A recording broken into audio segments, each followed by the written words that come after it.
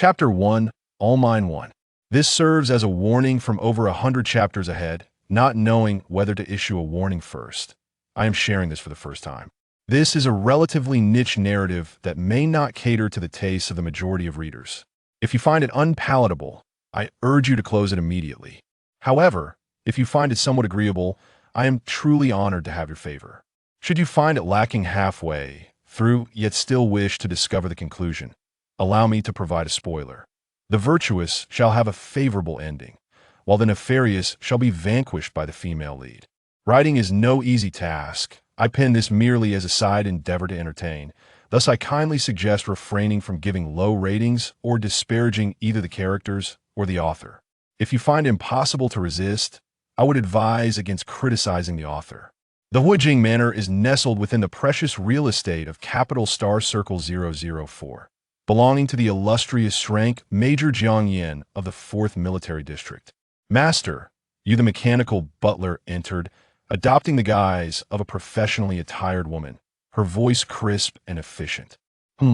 Beneath his impeccably tailored military uniform, the man admired his newly acquired gloves made from the hide of an S-Shrank beast, the intricate black leather adorned with red flame patterns, exquisite in texture and exceptional in defense's latest trophy.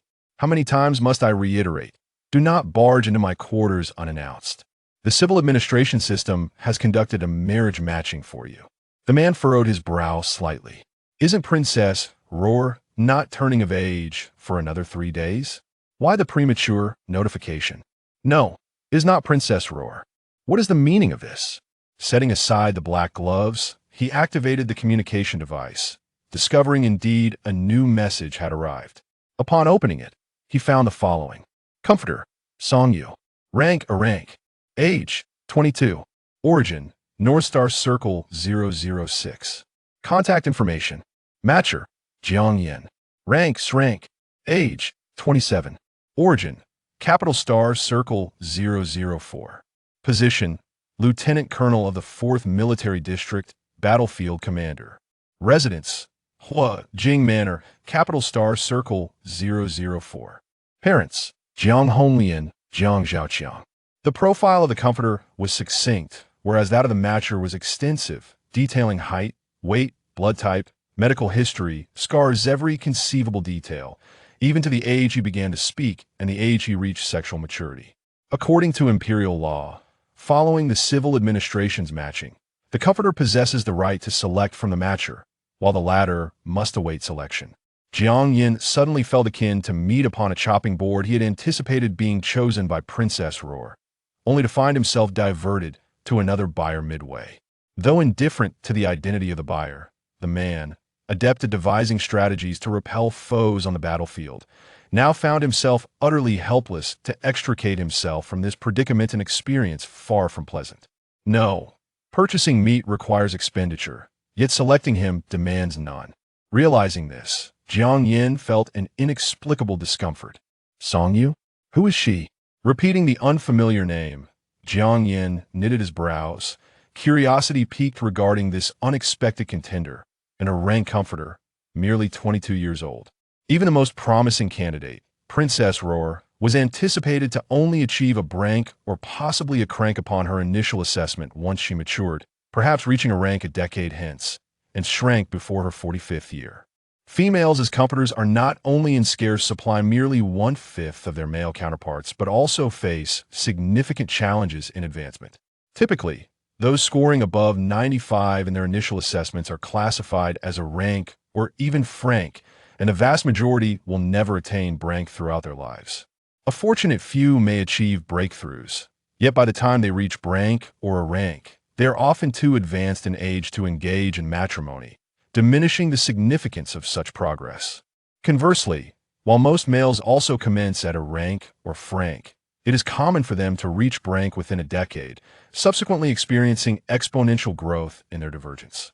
Predictions abound that if Jiang Yin does not find a comforter of matching rank, he will fully diverge into a monster within 6 months. Thus, the Empire places immense emphasis on the initial rank assessments of comforters. For young, high-ranking comforters signify the existence of 812 stable Shrank, or even higher warriors.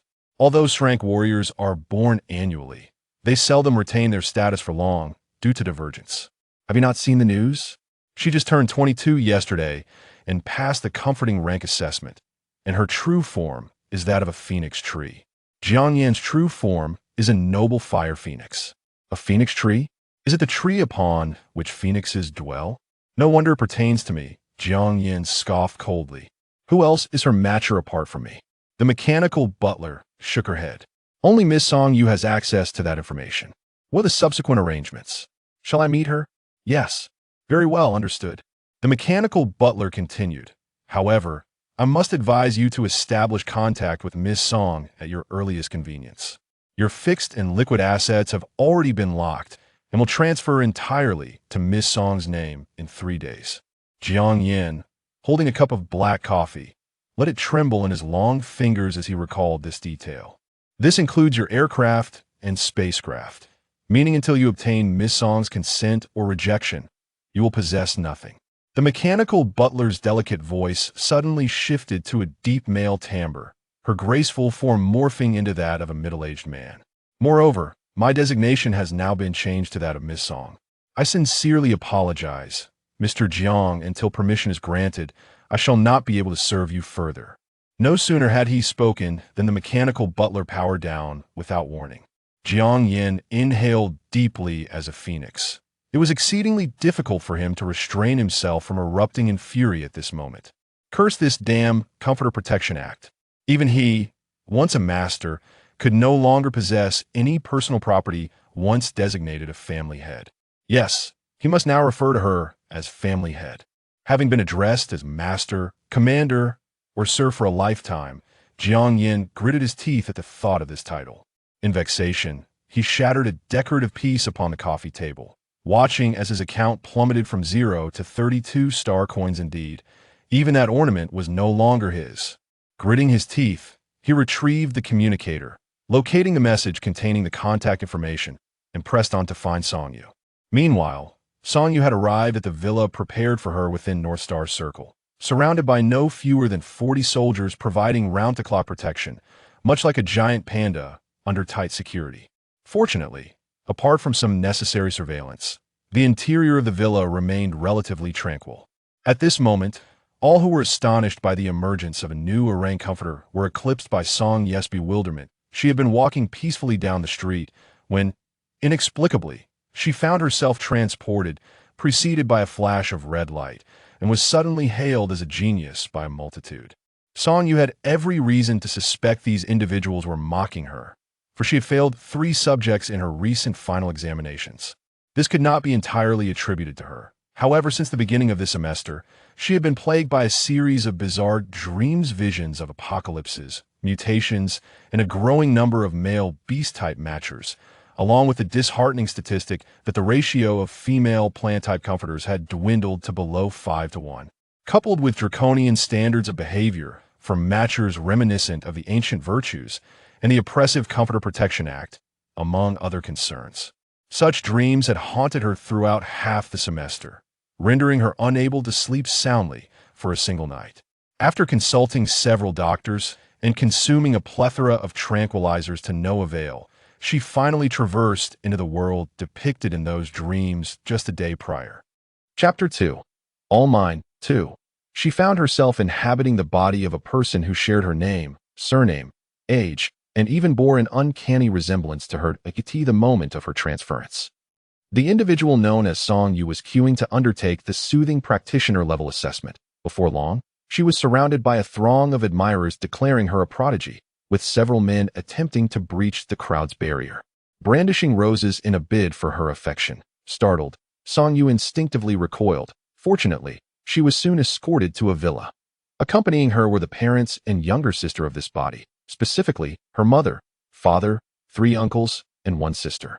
It was said that she also had 3 older brothers and 2 younger brothers. However, in this era, only girls were born through the direct efforts of women, while boys were cultivated via the biological cultivation technology of the civil affairs system. Consequently, some people were only willing to acknowledge girls as their children, regarding boys as maintaining a distant relationship until adulthood, after which, upon becoming soothing practitioners, They seldom contacted their parents again. Sister, you're incredible. My goodness. An A level. I never perceived it before. You surpassed that so-called princess, who was groomed from a young age by the royal family, exclaimed her younger sister, Song Yang, as she rushed into the room and embraced Song Yu, brimming with excitement. This villa is magnificent. Have you found a match yet? Mother Song Han was far less concerned about the villa and more preoccupied with who Song Yu's match might be. Still dazed, Song Yu paid little heed to the matching inquiries and hurriedly opened the communication device with her mother. Three names appeared on the screen: Jiang Yin, Sha Lang, Tang Jishu. Jiang, Jiang. Song Yang exclaimed, pinching her own philtrum, dramatically repeating each name until the mention of Tang Jishu sent her sprawling to the ground in a faint. Tang Jishu. Song Han nearly leaped from her seat. Sister, hurry. Song Yang, get up. Place Song Yu's hand on your forehead. Bestow me some strength, so I can achieve an A level in the preliminary assessment next year. No, a B level would suffice. Are these three individuals particularly special? Song Yu asked, her confusion evident. Have you truly lost your wits from joy? Song Yang questioned in surprise at Song Yu's ignorance. They are all exceptionally powerful and handsome. For instance, Jiang Yin, the commander of the 4th Military District, hails from the illustrious Jiang family, with personal assets amounting to at least 10 million star coins. It is rumored he attained S level several years ago, yet has lacked a corresponding soothing practitioner. Otherwise, he might have become the first SS level warrior in 20 years. Wow, so now he has a soothing practitioner. That means he is likely to achieve SS level. Song Yang realized that AS for Sha Lang. His background seems rather ordinary. He reportedly achieved A level in his preliminary assessment, yet over the years, he seems to have stagnated, possibly due to a critical threshold, like those A-level elites who slow their advancement to delay their mutation. He is a top-tier beast hunter, having single-handedly hunted 2 S-level beasts simultaneously. It is said his combat prowess surpasses that of the average S-level. Tang Jishu, Song Yang continued, a hint of confusion in her voice. The name seems familiar. He must be a significant figure. Let me search for more information. No need. Tang Jishu is the Prince of Boya, Song Yang exclaimed, as if awakening from a dream. Right? We usually refer to him as His Highness the Prince. Forgetting his actual name. Wait, sister, does this mean you are going to have a royal partner? Royal? The notion did not strike Song Yu as particularly favorable. She furrowed her brow. Song Xiaomu, the first matchmaker and father of Song Yu and Song Yang, inspected the kitchen and refrigerator in the villa, ensuring there were enough provisions for the family for 3 days before returning to say, the Prince of Boya possesses the highest combat capability among royal males. He has remained rather low-key, as many do not regard his rapid ascent favorably. If he secures a corresponding soothing practitioner, he too could potentially ascend to SS level. Furthermore, aside from the 2 princesses, he is the 3rd in line for the throne. Song Xiaomu appeared less than pleased. Each prince has a designated soothing practitioner, who must accompany the matchmaker into the royal fold. While it may seem glamorous, the privileges that ought to belong to the soothing practitioner are significantly diminished. With the roles and statuses of the 2 nearly inverted. As a serious individual, Song Xiaomu clearly did not wish for his daughter, who had just become an A-level soothing practitioner, to be thrust into the royal family. Yet, Tang Jishu was not Song Yu's only match. Sister, it's possible that high-tier soothing practitioners are scarce. It is said that the Prince of Boya's mutation rate is already quite advanced. Song Yang emphasized, what if he does ascend to the throne in the future? Though the current royal family no longer wields absolute power, being the emperor, he cannot be subordinate to any soothing practitioner. The family fell into a contemplative silence. Sister, since the bond has yet to be officially established, why not refuse the Prince of Boya's match? Though he is royal, wealthy, and handsome, it would be incredibly suffocating for you as a soothing practitioner to revolve around a matchmaker. I've heard that royal males are considered the heads of the household, and soothing practitioners must address them as the head of the family. Just thinking about it feels awkward, having dreamt for 6 months about this world. Song Yu possessed some understanding of it. After the initial chaos, she began to regain her composure. Family dynamics in this world were entirely different from her own, once a bond was successfully established. The soothing practitioner, a woman, would automatically become the head of the household, akin to a matriarch with absolute authority. Conversely, the matchmaker, a man, would lose many rights as a family member, even having to prepend the head of the household's surname to his own. However, when bonded to a royal male, the situation would reverse. Yet, the royal family was no longer an autocratic dynasty. The benefits they could provide to soothing practitioners were far outweighed by what the practitioners would lose, leading many women to hesitate in forming bonds with them. Song Yu was among those unwilling. Each matchmaker's name bore an option to cancel the match, a privilege not afforded to the matchmaker. As she hesitated over whether to click it, she realized she had only 12 hours to consider, and nearly 6 hours had already elapsed. Almost simultaneously, a notification from the currency system arrived, a pre-transfer amount of 245,456 star coins from Jiang Yen, followed by a notification from the civil affairs system detailing a pre-transfer list of fixed assets from Jiang Yen, the Fire Essence Manor, and all its contents, including the Butler robot Anfu, 2S890007 flying cars, and one modified variant of the 2305 spacecraft. A lengthy list followed, quite extensive, suggesting that the man dubbed the God of War of the 4th Military District was left with little more than 2 pairs of underwear. Next, another notification arrived from the currency system, a pre-transfer amount of 6,345,892 star coins from Tang Jishu, followed by a notification from the civil affairs system detailing a pre-transfer list of fixed assets from Tang Jishu, the Baizé Palace, usage rights, and all its contents. Resource star number 00253, 50-year mining rights, and the Yilan Manor and all its contents. Though this prince had less cash than Jiang Yen, his fixed assets were indeed substantial, including several priceless antiques and artworks. The combined wealth of the two men amounted to 3,000 or 4,000 star coins, which had Song Yu and her mother staring in awe for quite some time. Chapter 3, All Mine. 3. Did all of Prince Boya's assets transfer to you? Sister, Song Yang could hardly believe it. Isn't it said that royal family members are the heads of the household? Song Xiaomu was equally bewildered. Perhaps this bonding would yield some unexpected differences? But little Yu, I still worry. Even if you are the head of the household now, what about in the future? Wait, are we missing one? Hardly had the words left her lips when a notification chimed in. The currency system announced a pre-transfer amount of 856,354 star coins from Shaolang, followed by a pre-transfer list of fixed assets from Shaolang. None. Song Yu almost spewed blood in disbelief. This fellow was merely settling his accounts, and his debts were in the hundreds of thousands of star coins. Ugh, Song Yang scoffed, shaking her head. He looks quite impressive, but he has nothing more than a pauper. So, shall we cancel him too? With less than 2,000 star coins to her name, Song Yu had no means to repay his debts. Sister, you really don't need to bond with the prince. You already a level and can contract with 12 men, each of whom is at least a level. Achieving a level or even S level is either due to immense wealth or remarkable talent. Being the head of 12 outstanding individuals is far superior to being a mere matchmaker to a prince. Song Yang continued, her voice quivering. Sister, I don't want to lose you. I really don't want you to change your name to Tang Song Yu. Song Yu pondered this. It was indeed a peculiar thought. She was called Song Yu both here and on Earth, and a sudden name change would be quite unsettling. Then, shall I cancel his contract? Song Yu glanced at her mother and father. They were different from Song Yu's parents. Yet their concern for her seemed genuine. Song Han nodded. It would be wise. Associating with the royal family may not be advantageous for us common folk, even if that prince does not inherit the throne. Many matters would remain beyond our control. Song Yu found this reasoning sound. She had seen enough of the British royal family's scandals and tribulations, the tales of commoner princesses facing adversity, having to bear children even after cesarean sections while still bleeding, and the constant threats of disappearance and assassination. As an observer, it was intriguing, but when faced with the reality herself, it was far from amusing. Then let us proceed with the cancellation. As her fingers hovered once again over the option to cancel. Just as she was about to press it, a sudden message arrived. Greetings, esteemed head of the family. I am Tang Jishu, and if you permit, you may also call me Song Tang Jishu.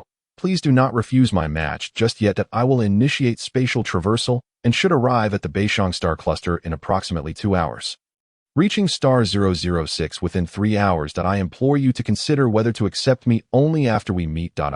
Song Yang let out an expletive before bursting into inexplicable laughter. Tang, the illustrious Prince Boya, is messaging you. Sister, he says his name is Song Tang Jishu. Song Yu double-checked and found the contact information consistent with that sent from the civil affairs system, confirming it was indeed him. Should I agree to him? Song Yu pondered uncertainly, still feeling dazed. The prince, having rushed here at the earliest opportunity, it seemed rather unreasonable to refuse him without even a face-to-face meeting. However, once they met, could they still decline? Song Xiaomu had mentioned that this Prince Boya and Princess Roar were siblings and could not unite. He did not wish to be alienated unless he were to marry aged widows, and among the younger women, it seemed no one could be more suitable than Xiaoyu, regardless of coercion or temptation. He would surely make her acquiesce. Song Yu found herself momentarily frozen, realizing the truth in that at the Bey's palace, Princess Roar's spacecraft descended, and she stepped into the sunlight towards Tang Jishu, who awaited her, dressed in a meticulously tailored white suit, with cuffs and bow tie perfectly arranged, his shoulder-length silver hair curled softly. Shimmering brilliantly in the sunlight on the lawn stood a set of pure white wooden tables and chairs with golden accents, where he sat before a small bouquet of daisies and an exquisitely gilded white porcelain tea set. Tang Jishu gazed at his sister with warmth, smiling as he lifted a pristine cup to pour the specially brewed floral tea. Resembling a gentle white lamb, which harmonized with his beastly form. Bays, how could you let yourself become so wretched? Did you not even reserve a spacecraft for yourself? Princess Roar expressed her displeasure that I have only 3 days until my preliminary assessment. I am conserving my energy that it is not I who have rendered myself thus. It is the law of, and his voice was as soft as his appearance, responding to his sister's reproach with neither impatience nor rudeness. The princess sat down casually, draining her cup, which Tang Jishu promptly refilled. What law? Royal family members are not bound by the norms of matchmakers, nor are they included in the civil affairs system's extensive data. You have brought this upon yourself, she retorted. Tang Jishu merely smiled, offering no further explanation.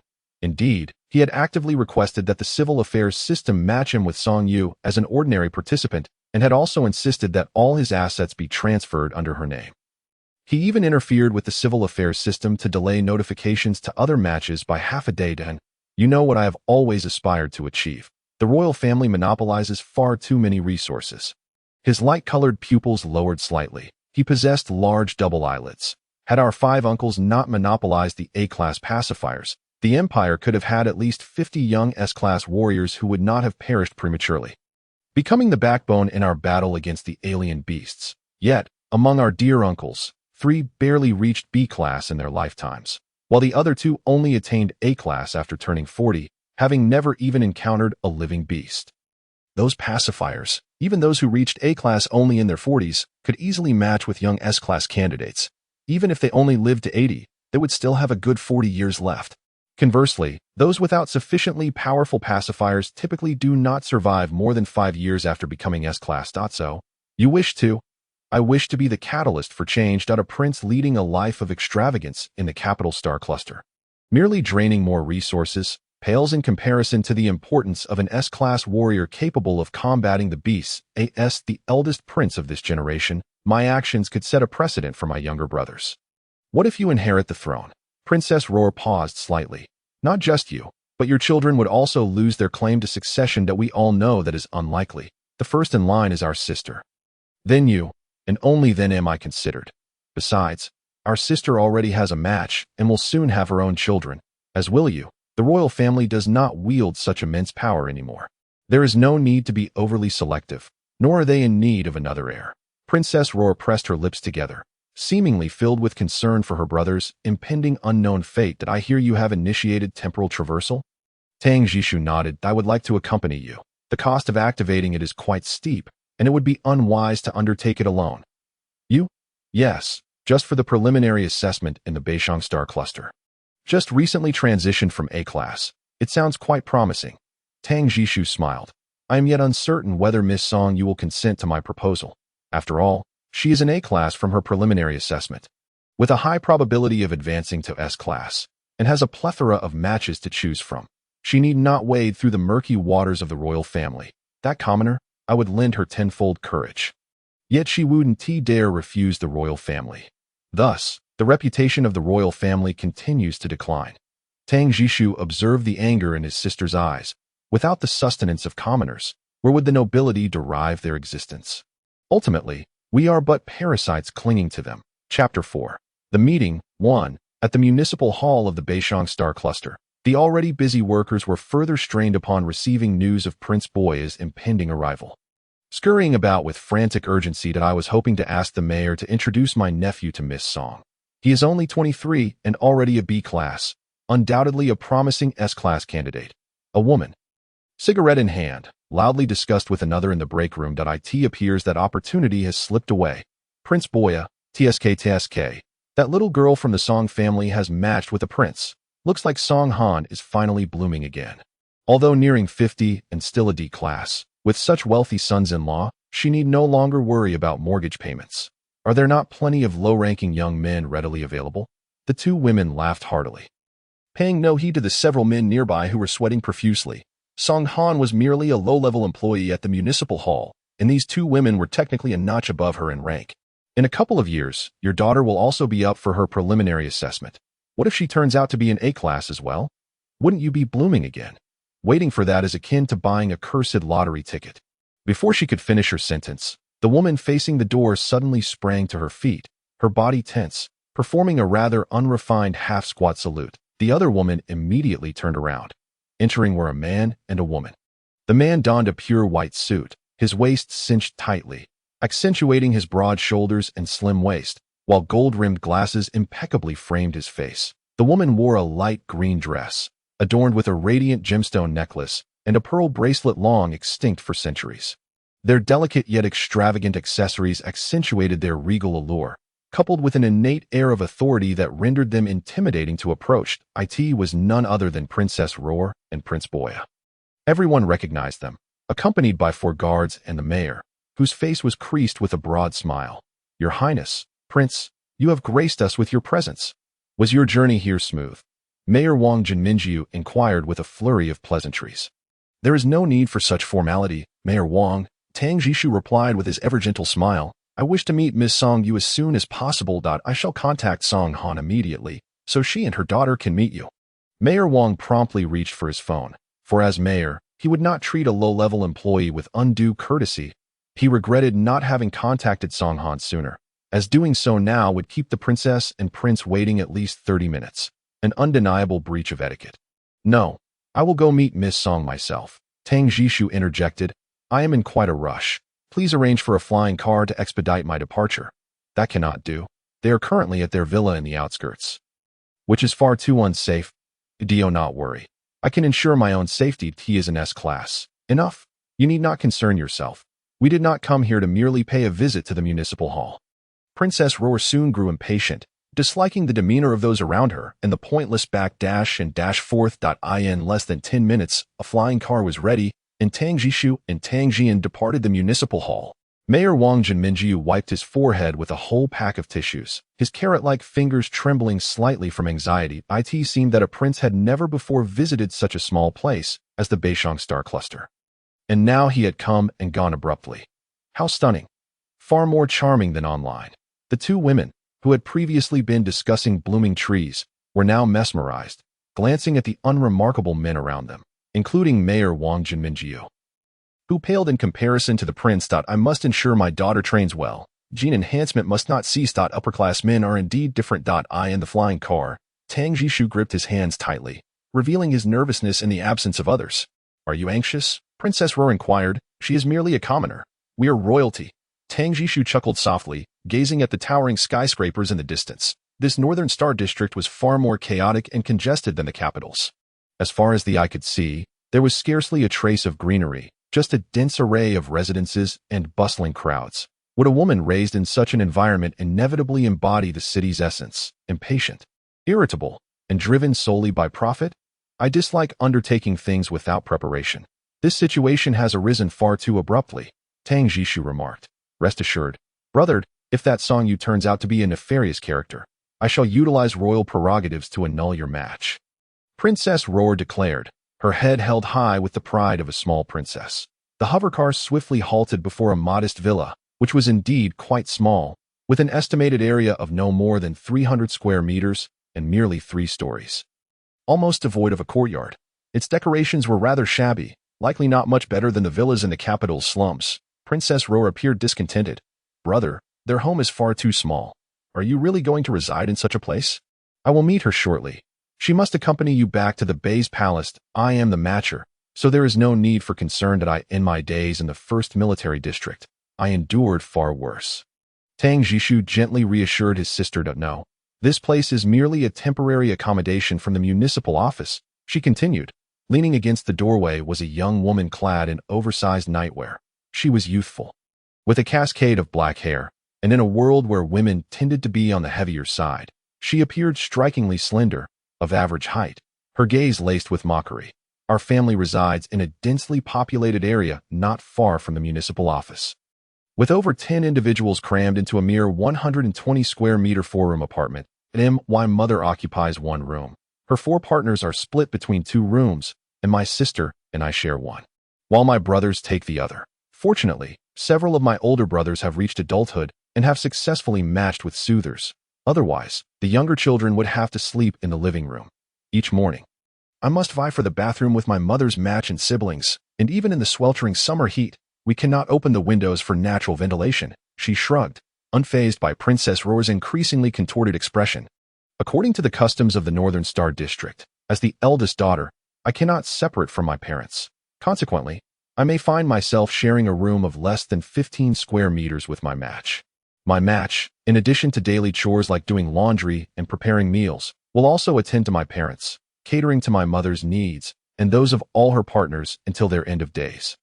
Princess Roar's face twisted in dismay, her features contorting in disbelief. Having been born into a palace with a plethora of mechanical and human servants, she had never contemplated the prospect of so many people squeezing into a single bathroom. Indeed, 120 square meters was only slightly larger than her largest bathroom. Even Tang Jishu was on the verge of losing his composure. Even in the first military district, he had his own suite, which was significantly larger than 120 square meters. This is not an issue. The municipal office will likely not reclaim this villa. At least we can secure our right to reside here, Tang Jishu stated. That won't do. It's too far from my mother's workplace. I cannot bear to see her spend over an hour commuting each day. Song Yu shrugged, not exaggerating.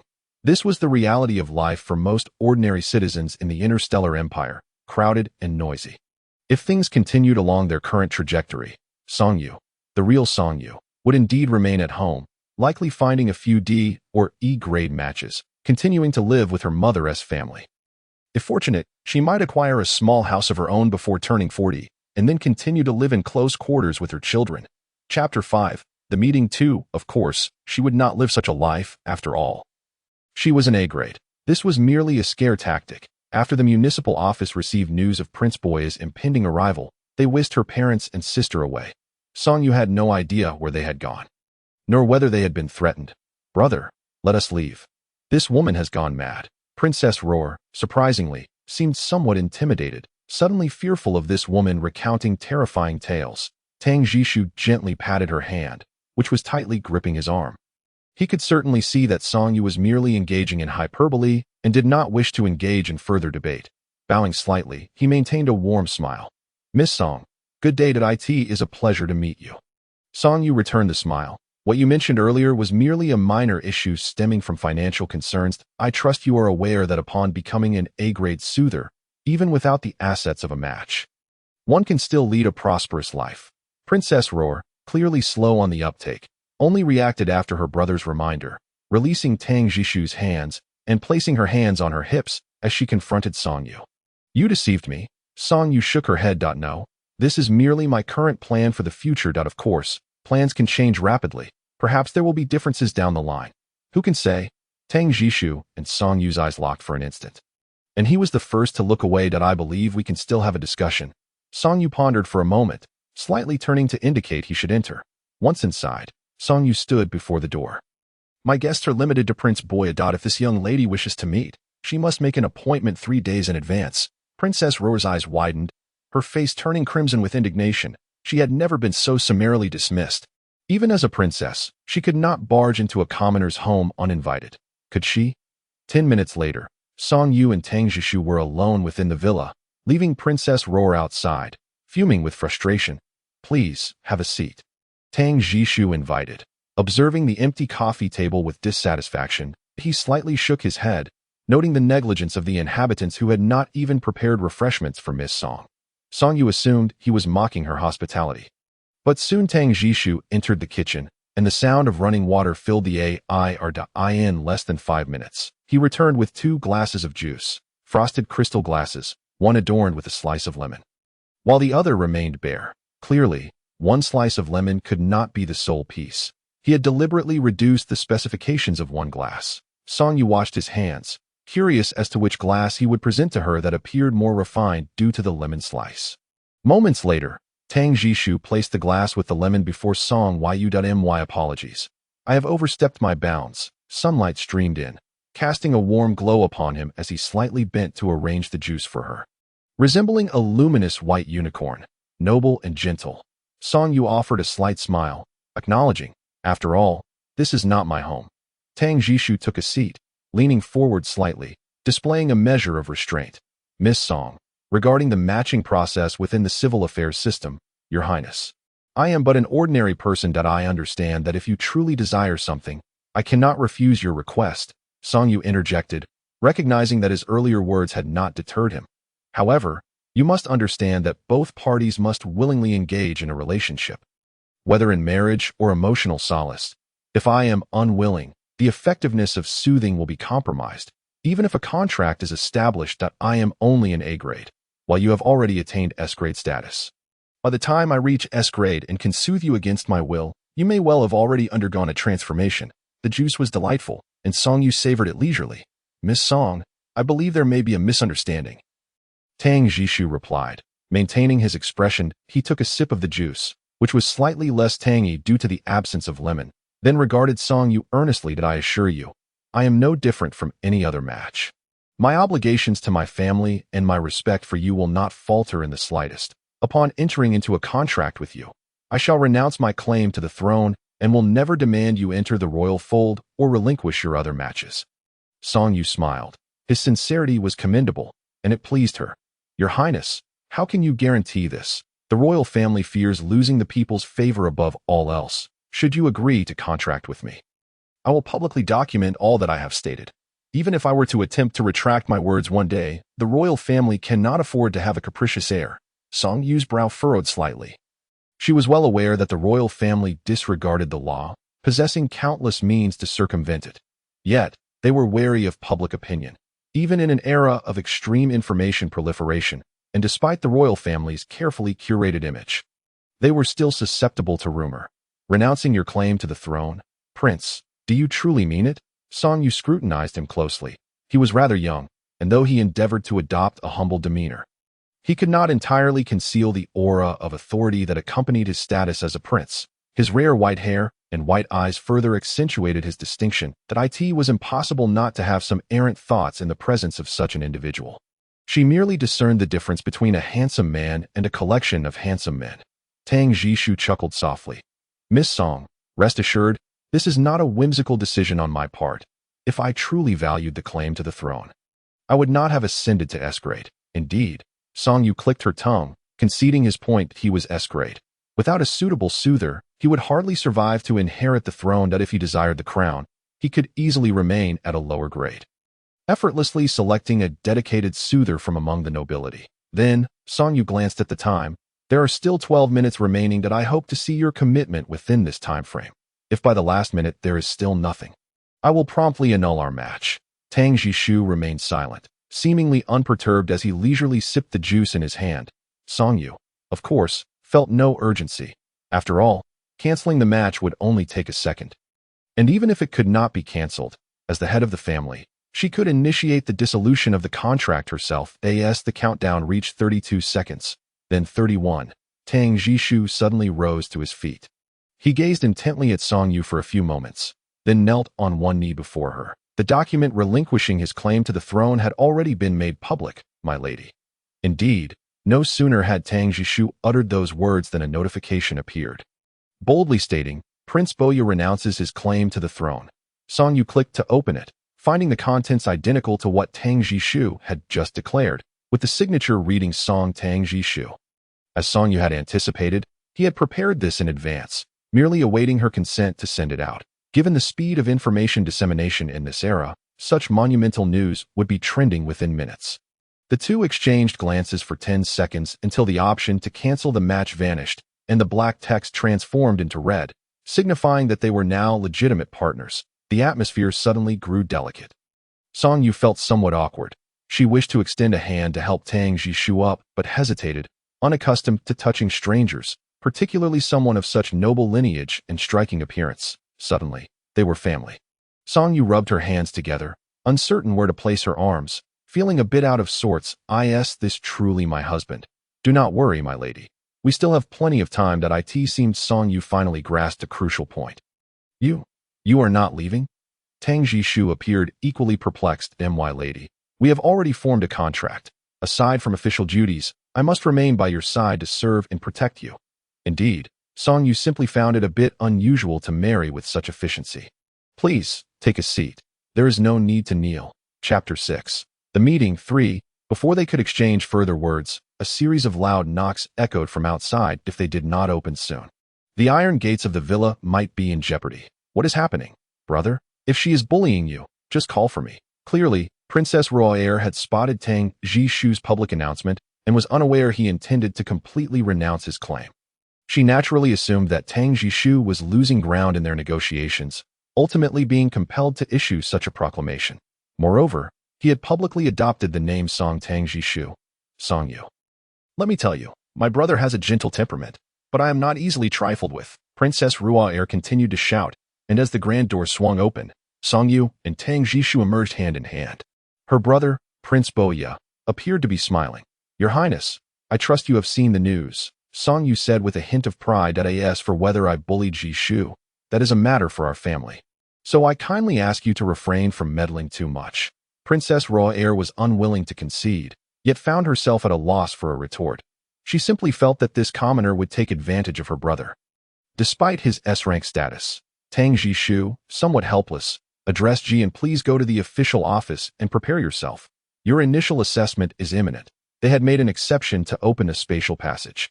Yet, even for a princess, one could not initiate such a passage without pressing matters. Thus, Princess Royer would have to wait for her private spaceship to arrive in the North Star Circle, a process that would take at least 5 or 6 days. Although reluctant, she did not wish to stand outside in the sweltering heat, seeing that Song Yu would not permit her entry into the villa. She had no choice but to leave. Watching Princess Royer depart in her flying car, even the guards who had accompanied them followed her away, and at last, the world fell silent. May I release my mother and sister now? Unlike her childish temper when angered by Princess Royer, Song Yu appeared more composed in their private conversation. Tang Jishu paused, falling a step behind Song Yu, and upon hearing her words, quickened his pace to catch up. Are you implying that just 20 minutes before your arrival, they, along with my father and uncles, were all taken away by the municipal authorities? If I claim ignorance of this, do you realize how terrifying it is to be able to cast others into a state of ruin without any knowledge of it? Tang Jishu offered a wry smile, having initially presumed that the beginning would proceed smoothly. Thus far, all of Song Yu's requests had been within his expectations, yet thanks to the municipal authorities, everything had grown complicated. During their negotiation, she had not disclosed a single word, now that the die had been cast. She revealed the truth. Tang Jishu pressed his lips together, realizing that his lady was not the person he had envisioned, a young individual raised in a bustling city, prone to restlessness. That I will contact the mayor here immediately.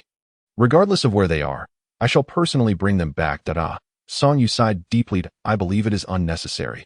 Before Tang Jishu could express his skepticism, the door of the neighboring villa swung open, and 4 men and 2 women emerged. Despite being a gated community, regarded as an affluent area in the North Star Circle, the courtyards of each villa were rather small, and the pathways were narrow. Allowing for easy observation of neighboring activities, they emerged cautiously, resembling the commoners who had accompanied Prince Boya to offer comfort in the slums for the sake of royal honor. Your Highness. Prince Boya, Song Han exclaimed with a beaming smile. Greetings, greetings. Tang Jishu straightened slightly. Song Yu's mother appeared warm and inviting, while her sister bore a resemblance to Tang Jian, both spoiled little girls prone to sudden outbursts. Upon seeing him, she intentionally averted her eyes, peeking through her fingers. Mother, sister. He inclined his head slightly. Song Han nearly jumped out of her skin, stammering, No, Your Highness, please do not stand on ceremony. Song Xiaomu nudged her, scolding, "How can you be so rude as to address him as mother?" It is clearly because Song Yu has already formed a contract with Tang Jishu. Sister, we have just received news from the municipal office that the rights to reside in these two villas will henceforth belong to us. This villa has been uninhabited for quite some time and requires cleaning. We shall not intrude upon you. Song Yang quickly interjected to diffuse the situation and without delay, ushered his family away. Song Yu smiled, feeling grateful for her harmonious family life after her transmigration, a stark contrast to her previous existence on Earth. She seemed to be a person naturally distant from familial ties. Her parents had passed away early, and she had been raised by her grandmother, who had no pension and only a few acres of land that provided a meager income.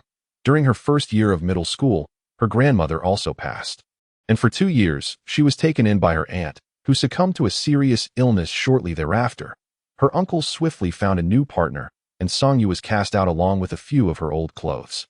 Upon entering high school, she was left to reside at school while her uncle and aunt pooled together a small sum for her tuition and accommodation, supplemented by a meager government poverty allowance, allowing her to complete her high school education.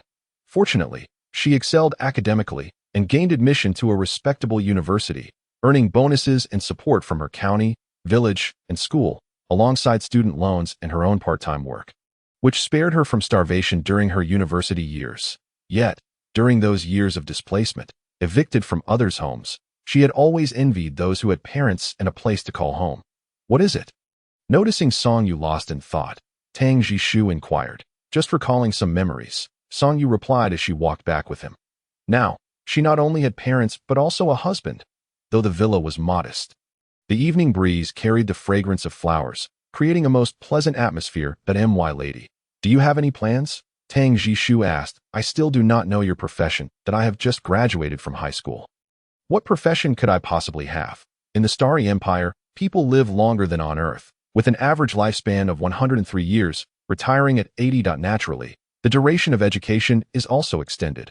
One officially becomes an adult at 22 upon graduating high school, and it takes until 28 to complete university. If one wishes to pursue further studies, they may not officially enter the workforce until around 40. Initially, I had intended to work immediately after high school, but I heard that women achieving B level or above in the initial assessment can receive special recruitment from the Imperial Royal Academy, that I wish to attempt an application. What do you wish to study? The two settled into the sofa, and Tang Jishu asked leisurely that he switched on the television, a rare artifact in this era, though not a television in the conventional sense. It was three-dimensional, akin to displaying a miniature world within a virtual cube, allowing viewing from multiple angles. A popular historical drama starring a well-known actor played on screen, reminiscent of the era Song Yu hailed from. That actor is rather handsome, Song Yu mused. I do not know. She coughed lightly, saying, I had never considered attending university, perhaps acting or something similar. You aspire to be a star? Not quite. It was merely a whimsical remark as you turned on the television. Or perhaps mechanical maintenance. Song Yu chuckled and shook her head. My grades are not that good.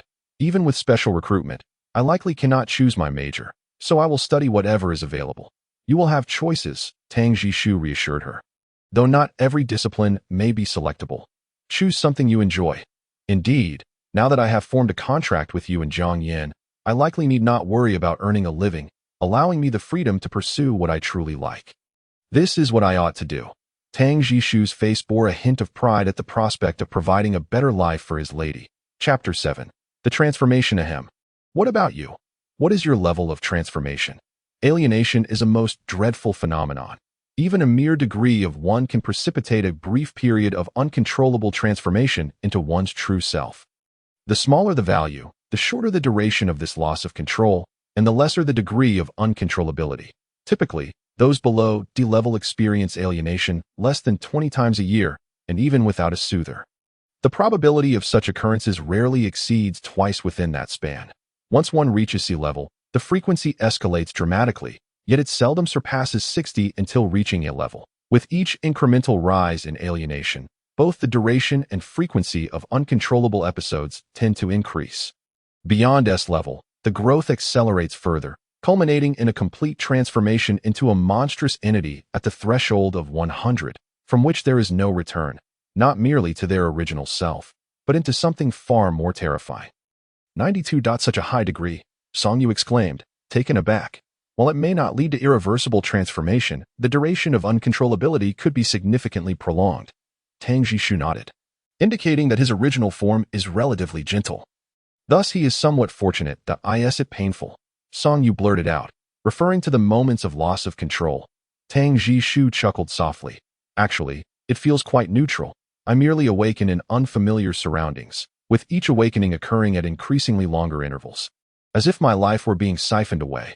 Over the past year, I can recall only about 3 months of memory. Fortunately, I do not tend to harm others during alienation, and due to my unique status, I am still able to move freely. A NS-level individual with an alienation degree of 92, once uncontrollable, poses a catastrophic threat to ordinary people. As he spoke, Tang Jishu raised his arm, revealing a locator embedded within his flesh.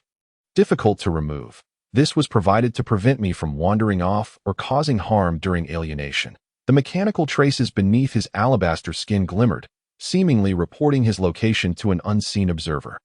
Song Yu placed her hand over the skin where the locator was implanted, feeling its coolness, and frowned. Tang Jishu shook his head with an amused smile. It's of no concern. I am a public figure, devoid of secrets. It is far more comfortable than being confined to a fixed location. According to imperial law, those with an alienation degree exceeding 85 are to be placed under house arrest, monitored by designated personnel, and may not leave without special permission. Should the degree surpass 95, they are incarcerated in a specialized prison on Desert Star, facing termination after a prolonged inability to revert to human form. May I take a look? Song Yu hesitated, not wanting this seemingly gentle and handsome individual to face such a grim fate. Are you truly willing to assist me in purification? Tang Jishu expressed surprise. You have sacrificed so much for this. Haven't you?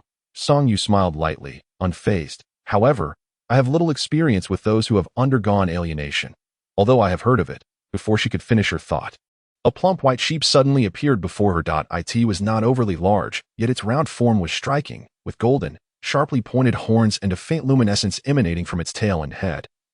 Illuminating the vicinity, alongside the transformation, a pristine white suit fell to the ground. Song Yu furrowed her brow, as time was of the essence. She could clearly see the encroaching black mist enveloping Bai Zhe. Tang Jishu, she was uncertain whether he had voluntarily reverted to his original form or had succumbed to uncontrollability, as individuals with an alienation degree above 90 are prone to sudden lapses. Bai Zhe showed no reaction, seemingly oblivious to Song Yu. Unlike other alienated beasts, it exhibited no aggression, merely evading her gaze in apparent fear, seeing that it had lost all awareness. Song Yu ceased to conceal her intentions and began to search for ways to soothe her counterpart. The method was surprisingly simple. Channeling her inner pure energy to dispel the black mist surrounding Bai Zhe would suffice. As she focused inwardly, she envisioned a towering phoenix tree, its branches lush and vibrant, with streams of black light coursing along its trunk. Black light. Online sources suggested that a soother's pure energy is predominantly white, with some hues of green and blue, yet mostly lighter shades. However, the black light entwined around her phoenix tree bore a striking resemblance to that enveloping Bai Zhe. A sense of foreboding washed over her. With a swift motion, she reached out. The black mist surrounding Bai Zhe did not dissipate, but seemed irresistibly drawn to her, rushing into her being. Almost instinctively, she extended her hands, allowing the dark energy to flood in. Initially, it felt euphoric, akin to a famished individual suddenly receiving sustenance, yet soon it became overwhelming. Despite her efforts to halt the influx, she found herself powerless to do so, until she felt as though her very essence might burst. The phoenix tree, sated, quivered slightly, and the absorption gradually ceased. Fortunately, she had not outright perished. Song Yu was nearly overwhelmed by terror. In contrast, Bai Zhe had lost a third of its black mist and succumbed to unconsciousness. An overwhelming fatigue washed over her, and after half an hour of labored breathing, she realized that individuals with such high alienation degrees do not revert swiftly. Thankfully, her parents were nearby, so she called upon her father and uncles to assist in moving Tang Jishu to the bedroom. This fellow is rather heavy, remarked the typically optimistic Song Huan, clapping his hands. He is the youngest match for Song Han, having only turned 39 this year, and bonded when Song Han reached sea level at 50.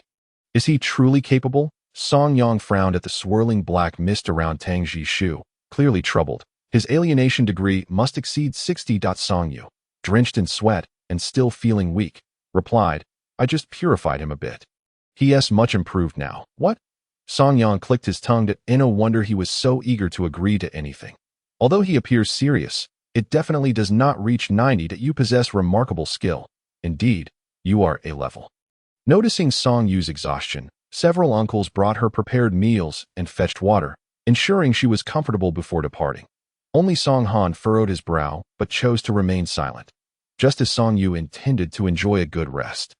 A notification from her communicator jolted her awake. It was a message from Jiang Yan. Greetings, head of the family. I am Song Jiang Yan. I am currently in the capital star circle, and all assets have been transferred to your name.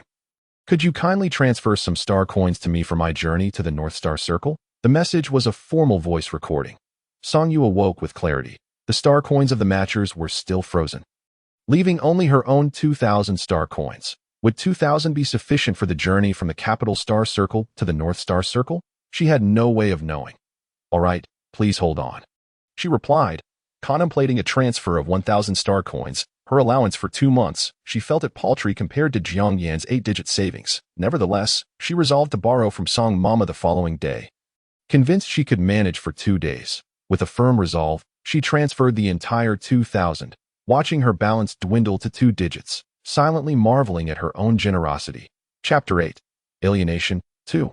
Meanwhile, at the Huojing Manor, Jiang Yan stared at the 2,000 star coins, momentarily rendered speechless. Does she dislike me? Jiang Yan frowned, having become accustomed to frugality, pondering whether she would only allow public transport, yet even with the lowest class accommodations. If he abstained from food and drink, it might suffice. Is this truly the nature of such a stringent head of the family? Jiang Yan felt a chill. He understood that regardless of how glamorous a matcher appeared externally, if the head of the family lacked compassion, their lives would be anything but easy. His own household was a testament to this. Before his mother, his father and uncles tread carefully, every meal meticulously curated, and foot baths rotated nightly, with strict protocols even for greetings. Should the mood strike, they might demand the matchers to kneel while attending to her dining and dressing. Even under such conditions, punishment and abuse were ever-present threats. Regardless of his father's stature as a senior architectural engineer or his uncle's position as a corporate president, Jiang Yan's mother's third matcher, Jiang Gaofeng Cheng, had perished under her torment. She harbored an intense disdain for that man, frequently withholding sufficient star coins, leaving him to starve. Princess Roar, of course, harbored no fear of Song Yang. Yet, upon noticing the conspicuously flashing recording device in his possession, her demeanor instantly transformed, becoming the epitome of regal grace. Ms. Song, as my brother's sister, I am merely here to visit him as family. Is there anything wrong with that? The insincere smile she wore was rather disconcerting. Observing her reaction, Song Yu couldn't help but chuckle. While she certainly had her grievances with the princess, it was not to the extent of outright disdain that it dawned upon her why Princess Roar was so anxious. An alienation degree of 92 could not have been achieved through natural means at Tangji's age. It was evident that he must have undergone some extraordinary experiences. Any further stimulation could see that figure surge to 95, a perilous threshold where even a prince would be left to await his demise. After all, he was only 25. Thus, while a competitive dynamic existed between the two in the realm of succession, their bond remained rather amicable. Come with me, she urged, pulling Princess Roar into the courtyard. Subsequently, she instructed Song Yang to delete the footage and led the princess inside. What are you doing? Do you not wish to see your brother? At the mention of her brother, Princess Roar's fiery determination waned, and she obediently followed. Upon entering the bedroom, Song Yu found Bai Zhe still slumbering soundly. Lying on his side with one hoof suspended in midair, his mouth slightly agape, exuding an aura of tranquility. The princess's innate talent had long been recognized throughout the Galactic Empire, and the observations that were evident to Song Yang were certainly not lost on her. The swirling black mist had diminished by a fraction, suggesting that Tangji's alienation degree now hovered below 60. Such a figure was considerably secure if he could maintain a stable existence free from significant trauma. Even at the S-grade level, he could sustain himself for a decade without issue. Princess Roar fell silent, acutely aware of the challenges posed by an S-grade purifier attempting to eradicate such a substantial degree of alienation in one fell swoop. If you think I'm remarkable, just say so. Why beat around the bush? Song Yu interjected with a hint of pride. I trust you haven't subjected your brother to any mistreatment, have you? Cough, cough. Princess Roar indicated towards the slumbering Bai Zhe, her tone softening considerably. Thank you. Perhaps his choices were indeed wise, that we have always been concerned for him as royalty. He ought not to endure this, yet he persists, realizing she had divulged too much to Song Yu. She refrained from continuing. What caused his degree of alienation to be so high? Song Yu inquired. Perhaps we should wait until he awakens to discuss that. I am uncertain whether he wishes to share those details. She replied. Song Yu chose not to press further. If you truly wish to express your gratitude towards me. Princess Roar lifted her gaze. Might I borrow some funds? Ah, the princess seemed momentarily taken aback. I am merely a student, having only graduated from high school a fortnight ago. My finances amount to a mere few thousand star coins, and my matched partner's funds are currently frozen, with Jiang Yan's impending visit. I find myself unable to even cover transportation costs. I suspect Xia Lang will soon come seeking financial assistance as well. Song Yu candidly acknowledged her impoverished state. Think you are so destitute. Princess Roar seized upon this revelation with delight, swiftly manipulating her communicator. Almost instantaneously, 200,000 star coins were transferred to Song Yu's account. No need to repay it. The princess is in good spirits today. She is quite generous.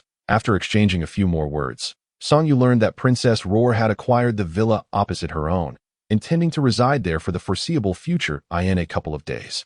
Her security detail would be arriving. As the municipal office had currently assigned personnel for her protection, her motives were clear. She sought to safeguard Tang Ji. Should he lose control, whether Bai Zhe were to be bullied or to become the aggressor.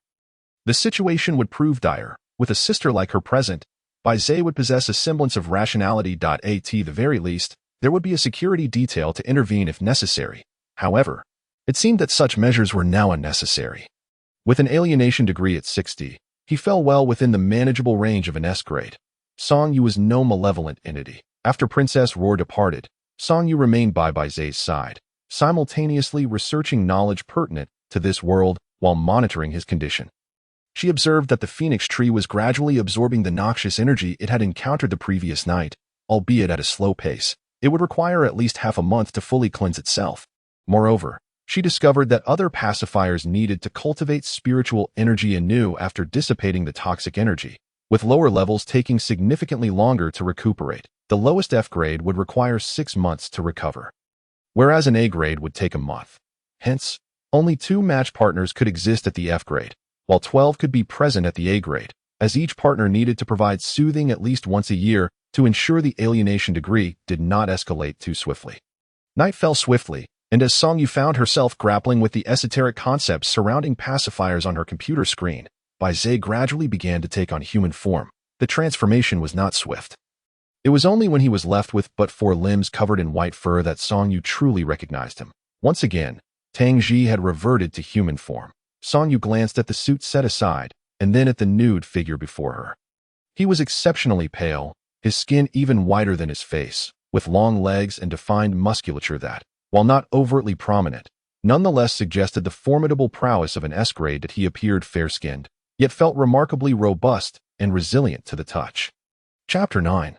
Awakening. When Song Yu became aware that one of her hands was resting upon Tang Ji's body, their eyes met. Master, thank you. I feel much better. He seemed far less flustered than Song Yu had imagined, simply lying there complacently as she caressed him. Only when she withdrew her hand did he methodically begin to don his clothing, seemingly unperturbed by her gaze upon him.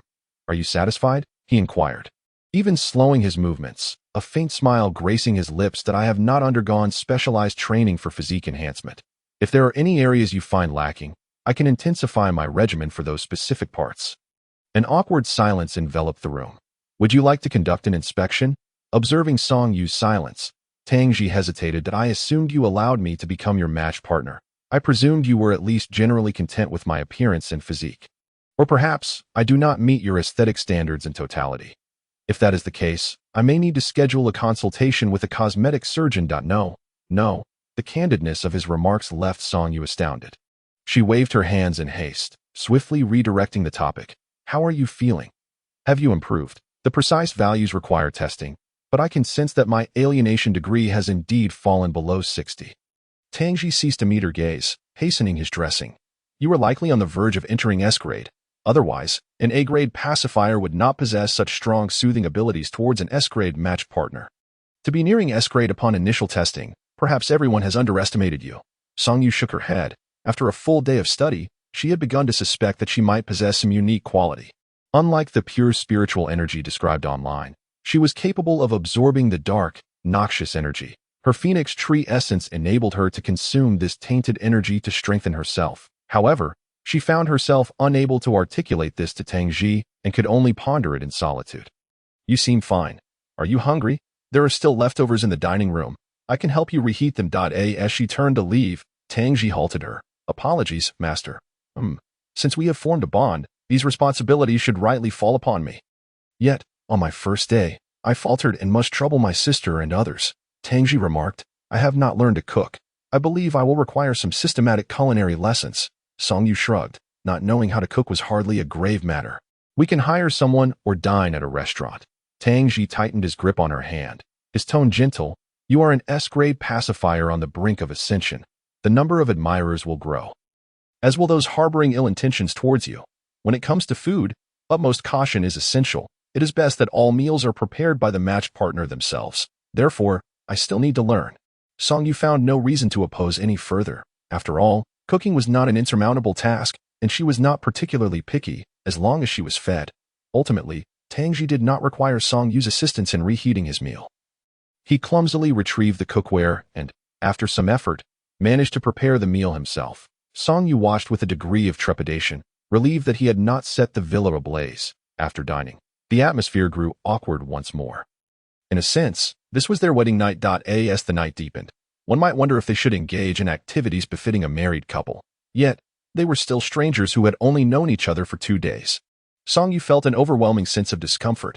She switched on the television, seeking solace in an ancient drama featuring a popular male star from the previous year. Starting from the 3rd episode, she became engrossed. While the actor boasted striking features, his physique left much to be desired. His waist was excessively slender, reminiscent of noble women in medieval European court dramas, and his posterior was overly prominent, with legs that appeared disproportionate, clearly not a product of natural growth. Nonetheless, within the context of a television drama, these flaws were hardly significant.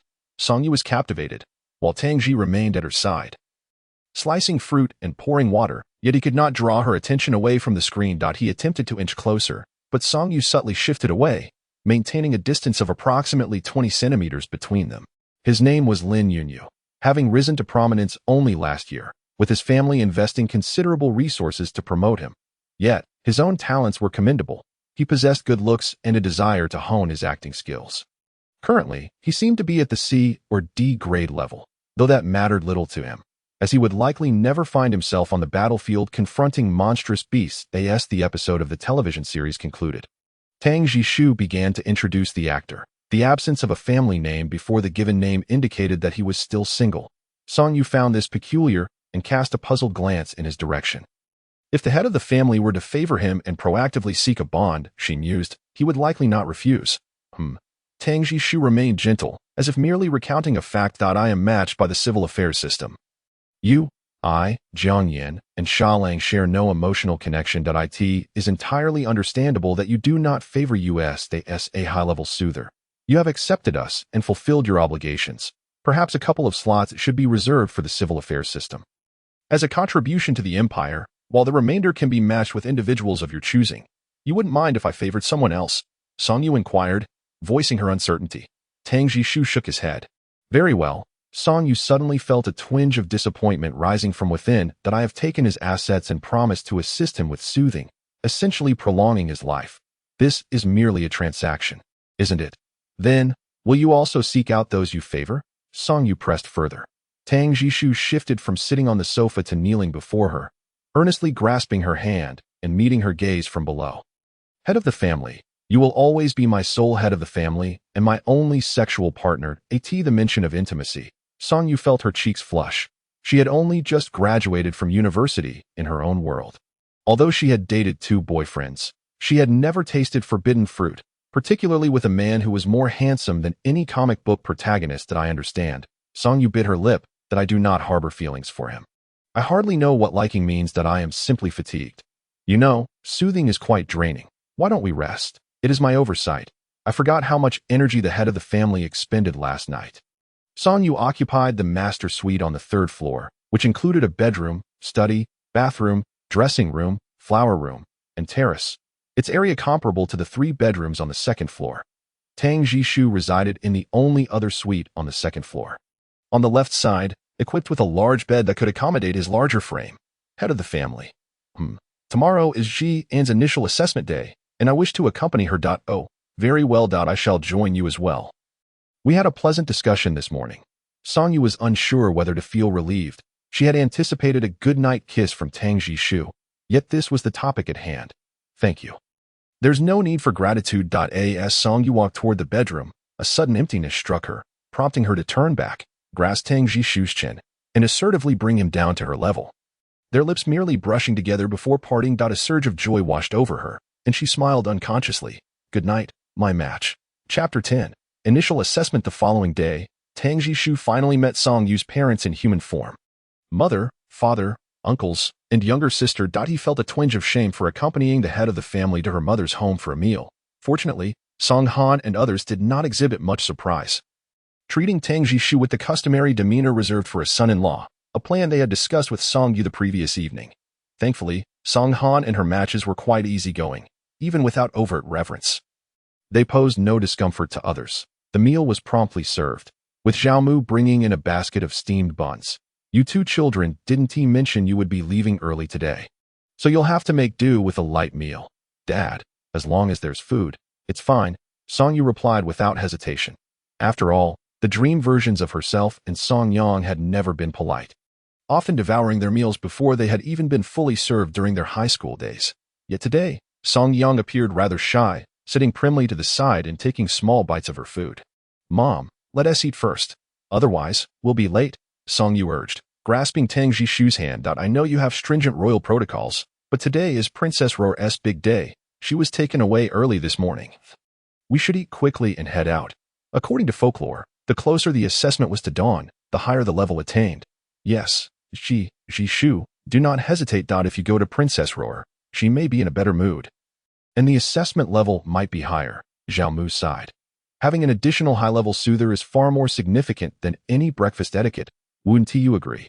Tang Jishu remained by the table, and after hearing Zhao Mu's words, he finally sat down to casually share a meal with Song Yu before hastily boarding the hovercar. The hovercar carrying Song Yu and Tang Jishu was remarkably quiet. Just the 2 of them, while 4 other vehicles filled with bodyguards trailed closely behind. It was Song Yu's first experience being protected like a panda, and she found it quite unusual. I apologize for any inconvenience caused. Tang Jishu expressed regret. It's quite all right, Song Yu replied, gazing out at the scenery rushing by. This is my first experience of being so thoughtfully protected, though, in truth, they are not protecting me. Song Yu had not joined the royal family and would not become the Princess of Boya. The municipal hall had no obligation to protect her. They are safeguarding you. You are an A-level soother, and the entire Interstellar Empire is now aware that a newly assessed A-level individual has emerged from the Beishang star cluster. Naturally, they prioritize you over me. Tang Jishu corrected her to A as long as you live. Even if you do not ascend to S level, 006 will become a fabled site. Once you do ascend to S level, this place will likely become one of the most expensive planets in the Beishang star cluster. Is it really that exaggerated? Song Yu found it hard to believe. Not only that, if you were to reach SS level or higher, Tang Jishu continued, they would utilize your name to develop tourism. The places where you lived, studied, and frequented would attract throngs of visitors. Perhaps the municipal hall of Beishang would occasionally ask for your assistance in promoting it. And as a resident of Beishang, it would be difficult for you to decline. Song Yu was left speechless. This was more extravagant than the celebrities on Earth, verging on the level of historical figures. Perhaps you may not desire this, but from the moment you achieved A level, many eyes will be upon you. Really? Song Yu opened a social platform, a hybrid of Weibo and WeChat, where all social and professional interactions of the Interstellar Empire's inhabitants occurred.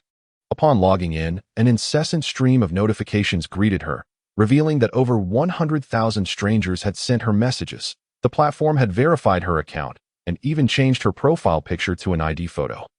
What had once been a modest following of classmates and relatives had now swelled to 800,000 fans. Countless invitations flooded in for balls, auctions, and academic exchanges, predominantly from the Beishang star cluster. That, oh my goodness, I've suddenly become a big deal. Song Yu felt dazed, unable to grasp the significance of the messages and invitations. If you wish to enter the entertainment industry, you may hire a professional team to manage your affairs. If not, you need not concern yourself, Tang Jishu advised. You have garnered this attention based on your merits. There is no need to manage it like those celebrities. Is that so? Song Yu pondered and found merit in Tang Jishu's words. Well then, I haven't decided what I want to do yet.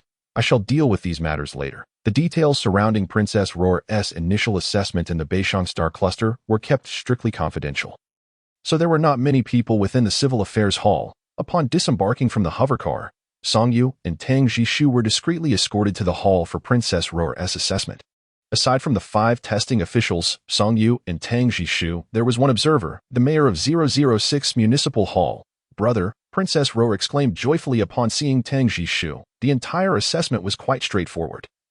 One merely had to place both hands on the sensor for a few minutes to receive the results. However, it was fundamentally a process of communion with one's essence, awakening it thoroughly.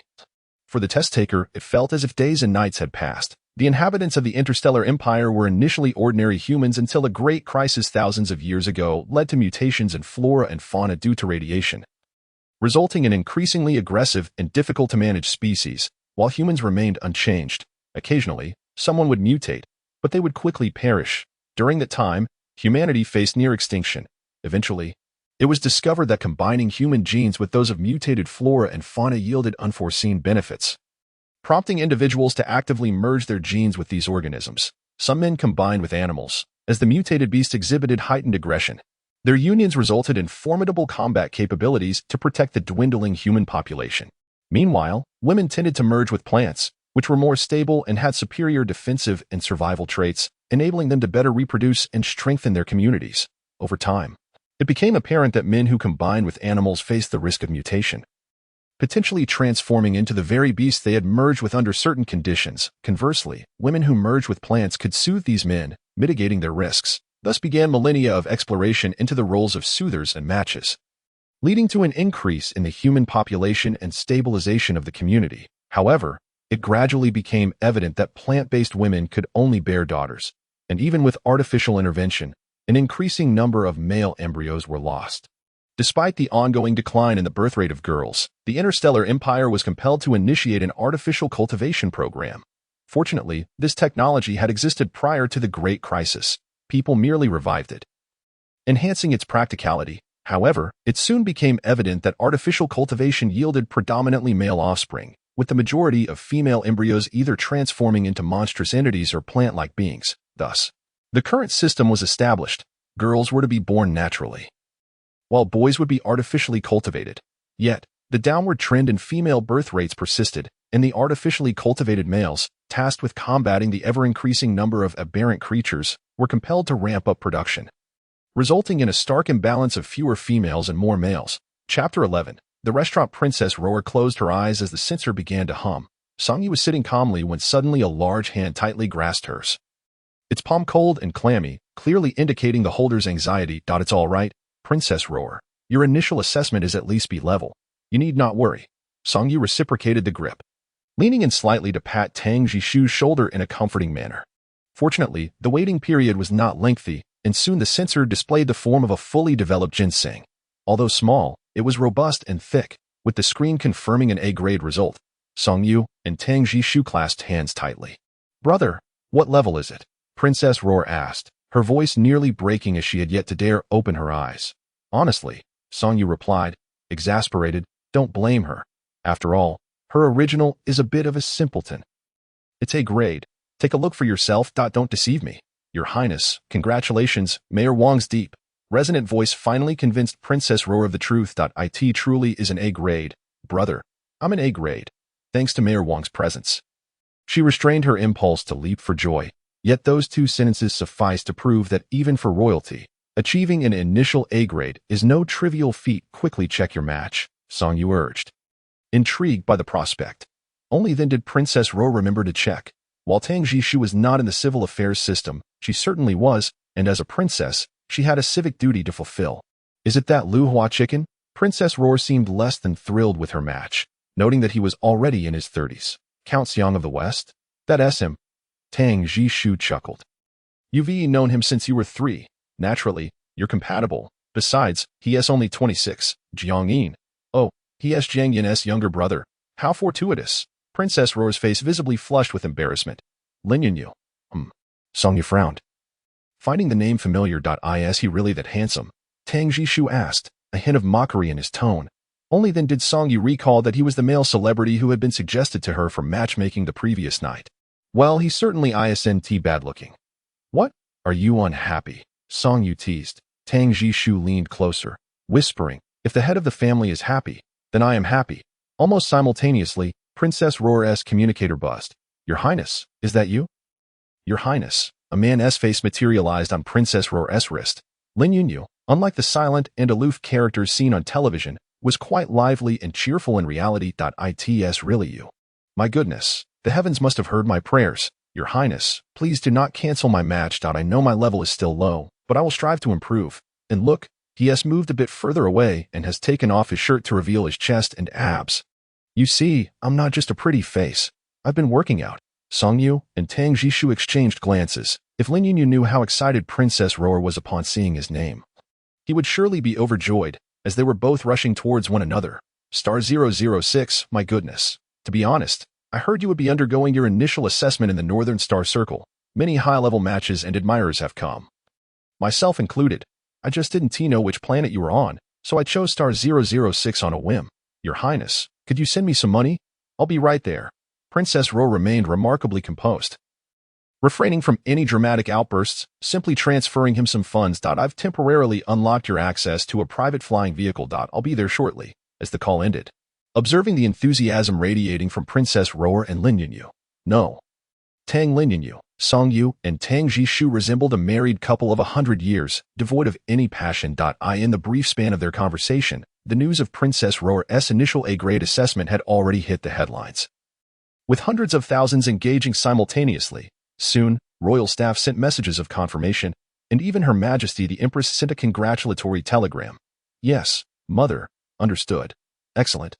This is indeed a joyous occasion for the entire interstellar empire.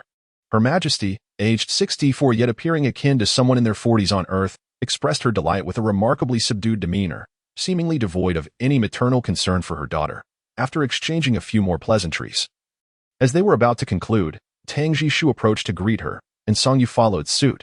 The Empress could not possibly be unaware of the relationship between her and Tang Jishu.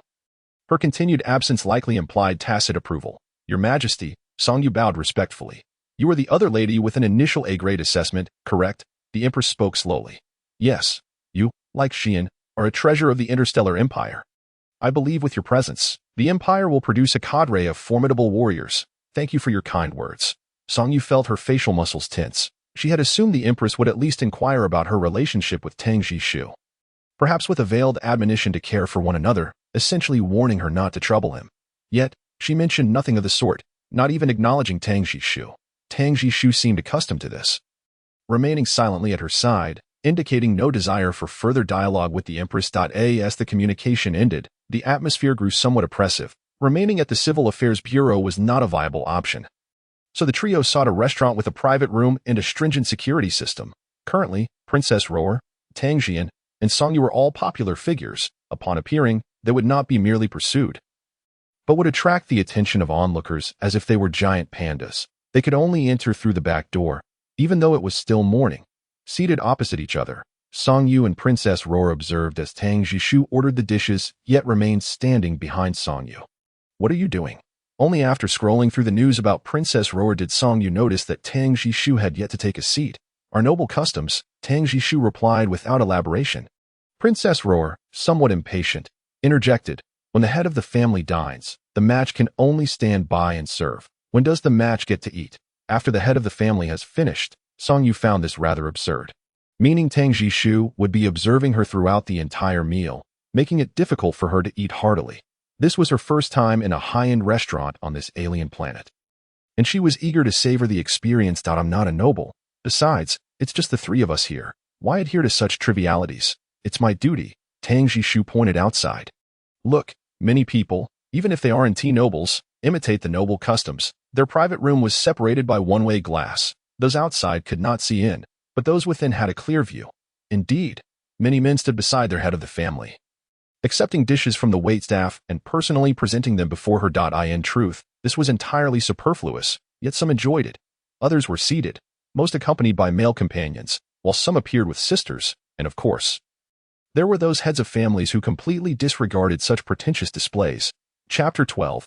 Sha Lang don't bother advising. The fiercely protective Princess Roar did not assist Song Yu. No matter how discreet the location, it could still be captured on camera. Some establishments inherently lack the discretion to keep our secrets. Should it surface online, many would condemn the prince for failing to respect his head of family and noble etiquette, as well as criticize you for losing the dignity of a pacifier, and the ensuing troubles would be tedious. Indeed, Tang Jishu remarked, pouring juice for Song Yu yet merely handing the jug to Princess Roar, clearly showing no intent to assist her.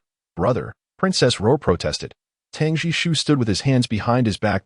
My head of family is present. It's inappropriate to serve other ladies. What if it gets photographed? Song Yu was skeptical that anything would be captured, but she clearly underestimated the paparazzi's capabilities and the public's penchant for gossip. When she eventually opened her communicator again, their 3 images had already surfaced online, seemingly from the angle at the entrance. How dull.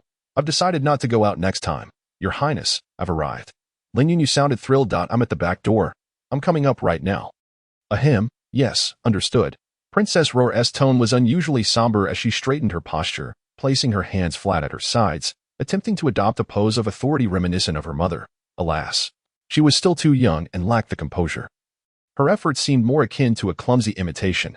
Soon, footsteps approached, and upon entering, Lin Yunyu immediately recognized Princess Roar. It appeared he only had eyes for her. He glided forward and knelt before Princess Roar. Oh, my princess, I am your most fervent admirer. To become your match is the greatest fortune of my life. Cough. Princess Roar lightly coughed, retracting her hand tightly grasped by Lin Yunyu. Mr. Lin, please refrain from such behavior in public places. It was only then that Lin Yunyu realized his indiscretion. He stepped back slightly, yet remained on his knees, his eyes beginning to glisten with unshed tears. Your Highness, why do you still address me as Mr. Lin?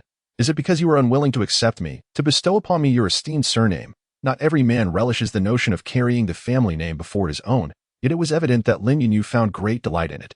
Such discussion seemed premature. Let us first partake in our meal, and then we may deliberate on whether to accept you thereafter. Song Yu wore an expression akin to that of a spectator enjoying the show, seemingly having misplaced the excitement that surged through him upon discovering Lin Yunyu was his match. Very well. Lin Yunyu promptly seated himself beside Princess Roar, only to feel the weight of 3 gazes fixed upon him.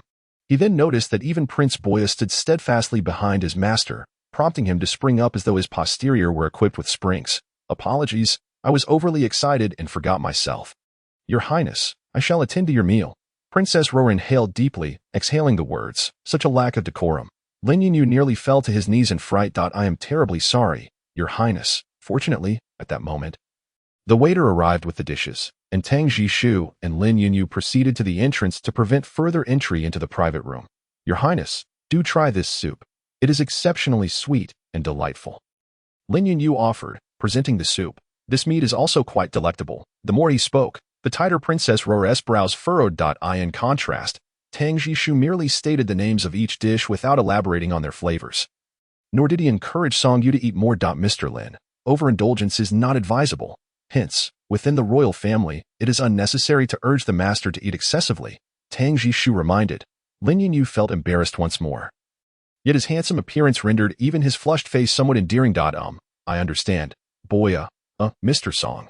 Observing Princess Roar's expression, Lin Yunyu felt an ominous premonition. I have also brought you a gift, he declared. It is rather interesting and awaits on my flying car. Allow me to fetch it. Without awaiting consent, Lin Yunyu dashed out of the private room, leaving a trail of sound in his wake. Tang Jishu sighed. He is far too impulsive. If he wishes to embody the role of the princess's match, it shall require considerable effort. Princess Roar gazed in the direction Lin Yunyu had departed, remarking, a few months of guidance should suffice. Song Yu, however, found Lin Yunyu's vivacious nature rather agreeable, as it prevented the atmosphere from becoming overly stifling. Nevertheless, the royal family was undoubtedly distinct from common folk. Lin Yunyu's evident affection for Princess Roar likely indicated his willingness to learn. Soon, Lin Yunyu returned, clutching a large cage containing an immobile capybara. Stay back! What is this?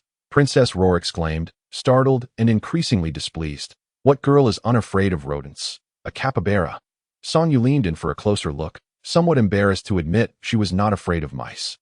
Indeed, it was a capybara, not a mouse. Even confined within the cage, it exuded a lethargic air, as if it could not care less whether it lived or died, its eyes shut in stillness. Wait, the dim lighting had obscured her view. But now Song Yu observed the dark aura swirling around the capybara. It was a creature in the midst of transformation. Princess Roar recognized it as well. How is it a person? Lin Yunyu was the first to react in alarm. Impossible. It was motionless in the wild. I thought it was dead. A human in mutation cannot remain so quiet for long. Perhaps it was simply the nature of capybaras to appear indifferent to life and death. It is indeed a human, albeit with low mutation levels. How long have you had it? It may revert soon. Just on the way here, they deliberated and realized they could offer no assistance, for the capybara was currently unable to communicate. They could only leave it be and await its transformation back to human form. I have finished eating, Song Yu announced to Tang Jishu. Tang Jishu, as if granted permission, finally took the seat beside Song Yu.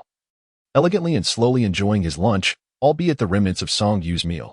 Song Yu felt somewhat awkward, but did not intervene. Princess Roar dined with the same grace and deliberation as Tang Jishu, savoring each bite, whereas Lin Yunyu consumed his meal at a rapid pace, finishing in mere moments. Just as they contemplated departure, the capybara within the cage began to stir. It's transforming back. We must let it out. As Tang Jishu spoke, the capybara gradually morphed back into human form, the small door of the cage insufficient for its emergence. Seeing no time to search for tools, Tang Jishu took matters into his own hands. Gripping two metallic columns tightly, with his strength, he bent the metal, ultimately breaking the cage in half. Almost simultaneously, the capybara transformed into a human. Shalang. Tang Jishu was the first to recognize him. Given his proximity, what? Song Yu leaned closer, confirming, indeed, he looks exactly like the photograph, completely unclothed. Tang Jishu removed his jacket to drape over him. Sha Lang was taller than Tang Jishu, making him appear diminutive. Song Yu also offered her jacket to tie around his waist, and with Lin Yunyu's addition, he was finally decently covered. Master. Sha Lang's expression was unchanging, seemingly unfazed by his situation, upon recognizing Song Yu. He merely acknowledged her with a nod before lapsing into silence. What brings you here? Song Yu inquired. I came to find you, Sha Lang replied. Then how did Lin Yunyu come to find you? Song Yu pressed, feeling a twinge of urgency. Yet, Sha Lang remained unperturbed. I was on planet 006 when I received the notification, lacking funds. I planned to walk here. I didn't think to ask you for money. He admitted, revealing that Song Yu had indeed forgotten to send him funds. Her transition had been overwhelming, and her mind was preoccupied with too much, too troublesome. I entered the mutation phase and did not wish to travel. So I lay hidden in the grass. Eventually, someone found me and mentioned he was headed to the vicinity of the municipal hall in the plains, so I waited in the cage for him to bring me here. Quite a reasonable explanation. So, will you return home with me now? Yes, Sha Lang nodded. Somehow, hearing that single-word response made Song Yu feel a strange itch at the back of her teeth. The flying car sped swiftly. With Lin Yunyu eager to impress Princess Roar upon their return, they disembarked. He clung to Princess Roar, while Song Yu led her two companions back to her home. Thus began the life of a wife with two husbands. And there was also Jiang Yan, who would likely arrive soon. By the way, I need to transfer him some money. He is a fair distance away. You reside on the second floor as well? Song Yu inquired. There are 2 additional rooms. Since you arrived first, choose the one you prefer. Very well. In under 10 seconds, Sha Lang descended the stairs, selecting the smallest room, as it was closest to the stairs and bathroom. Requiring fewer steps, Tang Jishu entered the changing room, retrieving the clothes Song Yu had just discarded, preparing to wash them. Master, do you prefer machine washing or the traditional hand wash method? My apologies. I lack extensive knowledge about fabrics. Song Yu cast a glance and noticed not only the outerwear and skirt but also her undergarments in his hands, causing a wave of discomfort. She had never allowed anyone to touch her undergarments before. However, she could not object, as the real Song Yu had long been accustomed to her father and uncles assisting her with such tasks. She was merely transitioning from one set of guardians to her match. In contrast, after coming downstairs, Sha Lang sat motionless on the sofa, appearing dazed and unfocused. This state suited him well. Everything is fine. Those are just the cheapest clothes, so the washing method is inconsequential. Very well. Tang Jishu replied, departing, leaving Song Yu and Sha Lang in the living room. Though Sha Lang remained utterly still, but if you have anything to do, feel free to proceed. I have nothing. I heard that you single-handedly killed 2 S-class mutated beasts. They are quite valuable. You are rather impressive. Indeed. Why have you not ascended to S-class? Too exhausting. You may confidently advance. I shall assist you. I do not wish to advance. What do you wish to do? Eat and sleep. Song Yu was rendered speechless, continuing to watch the drama featuring Lin Yunyu, until Tang Jishu finished hand-washing all the clothes and brought over some juice. Song Yu had contorted into several positions. Yet Sha Lang remained as still as ever. Tang Jishu sat beside Song Yu, understanding that she simply enjoyed watching this particular show, so he refrained from interrupting her. After 2 episodes concluded, Song Yu covertly glanced at Tang Jishu's communicator. He was intently focused on something. Cooking class. Guaranteed to teach you. 15-day quick course. Special price of 3,000 star coins. Home improvement skills. 23 lessons to make you the most cherished match. Unbelievable price of 5,999 star coins. Household all-rounder. 20-day intensive training. Teaching your match how to become a qualified partner in the most rigorous manner. Offering capture and compulsory enrollment services for matches, ensuring your partner is gentle and nurturing. 29,999 star coins. Body reshaping, a month of intense training, and a perfect figure awaits you for 6,999 star coins. The Potion of Enchantment. Rendering her utterly irresistible. 7999 star coins. Tang Jishu was engrossed in reading when he suddenly noticed Song Yu also perusing the same material, prompting him to hastily conceal it. Which one do you think is more suitable for me? Tang Jishu inquired tentatively. This is utterly ridiculous, Song Yu remarked, his lips twitching. Indeed, quick fixes lack genuine dedication. Tang Jishu shared Song Yu's sentiments, adding, furthermore, my status does not permit me to attend such training sessions. I will search for online courses instead. After pondering for a moment, Song Yu, sensing his earnestness, suggested, if you wish to learn, perhaps you could start with some basic cooking. There are indeed many trustworthy individuals, not to mention the existence of robots. In this era, household chores can be predominantly managed by machines, particularly in families equipped with butler-like robots that require no human intervention. However, certain heads of households have always been coddled, exhibiting a certain pretentiousness. Although meals can be prepared by machines and laundry can be done by them, all affairs relating to the head of the household must be personally managed by their companions. As an A-grade comforter from the initial assessment, it is entirely reasonable for the head of the household to expect their companion to be adept in all domestic duties without relying on machinery. My lord, regarding these matters of companionship, you need not concern yourself. I will manage them myself, but I do require you to transfer some star coins to me. The incident of Princess Roll, giving Song Yu 200,000, could not be kept under wraps. Song Yu transferred 50,000 to Tang Jishu, then turned to him with a serious demeanor. Jishu, I am the head of the household. Tang Jishu suppressed a smile and nodded in acknowledgement. Of course it is you who has entered the Song family, not I who has joined the royal family. Indeed, Tang Jishu affirmed. Have I done anything to displease you? Song Yu nodded, affirming his point. Tang Jishu then knelt on one leg before Song Yu, looking up with an expression of submission. If I have erred in any way, I am willing to accept your punishment. Jishu. I am merely a commoner, devoid of the peculiar rules of royalty, Song Yu replied, hastening his speech and not allowing Tang Jishu the chance to interject. Out there, we must adhere to many unnecessary regulations and maintain the dignity of your royal lineage. But within the confines of our home, away from prying eyes, I hope you can allow yourself to relax a bit. Tang Jishu appeared perplexed. He had been striving diligently over the past few days to care for Song Yu even better. Chapter 14. Cosmetic Surgery. 1. You are always so tense.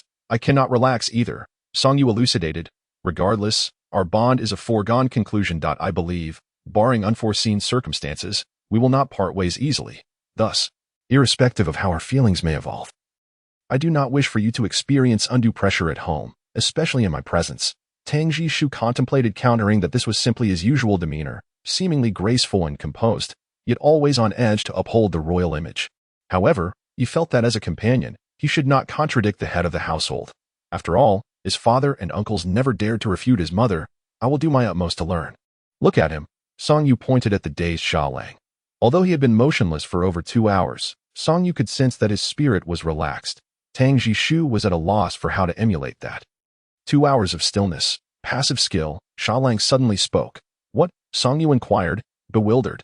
The passive ability that manifests upon reaching a grade, existence neglect, enables others to subconsciously overlook me. Beneficial for stealth and hunting beasts. It was no wonder he was often unconsciously forgotten.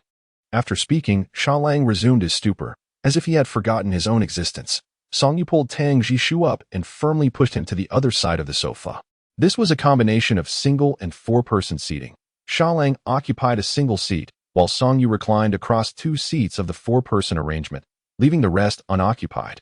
Take off your shoes, Song Yu said, nudging Tang Jishu's footwear aside and gesturing toward the armrest of the opposite sofa. Tang Jishu hesitated, glancing back. He had seen Tang Jian casually lounging in the living room, engrossed in books or games, and had witnessed Song Yu sprawled on the couch watching television without a care, but he had never allowed himself such liberty, even in his own palace. Moreover, Xia Lang sat nearby. Are you disobedient? Song Yu's expression darkened. I wouldn't dare. Tang Jishu laughed softly, complying with Song Yu's wishes and lying down.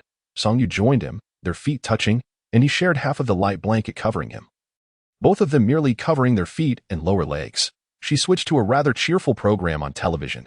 Dinner was prepared by Xia Lang, who found external dining quite bothersome, so he opted to cook. However, the meal consisted of tossing all edible ingredients into a pot, adding some water, boiling it until the bottom scorched while the top remained uncooked, sprinkling salt, and serving each person a gooey bowlful. Song Yu nearly retched at the sight, and Tang Jishu's expression mirrored his discomfort, while only Xia Lang savored the dish with enthusiasm. Do you find it delicious? Xia Lang nodded. Haven't you had someone else's cooking in ages? No money. Per child. Ultimately, Song Yu went to Song Han's place to retrieve some leftover food to share with Tang Jishu. The dismal meal prepared by Xia Lang left a sour taste in Tang Jishu's mouth. Yet constantly seeking food from Song Yu's parents or procuring takeout for the comforter felt like dereliction of duty. As a companion, failing to care for his own comforter to the extent of providing a proper meal was unacceptable. If Song Yu were to bring this matter to court, the judge would likely render a verdict in mere minutes. Thus, the next morning, Tang Jishu resolved to visit Tang Jian, hoping that Lin Yunyu might be of assistance. He could learn alongside him or simply request him to prepare a bit more for him to take. After all, they were all from the working class, who looked down on him.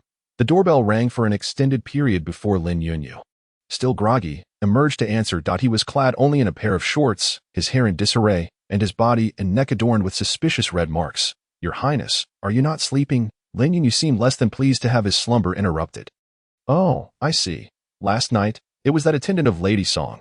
His shifty eyes glanced at Song Yu's villa, a smirk betraying his pride, clearly referring to Xia Lang. Soon after, Princess Roll appeared, her long dress failing to conceal the evident marks on her neck and forehead. One could only wonder how intense their night had been. Brother, Princess Roll playfully tapped Lin Yunyu's head. It's your fault for bringing Xia Lang here so quickly. My brother had only just begun to enjoy a sweet time with Song Yu. Wait, the three of them moved inside, and Princess Roll recollected something. On the first night, Tang Jishu underwent transformation. The entire night was spent as by Zhe. The second night was fine, but he woke early to attend his initial assessment. Both of them bore no signs of fatigue, nor any marks on their bodies, in stark contrast to Lin Yunyu and me. She wouldn't, Princess Roll exclaimed, pointing animatedly at the opposite side. Tang Jishu pursed his lips, observing the villa that was nearly identical to theirs. She seems to dislike me, he remarked, recalling Song Yu's evasive demeanor when he first transformed from Bai Zhe into a human, and added, especially regarding physique and appearance. She dares to critique you. What flaw could you possibly possess? There are few in the entire interstellar empire who surpass you in looks, Princess Roll scoffed. Lin Yunyu scrutinized Tang Jishu and soon seemed to discern a flaw. My lord, while your physique is impeccable as a prince, colonel, or brother, there are indeed areas for improvement as a partner.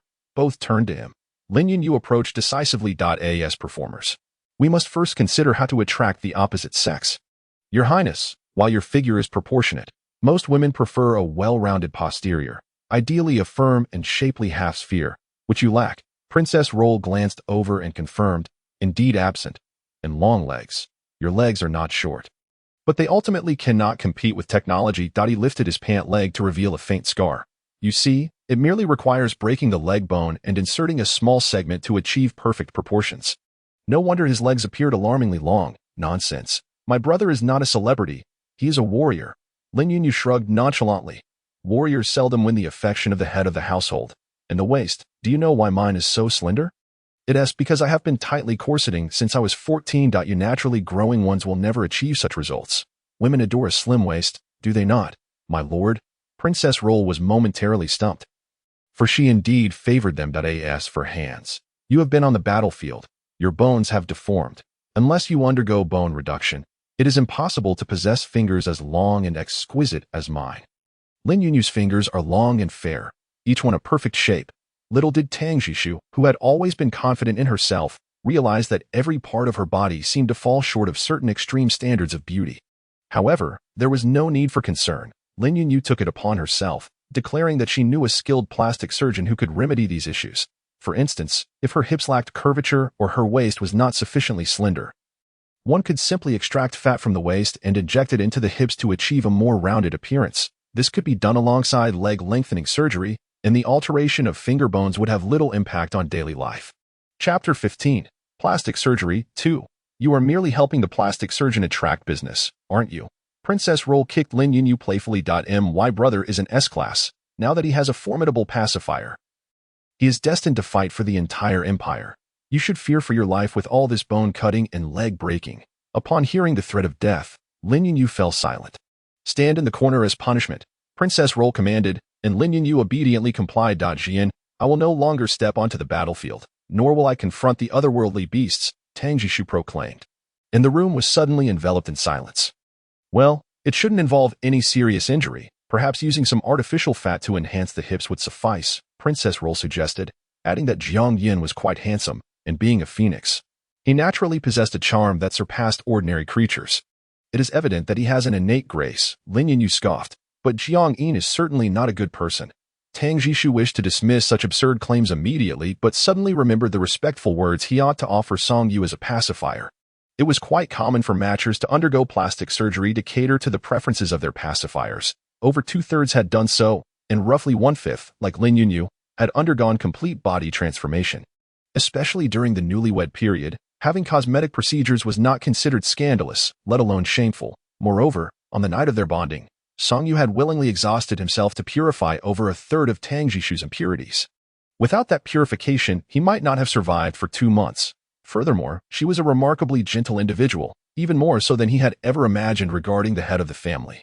Thus far, despite the troubles posed by her royal status, he knew almost nothing about her skills as a matcher, nor had he revealed his own over 90-degree of mutation. The first night they met, he had transformed uncontrollably back into his original form without any protection from the head of the family, which hardly qualified him as a suitable matcher. In contrast, Lin Yunyu, who was currently standing in the corner as punishment, had been much more considerate of his feelings and dignity. Therefore, should he not provide her with the body she preferred? If no bones were to be altered, it could be done swiftly.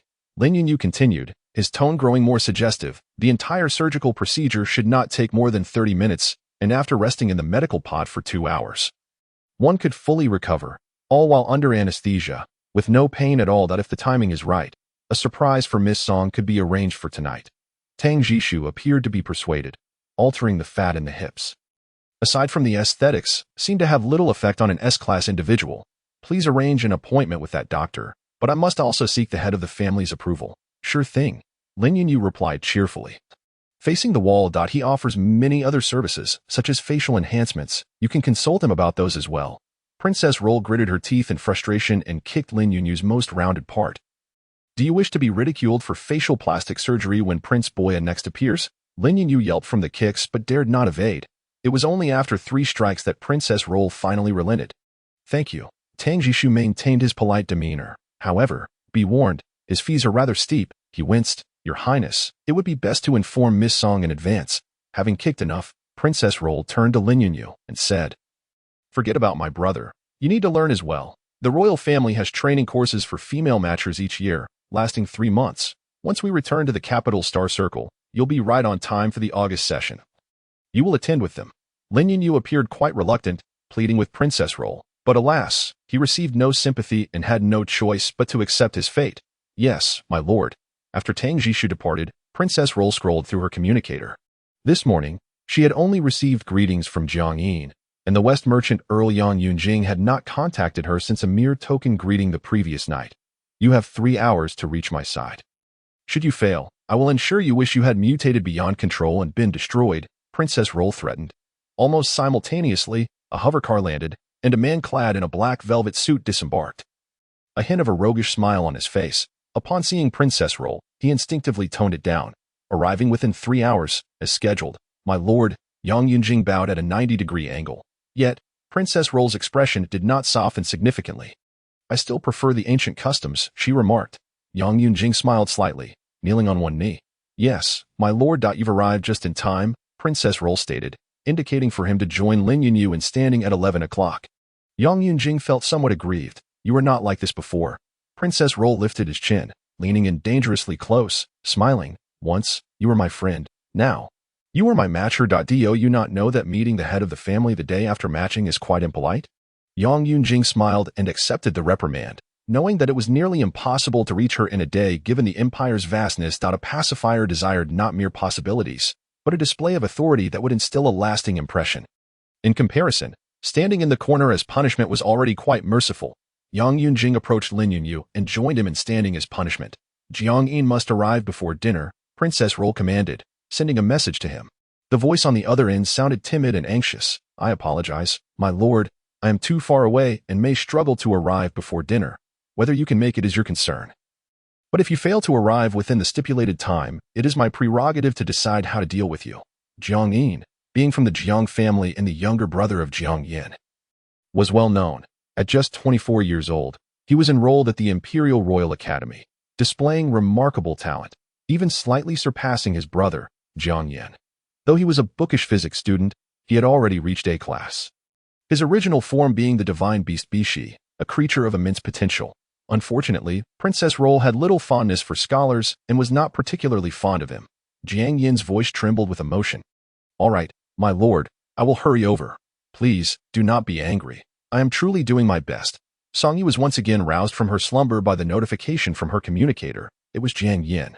My lord, I sincerely apologize. The 4th Military District has encountered an urgent military matter, and I must attend to it. I may not be able to meet with you for several days. His tone was serious and left no room for debate. Song Yi was not one to awaken with a foul mood, but being roused from a comfortable sleep was hardly a pleasant experience, especially after hearing Jiang Yan's commanding tone. She seemed to have grown accustomed to Tang Jishu's gentle compliance. She replied dismissively. Go ahead. This is my application to return to the military district postbonding. I ask for your approval. Groggily, Song Yu glanced over the document, which essentially stated that Song Jiang-in would return to the workplace after marriage, maintaining his previous position with an annual salary of 920,000 star coins, and any additional income would be deposited into the head of the family's account. Given that military district work was considered a hazardous occupation, the head of the family's consent was required for him to continue working. If not permitted, he would automatically resign. Such a regulation exists, Song Yu thought, feeling drowsy, and without much consideration, signed the document.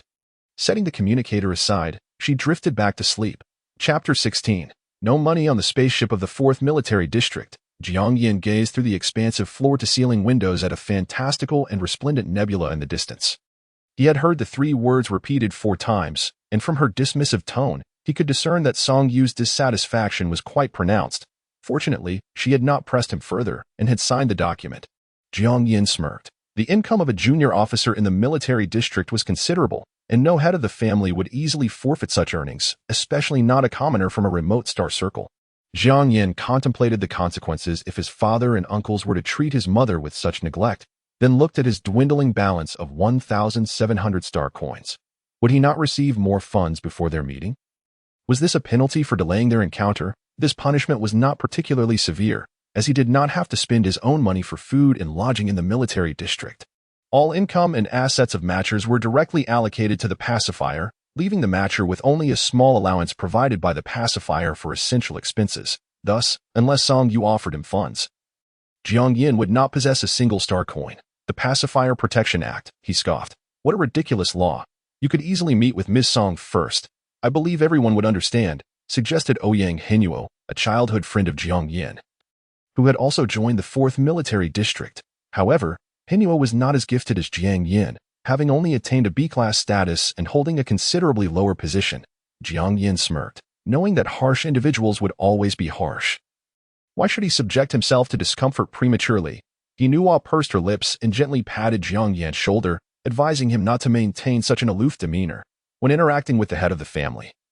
It is essential to lower your stance and cater to her preferences. After all, they are the ones who purify the murky air for us, and that is no easy task. Jiang Yin, clad in pure black military attire that rustled with his movements, responded with a lack of sincerity. Perhaps I should ask Bien Yang to gather some information. He was once a classmate of Prince Boya. Bien Yang is another suitor for Ouyang Hinua, the head of the family. No need. She is already upset with me. When we meet, I will handle things as they come. Hinua sighed, noting his stubbornness, just as she was about to take her leave. Jiang Yan's communicator chimed, indicating a transfer of 20,000 star coins from Songyu.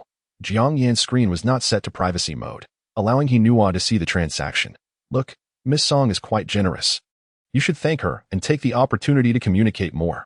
Jiang Yan lowered his head slightly, contemplating. What if this is my living expenses for the year? As his best friend, Hinua recognized Jiang Yan's inner turmoil. Despite his tough exterior, he was clearly regretting his situation. I can't be bothered with that.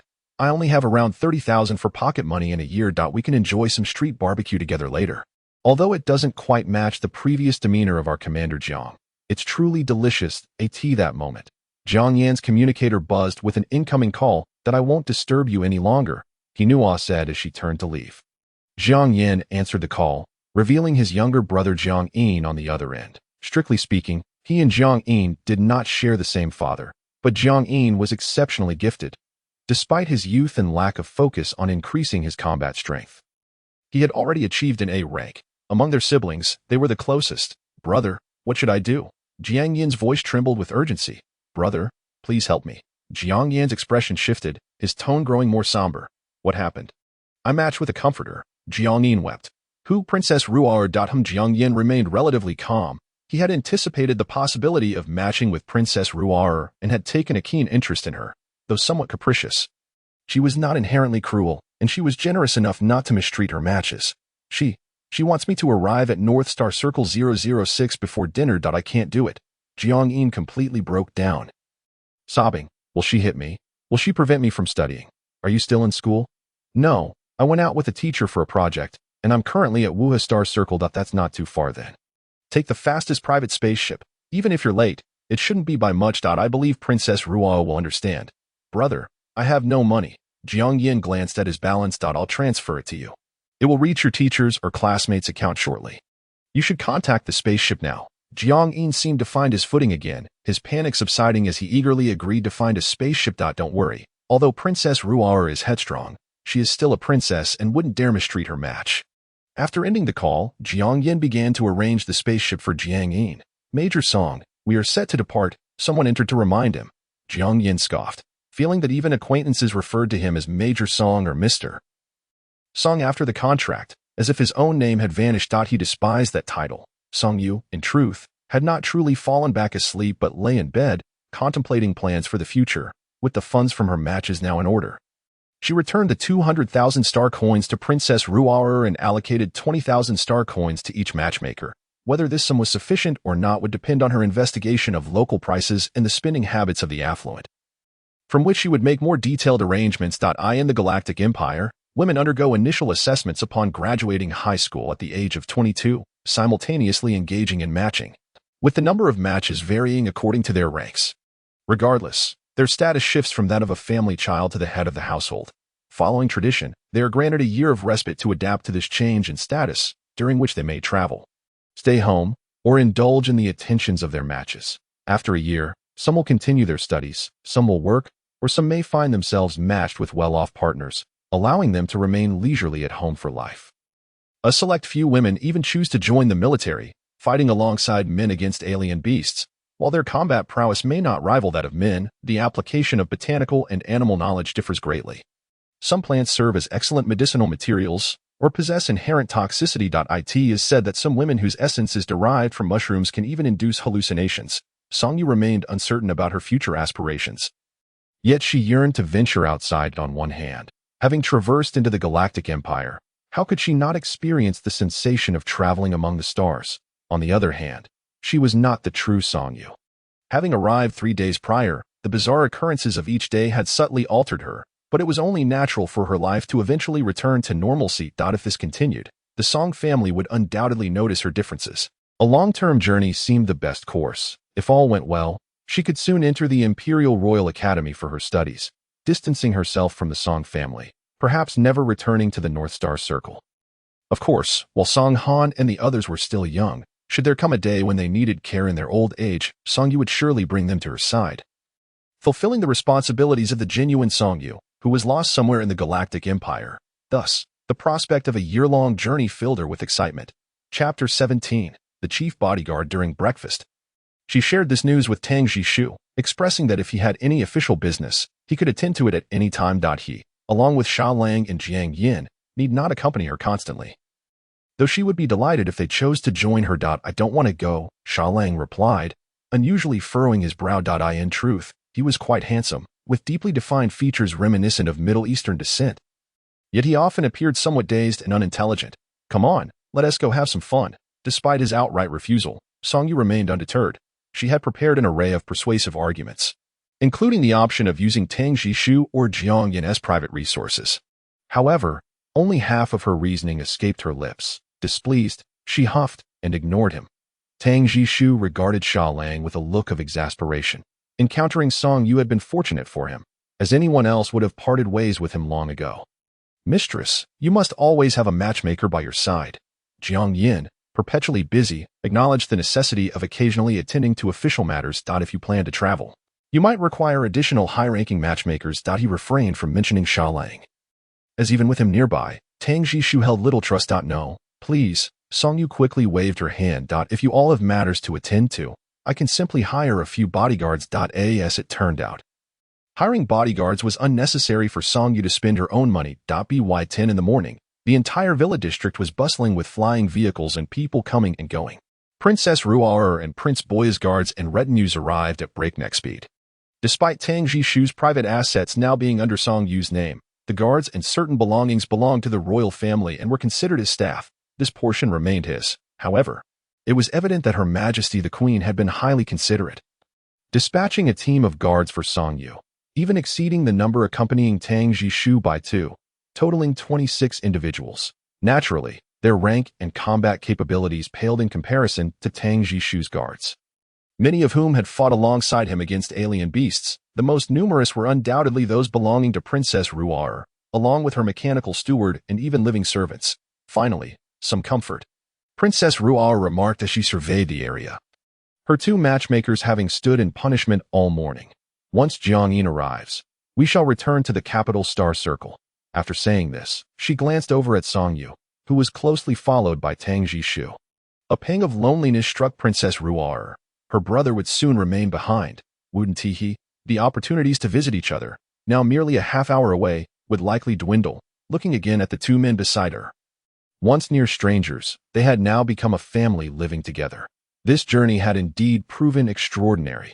Hey, Princess Ru strode towards Song-yu, declaring, I leave tomorrow, and you must not bully my brother if I find out.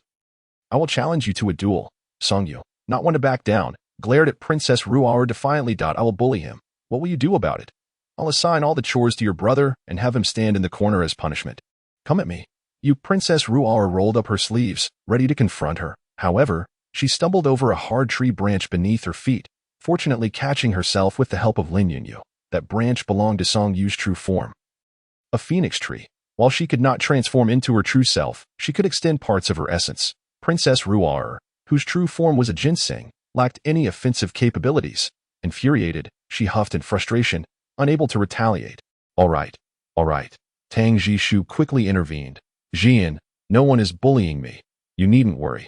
Brother, should she dare to treat you poorly, you must certainly inform me. The 70 or so guards present stood in a state of astonishment. The duel was one thing, but for Princess Tang Jian to intend to personally engage in the fray was quite another. If this were to be captured on film, it would undoubtedly make headlines across all news platforms. Princess Roar, aware that she could not truly resort to violence in such a public setting, also recognized that she could not possibly contend with Song-yu.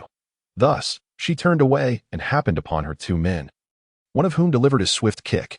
Lin Yunyu rubbed his backside and followed along indifferently, while Cao Qishang's face turned a deep crimson, clearly still unaccustomed to his new identity. Song-yu held Tang Ji's hand as they approached their guards. Greetings, Miss Song. I am your head guard. Feng Han. He bore a somewhat Western appearance, yet his skin was sun-kissed, and his muscular arms were quite prominent, presenting a robust figure, standing at least 195 centimeters tall, surpassing both Tang Ji and Xia Lang in height. Hello, Song Yu shook his hand, adding, I will rely on you from now on. You flatter me. Feng Han appeared somewhat taken aback by Miss Song's affability. Please forgive us. We need to make some arrangements at your residence. Nothing too elaborate, as we may be departing soon.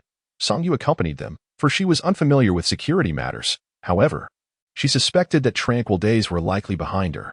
Given both Tang Ji's status and her own, it was improbable that they could act independently without protection. Master, we need to arrange accommodations for them, Tang Ji reminded. Song Yu was momentarily stunned, contemplating the logistics of accommodating 50 individuals. Her head began to ache. How about we prepare to leave in the next couple of days? Song Yu suggested. What about the Pink Crystal Sea? I've heard many people visit there. Within the villa of Princess Roar, Jiang Yin finally arrived after dinner. He had journeyed in haste and nearly got thrown out by Princess Roar's guards, who mistook him for an intruder. Master. Jiang Yin stood against the door panel, as if ready to flee at any moment.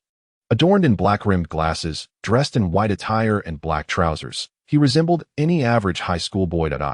I didn't mean to arrive late that I borrowed money to take a private spaceship, but I truly couldn't make it in time. His eyes were red, akin to a little rabbit that had been bullied. Princess Roar, resembling a proud young rooster, declared, What I require of you must be accomplished. Do not present me with a plethora of excuses. For I lack the patience to listen. Jiang Yin nodded, unable to meet Princess Roar's gaze. Come here, she beckoned. Jiang Yin glanced at her, then at the door behind him, knowing he could not escape even if it were ajar. Yet he found himself unable to move, inching closer with great reluctance. Hurry up, Princess Roar urged impatiently. Jiang Yin quickened his pace, and as he was merely 3 steps away, he fell to one knee. Despite his nearly 180-centimeter height, curling into a ball, trembling. Master, I'm sorry.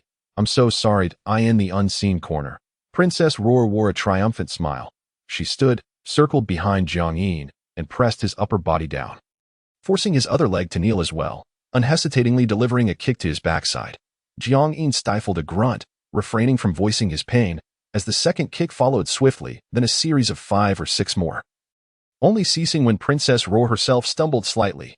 Jiang Yin gritted his teeth, his eyes welling with tears, desperately suppressing his urge to cry. Before he could process what had transpired, his chin was lifted, revealing Princess Roar now very close to him. His previously pained face flushed a deep red. Jiang Yin had never, in all his life, imagined what it would be like to be close to a girl. How is it? Then, that S settled. Not long after, still feeling the sting in his rear, Jiang Yin entered Princess Roar's room. The vast villa was left with only Lin Yunyu, who vowed, tomorrow will surely be mine. Chapter 18. Departure. The following morning, Song Yu and her party of 5 arrived at the docking port, boarding Tang Ji's ship, the Flying Kite. Alongside Song Yu, Tang Ji, Sha Lang, and Feng Han, there was also Song Yang. Having heard the previous night that Song Yu was traveling to the Pink Crystal Sea, Song Yang wished to accompany her, while she was torn between whether to impose on her sister for the trip. Tang Ji extended an invitation. Sister, would you like to join us? The Flying Kite is a long-distance vessel capable of carrying many passengers. Master, why not bring your sister along? Upon hearing Tang Ji's words, Song Yang immediately attached herself, disregarding whether her elder sister consented, insisting adamantly that she must go along. Song Yu found herself obliged to acquiesce. The Flying Kite was not only equipped with the highest standards of the Interstellar Empire, but also granted special access to certain areas, allowing for uncomplicated travel throughout most locations within the Empire. The ship was divided into 3 levels. The upper level featured the main control room, a conference room, a gym, and various functional spaces. The middle level housed 3 suites, and the lower level contained several small rooms accommodating 4 individuals each, along with storage rooms. The guards were assigned to the smaller rooms, while the 3 suites were reserved for the higher-ups. Master, the conditions aboard the ship are limited. We may not be able to provide individual rooms for everyone, Tang Ji said helplessly to Song Yu as they boarded. If we can't manage that, then why invite Song Yang? Song Yu scoffed quietly. While the ship was spacious, it was evident that it could not accommodate as many guests as Tang Ji had suggested. She swiftly grabbed Song Yang, stating, It's all right. You and Sha Lang can share a room, and I will share one with Yang Yang. That we've grown up together, and it would feel quite empty if I were to sleep alone these next few days. The dim blue lighting cast an eerie glow over Song Yu. Tang Ji maintained a gentle smile. Song Yang stubbornly extracted her arm, insisting, No, I want my own room. This very one that after Tang Ji had advocated for Song Yang the night before. She reciprocated today by resolutely entering the first room next to the elevator and refusing to emerge. Sha Lang's gaze darted between Tang Ji and Song Yu, and after a brief moment, he darted into the second room with the speed of someone who had just defeated two S-class beasts.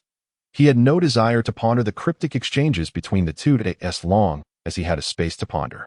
He was content. So, this is your ulterior motive for urging me to bring Song Yang along. Tang Ji coughed lightly, offering no explanation. Song Yu, feeling a twinge of mischief akin to roars, glared at Tang Ji, contemplating whether to deliver a kick herself.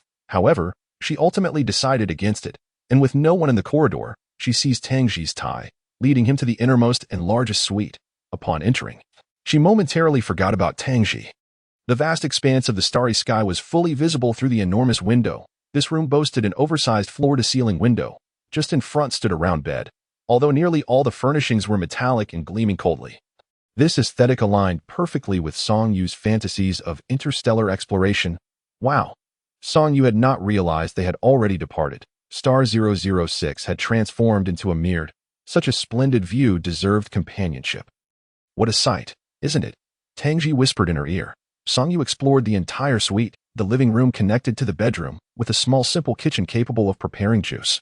Within the small door lay a study, a walk-in closet, and a bathroom. The layout of the rooms in this world resembled those of the places Song Yu had frequented, albeit with more technologically advanced and convenient items.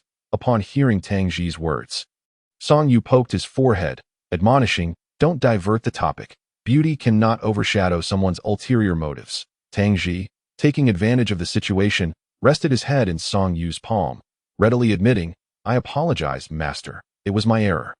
I am willing to accept your punishment." Song Yu, of course, was not truly angry. She merely felt a bit irked at being outmaneuvered. With a glint of mischief in her eyes, she declared, "Since you so wish to share this room with me, I shall impose a 3-day restriction on you from leaving this suite. You shall be my in-house guest." "You are a remarkably gentle woman, master," Tang Ji chuckled, lowering his head to acknowledge Song Yu's decree. "Pfft, gentle my foot." Song Yu forcefully pushed Tang Ji down onto the bed, and the two shared a kiss. With all the arrangements Tang Ji had made, how could she not comprehend his intentions? Ultimately, after 5 days of resistance, she could no longer withstand the allure of his charm. Song Yu even discovered that when merging with Tang Ji, her essence seemed to automatically absorb the impurities from him, which could then be directly converted into her own power. It was no wonder that a matcher and a pacifier were required to be in a spousal relationship. Perhaps other pacifiers also found it easier to soothe during such moments. Only 2 hours later did they finally feel satisfied. Head guard Feng Han sent a message, stating that lunch was ready. "Master, do go eat," Tang Ji remarked, reclining on the round bed, clearly unmotivated to move. "I suppose I should let it go," Song Yu contemplated, but then recalled that, as the master, she ought to maintain her authority. Otherwise, how could she command these individuals in the future, whether she liked it or not? She finally declared, "I will bring back some food for you shortly, but do not even think about leaving." Song Yu quickly leaped from the bed, snatching Tang Ji's clothes and dashing to the changing room. Since this was Tang Ji's ship, the largest suite was his usual residence, containing his clothing, thus he had brought nothing with him. Tossing Tang Ji's clothes into the changing room, Song Yu swiftly locked the door and set a password known only to herself before returning with satisfaction. "For these next 3 days, you shall be my cherished companion," she declared, kneeling before Tang Ji and pinching his cheek. "Aside from not being allowed to leave the room, you are prohibited from contacting anyone. Unless you are unconcerned about being seen in a state of undressed. In this era, communication is predominantly conducted through holographic images, though text and voice are also viable options, thus rendering Song Yu's prohibition ineffective." Tang Ji Shu, the head of the family, indeed possesses a remarkably unconventional mindset. After pondering for a while, she finally devised a couple of lines. Song Yu felt an immense sense of joy within her heart. Perhaps it was due to her unique physiology, for she did not experience the fatigue and pain often described by her female classmates on Earth or online. That on the contrary, she felt both physically and mentally invigorated, ready to don a lovely little dress and skip out for a meal. Lunch was rather hurried, prepared by the default cooking robots, adhering to the usual routine, just 2 dishes and some staple foods, all laid out in the kitchen, allowing diners to serve themselves. Previously, Tang Jishu would dine alongside the guards and staff, but now that the spaceship had a new master, they refrained from appearing immediately. waiting instead for the new master and guests to finish their meal. Upon her arrival, Song Yang and Sha Lang were already present. Where's my brother? Song Yang inquired, curiously glancing behind Song Yu. Sha Lang had already begun to eat in silence, seemingly indifferent to everything around him. That I've grounded him until we reach the pink crystal sea. The thought of Tang, Jishu waiting for her return, unclothed in their quarters, amused Song Yu greatly. She realized she quite enjoyed this little mischievous whimsy. Well, you all just carry on. Upon seeing Song Yu's expression, Song Yang understood that the grounding was merely a trivial game of jealousy between lovers. He smirked, then turned to Sha Lang. Sister, don't blame me for not warning you. He may not be competitive, but a man like him is easy to deal with. Just don't neglect him too much. Chapter 19. The orphan. In truth, Sha Lang was not unpleasant to behold. For the most part, he was quiet, neither particularly endearing nor off-putting. Song Yu sat beside him with her tray, nudging him with her elbow. Where do your parents live? After contemplating for some time, Song Yu managed to conjure up a topic. They are both deceased, victims of a beast attack when I was very young, while I was away from home. Sha Lang replied. And how did you grow up? Song Yu inquired, intrigued. In an orphanage. So that was the case. Song Yu unconsciously stirred her chopsticks in her bowl. You have any friends? Sha Lang shook his head. Were there no companions you bonded with at the orphanage? He shook his head again. They did not like me. That it was understandable, with Sha Lang's temperament. Which child would take a liking to him? How did you become a beast hunter? I lack other skills, but my combat abilities are decent, Sha Lang explained. The orphanage was located on Desert Star, where beast attacks were frequent. Once, a beast assaulted the orphanage, and a few of us teachers and students managed to kill it, but the orphanage was destroyed. It was rare for him to speak at such length, and Song Yu listened intently. And then? Sha Lang lowered his gaze. I struggled to find work, fell victim to scams a few times, and eventually ventured into the desert alone, where I encountered beasts and exchanged their remnants for money. Thus began his life as a beast hunter. How long have you been a beast hunter? 11 years. Hunting beasts must be challenging. Not particularly. I return to the main city once a month and always come back with something. Song Yu was taken aback. Given Sha Lang's nature, he was not one to squander or live extravagantly. If he consistently brought back rewards, how could he possibly owe so much money? The orphanage was rebuilt by a few surviving teachers. With the rising number of beasts and orphans, funding dwindled, and they struggled to have enough to eat. I provided for them, and even borrowed some star coins against my advanced beast hunter insignia. Song Yu realized that this usually taciturn fellow was, in fact, quite tender-hearted. He was lonely, helpless, and unsure of how to navigate through society, yet he was neither cold nor greedy. Any initial aversion she felt towards Sha Lang dissipated during their conversation. Meanwhile, Princess Roar pondered the idea of joining Song Yu and her companions for a brief vacation at the Pink Crystal Sea before returning to the capital Star Circle. Their spaceship took off almost simultaneously with Song Yu's. Traveling along the same route, Princess Roar anxiously sent message after message to Tang Jishu via hologram, voice, and text, yet received no response. How could this be? That Song Yu just left my sight. She wouldn't dare do anything to my brother, would she? After a moment's thought, Princess Roar continued her barrage of messages. Jiang Yin, on one side, cautiously held his tray, his hands trembling, afraid to move. Lin Yunyu knelt before Princess Roar, massaging her legs while occasionally glancing at her expression. My lady. Before he could finish, he received a kick to the leg. Jiang Yin winced, his eyes filled with stars. He had endured dozens of such encounters in just one evening. Stop it. Don't disturb me. One more word, and I'll make your backside bloom. Jiang Yin dared not utter a sound, his hands growing numb from the strain, yet he remained still. On the other side, she kicked Lin Yunyu's knee, recalling another suitor. What happened to Yang Yunjing? I haven't seen him since we boarded the spaceship. Tell him to come serve us instead of avoiding work. In a foul mood, Princess Roar's discontent was bound to affect her suitors as well. On the way back to her room, Song Yu received a holographic communication from Princess Roar. What is this? Have you missed me after just a few hours apart? Song Yu, aware of the reason for the contact, playfully avoided the main topic and smiled. Ugh. Why can't I reach my brother? Where is he? Oh, he is being punished. You won't be able to contact him until we reach the Pink Crystal Sea. What? What have you done to my brother? Princess Roar exclaimed, urgency in her tone. Song Yu, don't go too far. My brother's good temper doesn't imply that the entire royal family is as forgiving. Whether your royal family is forgiving or not has nothing to do with me. He is my suitor now. He must accept my punishment. If not, why don't you let him break the contract with me? Songyu. Princess Rur was on the verge of losing her mind. Her thoughts racing through all the potential punishments that could incapacitate communication. Whipping? Electric shocks? Surely he hasn't lost an arm or a leg. Just you wait. Once we reach the supply station, I will. Before she could finish her sentence, Songyu abruptly ended the communication. Princess Rur continued her tirade with her three suitors, while Songyu cheerfully returned to her room with food in hand. 20 minutes later, Songyu lay by the floor-to-ceiling window, gazing at the vastness of space, as Princess Ray's messages continued to flood in one after another. How absurd it was. Just days ago, she had been fretting over failing grades, and now she found herself the head of 3 men, one of whom was currently confined to a room due to her whim.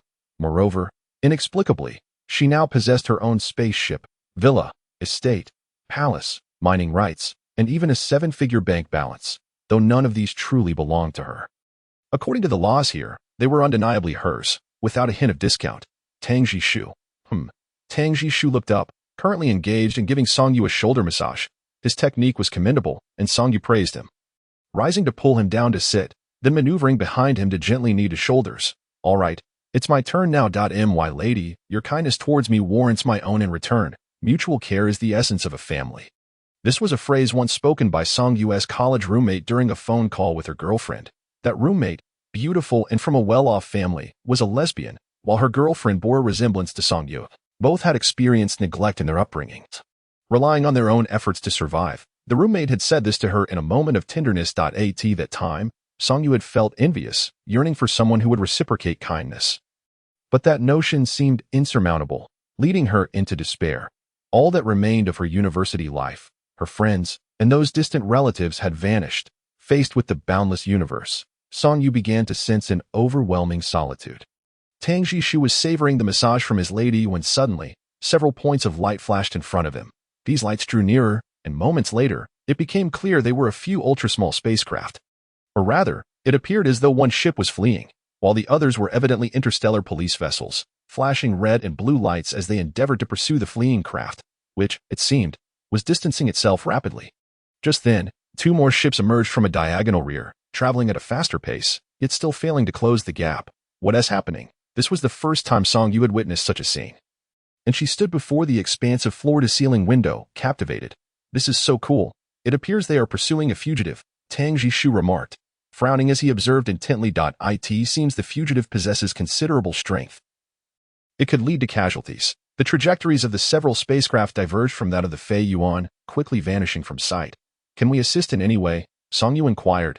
Tang Jishu shook his head. While the Fei Yuan is equipped with some firepower, it is primarily designed for long-distance travel and comfort, making it unsuitable for quick short-range pursuits. We cannot catch up. Then there is nothing we can do. The following day, the spaceship landed on Desert Star 0167. Despite its name, Desert Star had developed into a significant transportation hub, with an ever-increasing population. All ships heading towards the Pink Crystal Sea had to refuel here, as it was said that no supply stations had been established on the Pink Crystal Sea to protect the ecosystem. Tang Jishu gazed longingly at Songyu as she changed her attire, contemplating stepping off the ship for a stroll. He, however, is yet to face the conclusion of his punishment. Before reaching the Crystal Sea, he is unable to leave his quarters, devoid even of clothing. To this day, Songyu has not so much as opened the door to the changing room. I am leaving. You must behave while at home, he admonished before his departure.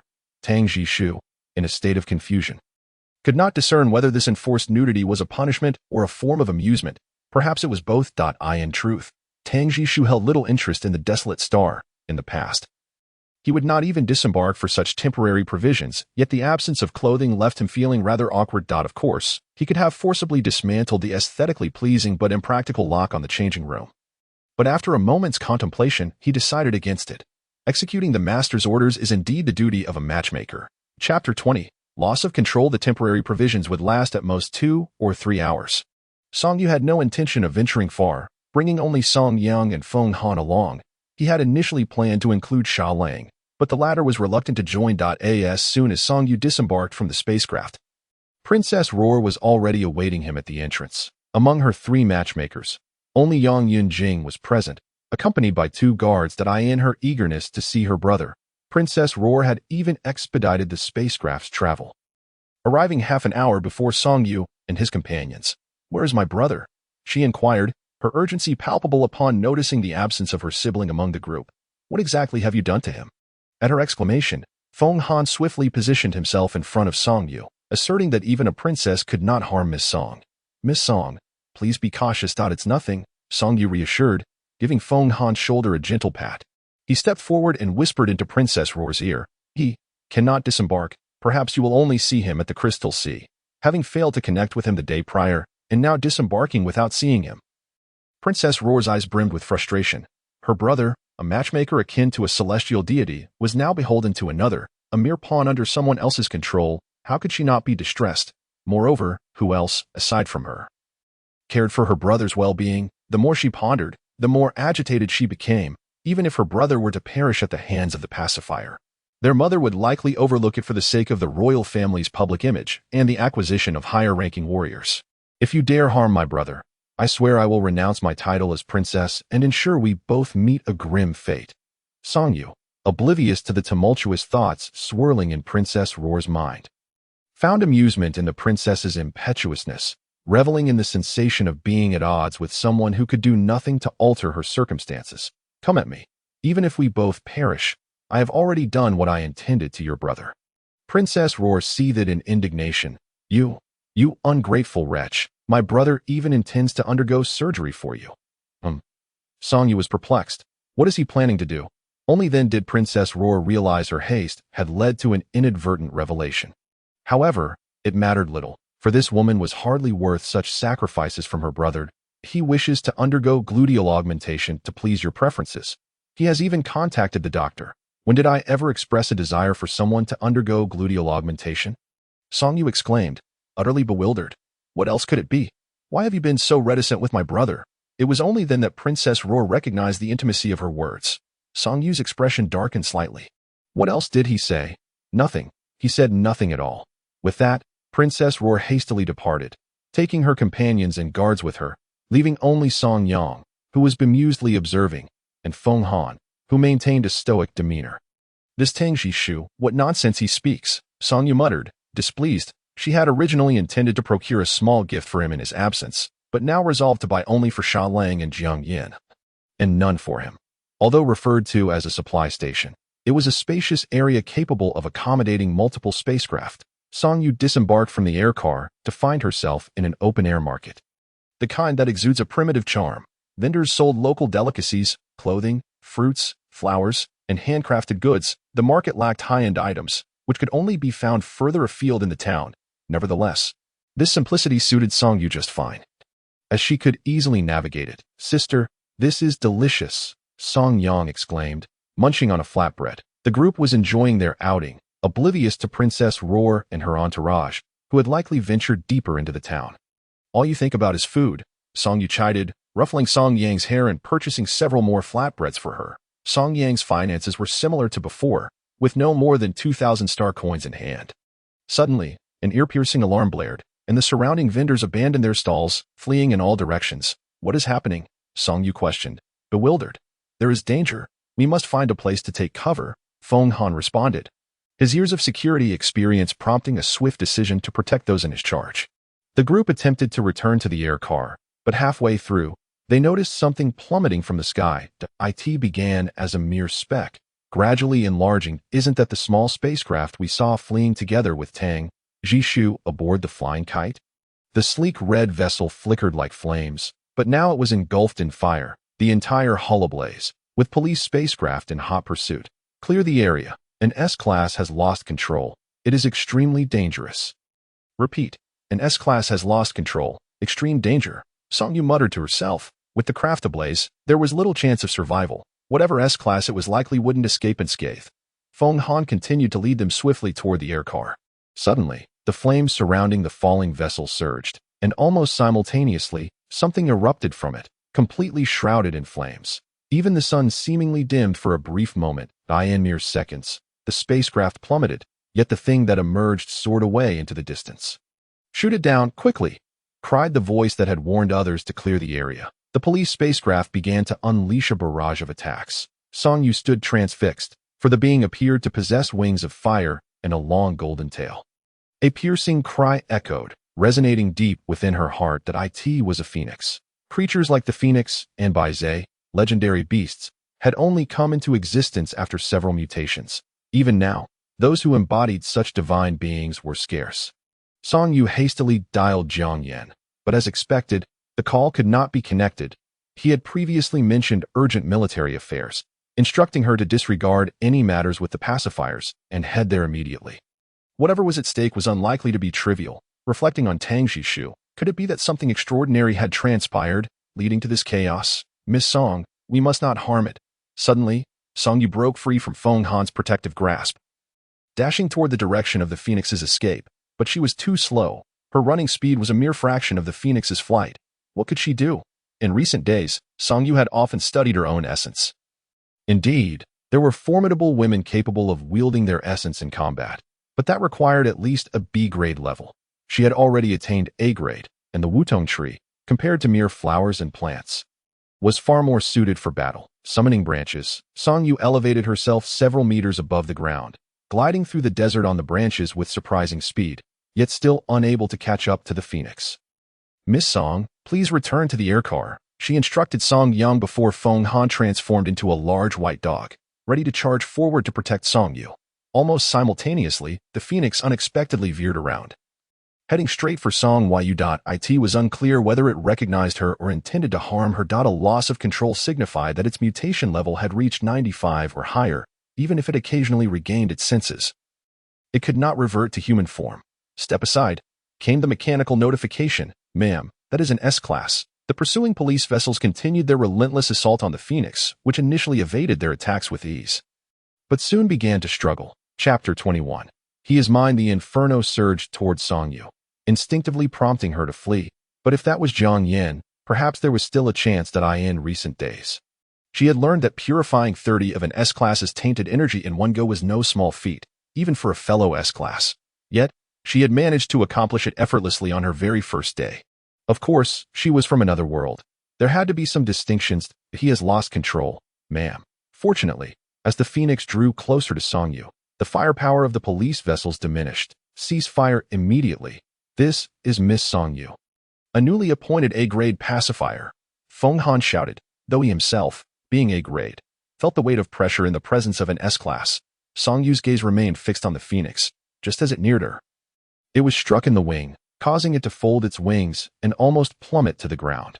Yet in an instant, its eyes blazed crimson, unmistakably indicating that whatever sliver of rationality it had possessed was now entirely lost. We cannot let it escape. If it injures anyone on a large scale, even if we save it, the repercussions will be dire. Almost instinctively, Song Yu extended her branches, ensnaring the Phoenix at lightning speed. To her astonishment, she had indeed captured it. While it cannot be ruled out that Feng Huang's full attention was focused on the spaceship, it still seemed overly relaxed. Song Yu was filled with joy, and the flames of Feng Huang appeared to pose no threat to her branches, prompting her to immediately bring Jiang Yan closer. Madam, it is perilous. The mechanical voice sounded somewhat lacking in conviction. Few women participated in combat, and those who did were exceptionally powerful. Her awkwardness was evident to all, yet her true form was remarkably suited for battle. Plants themselves were not averse to water. This phoenix tree was impervious even to fire and exhibited agility that required little training. Let me give it a try. If it does not work, I will leave him to you. Very well, madam, the mechanical voice conceded, but you must. Before she could finish her sentence, something shattered the tranquility of the sky. It was two massive spheres, even larger than the spaceship. Monsters. We have monsters intruding. Monsters. Song Yu had only heard of these creatures and had yet to research their appearance, but instinctively, she sensed that both beasts were at least Class A.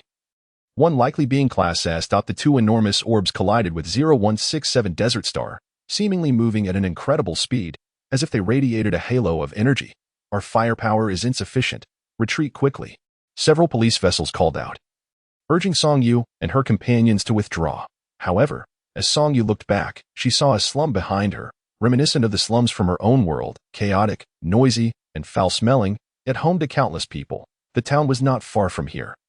The monsters could reach it in under 20 minutes. As she watched the beast descend toward the ground, Song Yu exerted all her strength to grasp Song Yang, who had not made it to the vehicle, and Feng Han, who was trying to protect them but felt helpless until the tremors subsided. In truth, the two monsters were not so precise.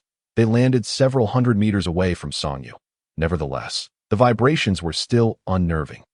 Shortly after, the two mountain-like creatures rose, emitting a noxious stench that made it difficult to open one's eyes. They resembled the strange gigantic monsters from Ultraman, yet they appeared even more formidable. Fall back. Madam, Song Yu began to regret her impulsiveness. Had she brought Tang Jishu along, everything would have been different. Even Sha Lang.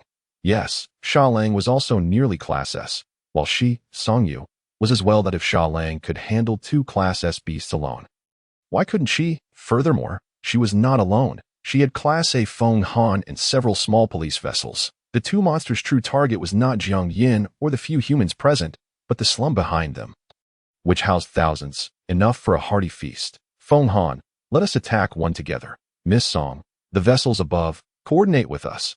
This is too dangerous, madam. You cannot risk yourself. There are too many people in front of us. We cannot let them pass. You need not concern yourself with them, madam. They are merely a slum. Song Yu's palms grew cold at the words of the police vessels. She was certain that if she hesitated now, no one would care about the people in the slum in the town behind her. She was unsure whether her decision would endanger everyone or how capable she truly was, yet her worldview, stemming from Blue Star, compelled her not to stand idly by. Even if she could subdue one, many lives could be spared. Song Yu shouted to the vessels, just focus on disrupting them. Miss Song, Feng Han did not agree with her approach. But he did not wish to abandon those people. You go back. I will hold them off. Song Yu pointed towards the town. Princess Luo Er and her companions were there if anything happened to her. Attack. No one is allowed to retreat. Before Song Yu could finish, the opposing side changed their mind. Song Yu also maneuvered her branches closer to the beasts, seeing that he could not hold them back. Feng Han let out a long howl, his form suddenly expanding as he charged toward the Class S beast. The two monsters were not particularly adept. They relied on their massive size and thick hides in battle. The intelligence gap between monsters varied greatly. Some were akin to animals, while others resembled humans, even learning human language. Today, these two were more animalistic, just as Feng Han charged in. The Class S beast began to breathe fire at him. Feng Han dodged swiftly. The barren landscape of the desert star ensured there was little to ignite, preventing significant damage.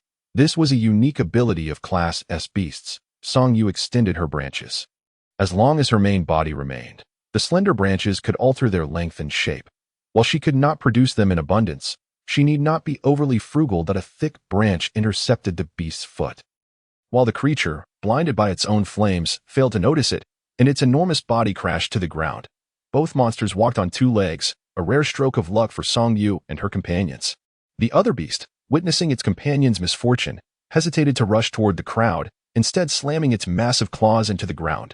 Feng Han dodged repeatedly, while Song Yu directed her branches to evade as well. However, she did not completely withdraw her branches. Instead, she left a few in place, manipulating the leaves to become sharp spikes, poised to pierce the beast's paw as it came crashing down. Almost simultaneously, the police vessels also launched their assault against the creatures. They were pursuit vessels, fast but lacking in firepower. Typically, upon tracking an enemy, they would find ways to ensnare them and relay coordinates to the attack vessels behind them. They could only follow the monsters closely, focusing their fire on their eyes, as it was impossible for the beasts to ignore them. You deal with the Class A beast. I will hold back the Class S. The Class A beast had been injured, so they should be able to manage it, while the Class S beast's ability to breathe fire left Feng Han and the police vessels at a disadvantage. Thankfully, her branches were fire-resistant and could hold their ground. Song Yu attempted several times to bind the Class S beast with her branches, but to the Class S beast, her branches were too fragile, easily breaking free with a few movements. When her branches were torn apart, Song Yu felt a piercing pain, but fortunately, her strength would not diminish due to the destruction of her transformed branches. Yet, Song Yu understood that she had overestimated herself. She lacked combat experience, and plant-based forms were inherently not as adept in battle as animal forms. Although it appeared she had the advantage, her strength was depleting rapidly, and she could not sustain it for long. If she extended her strength until exhaustion, she would likely only inflict minor injuries on the Class S beast. Contemplating this, she resolved to fight with all her might. It would be ideal to wound it, but if not, she would have to accept it. Chapter 22. Soothing Songyu swiftly approached the Class S beast, drawing its attention entirely while manipulating her branches to gather all her strength behind her. As the beast came closer, almost within the range of its fiery breath, the thick, spiked branch finally took shape, and she thrust it forward with all her might. However, the Class S beast, being unlike any other level, seemed to sense the impending danger and abruptly dodged to the side. A chill ran through Songyu's heart. Her strength was nearly depleted, and if she missed this chance, there would be no further opportunity. Suddenly, the beast spun back around, and the branch pierced its skin, dark green blood cascading down its massive body, quickly forming a large puddle. The stench was overwhelming. Songyu felt a surge of joy, yet she remained puzzled as to how the beast had unwittingly collided with her attack. Upon closer inspection, a white sheep was expanding against the wind, soon reaching half the size of the monster. It was Tangji Shu. Indeed, this location was less than 2 kilometers from the Feiyuan, and such a commotion could not have gone unnoticed. It merely took them some time to arrive. Songyu completely relaxed. Tangji Shu was Class S and possessed rich combat experience. Just as she was about to lie down and rest, she realized that her branches were still tightly gripping Jiang Yin, the phoenix. I hope I didn't crush him. Songyu felt a twinge of guilt. She had just completely forgotten about Jiang Yin. Of course, an S level could not be easily subdued by an L level. Jiang Yin was not only alive, but was also struggling vigorously. Yet, it seemed that the Wutong tree had an innate advantage over the phoenix. No matter how hard it tried, it could not break free. Resolute, Songyu decided to take Jiang Yin to a secluded place, running desperately. Leaving an uncontrollable S level behind was perilous, and once the beast was subdued, the police would still demand Jiang Yan surrender. At that time, there was no need to attract trouble due to Tang Jishu's identity. Moreover, Songyu was uncertain if she could truly heal Jiang Yan. After her last attempt to purify Tang Jishu, she had not absorbed much, and now, Songyu activated the branches, moving swiftly. Several police ships had indeed seen her, but, recognizing her identity, chose to turn a blind eye, pretending not to notice amidst the chaos. The so-called Desert Star was primarily desolate, yet there were rivers flowing through verdant patches. Otherwise, the Empire would not have chosen to establish a transit station here. Songyu halted at the entrance of a cave, where a river flowed nearby, and fruit trees stood even closer. It was the kind of place where protagonists in television dramas could easily survive for a few days. She dared not release Jiang Yan, instead opting for a relatively clean and flat stone to rest for a while before beginning to absorb the murky energy from him. The Wutong tree was still in a very full state, likely unable to absorb much more. However, if the murky energy could be reduced to below 95, there was a chance he could regain his human consciousness. Yet, she discovered that the Wutong tree had not truly reached saturation, and she could no longer absorb any more murky energy from Jiang Yan. Did this mean that those exceeding 95 could not revert to human form? Their murky energy had begun to materialize, making it impossible to dispel or absorb further. What about Jiang Yan? In truth, Songyu harbored no feelings for Jiang Yan. Saving him was merely a matter of responsibility for a soother towards a matcher. If recovery proved impossible, she would not force it. After several attempts, during the last one, there seemed to be a slight loosening, yet still, it was ineffective. Never mind, she thought. After resting a bit longer, she would take him back and hand him over to the police. Having lain for less than half an hour, she still did not dare to fully release Jiang Yan. However, after absorbing some murky energy, he had indeed quieted considerably. As Songyu prepared to leave and turned back, she was startled to see a naked man beside her. Frowning, she scrambled up. Until now, she had only encountered one naked man, Tang Jishu. Well, this was the second. However, unlike Tang Jishu's fair and smooth complexion, Jiang Yan's skin was sun-kissed, his muscular build hard as stone, marked with several scars. The medical pods in this world were remarkably effective, leaving no scars. Thus, these must be fresh wounds that had yet to receive treatment. Especially on his shoulder, blood still oozed, a remnant of the police ship's assault. Could he truly revert to human form? So, he was indeed at the critical threshold of 95. Songyu attempted to absorb once more. Though there was some loosening, it remained exceedingly difficult. In truth, there were alternative methods. When she had been intimate with Tang Jishu, her absorption capacity was notably stronger and could directly transform without worrying about quantity. Only the duration of the process. Perhaps she could try. Since he had reverted to human form, it could be said that fate had not abandoned him. Determined, Song Yu manipulated the branches to bind Jiang Yin securely. His head tilted to one side, and though unconscious, he appeared reluctant. Half an hour later, Jiang Yin emitted a human sound for the first time, tinged with restraint. Song Yu felt a slight relaxation, sensing that his degree of mutation had decreased by at least 5. This indicated that Jiang Yan's mutation level was now below 90. Truly effective. Jiang Yin felt utterly drained, his entire body racked with pain that he sensed his mutation level plummeting rapidly.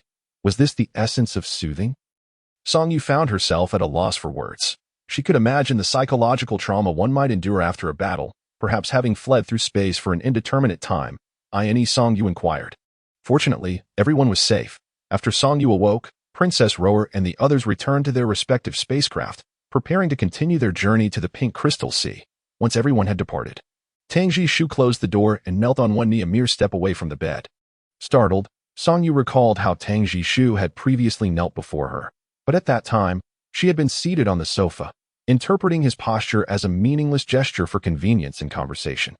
However, the present moment was different. His head bowed. It was unmistakably a sign of kneeling. What is the matter? Song Yu asked. I failed to protect you adequately, Tang Jishu replied without raising his gaze. Today, he donned simple black attire, lacking the brilliance of his white suit, yet exuding a far more solemn demeanor. On a personal level, you are my master, my source of solace. It is my duty to safeguard you. Allowing you to fall into danger is a dereliction of my responsibilities. On a broader scale, you are an A-level comforter, possessing immense significance for the entire empire. Should anything happen to you due to my negligence, I would bear the guilt of being a traitor to the empire. Song Yu pressed her lips together, attempting to rise, but fatigue still weighed heavily upon her. So, if I were to perish, unable to produce more high-ranking warriors for this empire, would I then be deemed a traitor? Disappointment washed over her. Though Tang Jishu's words seemed to lament his own failure with a sense of righteousness, each statement underscored his concern for the role of the master. The A-level comforter, rather than for Song Yu herself. He harbored thoughts of his empire, with scarcely a place for Song Yu within it. She had arrived in this strange world as a solitary spirit, and the first intimate encounter she experienced was with Tang Jishu, fostering an unrealistically profound sense of reliance upon him. Tang Jishu, seemingly oblivious to Song Yu's thoughts, lowered his head further. Yet his back remained straight. Today, it is my fault. But Jishu, I am neither your talisman nor the Empire's mascot. Song Yu gazed at the shifting expressions on Tang Jishu's face. Even if I were to die today, I would not be a traitor to this empire. I am not, nor are you. Tang Jishu remained silent, avoiding eye contact with Song Yu, as if fearing that such a glance might shatter something deeply rooted within him. Stubbornly maintaining his kneeling position, they lingered in silence for an indeterminate duration, one reclining and the other kneeling, locked in a stalemate. Song Yu stole glances at Tang Jishu, surprised by his unwavering stance in expressing his convictions. Yet, she was unwilling to yield, refusing to become the one branded a traitor to the empire for merely experiencing a single battle that at last. The tranquility was shattered as the distant starlight began to fade, and a notification from her communicator echoed through the air. It was a voice message from Jiang Yin. Miss Song, he spoke slowly, I believe it is best for us to part ways. Part ways? Song Yu felt a rush of indignation. Just a day prior, she had pulled him back from the brink of death, and now he wished to sever their ties. Was he dissatisfied with her appearance or her abilities? Her already foul mood darkened further. Clenching her fists, she wished she could reach through the communicator and strike Jiang Yin. However, she understood that questioning his reasons would signify her defeat in this interstellar empire, where women held significant standing, even in the context of an ordinary relationship on Earth. If one party initiated a breakup, the other's desperate inquiries would only reveal who had truly lost. Very well, I shall submit the application to the civil affairs system. I will also make efforts to return your belongings. My possessions need not be returned. I apologize, Miss Song. Song Yu grimaced at the communicator. I would care less for your paltry money, she thought. Though Jiang Yin could not see her expression as their communication was text-based, the more she pondered, the angrier she became, ultimately deciding to access the civil affairs system and submit a contract termination application. Yet, it was evident that matters would not unfold so simply. Everything hinged upon the subsequent actions of the civil affairs staff. For a fleeting moment, she contemplated emulating Princess Roar and kicking Tang Jishu to vent her frustrations. But just as she was about to throw off the covers, she hesitated. Despite their differences, it was ultimately unjust to take her anger out on him. Instead, she delivered a punch to the bed. Relieved that the bed's quality held firm. I'm hungry, she declared to the air, not bothering to glance at Tang Jishu. I will prepare food for the master. Chapter 24. Termination of Contract. 1. The military spacecraft J4-8340. A small rescue vessel, housed only a modest cockpit where Hinua and Jiang Yin were seated. Hinua had exerted considerable effort to locate Jiang Yin, fearing that he might not have survived this time. However, he was pleasantly surprised to find Jiang Yin lively and well. Jiang Yin had returned to the Fourth Army on an emergency basis due to the beast tide, which turned out to be far more terrifying than anticipated. They had not even reached the Fourth Army base when they encountered a small group of stray beasts. High-level beasts were capable of traversing space due to their formidable defenses. In a bid to protect everyone, Jiang Yin had recklessly put himself in danger, ultimately experiencing a surge in his mutation level and losing control, resulting in his separation from the returning squad to the 4th Military District. Beast activity seems particularly rampant this year. I reviewed the statistics, and there have been at least 4 large-scale beast tides, 22 medium-scale, and 67 small-scale occurrences. By this time last year, we had only seen about half of that number. Hinua remarked as he piloted the spacecraft. Unfortunately, Jiang Yin appeared distracted, failing to absorb Hinua's words while instead glancing at the contract termination application from Song Yu in the civil affairs system. Jiang Yin was unaware that his mutation level had already exceeded 95. He only recalled losing control at that moment. However, high mutation levels often led to moments of instability, and as long as he remained conscious, it indicated he had not yet reached the critical threshold. Thus, he was aware that the woman who had been by his side, comforting him upon awakening, had played a role in pulling him back from the brink. Though he was oblivious to her identity as the comforter, Song Yu, Hinua hesitated, unsure of what to say. Given the urgency, I believe you should explain yourself clearly to Miss Song. She should be able to comprehend your situation. Hinua's voice dwindled as he spoke. Jiang Yin scoffed, now clad in a crisp military uniform, the pure black cloak rustling behind him, concealing the scars on his body. How can a comforter tolerate their match partner openly straying to another woman? Jiang Yin retorted, casting a glance at the discarded banana leaf dress that lay crumpled on the side. What is it? Hinua pressed on, oblivious to Jiang Yin's small gestures. She is an exceptional individual. Jiang Yin finally admitted, his gaze dropping. She helped me find food, tended to my wounds, and crafted clothing. I had never imagined there were women in this world who would do such things. He reflected, recalling how her family had arrived too swiftly for him to face them, prompting him to knock her unconscious in a panic and escape alone. In truth, Jiang Yin had no clear image of what Song Yu looked like. He was a man devoid of curiosity regarding comforters. Their prior interactions had solely been through voice messages, although Song Yu had appeared in some news reports. Jiang Yin had been occupied on a military vessel where civilian networks were inaccessible, and he had little time to spare while dealing with the beasts. Thus, he remained unaware that the woman who had taken advantage of his vulnerability and simultaneously comforted him during his time on the desert planet was none other than his comforter, Song Yu. Infidelity on the part of a matched partner was a grave insult to a comforter, which is why he had immediately sought to terminate the contract upon returning to the rescue vessel. If you part ways with Miss Song, she may not agree to be with you afterwards. Besides, you don't even know her name. How do you intend to find her? I do not wish to be with that lady, Jiang Yin declared, taking a deep breath. I have strayed. Do you understand? The marital contract belongs to one woman, while the body belongs to another. Now, whether it is Song Yu or that lady, I am unworthy of either. Hinua hesitated, recalling Yimin's assertion that Jiang Yin was a man who never compromised.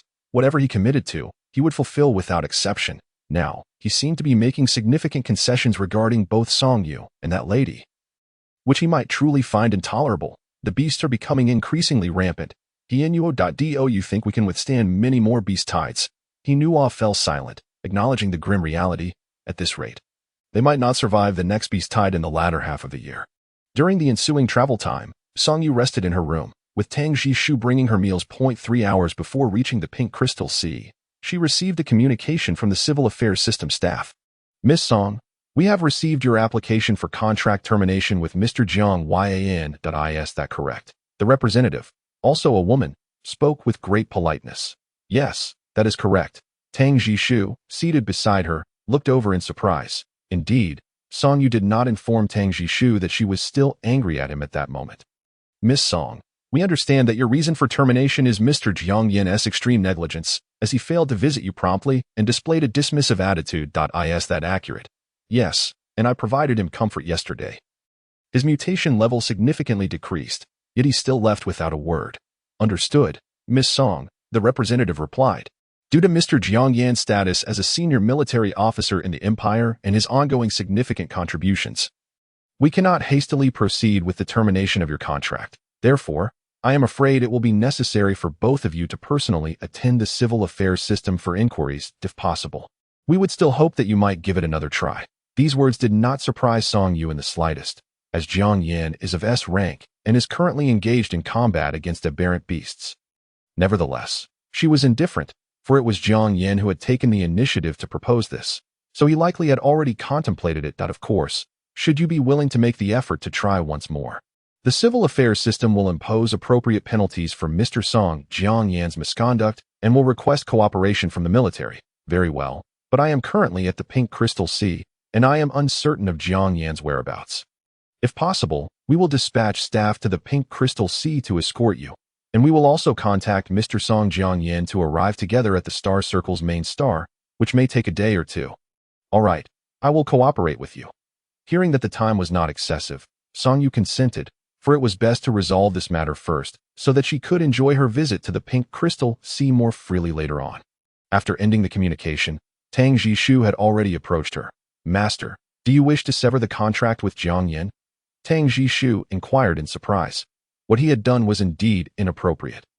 But he could be reprimanded upon their meeting. There was no need for him to initiate the severance. Song Yu shrugged. Not long after returning that day, I received his message. Tang Jishu found this assertion somewhat unfamiliar. The matcher has proposed a contract severance, and the soother can entirely disregard it. The civil affairs system interface belonging to the matcher does not even have an option for severance, yet Jiang Yan brought it up. And Song Yu agreed. It must be said, these two are indeed extraordinary individuals. Well, I have been waiting for him to regret his decision these past few days, but unfortunately, he seems to have resolved himself. Song Yu shrugged as she extended her hand until Tang Jishu firmly grasped it. Jishu, you will not abandon me, will you? Regarding Jiang Yan, Song Yu indeed felt a sense of betrayal. Having risked her life to save him, only to receive a mere severance in return. As long as the master does not mind, Jishu will always be by your side. Tang Jishu remained as gentle as ever. Chapter 25, Severance 2. Meanwhile, Jiang Yan also received a communication from his direct superior. Yumin Jiang Yan, the civil affairs system has just contacted me. Your master has expressed dissatisfaction with you and proposed a contract severance.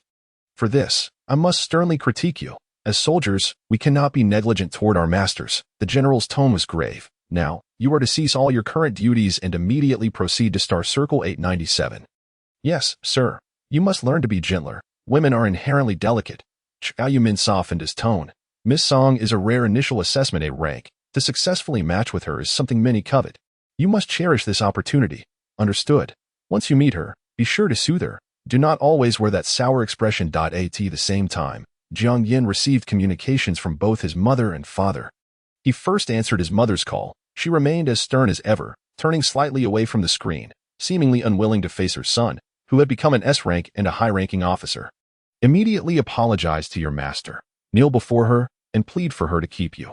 Jiang Yan's mother, Jiang Honglian, commanded. Our Jiang family is a renowned noble house throughout the empire. We cannot afford such disgrace. Jiang Yan remained silent. If it were 10 years ago, he would have anxiously complied with his mother's demands, but not now. A woman may control her matcher, but she cannot govern a son who has grown up and found his own matcher.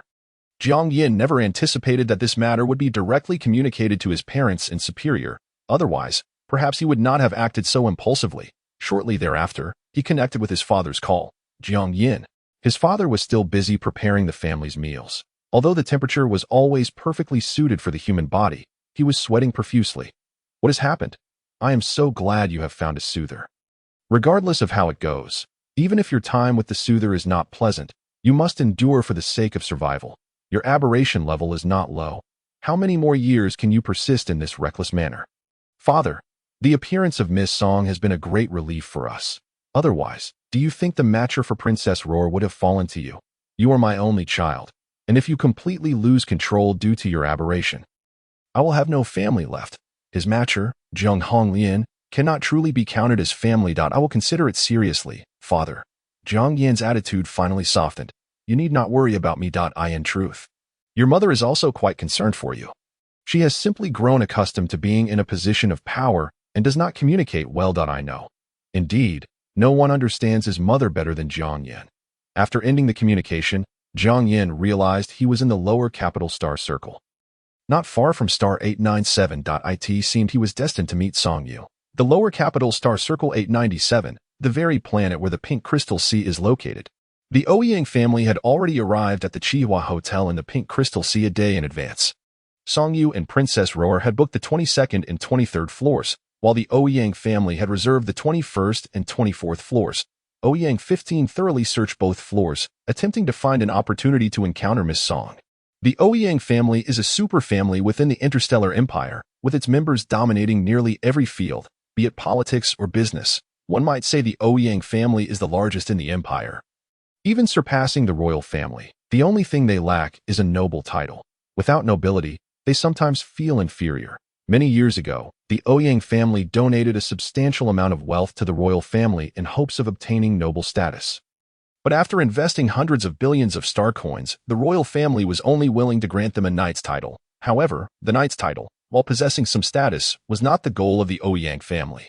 Since then, the Ouyang family has been at odds with the royal family. One possesses status and power, while the other possesses wealth and also wields power, creating a cycle of mutual obstruction and suppression that has persisted for hundreds of years without resolution.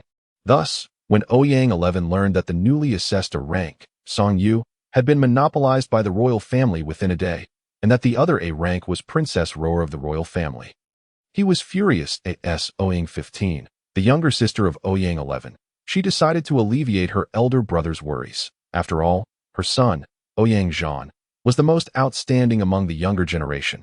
Not only had he entered the upper echelons of the family business at a young age, but he also achieved remarkable results each year. And most importantly, he was exceptionally handsome. If he could win Miss Song's heart and even displace Tang Jishu, Ouyang 15 thought to herself, then at least the annual dividends could increase by 10. If that were the case, she could buy the Twilight Manor, and Zhuowen Yu would surely comply with her mother. After surveying the area, Ouyang 15 discovered her son, Ouyang Zhan, had already arrived and suddenly realized that her eldest child had grown significantly taller than her. Ah, Zhan.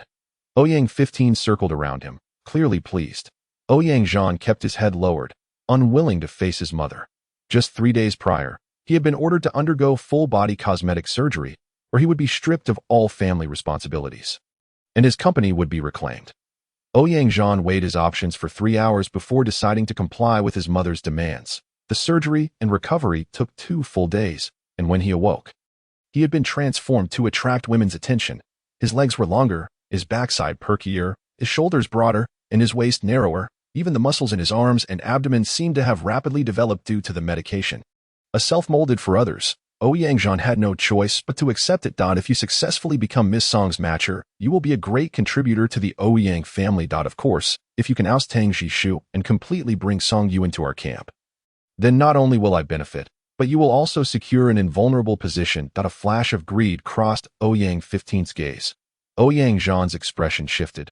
He only wished they would not take away Photon.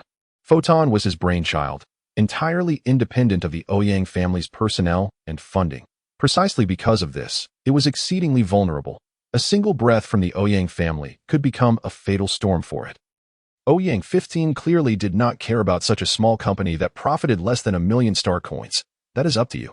However, before you establish the contract, you must transfer other shares of the Ouyang family to your sister.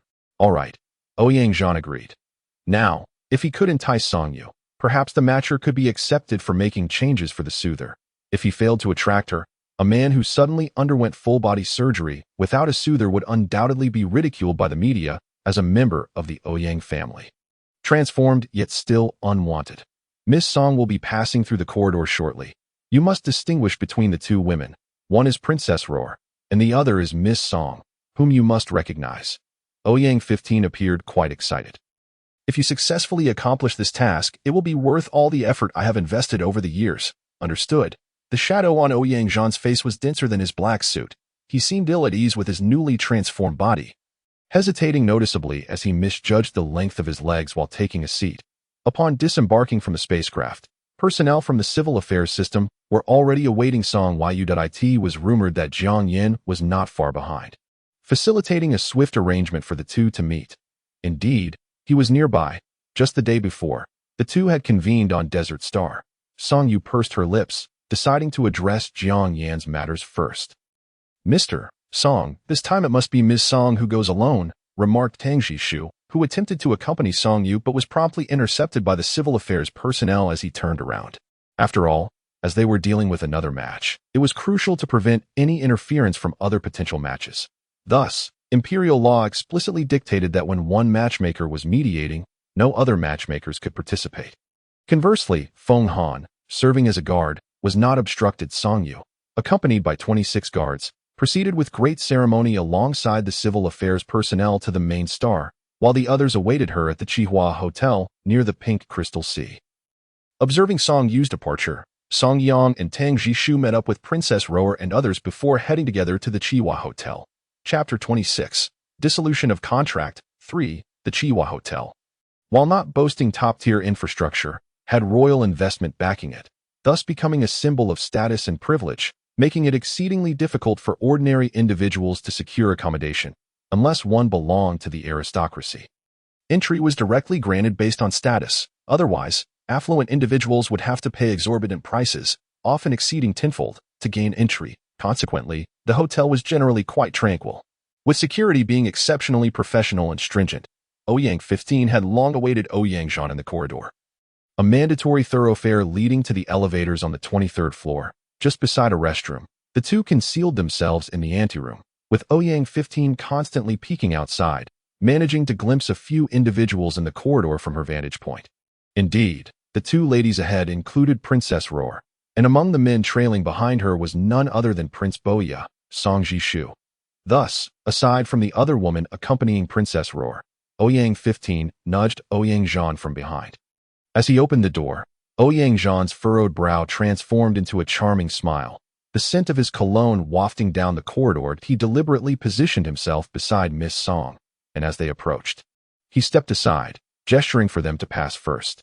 Just as Miss Song walked by, he gently tugged at her sleeve. She turned back, and Ouyang Zhan flashed a timely smile before swiftly departing, disappearing from view at the end of the corridor. Ouyang Zhan sensed Miss Song glancing back. A smirk tugged at his lips. The first step had been successfully taken.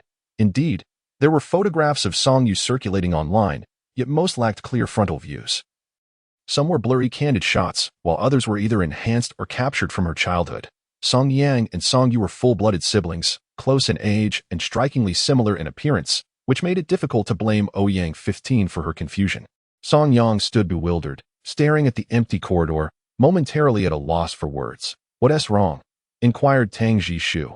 Song Yang shook her head, then nodded. "Brother-in-law, just now that person tugged at my sleeve and smiled at me." Tang Jishu recognized a few members of the Ouyang family, limited to Ouyang 11, Ouyang 15, and a few of Ouyang 11's children. However, Ouyang Zhan, as the nephew of the Ouyang family patriarch, had yet to reach a status that permitted him to attend the same occasions as Tang Jishu. Nonetheless, this was hardly perplexing. Given Song Yu's altered status, it was only natural for some to seek attention from Song Yang, a young girl yet to reach adulthood, rather than from Song Yu herself. Aside from the civil affairs system facilitating matches, many young couples also registered their unions after embarking on their romantic endeavors. Without openly acknowledging the underlying tensions, Tang Jishu did not perceive any malice from that individual. Perhaps it was love at first sight, he suggested. Song Yang glanced again at the vacant corridor. That handsome man, although slightly inferior to Lin Yunyu, was still exceptional. She gazed at you for quite some time, and even mentioned something to Tang Jishu. "There's hope." Ouyang 15 messaged her son. Shortly thereafter, Ouyang 15 received confirmation that indeed, Miss Song and Tang Jishu were residing separately and had not shared accommodations with Sha Lang, a fortunate turn of events. Next step, knock on Miss Song's door. Song Yu followed the staff onto their spacecraft, which was relatively small due to its short journey, thus limiting the amount of cargo it could carry. However, Song Yu was by no means treated with any less regard.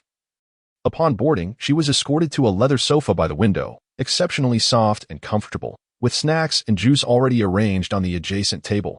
Feng Han and another guard remained by her side, while the rest occupied another compartment with the staff. Not long after, A female civil affairs department staff member approached, gently inquiring about what transgressions the matchmaker had committed to provoke Miss Song's ire. During her initial application, Songyu had not mentioned the battle that day, yet she soon realized it was futile, as both police spacecraft and numerous local residents had captured footage of their confrontation. Feng Han had loudly proclaimed, "This is Miss Song of Class A," while Songyu had asserted, "This is my matchmaker," and later, both Tang Jishu and Tang Jian had been recorded as well. Thus, the identity of the out-of-control Phoenix was self-evident. For the past 2 days, Jiang Yin had not contacted her nor expressed any form of regret, indicating his resolute intent to dissolve their contract. Songyu felt a lingering sense of imbalance and thus began to embellish her account.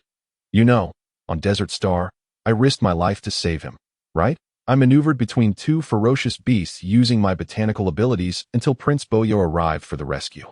I was nearly at the brink of exhaustion." This was indeed affirmed by the staff at that moment. His mutation level was already on the verge of 95 and I was unwilling to abandon him, fearing he might harm others, so I took him to a secluded cave for purification. While speculations had circulated online, they remained mere conjectures. The footage ceased once Songyu had taken Jiang Yin away. The staff leaned in closer, intrigued by the gossip. "I exerted every ounce of strength," Songyu added, appearing utterly innocent, "to purify him. You understand, right? I reduced his mutation level to below 80. Reduced it that much?" The staff member was astonished. In reality, Jiang Yin's mutation level had undoubtedly exceeded the critical threshold of 95 at that time, and after purification, it should have hovered around 70. Truly remarkable. Being of Class A. What more could Jiang Yin desire? Songyu continued. "I even procured food for him and fashioned a makeshift skirt from banana leaves. Yet," she lamented, her voice trembling, "when Prince Boya and the others arrived, he knocked me unconscious." "What?" The staff gasped in shock, their expressions mirroring the dismay shared by other personnel aboard the spacecraft, regardless of gender, as they began to empathize with Songyu. Here was a young girl, confronting an S-class and an A-class beast while the police had already given up, holding her ground until help arrived. She had even managed to injure the S-class beast and purify Jiang Yin, pulling him back from the brink of death. While all Jiang Yin had done was incapacitate his own benefactor and flee, it was utterly infuriating. Such blatant mistreatment was unacceptable. Furthermore, when he first contacted me, I had even given him my entire savings of 2,000 star coins. You see, I come from an ordinary family, having only a bit of pocket money from my parents.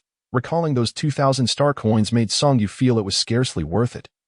She had agonized over that decision for quite some time. The staff, fuming, comfortingly patted Songyu's shoulder. "I understand, Miss Song, that it seems the conditions for dissolving your contract with Mr. Jiang have been met.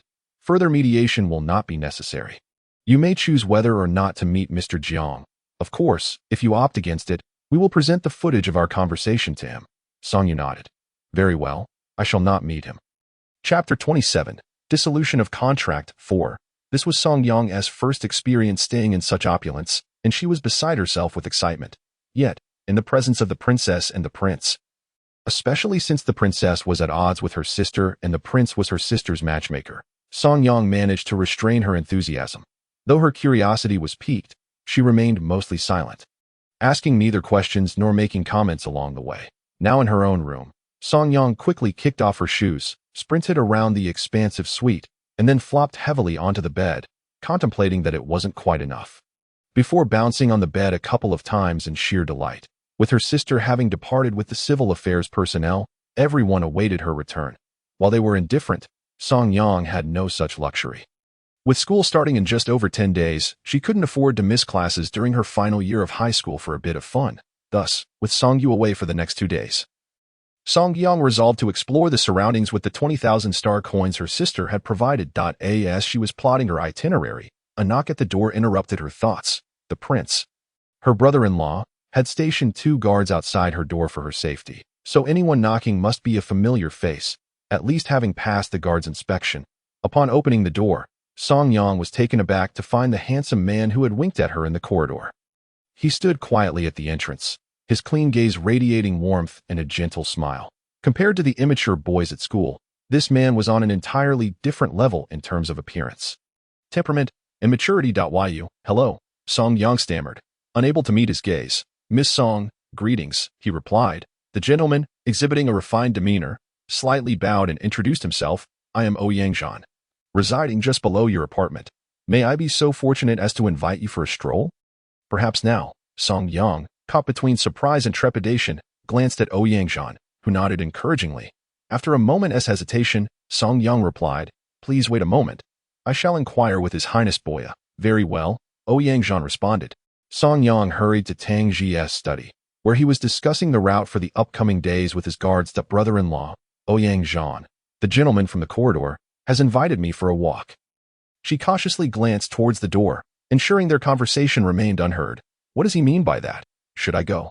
"Ultimately, the decision lies with you," Tang Ji replied with a smile. "The security measures at Chihua are quite robust. As long as you do not venture too far, you shall be safe. That I will also dispatch 2 individuals to discreetly follow you, ensuring your protection." A faint blush crept on Song Yang's cheeks as she pondered her choice.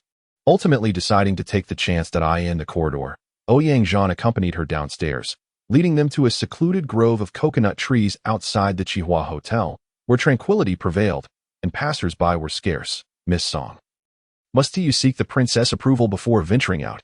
Ouyang-jean inquired. "Oh, not exactly," she replied. "I merely need to inform him."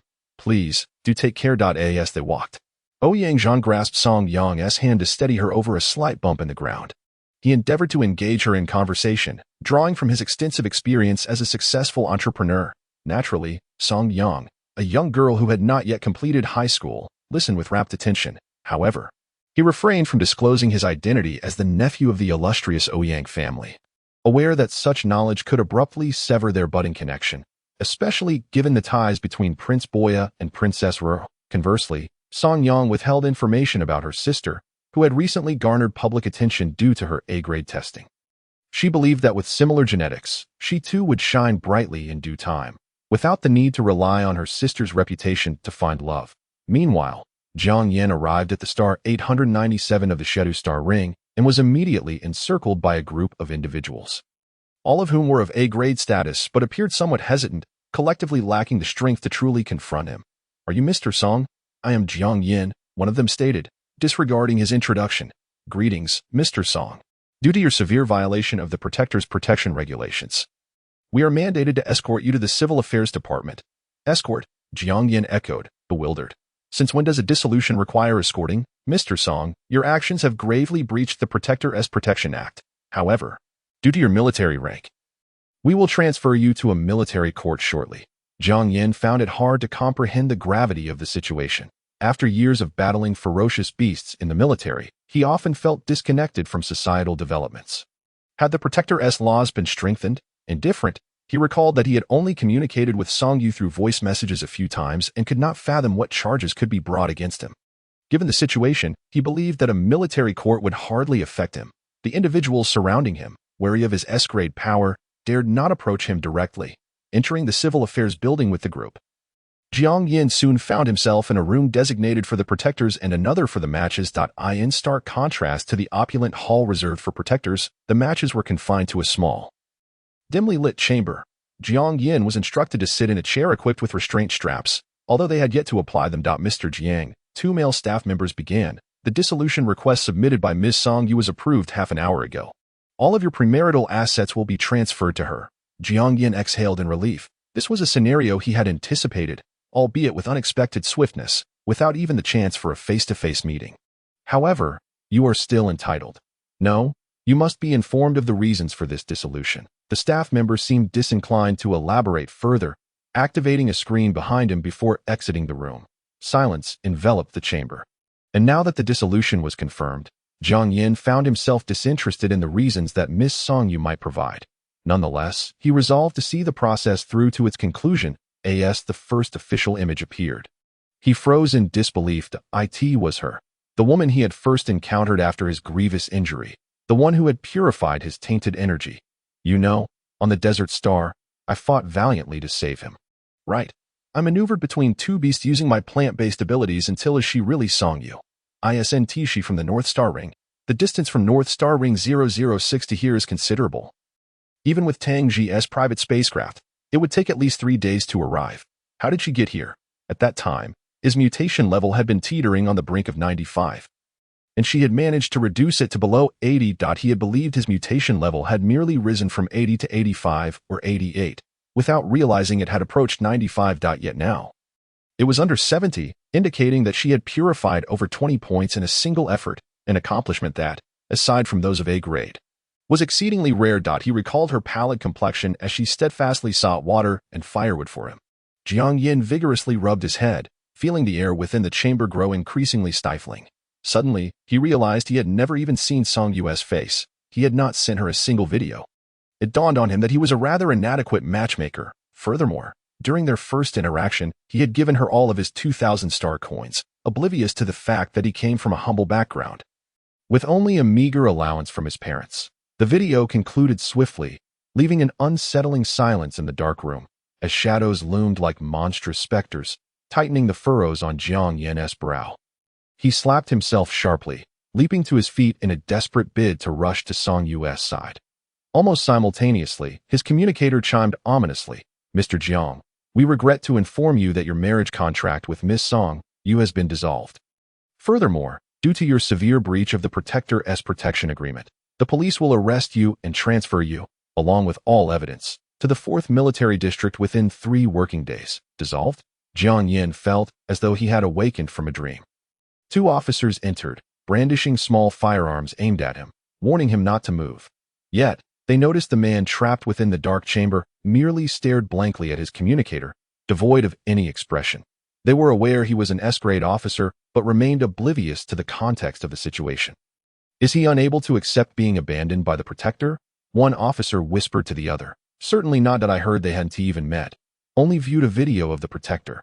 How tragic for the Disca, recalling that day when 2 monstrous beasts, resembling small mountains, were said to possess only S-level strength while their intelligence remained at the level of mere beasts. It is now evident that creatures with intellect comparable to that of humans have emerged."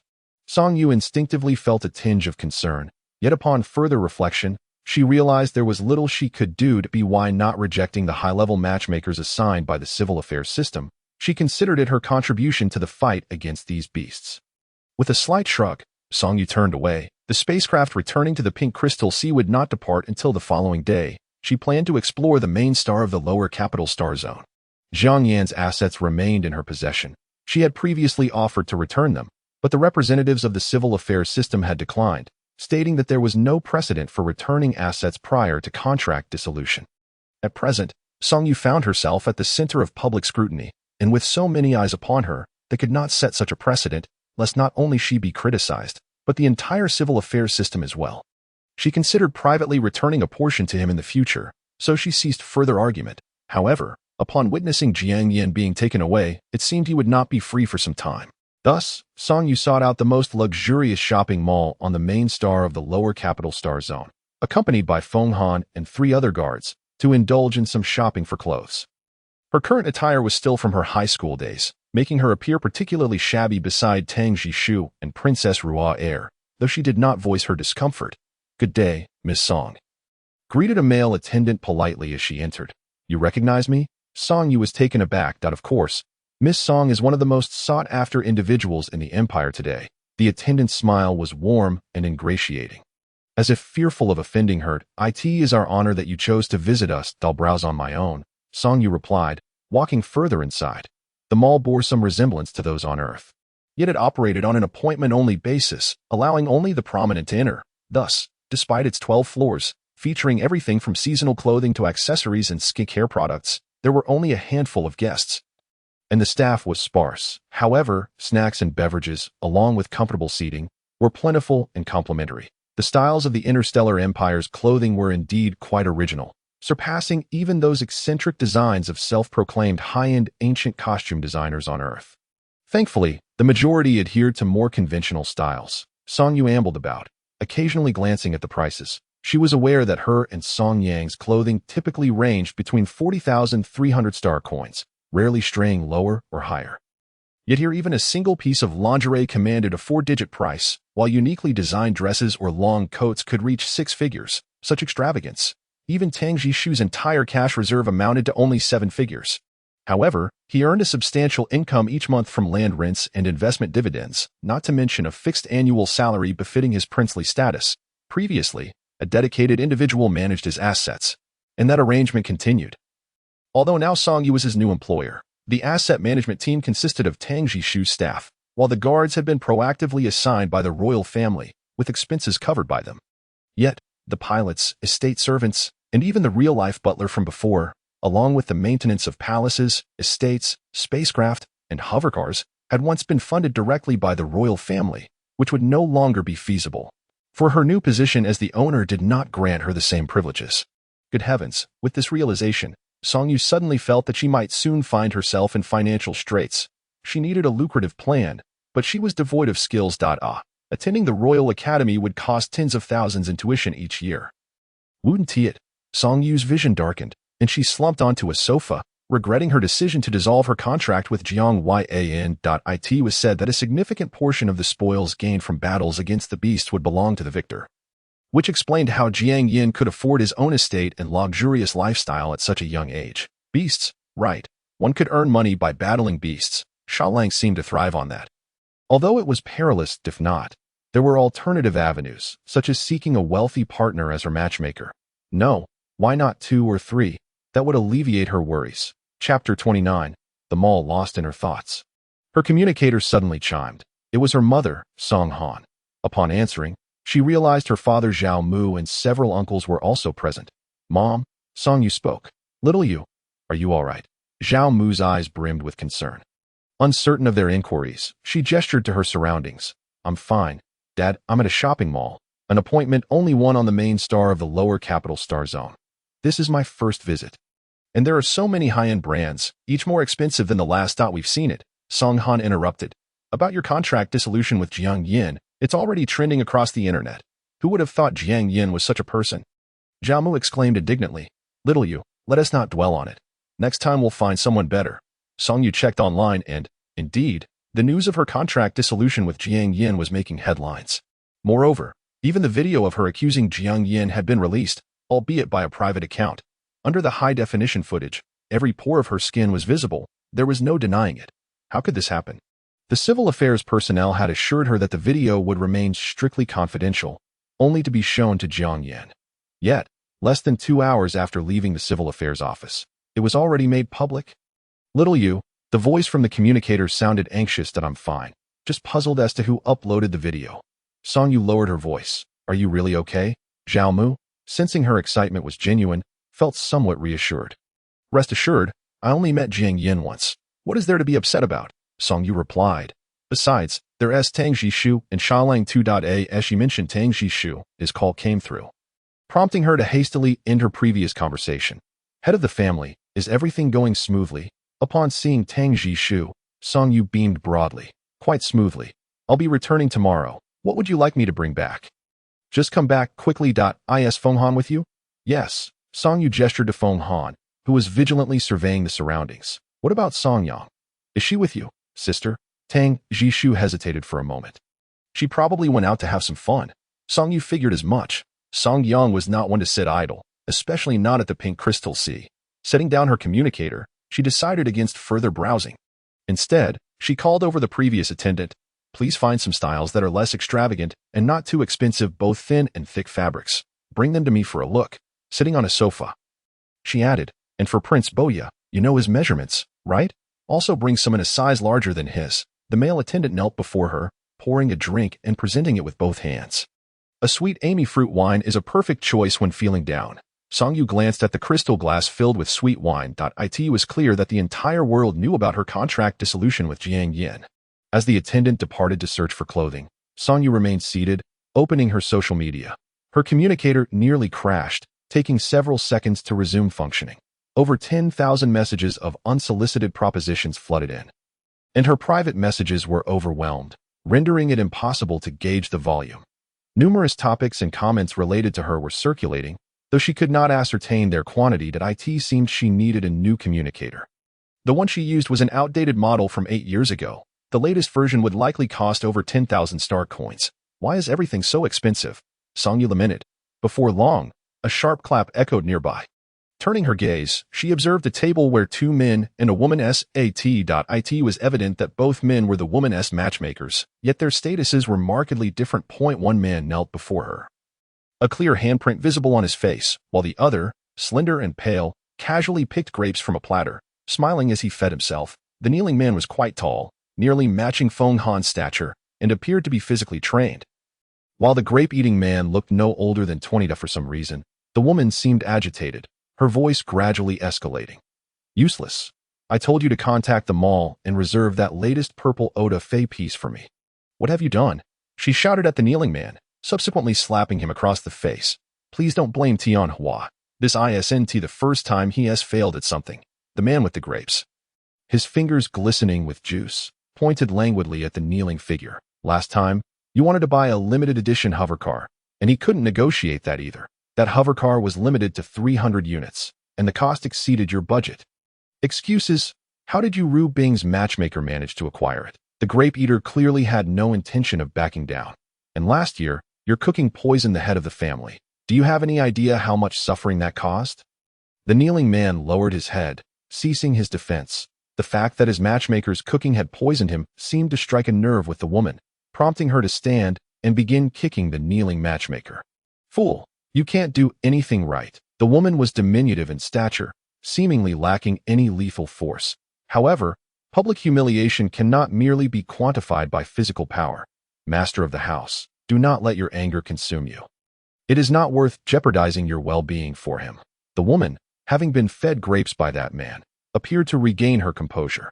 With an air of superiority, she pointed at the kneeling man, declaring, "Before I finish shopping with my darling, you shall remain here on your knees. If you dare to rise, I will cast you out like that fellow Song Yu." She then continued her shopping with the man named Bao Bao, leaving the kneeling figure motionless. Condemned to this position in the public eye, his countenance grim, Song Yu, merely an observer of the spectacle, was taken aback to find himself mentioned. It was indeed an unpleasing surprise to be brought up in such a context. At that moment, a male employee returned, pushing a cart laden with neatly folded garments. He retrieved a couple's outfit, a light purple dress adorned with subtle black embellishments, and 2 additional black suits complemented by purple bow ties. Isn't this precisely what that woman desired? Miss Song, these 3 sets are the latest from Aadafi, a small token of appreciation from our manager. We hope you will not decline. Your manager? Song Yu was certain he did not recognize this individual. The employee nodded affirmatively. Indeed, our manager's surname is Ouyang. Ouyang. Although the employee seemed to regard this surname as widely recognized, Song Yu, having only recently arrived, was unfamiliar. Opting for silence. Do you have an umbrella? She inquired of the employee. An umbrella? The employee responded, puzzled. Yes, preferably a larger one. The employee did not press further and instructed someone to bring an umbrella. Upon opening it, Song Yu found it to be quite spacious. She approached the still kneeling man, seemingly nonchalantly placing the open umbrella beside the bench, cleverly propping it with the bench's arm, thus obscuring most of the view. The man looked up in surprise, and Song Yu smiled as she walked away to continue trying on her clothes. Meanwhile, in the manager's office on the top floor of the mall, Ouyang Jin observed the video footage before him with keen interest. Song Yu, isn't she at the Pink Crystal Sea? My nephew is still endeavoring to win her favor. My sister mentioned just last night that he had gone on a date with her. The corners of Ouyang Jin's mouth turned upward. He bore a resemblance to Ouyang Zhan, but while Ouyang Zhan retained a youthful quality, Ouyang Jin exuded a more mature and relaxed demeanor. Observing Song Yu using the umbrella to shield the man punished to kneel, he did not view the man as particularly villainous. Nevertheless, his gaze toward the kneeling figure was rife with disdain. Once a man acquires a protector, he becomes a servant to others. Such is his fate. Shall we pay a visit? It turned out there was another person concealed on the office sofa, gripping a game controller as he intensely battled an opponent. A closer inspection revealed he looked identical to Ouyang Jin, and if we intercept, will Ouyang 15 eliminate us? Who cares? Your rate of deviation cannot afford to stall any longer. Do you wish to relinquish our lifelong efforts to a protector like that? Ouyang Jin gestured toward the woman on the 3rd floor, who was imperiously instructing a staff member, with the man named Bao Bao grinning behind her. The man on the sofa abruptly rose and approached Ouyang Jin. So, are you willing to join me in servitude? We are not young anymore, little Chi-Chi. If we do not strive harder, we may find ourselves unwanted slaves in our old age. No need to worry. I am unlikely to live to see that day. Ouyang Chi scoffed. Your words are truly harsh, Ouyang Jin remarked. But Jiang Yan's approach is quite astute. What approach? First, transfer the majority of our assets, then lure Song Yu into a trap. And finally, relinquish a portion of the assets to dissolve the contract, thus regaining freedom. Ouyang Chi glared at him in silence. The rate of deviation is not a one-time purification that lasts a lifetime. Even if one purifies to level 1 and dissolves the contract with the protector, given their B-grade abilities, they would still perish within 20 years. After selecting several garments, Song-yu intended to purchase a few necklaces or bracelets, or perhaps other accessories. Succumbing to the familiar shopping frenzy. On the 7th floor, she could still see the man kneeling by the glass railing on the 5th floor. That man and woman were genuinely engrossed in shopping, entirely unaware of another's kneeling plight. Yet, as the employee remarked, this was a matter of others. Outsiders had no right to intervene. Just as she pondered this, a deafening alarm pierced the air. "Miss Song, we must immediately seek a safe location." Feng Han acted swiftly, shielding Song-yu behind him, scanning the surroundings anxiously for any suspicious figures. However, nothing appeared amiss. The few patrons wore puzzled expressions, and even the staff seemed uncertain whether to flee. Suddenly, a tremendous shattering sound echoed, followed by flames cascading down from the 12-story glass dome, accompanied by several smaller fiery bursts. An aberrant beast. Feng Han was the first to recognize an aberrant beast. Song-yu frowned from behind a pillar. "Why is it aberrant beast again? Our escape route has been completely obstructed, and the flying car parking lot above has been destroyed, with numerous parts plummeting. Everyone can only find cover in place. Escape is impossible." As the fireballs fell, several dark figures streaked past Song-yu's vision. Almost instinctively, she extended her branches to grasp those figures. They were several individuals. Having been on the side shattered by the aberrant beast, some injured, others fallen. Although Song-yu saved a few, others were too late. They plummeted to the 1st floor, where, regardless of their fate, the aberrant beast swiftly consumed them. Another S-grade aberrant beast? S-grade aberrant beasts are somewhat more common than S-grade humans, but they are by no means ubiquitous. Indeed, the vast majority of individuals will never encounter an S-grade in their lifetime. The blaring alarm intensified. "Miss Song, reports indicate that aberrant beasts have appeared in nearby blocks, surrounding this location as the epicenter. Rescue may not arrive swiftly," Feng Han informed her. "Surrounding this mall as the epicenter?" Song-yu glanced down. The massive S-grade beast, too large to traverse the stairs, was ferociously assaulting the walls. Fortunately, the aberrant beast did not understand the mall's structural integrity and had yet to damage many critical load-bearing columns. Numerous lower-grade aberrant beasts were continuously congregating around the S-grade beast. Rumors had surfaced that an aberrant beast with spatial abilities had emerged. Initially, she had doubted it, but now it seemed plausible. Song-yu was at a loss when she heard someone speak beside her. It was the man who had been punished to kneel. He had also been saved by Song-yu's branches. "Spatial abilities," he nodded. "Yes, I am Xiao Tianhua, the commander of the Guardian Army of the main star of the lower capital star circle." Each planet possesses its own Guardian Army, generally small in number, determined by the planet size, population, and economic conditions. The Guardian Army of the main star of the lower capital star circle is likely one of the most prestigious, second only to the capital star circle, and he is a commander, likely holding at least the rank of captain, perhaps even major, qualifying him as a person of influence within the military. "I am immensely grateful for your life-saving assistance. But I must search for my master. I apologize." Zhao Tianhua appeared genuinely remorseful for abandoning his rescuer, but he could not forsake his master in such a dire situation. "Go ahead." Song-yu expressed her understanding. Others were already in distress, and she did not lack for protection. Zhao Tianhua had only begun to descend the emergency staircase when a small aberrant beast charged in. This time, it seemed to be a pack of hound-like aberrant beasts. They did not exhibit the severe mutations of previous aberrant beasts, still retaining traces of their animal forms. Among them was a large S-grade hound leading a group of C and D-grade pups. However, most of the mall's staff were of D and F grades, and few customers exceeded C grade. Coupled with the oppressive presence of the S-grade beast, these smaller aberrant beasts had already caused numerous casualties. Zhao Tianhua clearly belonged to the rare B-grade customers.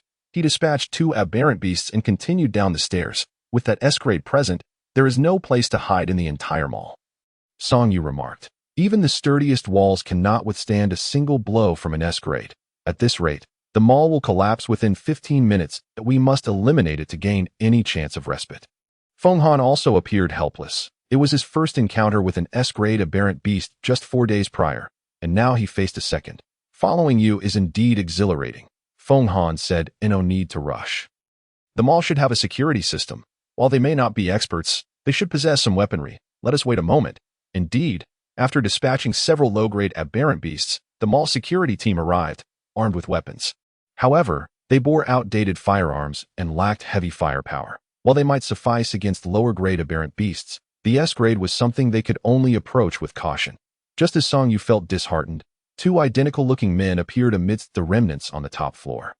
"Miss Song, may we borrow your protector?" one of the men asked. "Do you have a plan?" Song Yu replied tersely, "None," the man admitted, "but we should be able to ensure your safety. If you lack a plan, do not waste words. If we continue to dilly-dally, the few supporting pillars in the mall will surely collapse, and none shall survive the calamity." Feng Han, embodying the essence of a canine, is incapable of flight and far too sluggish on the stairs. In a swift motion, Song Yu extends a branch of the phoenix tree, wrapping it around Feng Han's waist and transporting him to the first floor, following closely behind. Upon reaching the ground level, Feng Han confronts the lower-tier aberrations that have infiltrated the mall, while Song Yu employs the branches to seal the entrance. The moment Miss Song Yu descends, Ouyang Jin exhibits a look of sheer terror. Having lived for over 30 years, he has never witnessed a woman proactively combating aberrations. Yet, before he can fully process his astonishment, long branches have already reached out, regardless of their willingness, firmly ensnaring their waists and pulling them down. Both Ouyang Jin and Ouyang Qi, whose true forms are aquatic, possess minimal combat prowess and cannot fly. Reverting to their original forms in a dry environment poses the risk of suffocation. Moreover, as merchants, their experience in combat is limited to high school self-defense classes, with no substantial training. Unbeknownst to Song Yu, she has unwittingly dragged down two ineffectual individuals, hoping they would assist her, for they are all B-class. However, she quickly realizes the futility of her expectations as the duo struggles to defeat a C-class aberration, ultimately relying on firearms to secure victory. Nevertheless, it is a silver lining that their weapons possess considerable power. The firearms of this world far surpass those from Song Yu's era in terms of lethality. Focus on its eyes, Song Yu instructs, for they are likely the most vulnerable part of the aberration. Feng Han, I shall coordinate with you. Feng Han, serving as the primary attacker, possesses formidable strength, yet overcoming a foe of a higher tier proves to be a daunting challenge. Still, Song Yu's branches are nimble and agile, complementing his efforts remarkably well. With Feng Han transforming into his original form, each of his strikes is preceded by the deft maneuvering of Song Yu's branches, complicating the aberration's counterattacks or evasive maneuvers. In the initial exchanges, the duo gains the upper hand. However, as Song Yu dedicates her focus entirely to the S-class aberration, the branches at the entrance are breached, allowing a swarm of lower-tier aberrations to surge in. Ouyang Jin and Ouyang Qi can no longer shield them, and a low-tier aberration ambushes Song Yu, momentarily hindering her movements. It is in that fleeting moment that Feng Han is sent flying by the S-class aberration.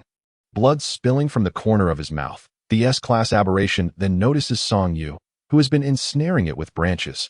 Upon Feng Han's ejection, it lunges straight for her, compared to the previous colossal aberration they encountered. This one is smaller but possesses remarkable speed. While the earlier behemoth had afforded Song Yu some reaction time, this time, it is almost instantaneous. The aberration is upon her in the blink of an eye. This is the end. Song Yu attempts to maneuver the branches to shield herself, but time is too short for her to summon a significant defense, and the S-class aberration remains a formidable opponent against her A-class capabilities. Feng Han is still recovering, and the twins are utterly ineffectual. Yet, the anticipated pain never arrives. Instead, Song Yu watches in disbelief as something intervenes in front of her, a flash of golden light followed by a burst of crimson spray. Protect the master. Song Yu hears the entity before her utter, prompting her to elevate herself using the branches. It is then that she recognizes the man who had just been punished to kneel, the commander of the Star Guard Corps. Zhou Tianhua. His entire right side is shattered, innards strewn about. However, his claw has deeply embedded itself in the foreleg of the S-class aberration, causing it to bleed copious amounts of black-green blood. Feng Han. Song Yu's eyes redden as she seizes the opportunity presented by the injured aberration, summoning thicker, sturdier branches, a task more taxing than manipulating the slender ones, yet she cannot maintain this for long. The other three guards finally descend the staircase, one shielding the twin brothers while the other two join Feng Han in a three-pronged assault on the S-class aberration. And the man affectionately referred to as Baby crawled over on his knees, softly collapsing beside the head of the household, weeping uncontrollably. Zhou Tianhua. Where is Zhou Tianhua?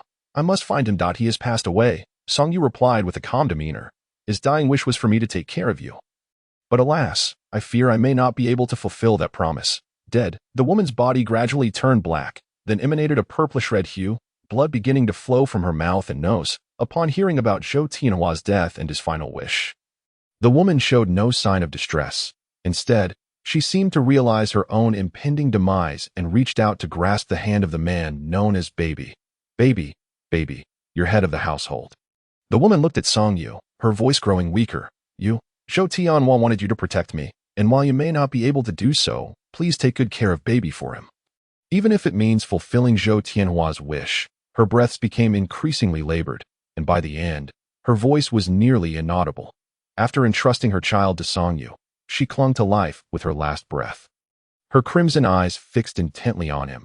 Even in death, do you not wish to see Zhou Tianhua once more? Song Yu felt a sense of indignation on Zhou Tianhua's behalf, gesturing towards the infant.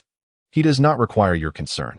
Even in your absence, he will thrive in the arms of another woman. The baby's cries abruptly ceased. The woman's sudden princess roar surprisingly did not engage in a dispute with Song Yu. Instead, she gently traced her injured area with her hand, and astonishingly, the wound healed instantly. The use of ginseng and healing abilities seemed almost commonplace, yet the ease with which she wielded such power was indeed remarkable. I shall depart now and return to join you in a few days. Princess Roar was set to visit the main star to represent the royal family in offering condolences, as it was only fitting to pay a visit given her proximity. Fortunately, Princess Roar was present. Otherwise, it would have been Tang Jishu hastily heading to the main star, the Qihua Hotel, after touring the grandest and most opulent suite, which happened to be her residence. It wasn't until they began their dinner that Song Yu realized something was amiss. Where is Song Yang? Instead of sitting down, Tang Jishu shrugged while assisting Song Yu with the dishes. He went on a date. Song Yu inquired. Yes, the nephew of the Ouyang family head, Tang Jishu replied, having thoroughly investigated Ouyang Zhen's identity beforehand. It seems he was specifically targeting you. But unexpectedly, you had other arrangements and mistook your sister for yourself. The Ouyang family, is there something particularly different about them? Song Yu questioned, without much thought. Tang Jishu explained the grievances between the royal family and the Ouyang clan. Recognizing that as a commoner, Song Yu might not be well versed in such matters, I believe he not only seeks to entice you, but also wishes to sow discord between you and me. Tang Jishu remarked, as if recounting an amusing tale. Fresh from a bath and still clad in her nightwear, Song Yu was enjoying the meal prepared by Tang Jishu when she abruptly stood up. Pressing her hand against Tang Jishu's collarbone and pushing him against the wall. You are fully aware of their ulterior motives, yet you permit Song Yang to go on a date with him? Tang Jishu allowed himself to be held against the wall, chuckling as he explained, I have looked into it. Ouyang Zhan is also being coerced by his mother. He possesses considerable capability, having established his own independent company 3 years ago, and is preparing to extricate himself from the Ouyang family. That still doesn't make it acceptable. Song Yu refused to relent, adamant that being underage rendered it out of the question. If your sister does not dislike him, then why shouldn't it be allowed? Because, Song Yu faltered, pondering the question. Why shouldn't it? Are you concerned that the girl might suffer? Yet, in this world, such a notion is utterly absurd. Are you worried about pregnancy? In this world, pregnancy is a tremendous blessing, as most individuals can only conceive once or twice in their lifetime. If at all, the NO-compatible partner would mind the head of the household becoming pregnant. Nor would anyone find it disgraceful for a woman to conceive at any time. So, why is it unacceptable? He is not your sister's only suitor, Tang Jishu interjected at an opportune moment. She has other boyfriends. Tang Jishu expressed surprise. You weren't aware? Song Yu stammered. I certainly am, but I believe she mentioned having broken up, though perhaps I misremembered. Song Yu spoke vaguely before quickly changing the subject. Regardless, you should have informed me. As Tang Jishu noticed Song Yu releasing her grip, he tidied himself up and lowered his head to convey his submissive attitude toward the head of the family. After all, Song Yang was her personal affair. Song Yang is no child. Tang Jishu is merely her brother-in-law, not her biological brother, thus he cannot exert authority over her. When will they return? Tang Jishu shrugged, indicating he was unaware. When did they leave? Yesterday morning. They didn't return for an entire night. Song Yu's anger flared once more. Tang Jishu nodded, reassuring her, do not worry. I have arranged for 2 guards to follow her closely. She will not be in danger. Realizing she had once again been ensnared by her preconceived notions, Song Yu took a moment to calm her thoughts. Going on a date with a man and not returning for a night is not a grave matter. Regardless of what transpired, Coming to this realization, Song Yu ceased her entanglement with Tang Jishu and prepared to contact Song Yang. Meanwhile, Ouyang 15 was relentlessly sending messages to Ouyang Zhan.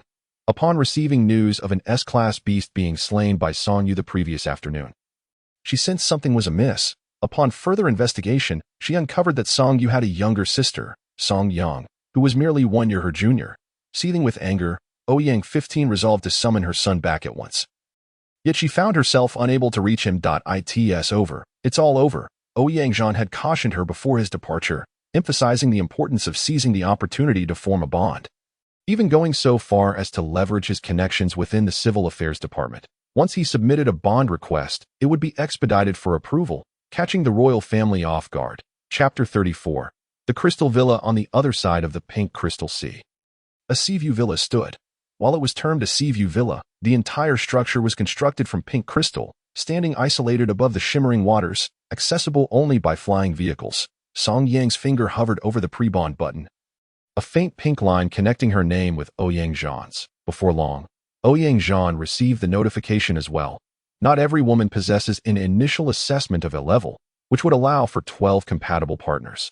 The majority are rated E, D, or even F, with the number of potential partners decreasing alongside their ranks. After a woman undergoes her maturity test, the civil affairs system promptly matches her, although she may refuse.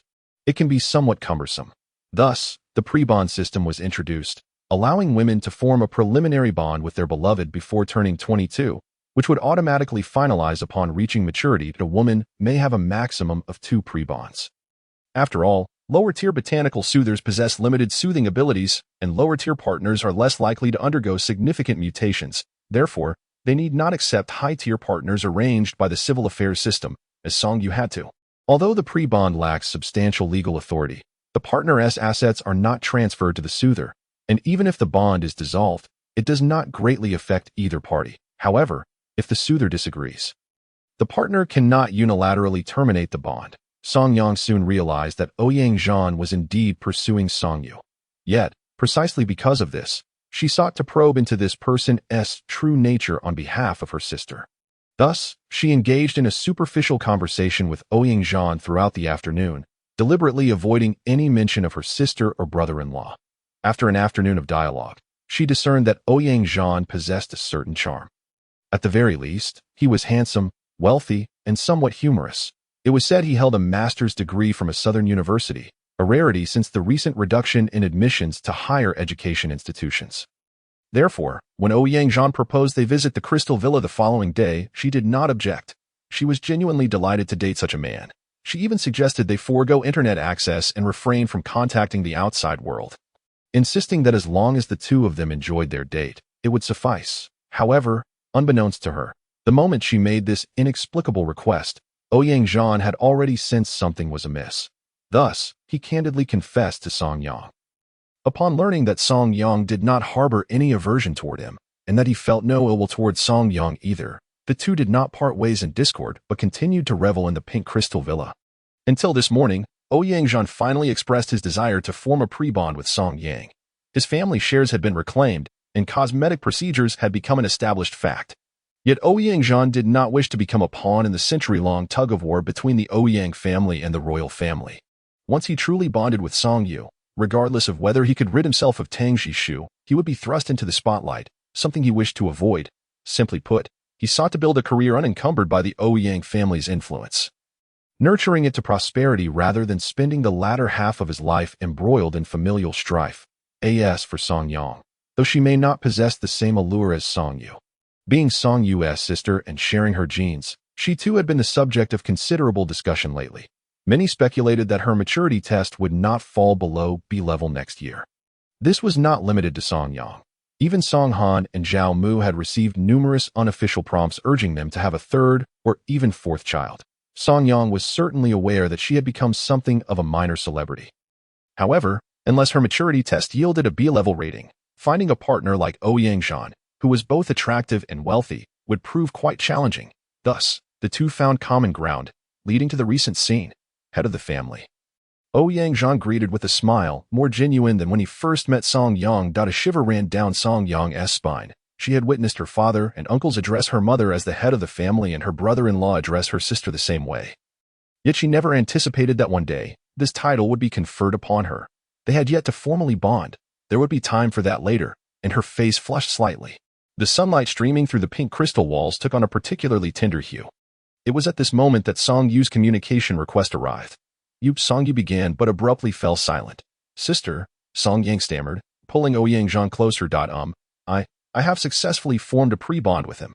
That was quick, Song Yu exclaimed in surprise. The pre-bond process typically involved several rounds of scrutiny and meetings between both parties. Yes, it happened unusually fast, perhaps because the Civil Affairs Department has been relatively unoccupied lately. Song Yang was equally perplexed. Song Yu fixed her gaze on Ouyang Zhan. Ouyang Zhan, too, noticed Song Yu in the communication, and he couldn't help but feel the overwhelming aura she exuded, far more potent than that of Song Yang. Particularly when her eyes were locked onto someone, like a leopard, that commanded a respect that left others hesitant to overstep. Ouyang Zhan could scarcely fathom the gravity of the household if she were the head. Especially with the presence of Prince Boya, the atmosphere would undoubtedly be exceedingly austere. Sister, Ouyang Zhan, feeling a sense of relief, greeted Song Yu with a warm smile. Sister, why don't you and your companions join us here for a few days? Look, the house is crafted entirely from rose quartz, which is incredibly romantic. There's even a petal-shaped crystal bathtub and a pink swimming pool. The staircase at the front of the villa leads directly to the rose quartz sea. A rare sight as other places only allow for observation. Song Yu glanced around and found it rather appealing. After enduring 2 battles in the past few days with minimal injuries, yet her original form as a wutong tree had suffered significant depletion, necessitating a period of recuperation before venturing elsewhere. It is indeed quite lovely, Tang Jishu chimed in. The head of the household requires a tranquil space to rest adequately. Do not change the subject, Song Yu interjected, still irate. She had not anticipated that Song Yang would so readily form a bond with Ouyang Zhan. Did she even comprehend his background and intentions? Never mind. I want to concern myself with you. You can explain to our mother. I wonder how she would react to being kept in the dark about such matters. Song Yang flashed a conciliatory smile, having been so pampered these past few days that he had nearly forgotten his own parents. Sister, you must assist me. Song Yu had no intention of helping. She resolved that he could explain his situation to their mother himself, thus ending the communication, determined to cease worrying about her sister. Exhausted, Song Yu reclined on the sofa in a rather ungraceful manner. Chapter 35. The Crystal Villa, 2. As she lay there, she observed Tang Jishu rising and kneeling before her on one knee. What troubles you? Song Yu straightened herself, sensing that this gesture signified something of great importance to him. I must sincerely apologize to you, my lady. Tang Jishu lowered his head. I will soon issue a public apology. You have faced peril on 2 occasions, and I was not at your side to safeguard you. This is my dereliction of duty. One of the responsibilities of a matchmaker is to protect the soother. Though most soothers may never encounter genuine danger throughout their lives, nevertheless, safeguarding them remains a paramount duty of the matchmaker. The last time, I insisted you remain on the ship, and ultimately you did arrive in time. This time, my presence was precluded by the civil affairs system, which forbade you from accompanying me in dealing with Jiang Yan. Song Yu gestured dismissively, indicating her lack of concern. That I am not a dependent child glued to you. It is not your fault. However, it was evident that Tang Jishu did not share her perspective at that moment. The vast majority of those focused on the attack on the primary star of the lower star circle, and Song Yu's valiant efforts in vanquishing the S-rank beast, were not inclined to absolve him. That it seemed almost farcical that such a high-level soother would encounter danger while none of her matchmakers were present. The online community was abuzz with calls for Song Yu to secure additional matchmakers, with some even urging the military to assign formidable S-rank or even SS-rank individuals as her protectors. Generally, once a soother reaches A rank, regardless of age, they would typically have at least 8 to 10 powerful matchmakers guarding them. Not for frivolous reasons, but for safety. There is no need to make excuses on my behalf. Wrong is wrong, Tang Jishu continued. Mother has already personally reprimanded me as the only matchmaker of the living royal family. Neglecting my duties toward you, my lady, undoubtedly tarnishes the royal image and conveys a troubling message. Song Yu, initially pleased by her partner's acknowledgement of his failure to protect her, suddenly found herself discontented upon hearing this remark. The notion of protection was of little concern to her. The implication that it might damage the royal family's image was of no relevance to her at all. She recalled how Tang Jishu had relinquished his royal status, allowing anyone, regardless of gender, to become a head of household and possess inheritance rights, all in an effort to set an example for the royal family and to garner support for the Interstellar Empire. Yet, this, too, seemed disconnected from her reality. With a touch of melancholy, she regarded Tang Jishu. She felt an urge to kick him as Princess Luo Air had done to her matchmaker, but she paused. Recognizing that Tang Jishu was not the shameless type like Lin Yunyu. Instead, she decided to push him down forcefully, leaning her upper body onto the sofa, and with her still bruised hand. She playfully struck his backside. Tang Jishu's face flushed crimson. My lady. Begging for mercy is futile, Song Yu huffed, delivering a few more playful smacks. Tang Jishu buried his face in his arms. Caught between whether to plead for forgiveness or to decipher whether she was genuinely punishing him or merely flirting, he silently hoped that no one would enter at this moment. Song Yu's chief guard, Feng Han, and his counterpart, Zheng Shibai, could enter without permission, and if they were to witness this, humph, go stand at the corner. Fortunately, Song Yu quickly relented, pointing towards the wall. You are not to leave without my permission. Tang Jishu was taken aback by how swiftly Song Yu had changed her mind. Upon hearing her directive to stand in the corner, he finally exhaled in relief, fearing she might alter her decision again. He obediently positioned himself against the wall she had indicated, not wishing to look at him. Song Yu felt that their shared gaze might provoke laughter, thereby undermining her formidable image as the head of the household. So she dashed into Sha Lang's room. Regrettably, as soon as she arrived, she felt a pang of remorse, for upon opening the door, she found Sha Lang seated on the sofa, lost in thought, seemingly uninterested in engaging with her. Sha Lang wore a soft and comfortable tracksuit, appearing exceedingly at ease. He was, in fact, quite handsome, but his sun-kissed brown skin had become rough from years of exposure, particularly his hands, some of which had become misshapen and unlikely to return to their original state. Song Yu realized that between her and Sha Lang, there would likely never be any emotional advancement, at least not for the foreseeable future. She understood now why Sha Lang was so different from other matchmakers.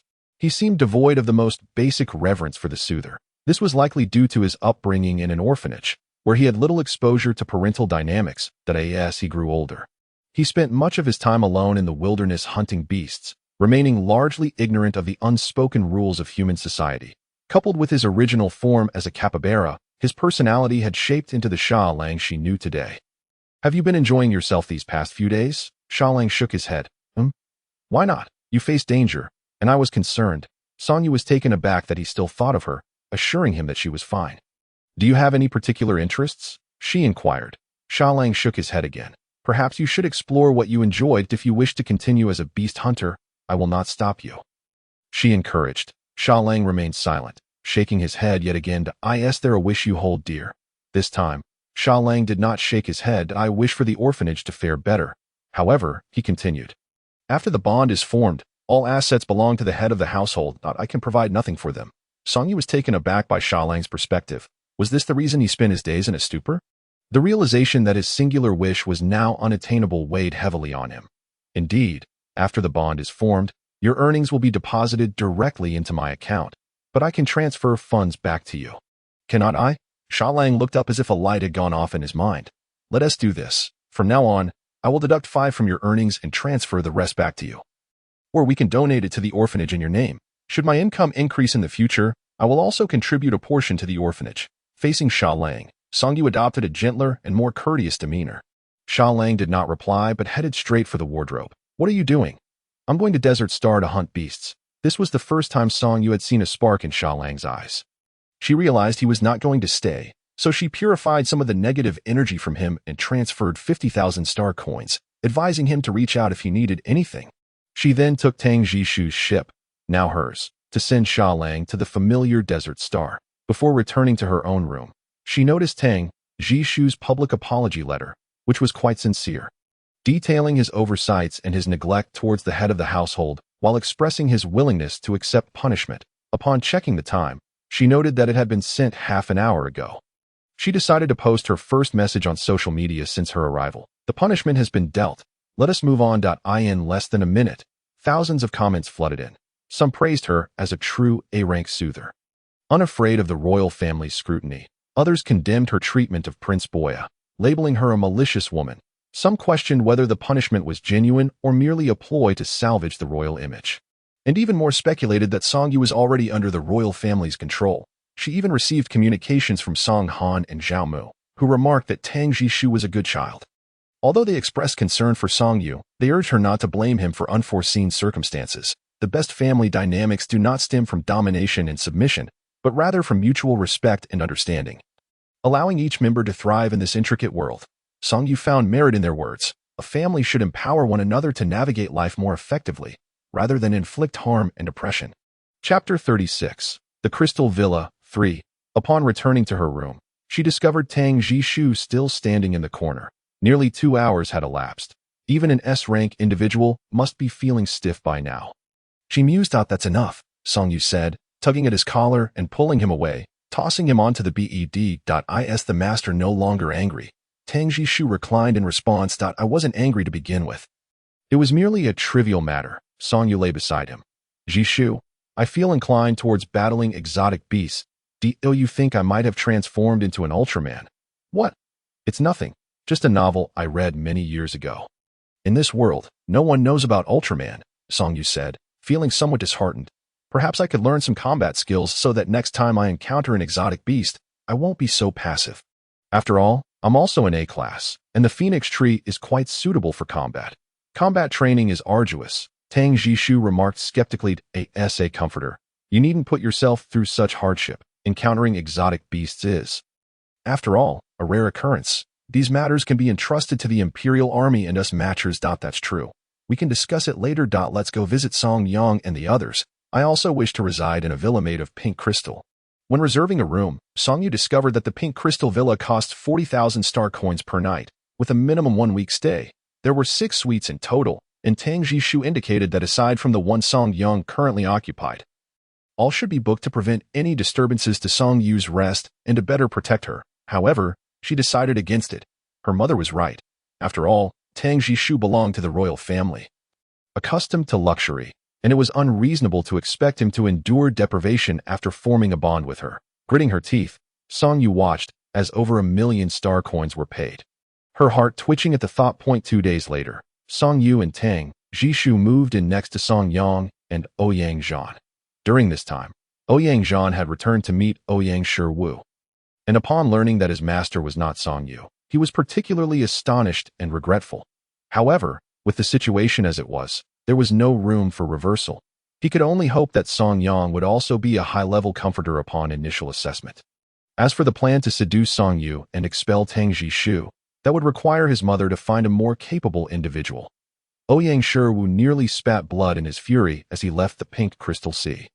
The pink crystal villa was even more exquisite than what Song Yang had depicted in his video. Though not large, it exuded romance in every detail. The shimmering crystals, complemented by sheer curtains, the petal-shaped bathtub, and the pure white round bed adorned with lace, along with heart-shaped crystal wine glasses and a dining table inlaid with fine diamonds, created a mesmerizing setting. Each suite contained but a single bedroom, meant solely for the master and one matcher, providing them with an intimate sanctuary. Although Tang Jishu maintained his regal elegance, Song Yu could discern that he genuinely enjoyed it as well. That evening, the two of them indulged in a fervent exchange, leaving them with only enough energy to eat and lie around the next day. Oh, no. Tang Jishu still had the strength to serve the master before attending to his own needs. Since Song Yu's return from defeating the exotic beast, Tang Jishu had not shared a meal with her. The following day, they planned to luxuriate on an air mattress and float on the pink crystal sea for the entire day. The buoyancy of the pink crystal sea was as Song Yu's tone carried an air of threat. No, I wouldn't dare disobey the master's command. But is it not time to take action? Song Yu continued. "It will be seen that I do not care," he replied, hands raised in surrender. Tang Jishu turned his head as far as possible towards the air mattress, avoiding facing Song Yu. Although he appeared delicate in form, he was indeed an S-class, possessing overwhelming combat prowess. Yet, his hands trembled ever so slightly. Suddenly, he clenched his fist, and with a swift motion, his shorts tore apart. "Hey!" Song Yu exclaimed, taken aback by his speed. She had merely wished to witness his bashful and helpless demeanor. How could she truly want him to expose himself in public? She was no pervert. The underwear? The underwear. Tang Jishu's hands lingered at his waist. Song Yu hurriedly attempted to shield him. But no matter how she covered one area, Another remained exposed. Upon hearing him express intent to remove his underwear, she momentarily questioned whether Tang Jishu was possessed. He was someone who valued royal etiquette and decorum above all else. Enough? I was jesting. You needn't take it seriously. Song Yu attempted to intervene. Yet Tang Jishu did not retract his hand. Instead, his demeanor grew increasingly formal. As the master's command. How can a matcher not comply? His hand had reached the edge of his underwear. When did you become so obedient? Tang Jishu frowned slightly. In the master's eyes, has Jishu ever been disobedient? Not at all. If that's the case, I must respect the master's orders and prove that Jishu is compliant. With a firm tug, the last piece of fabric tore away. Song Yu's eyes widened in disbelief.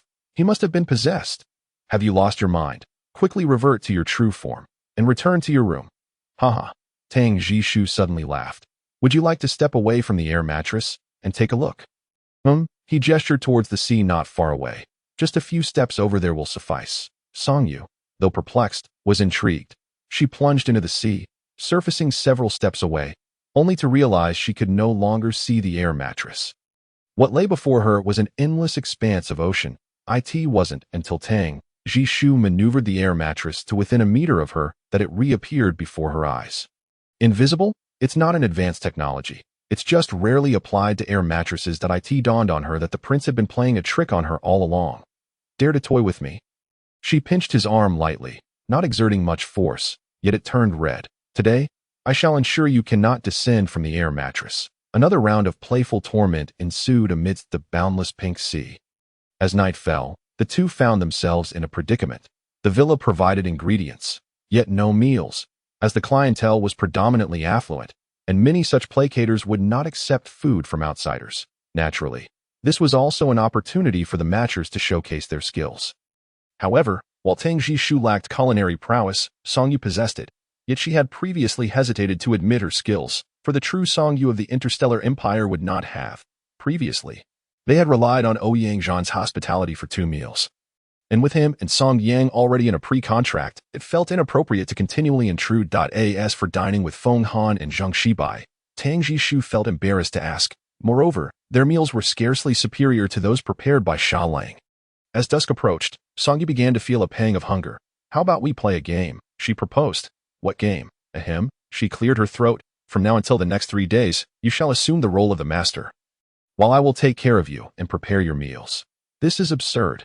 Tang Jishu found the notion preposterous, gently holding Song Yu's fingertips and kissing them. The master and matcher cannot be reversed. Just for once, and only in the room, she insisted, tugging at his clothing to persuade him. Feng Han and Zhang Shibai have thoroughly checked this place. I assure you, there are no surveillance devices. The sea breeze was refreshing, and the waves crashed against the shore. You resemble a child, he remarked. I am still quite young. Song Yu shrugged. All right, you must agree. Now, Your Highness, I shall prepare dinner for you. She dove into the kitchen, and when Tang Jishu attempted to assist, she shooed him away, asserting that the master should not enter the kitchen. It was the matcher's domain, so you are aware. Tang Jishu chuckled helplessly just before the door closed. Song Yu not only could cook, but believed her culinary skills were commendable. At least in her own opinion. She had missed the flavors of her hometown immensely during these days. Although the Interstellar Empire boasted many delicacies, none compared to the tastes of her homeland. Indeed, her longing was not solely for the flavors, but for the memories of home, despite there being little truly worth cherishing.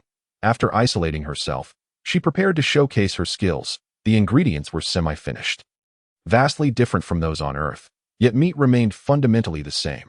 Observing the tender, stewed meat, she took a bite, and it oozed with flavor, pure bliss. Once all the dishes were ready and the kitchen tidied up, she opened the door, allowing Tang Jishu to enter. Why did it take so long? He had been waiting in the living room, initially at the door, but as time passed without her emergence, he switched on the television and lounged on the sofa, even dozing off briefly before she finally appeared. I don't cook often. I'm not accustomed to it, she explained, presenting the sweet and sour ribs. Come, let us eat, Your Highness. Tang Jishu stood anxiously for a moment, yet ultimately complied with her arrangement. How is it? She served herself a bowl of rice, devouring it with gusto. The flavor is excellent, Tang Jishu remarked, quite unlike that made by a chef. Perhaps it was too difficult to honestly declare that it surpassed a chef's work. He opted for a different compliment. Is it merely different from that prepared by chefs? Song Yu pouted, displeased. Tang Jishu quickly waved his hands. No, your cooking is exceptional. Indeed, better than a chef's. Chapter 38. Crystal Villa, 5. Song Yu felt immensely satisfied as she devoured her meal.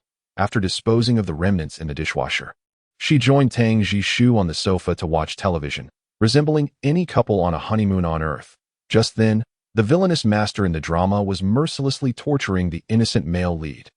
The slow-motion sequences and repetitive music more melodramatic than any series on Earth. As the male lead neared death, the female and male protagonists swooped in to rescue him. The S-class hero, brimming with justice, was portrayed by Lin Yunyu. Upon seeing Lin Yunyu's appearance, Song Yu suddenly recalled something. I remember Princess Roar mentioning that you intend to undergo plastic surgery.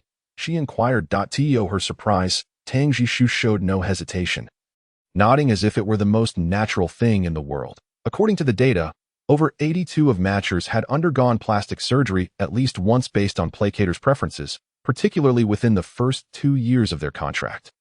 With a probability exceeding 70, some even had surgery more than 6 times for their placators. On the second day of our contract, I asked you what aspects of my physique and appearance you found unsatisfactory. I would be willing to engage in targeted training or undergo surgery. You have yet to answer that question. For my preferences, Song Yu pointed to her nose. Yes, Tang Jishu affirmed, resting his head on her shoulder. When I saw you did not respond and seemed reluctant to draw close, I speculated it was because you were dissatisfied with my overall appearance, and now it seems you are at least satisfied with most of it. He replied earnestly, as though seeking an affirmation from her. No one has the right to judge another. Song Yu struggled to accept his words. Yet, in comparison, the notion of women altering their appearances for the sake of pleasing their partners had persisted on Earth for centuries. Perhaps it was all quite similar, merely a matter of medical advancements. Jishu, you are wonderful just as you are. Tang Jishu gazed out, stating, because right now, you have only me by your side. Once all 12 matchers surround you, perhaps even 24, each will strive to win your favor, and you might change your mind. The thought of 24 men made Song Yu chuckle. Her elementary school class had only 22 students, and they could sit together in class. That won't happen, she hesitated, wanting to assert that she would not have that many men, but if she truly ascended to S-class, even if she did not desire it, the civil affairs system would forcibly match her or coerce her into accepting more high-ranking matchers. Whenever you have any requests, please do not hesitate to voice them as long as we do not sever our contract. I will do my utmost to comply. Tang Jishu embraced Song Yu, stating that undergoing plastic surgery was the most fundamental and straightforward way to please the master. I am willing to transform into whatever you prefer. Upon hearing this, a wave of discomfort washed over Song Yu. Would she one day forget the joy of being with Tang Jishu? She could not say for certain, perhaps yes or perhaps no. The future was too uncertain. Standing, she declared, all right, today you shall be the master, and I will serve you. She pressed Tang Jishu down and began to massage his head and shoulders. How is it? Are you satisfied, Your Highness? The 4th Army Military Prison. In stark contrast to civilian facilities, military prisons boast far superior standards. It stands as an artificial stronghold, isolated in the far reaches of the cosmos. With the nearest celestial body over 3 million kilometers away, even SSS-class avian mutants would find it impossible to escape the confines of this prison through mere physical prowess. Each day, only 2 shuttles, one arriving and one departing, connect this desolate place to the outside world. The prison is notorious for its harsh conditions. Winters plunge to a biting -30 or 40 degrees, while summers soar to sweltering +30 or 40 degrees, with little respite in between. Aside from the guards' offices and dormitories, there is no temperature control in the remaining areas. Inmates remain shackled in cramped quarters, receiving only meager portions of stale food and water. Today, a shuttle has just landed, bringing not only the essential supplies and a change of guards, but also one individual. Ouyang Hinua. He followed the guards into the vast structure, passing through 8 enormous iron gates, until he finally laid eyes on Jiang Yan. Confined in her tiny cell, she had donned a prison uniform, and days of neglect had left her beard unkempt. Her left hand was bound by a specially designed alloy chain, the other end of which was affixed to a metal wall, not welded, but crafted from a solid piece of alloy. Her range of movement extended to a mere 3 steps to a doorless toilet. I am aware of the situation regarding Miss Song, Hinua stated. Armed with the authorization of General Chiao Yimin, he entered the cell. The civilian systems video had been compromised, and Miss Song's footage had been made public, which posed a significant disadvantage for Jiang Yin. Yet, she appeared unperturbed by this revelation. What she said is the truth, Jiang Yin murmured, her gaze lowered, devoid of her former arrogance. But you remain oblivious to the fact that she is the one who saved you. You must defend yourself. Jiang Yin lifted her eyes to meet Inua's, inhaling deeply. I was too foolish, instinctively believing that all soothers were like my mother. Inua fell silent. Just 2 days prior, Jiang Honglian had declared her severance of maternal ties, expelling him from the Jiang family. Clearly, Jiang Yin was unaware of this development. Inua felt a pang of concern for him, but was powerless to intervene. The general indicated he would do his utmost to assist in advocating for her, but the public outcry was overwhelming, with even Princess Ling Shan of the royal family delivering a speech on the protection of soothers' rights. A demotion was inevitable, and perhaps even corporal punishment awaited him, though there might be some room for leniency in the severity of the punishment. Jiang Yin nodded, and as he raised his hand, the silver handcuffs clinked ominously. Please convey to General Chiao that there is no need for him to place himself in a dilemma on my behalf. This matter is my fault, and I am willing to accept the consequences. Demotion, corporal punishment, I can endure it all. However, I wish to remain in the Fourth Army. He knew and noted the change in her address.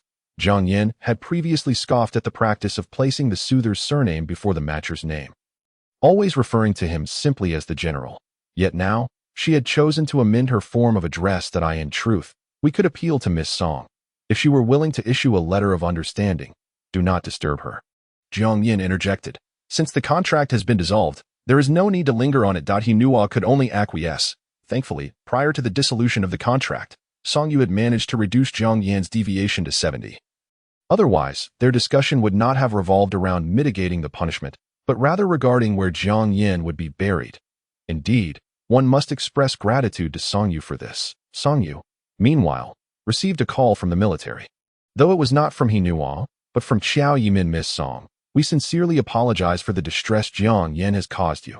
The voice on the other end was somewhat aged, lacking the sharpness of a decisive general, yet it conveyed earnestness. Song Yu glanced out the window, observing Tang Jishu fishing on an air-cushioned bed alongside his chief guard, Zhang Shibai. Claiming to catch a species of small white fish unique to the pink crystal sea, known for its exquisite flavor. However, this had been their refrain for 3 days, yielding nothing thus far, prompting him to enlist Zhang Shibai, who had attempted fishing years ago, to assist him. How is Jiang Yin faring now? Song Yu inquired. The other party fell silent for a moment before responding. Not well. He is currently in the 4th Army military prison and has been consumed by guilt over misunderstanding you. Misunderstanding? What misunderstanding? At this moment, Song Yu was still unaware of the extent of the misunderstandings between her and Jiang Yin. Indeed, the public generally lacks knowledge of certain military regulations. For instance, military shuttles typically cannot connect to civilian networks. Cannot connect? Jiang Yin boarded the shuttle bound for the 4th Army District on the 2nd or 3rd day after the contract was established, correct? At that time, there seemed to be little information about her online. Song Yu began to piece together the puzzle. So, when we encountered one another on Desert Star, Jiang Yin did not recognize me, precisely. Perhaps you are unaware that to protect soothers, the matching page for matchers does not display the soother's photograph. Later, he assumed he had a one-night stand with a stranger, and as an A-class soother, you could not accept a disloyal matcher, prompting him to voluntarily dissolve the contract with you. Initially, the matching interface for both parties did include photographs and video footage. However, it became commonplace in the Galactic Empire for lower-tier soothers to match with higher-tier matchers, leading to resentment from matchers who had been cancelled without ever meeting, attempting to retaliate against soothers. Thus, the matching interface was stripped not only of soother photographs and videos but also increasingly limited in data. At the time of the contract's establishment, Song Yu was merely an ordinary high school graduate, with scant information available online. Otherwise, Ouyang 15 would not have confused her. The communication had concluded, yet Song Yu could not help but recall the 3 suitors of Princess Roer, Lin Yunyu, a rather insipid C or D grade young man, Jiang Yin, a graduate student in history who, despite holding an A grade, had lived a life devoid of turmoil, resulting in an inevitably low degree of alienation, and Yang Yunjing, a leisurely aristocrat subsisting on land leasing, who could be said to possess considerable potential, yet was currently only at B grade. The degree of alienation among Princess Roar's suitors was notably low, with none reaching the S-grade in stark contrast. She herself had 2 S-grade companions, and one on the verge of elevation to S-grade, with Tang Jishu boasting an alienation level of 92, and Jiang Yan exceeding the critical threshold of 95 upon their first meeting. This disparity was not due to her possessing superior abilities, but rather because Princess Roar had been afforded greater protection, with the royal family providing her with the opportunity to mature gradually, wishing to prevent her from prematurely exhausting her capabilities. However, Song Yu was not privy to such privileges. Fortunately, her abilities diverged from those of ordinary pacifiers. The foul energy did not deplete her strength, but rather augmented it. How terrifying it was, seemingly surrounded by stars, yet in truth, merely a tool to alleviate the alienation of higher-tier warriors. Was this what they termed killing by adoration? After concluding her conversation with General Qiao Yimin, Song Yu noticed that her mother had already sent her 3 call requests, prompting her to worry if something urgent had arisen, and she hastily returned the call. "Mother, little Yu, I am so sorry to have troubled you." Song Han's eyes were red-rimmed. "Last time, it was my fault. I should not have persuaded you so." Little Yu could see the pity and guilt in Hu Xiaohuan's gaze directed at Song Yu. "Come back. We cannot aspire to the royal family. We should not indulge in such lofty dreams." At that moment, Tang Jishu, who had been fishing, hurriedly entered, causing the door to slam with a loud bang as the wind caught it. "Do not think we fear you," declared Song Han's other suitor, his face a mask of indignation as he clenched his jaws, seemingly to bolster his own courage. "Is the royal family truly that formidable? Our little Yu possesses an A grade. Many people are eager to be her suitor." Tang Jishu lowered his head, apologizing to everyone on the communicator. "I beg your pardon. Please do not misunderstand. What are you all discussing?" Only Song Yu remained bewildered. "Mother, Tang Jishu and I are on very good terms. We've been enjoying ourselves at the Pink Crystal Sea these past few days." However, those videos had already been verified. They were not fabricated. "What videos?"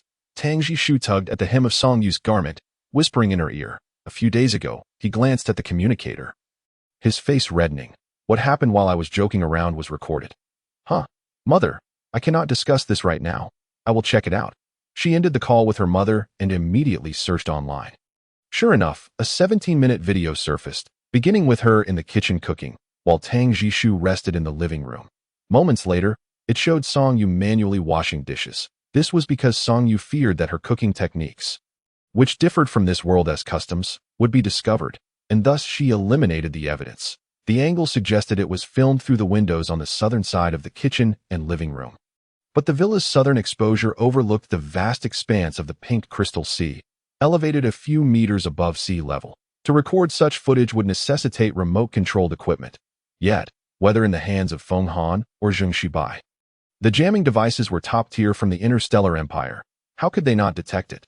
The video abruptly cut off before showing Tang Jishu approaching as Song Yu opened the kitchen door, instead directly displaying her serving the final 2 dishes and the 2 dining together. Ordinarily, the sequence of their meals would have Song Yu starting first, while Tang Jishu stood by to serve her.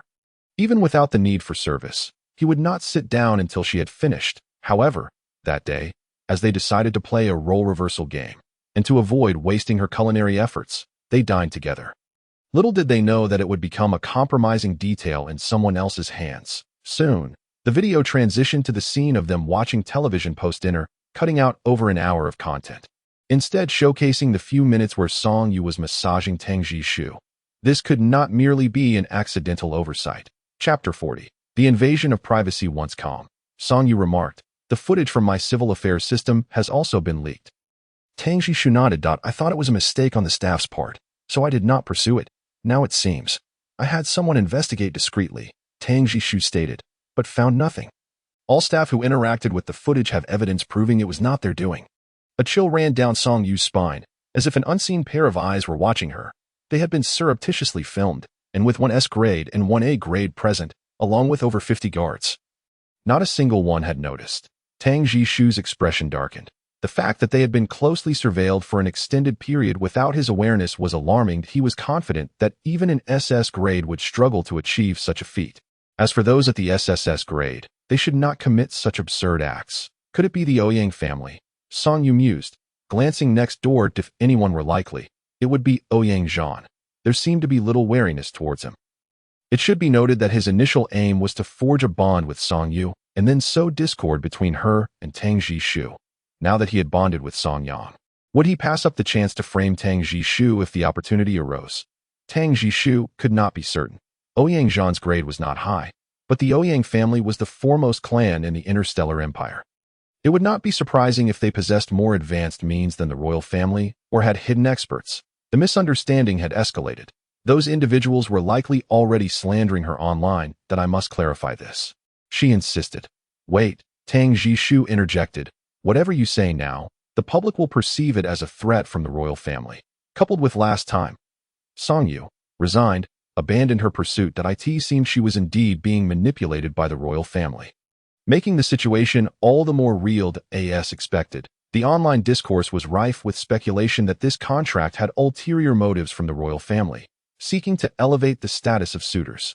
Moreover, Song Yu was merely a nominal head of the family, still bound to adhere to Tang Jishu's lead. A multitude of female pacifiers condemned Tang Jishu, meticulously dissecting the management regulations for suitors to highlight his transgressions.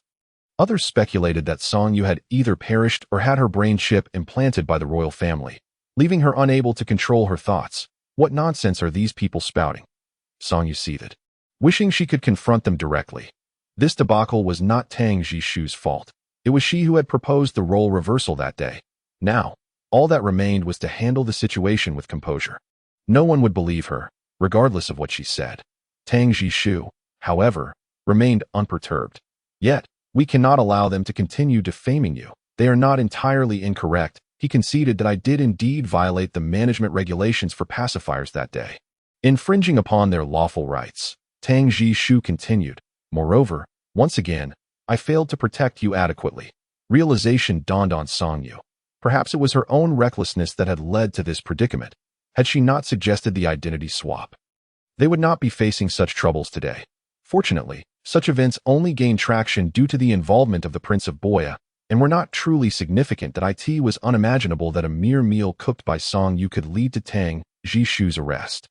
Once a few days have passed and the tempest subsides, we shall make a public appearance to demonstrate my respect for the pacifiers. Song Yu nodded, left with no argument. She could only wait for time to dilute the situation.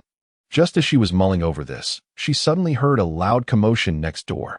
Head of the family, it truly was not me. I swear, it was Ouyang Zhan. Following that were the sounds of slapping and groans. If it was not you, then who could it be? On this entire beach, aside from you, everyone else is either my sister or brother-in-law's ally. Besides, you initially aimed to sow discord between my sister and brother-in-law. I had no reason to do so. After officially binding, I intended to leave the Ouyang family. Moreover, these past few days, I have been with you. Do you not know what I have done? A brief silence followed. You have a point. Nevertheless, even if it was not you, it serves as a warning. More slapping sounds ensued, followed by Ouyang Zhan's muffled whines, and finally, silence reigned. Fortunately, I have a gentle head of the family. Tang Jishu breathed a sigh of relief. Song Yu remained pensive. She had come to realize that this world differed vastly from Earth. There was no concept of social standing based on family background. Only power dynamics. As long as one possessed sufficient strength, even if the head of the family hailed from humble beginnings, they would still present themselves in a condescending manner to their suitors. The regulations governing suitors and the protection laws for pacifiers did not concern themselves with equality. They were decidedly one-sided. Should the population disparity continue to worsen, the imbalance would likely intensify. It made her feel somewhat out of place. Putting aside public opinion, we must discover who recorded the video. Song Yu asserted, no one can remain vigilant forever. That I will do my utmost, Tang Jishu replied. However, since this incident has occurred, we can report it to the Public Safety Bureau and have them investigate. They have the manpower to exert at least a modicum of deterrence. Song Yu did not oppose this. After a moment of silence, Tang Jishu's communicator buzzed. It is His Majesty. Tang Jishu frowned, his previously gentle demeanor retracting into tension and seriousness. Song Yu gently patted his back, saying, If His Majesty reprimands you, I will share the burden with you. Tang Jishu pressed her lips together and answered the call. Mother, what is the matter? The Empress spoke with a grave tone. Mother, I was at fault. Your Majesty, it was merely a jest between us, unknown to whom it was leaked and posted online. This is not Jishu's fault.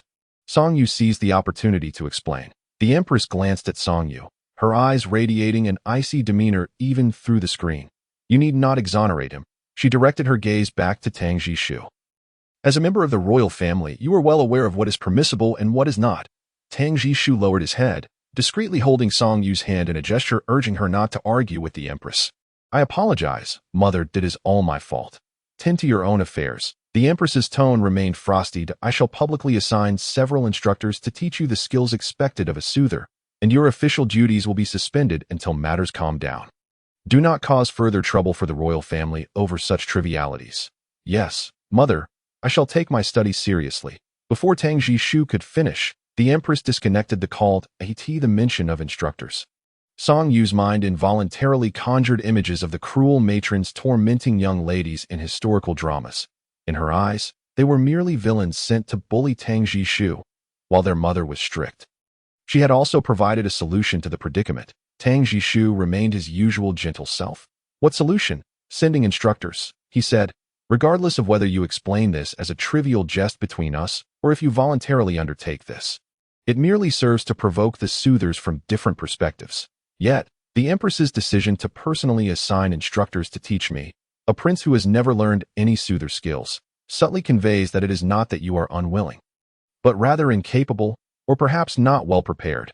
The royal family does not wish to provoke the soother's protection laws, but rather to tighten control over you, the errant prince. Song Yu echoed Tang Jishu's words. Song Yu could only acquiesce, despite the fact that it was not his fault. Is it not a mistake to keep your own master on the brink of starvation daily? Tang Jishu smiled, comforting Song Yu instead that I have always suffered from my identity preventing me from attending civilian training schools. Online learning has its limitations, so this might be quite beneficial. They surely won't just teach cooking. Right? Perhaps. And if you struggle with your studies, they won't resort to physical punishment, will they? Tang Jishu hesitated noticeably, as if gathering his thoughts, before replying, I am in S-class. Aside from you, no one within the Galactic Empire can best me. Song Yu felt an inexplicable stir within her heart, leaning closer to Tang Jishu. Aside from me, Tang Jishu nodded that I will tentatively believe you. Just ensure you do not come to harm. Chapter 41. Rescuing Song Yu on Planet 006. Song Han's eyes were reddened, while Zhao Mu wore a serious expression. The other soothers sat quietly on the sofa, observing their master's demeanor. Xiao Yu cannot cook at all. She has never even entered a kitchen, Hu Xiaohuan whispered, tears streaming down her cheeks. During this time, she must have endured so much hardship. Not necessarily. Just now, Xiao Yu said she was having a wonderful time at the Pink Crystal Sea. That cannot be true, Hu Xiaohuan exclaimed. She must have been coerced. Otherwise, how could Xiao Yu so skillfully prepare meals for others when she doesn't even know how to turn on the stove? She has undoubtedly been forced by the royal family to do what a soother is expected to do. Why won't Song Yang tell us anything? Song Han still felt something was amiss. She is too busy dating a soother. Perhaps she hasn't noticed Xiao Yu at all, Zhao Mu said. Xiao Yu has encountered danger twice, and Tang Jishu was absent both times. They clearly left together. And he is S-class. I can't think of another reason aside from negligence. Moreover, did Jiang Yin dissolve his contract with Xiao Yu because of what she said? The Jiang family is a century-old noble family. How could their child act in such a manner? Perhaps the royal family forced him to leave Xiao Yu. Indeed, Xiao Yu mentioned that Sha Lang hurried back to the Desert Star. He had just established a contract a few days ago. Why isn't he accompanying the master? What business does he have in such a desolate place? Was he also threatened? The 5 individuals in the room exchanged glances, increasingly convinced that something was amiss. Why don't we go to the Pink Crystal Sea? Hu Xiaohuan suggested. Song Han and Zhao Mu shot him a glare that I don't mean for leisure. We should retrieve Xiao Yu, even if we cannot dissolve her contract with Tang Jishu. Having her with us will surely spare her some grievances, at the very least. Uncle who can cook for her. Song Han's eyes flickered, clearly intrigued by this proposal. If trouble arises, it will be us older folks who bear the brunt first.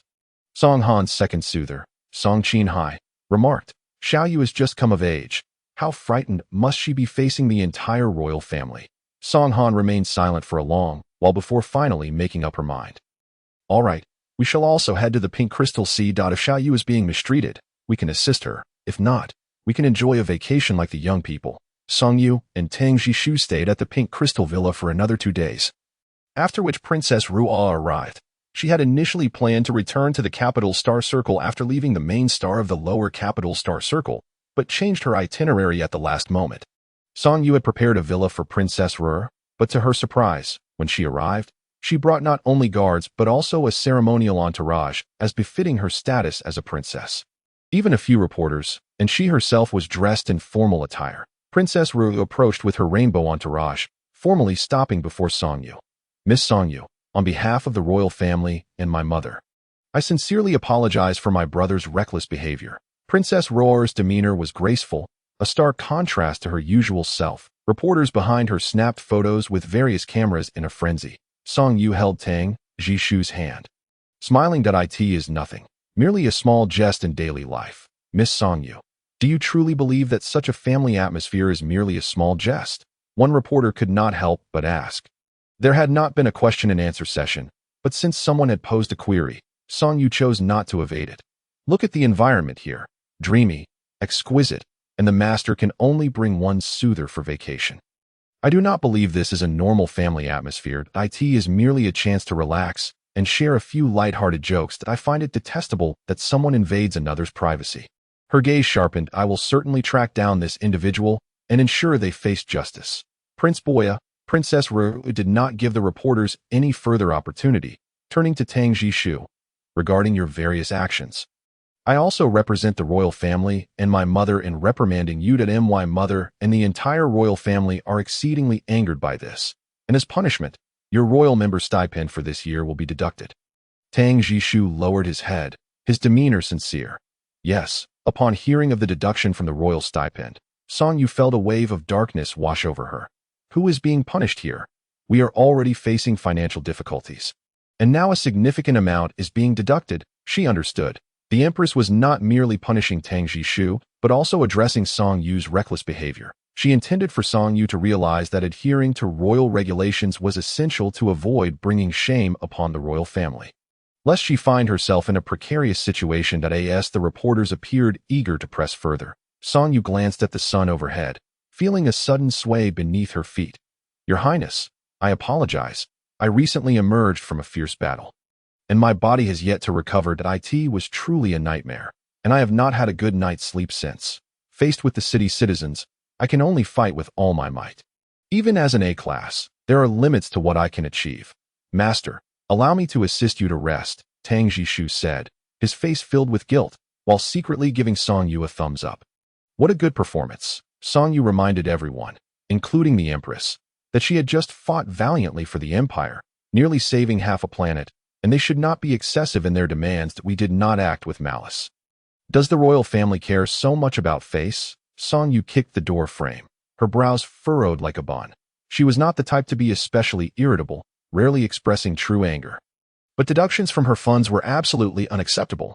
No one understood better than Song Yu how arduous it was to earn money. Once, to afford a meal, she had to rise early and toil through countless grueling jobs. She did not desire what was not rightfully hers. However, when something that should have belonged to her suddenly vanished, she was understandably displeased. Will you calm down? Tang Jishu urged. If not, feel free to hit me. Song Yu sighed.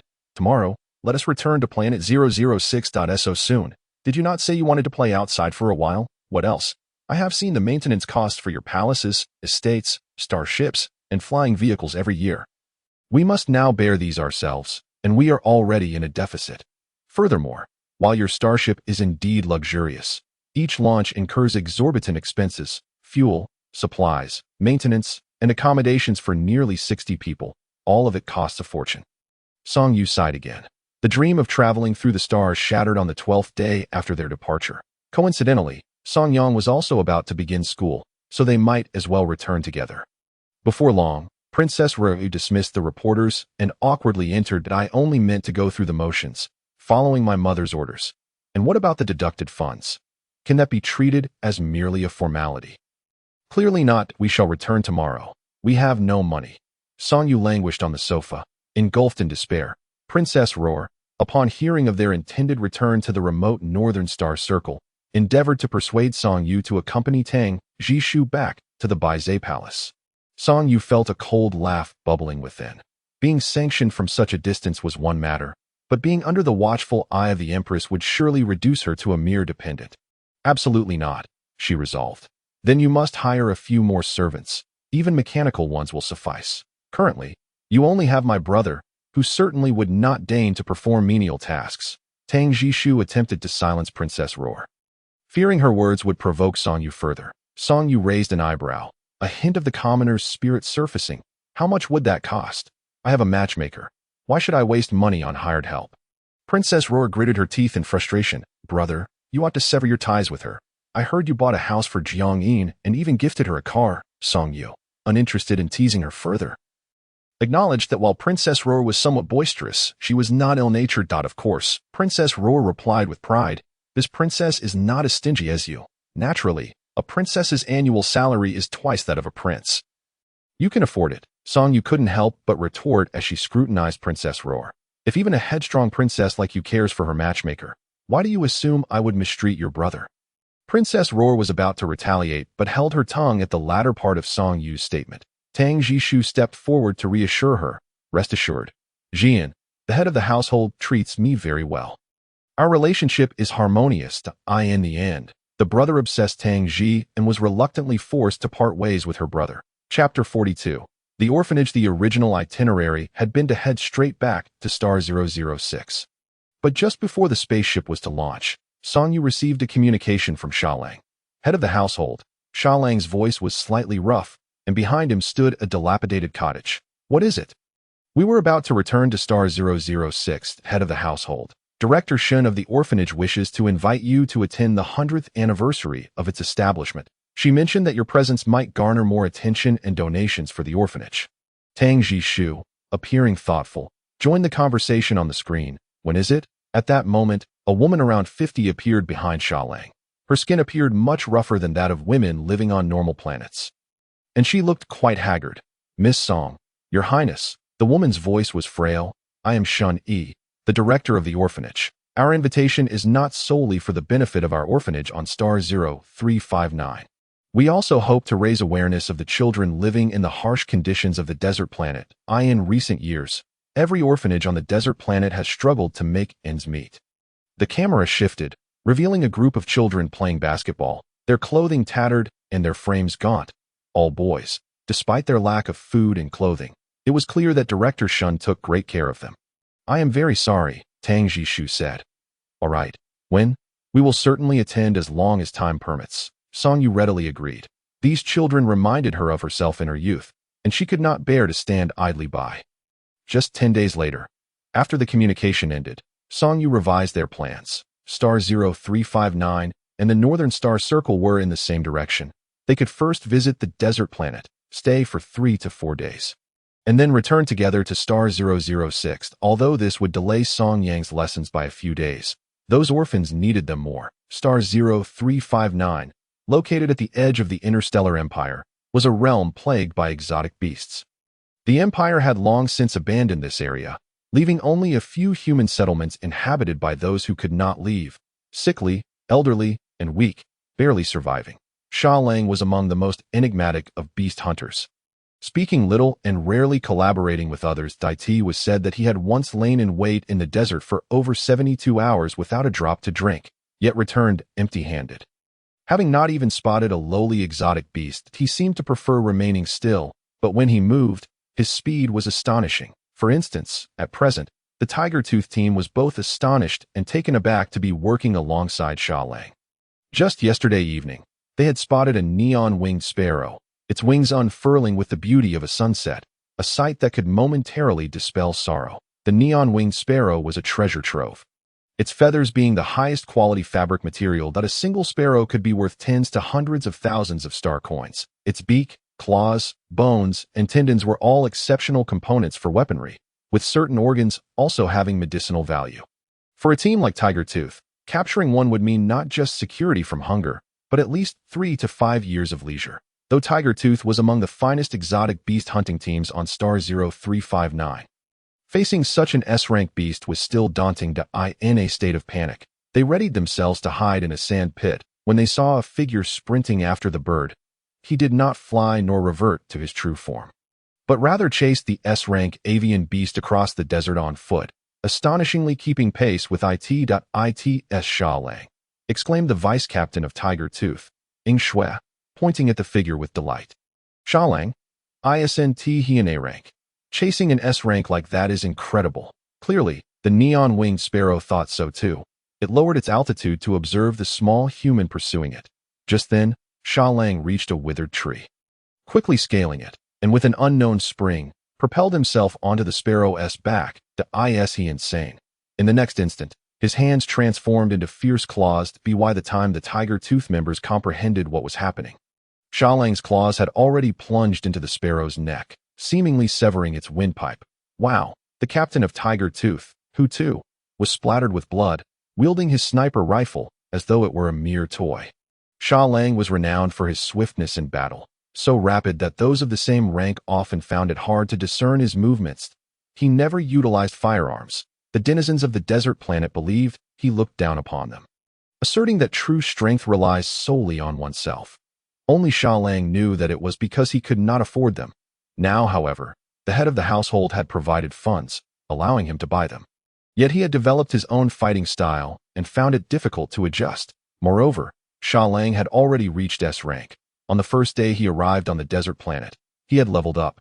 Confronting a non-combatant SS rank avian was not difficult for him. The challenge lay in the fact that he could not fly, having pursued the neon-winged sparrow for a full 2 days before seizing the opportunity.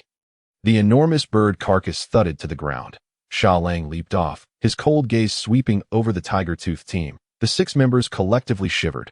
"Help me remove the wings. You can keep 30% of the proceeds from the rest." Sha Lang's demands were succinct. The bird was far too large for one person to process in a timely manner. The Tiger Tooth team, astonished by such a bountiful and low-risk opportunity, eagerly agreed. Thus, they worked together to dismantle the creature. The desert night was even chillier than anticipated. The wind whistled over the dunes, and aside from a few withered trees, only the red and blue moons silently shifted positions in the sky. A faint metallic scent lingered in the air as Sha Lang lay alone in the desert, perplexingly starting to suffer from insomnia since returning to the desert planet. Whenever the night grew quiet, memories of his days with Song Yu would flash before his mind's eye. Even if he eventually fell asleep, he would dream peculiar dreams, the most frequent of which involved him clinging to the head of the household like Tang Jishu. Unwilling to part, he could always remember her, as well as her home, the modest villa. And then there was Tang Jishu, who persistently hovered around her. Sha Lang realized that memories of the head of the household were seldom devoid of Tang Jishu. What an annoying fellow he was. When he returned next time, he would strive to secure more time alone with the head of the household. She would surely appreciate these wings, for merchants who came to the desert planet to collect colorful wings always offered high prices, claiming that noble women favored them immensely. Originally feeling drowsy, Sha Lang began to fantasize about presenting these wings to the head of the household. Indeed, insomnia was a dreadful affliction. Chapter 43. The teachers. 3 teachers dispatched by Her Majesty the Empress hurriedly arrived before Song Yu, and her companions set off on their return journey. To their surprise, 2 of the 3 were women. It was said that they were the president and vice president of the Comforters' Rights Protection Association and were also the revisers of the Comforter Protection Act. They possessed unparalleled knowledge of the rights and obligations between comforters and their matchmakers, serving as the theoretical instructors for this session. The male instructor was responsible for all practical training, including cooking, washing, and cleaning. Respect was the most fundamental attitude a matchmaker should hold towards a comforter. One must maintain both reverence and a sense of trepidation. "Your Highness Boya," the instructor began, "your recent behavior, whether in jest or coercion, reflects a lack of the necessary respect when accepting a comforter's service. On the first day, in a vacant room on the lower deck of the spaceship, the president, Yin Fa, wielded a long teaching rod, directing a lesson on the subtitles displayed on the large screen for Tang Jishu. Clad in a perfectly tailored suit that accentuated her figure, her back was impeccably straight, and her hair was neatly pinned up, with not a single strand out of place. The black-rimmed glasses obscured half of her face, presenting her as the archetype of a stern teacher. Naturally, Song Yu was not obliged to attend. Yet her unease compelled her to sneak a glance from the monitoring room. Compliance, she mused, is the demeanor befitting one of her status. It is the posture a matchmaker ought to maintain. As the class commenced at 6:30 in the morning, Song Yu, feeling drowsy after half an hour of watching, was suddenly jolted by the sharp sound of the teaching rod striking something, evoking memories of her elementary school teacher's wrath, sending chills down her spine. Upon opening her eyes, she realized that Yin Fa was rapping her rod against the screen. "Your Highness, it is inappropriate to slumber during class. I shall duly record this and report it to His Majesty," she admonished, her anger palpable, the sharp clicks of her high heels echoing as she paced. If not for Tang Jishu being present, she would not have hesitated to strike something more substantial than the screen. It appeared that the online critiques were not entirely unfounded. Indeed, his demeanor was haughty, showing no signs of contrition that my apologies. "Teacher," Tang Jishu responded, visibly startled, yet maintaining his usual gentleness. "I do tend to doze off during theoretical lessons." Gentle, yet unyielding, this only fueled Yin Fa's ire, prompting her to consider reporting to His Majesty. However, as she reached for her communicator, she hesitated. She had been dispatched by His Majesty to conduct the class. Yet it seemed that the true authority over the Prince of Boya was perhaps not His Majesty himself. What about Miss Song? Yin Fa reconsidered. "What?" Tang Jishu queried, perplexed. "Summon Miss Song. I wish for her to observe the learning attitude of her match and to administer appropriate discipline." She should be watching, but Tang Jishu refrained from voicing this thought that a fleeting hesitation was misconstrued as fear, which pleased Yin Fa somewhat. "Excellent. You still possess a modicum of respect for your housemate," she mused, feeling as though she had gained leverage. "Thus, I shall grant you one final opportunity. Should you falter as a student again, I shall certainly call upon Miss Song to witness it personally." "Thank you, Teacher Yin." Tang Jishu expressed his gratitude earnestly. Song Yu, however, had barely registered the latter part of the conversation, for upon hearing the mention of punishment, she swiftly exited the monitoring room, seeking refuge in a secluded corner where no one could find her. Intending to re-emerge only after Tang Jishu's class had concluded, after the morning lessons concluded, Yin Fa returned to the teaching room, the designated office for the 3 instructors aboard the spaceship, where she noted her commendable performance following the morning's classes. Meanwhile, Song Yu finally breathed a sigh of relief, having secluded herself in a small, dark room to study her own form until Tang Jishu's class ended. By then, she had absorbed much of the lingering negativity, her essence having expanded significantly, the swirling dark energy now robust and vibrant. The discrepancies between her experiences and the online narratives were stark. Many lessons she had to glean through her own intuition. Soon after, she received a message from Yin Fa, requesting that in the upcoming classes, Song Yu occasionally oversee and assist with certain disciplinary measures. "Your Highness, you too doze off during class," Song Yu teased. Tang Jishu blushed slightly but spoke the truth. "It is not the first time. I have always struggled with drowsiness in class that I had hoped that after all these years it would have changed. Did you attend the military district from a young age?" Song Yu suddenly realized her ignorance regarding Tang Jishu's life trajectory and inquired while having lunch. Tang Jishu, arranging the newly served dishes for her, replied, "Yes, I self-studied during high school at the military district, though I did not excel. Those years were consumed with combating the otherworldly beasts, leaving me little respite." "You were quite young then, housemaster. This dish is particularly delectable. You should try it," he urged, offering a bite of food to her lips. Song Yu regarded him, recalling Princess Roar's reticence about his past and her vehement opposition to her joining the military academy, thus refraining from further inquiry. "This teacher Yin is rather formidable," she lamented. "She is merely fulfilling her duties. If she wishes to summon you again tomorrow, simply comply and do as she desires. There is no need to confine yourself for an entire morning. What if she instructs me to strike you? Then I shall strive to perform adequately, ensuring she has no reason to do so." The afternoon practical class was held in the suite occupied by Song Yu and Tang Jishu due to the spaceship's limited space. The instructor, Teacher Hu, appeared to be in his mid-20s, clad in leather attire that belied a gentle demeanor, despite possessing the qualifications of a training institution, with one hand gripping the long teaching rod from the morning and the other clutching a small bag. He sauntered in, humming a tune with an air of nonchalance. "Good day, Miss Song." Before entering, Teacher Hu flashed a roguish smile, seemingly believing himself to be exceptionally charming. "Tang Jishu, we meet again." Tang Jishu, upon recognizing him, shed the reverence he had shown Yin Fa, slumping lazily on the sofa. "That I didn't expect you to pursue this profession. Do you not concern yourself with my career?" Today, I am your teacher. Teacher Hu proclaimed, rapping the teaching rod against the doorframe in an attempt to project authority. Teacher Hu, Song Yu interjected suddenly. I acknowledge that you are Ji Shu's instructor, but that doorframe is mine.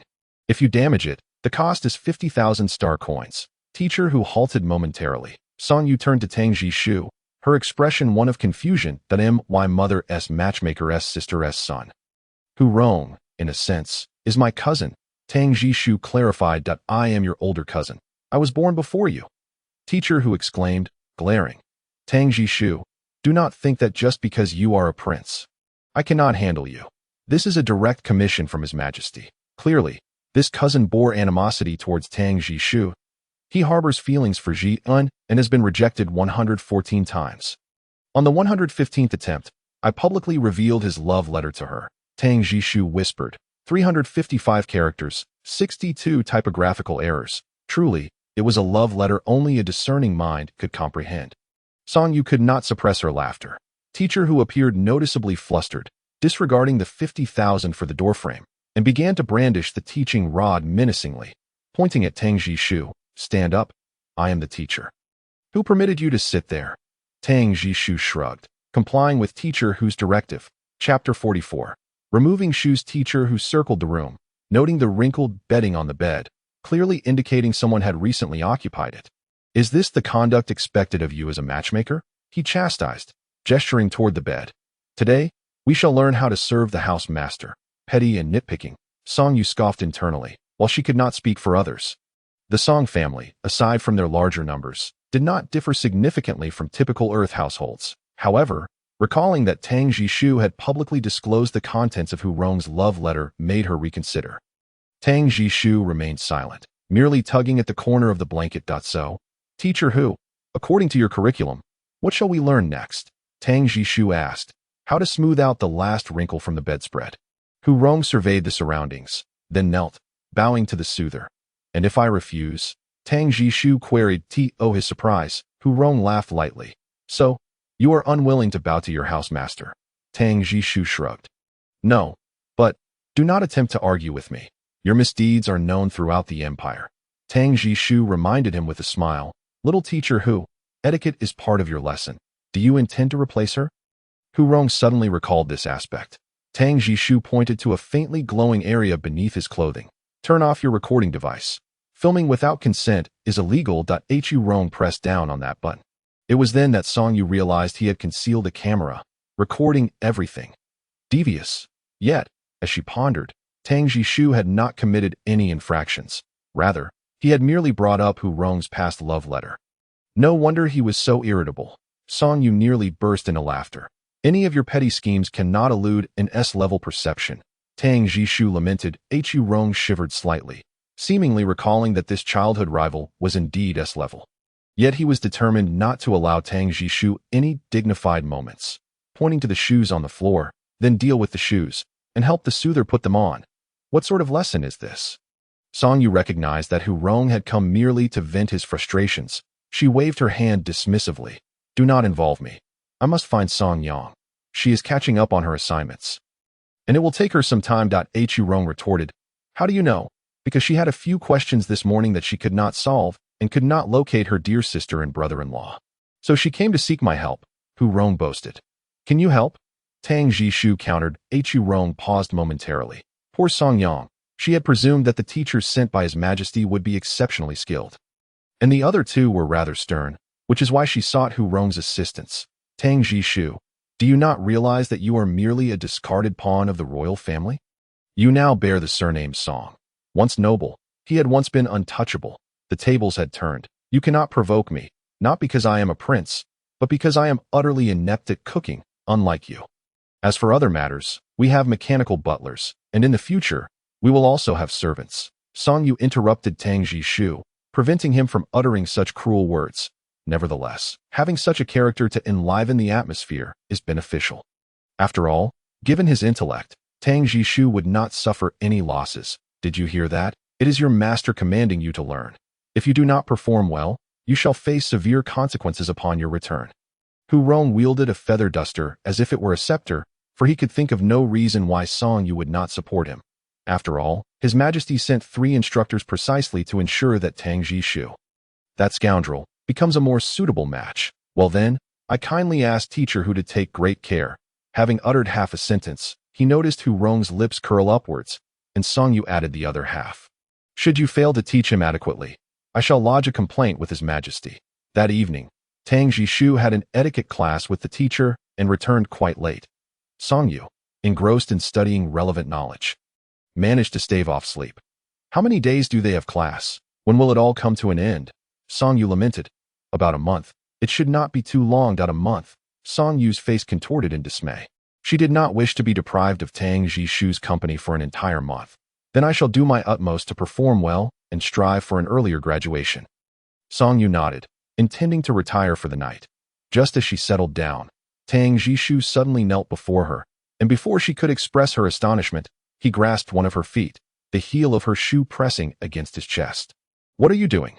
Although teacher Hu is not professional, he reminded me that the matchmaker who sleeps with the master at night should assist the master in removing their shoes. His fair and slender fingers delicately unfastened the clasp and removed Song Yu's sandals, gently massaging the soles of her feet. He then placed his other hand on his own chest, repeating the same action. Song Yu bit her lip, her originally pale lips now tinged with color. Did they mention what else the matchmaker should do when sleeping with the master at night? Tang Jishu embraced Song Yu as they climbed into bed, whispering in her ear that this part need not be taught.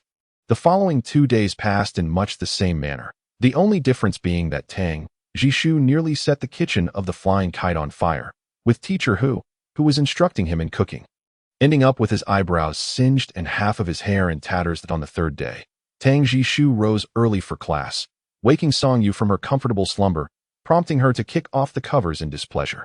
I apologize, I was too careless. Tang Jishu gently patted Song Yu's chest a few times, explaining that conditions aboard the spacecraft were limited, and once they returned home, she would no longer have to share a room with him.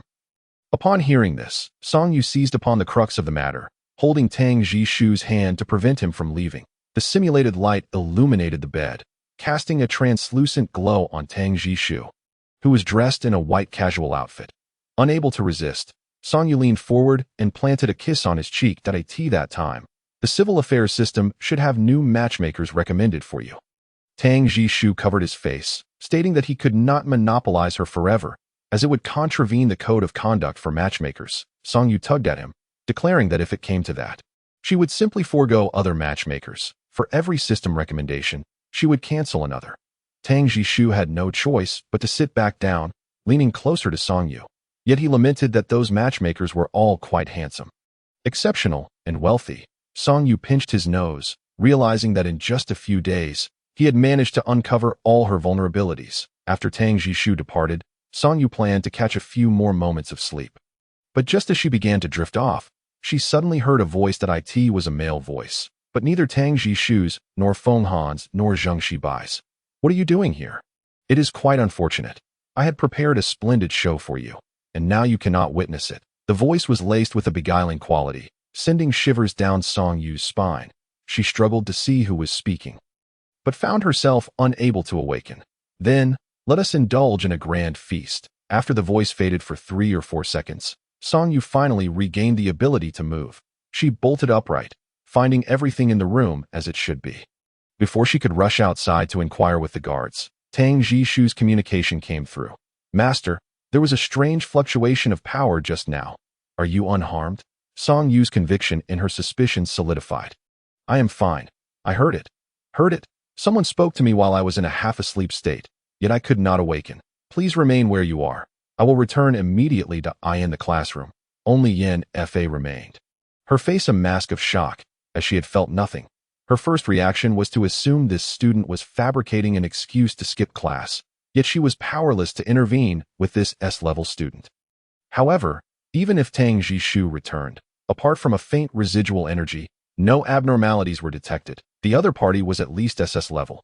Tang Jishu's expression darkened, yet, given his ability to traverse the cosmos with such ease, he was likely more than just SS level unless he possessed some extraordinary ability. Song Yu was merely A level.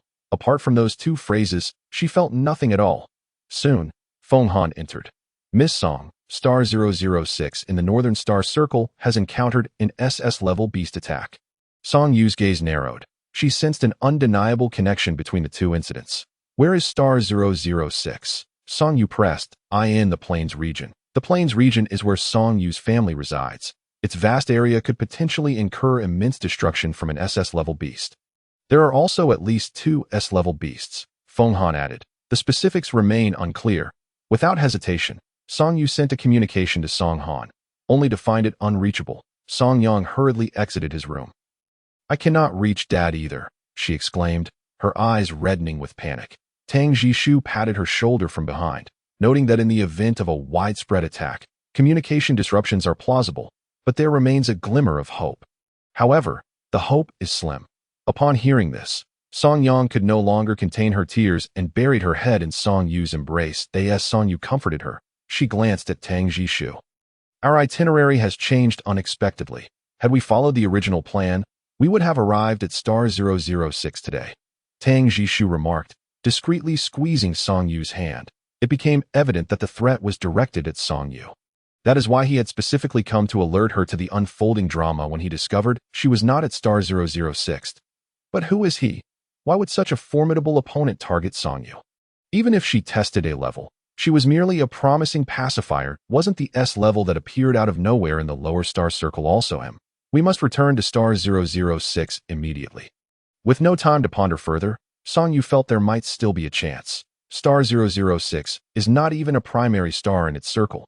Its defensive capabilities are limited, with the highest-ranking guard captain barely reaching A level.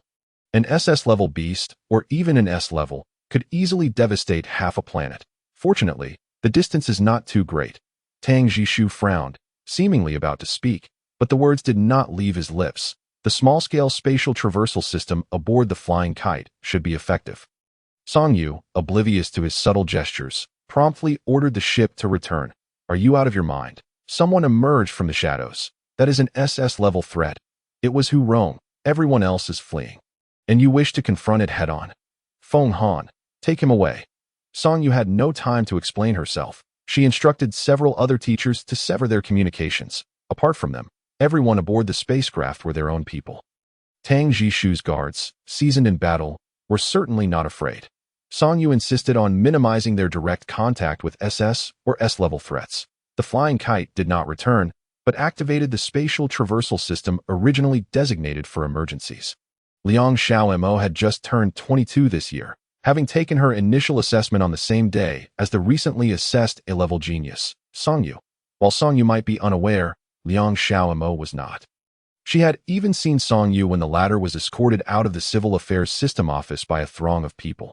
Unfortunately, her initial assessment yielded a dismal F level, yet she remained optimistic, believing she would one day reach D level, no, C level. Her 2 matchmakers included a high school boyfriend with whom she had been in a relationship for 2 years, and another matched by the system. A small private shop owner residing in Star 006. Currently, they were planning a trip to a grassland in the Plains region, a popular route this year, as it passed by the villa area where Song Yu lived. Many underage girls aspired to visit, especially after Princess Roar and Prince Boya had resided there. Even if they could only fly overhead and not directly above Song Yu's residence, many queued to take photos. Liang Xiaomo was no exception. Her matchmaker Liang Wuhao had even paid extra to schedule their trip during the earliest hours when there were fewer people. Once aboard the hover car, Liang Xiaomo shared kisses with her matchmakers, basking in their praise before setting off. According to the electronic map, Song Yu, her parents, and Princess Roar's 3 villas were adjacent, from the nearest point the hover car could reach. The 3 villas could be faintly glimpsed. At it. Liang Xiaomo pointed toward a row of nearly indistinguishable rooftops, checking each one until she reached the 12th from the left in the 8th row. It should be, Master, please feel it. Can you sense any enhancement? Wu Hao is quite the humorous individual, and owing to his age being greater than that of Liang Xiaomo, he possesses an exceptional knack for winning her favor. What do you mean?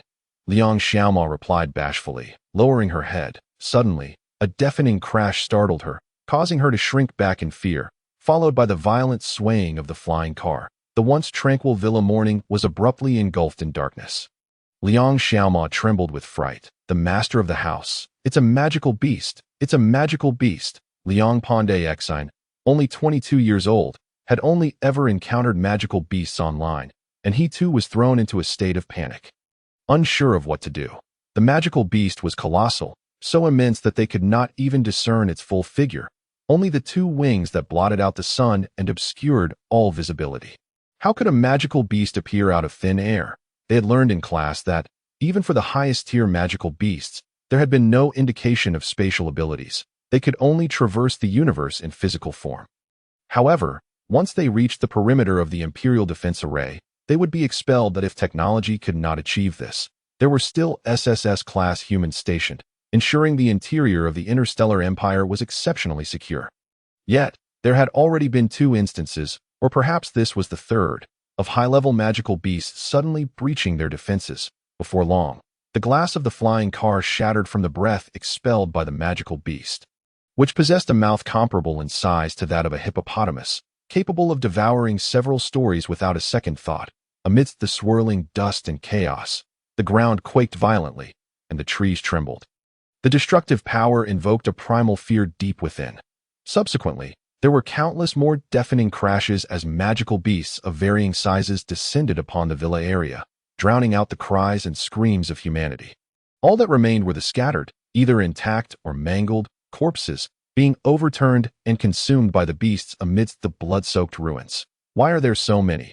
Apart from the largest one, there were countless low-level magical beasts appearing.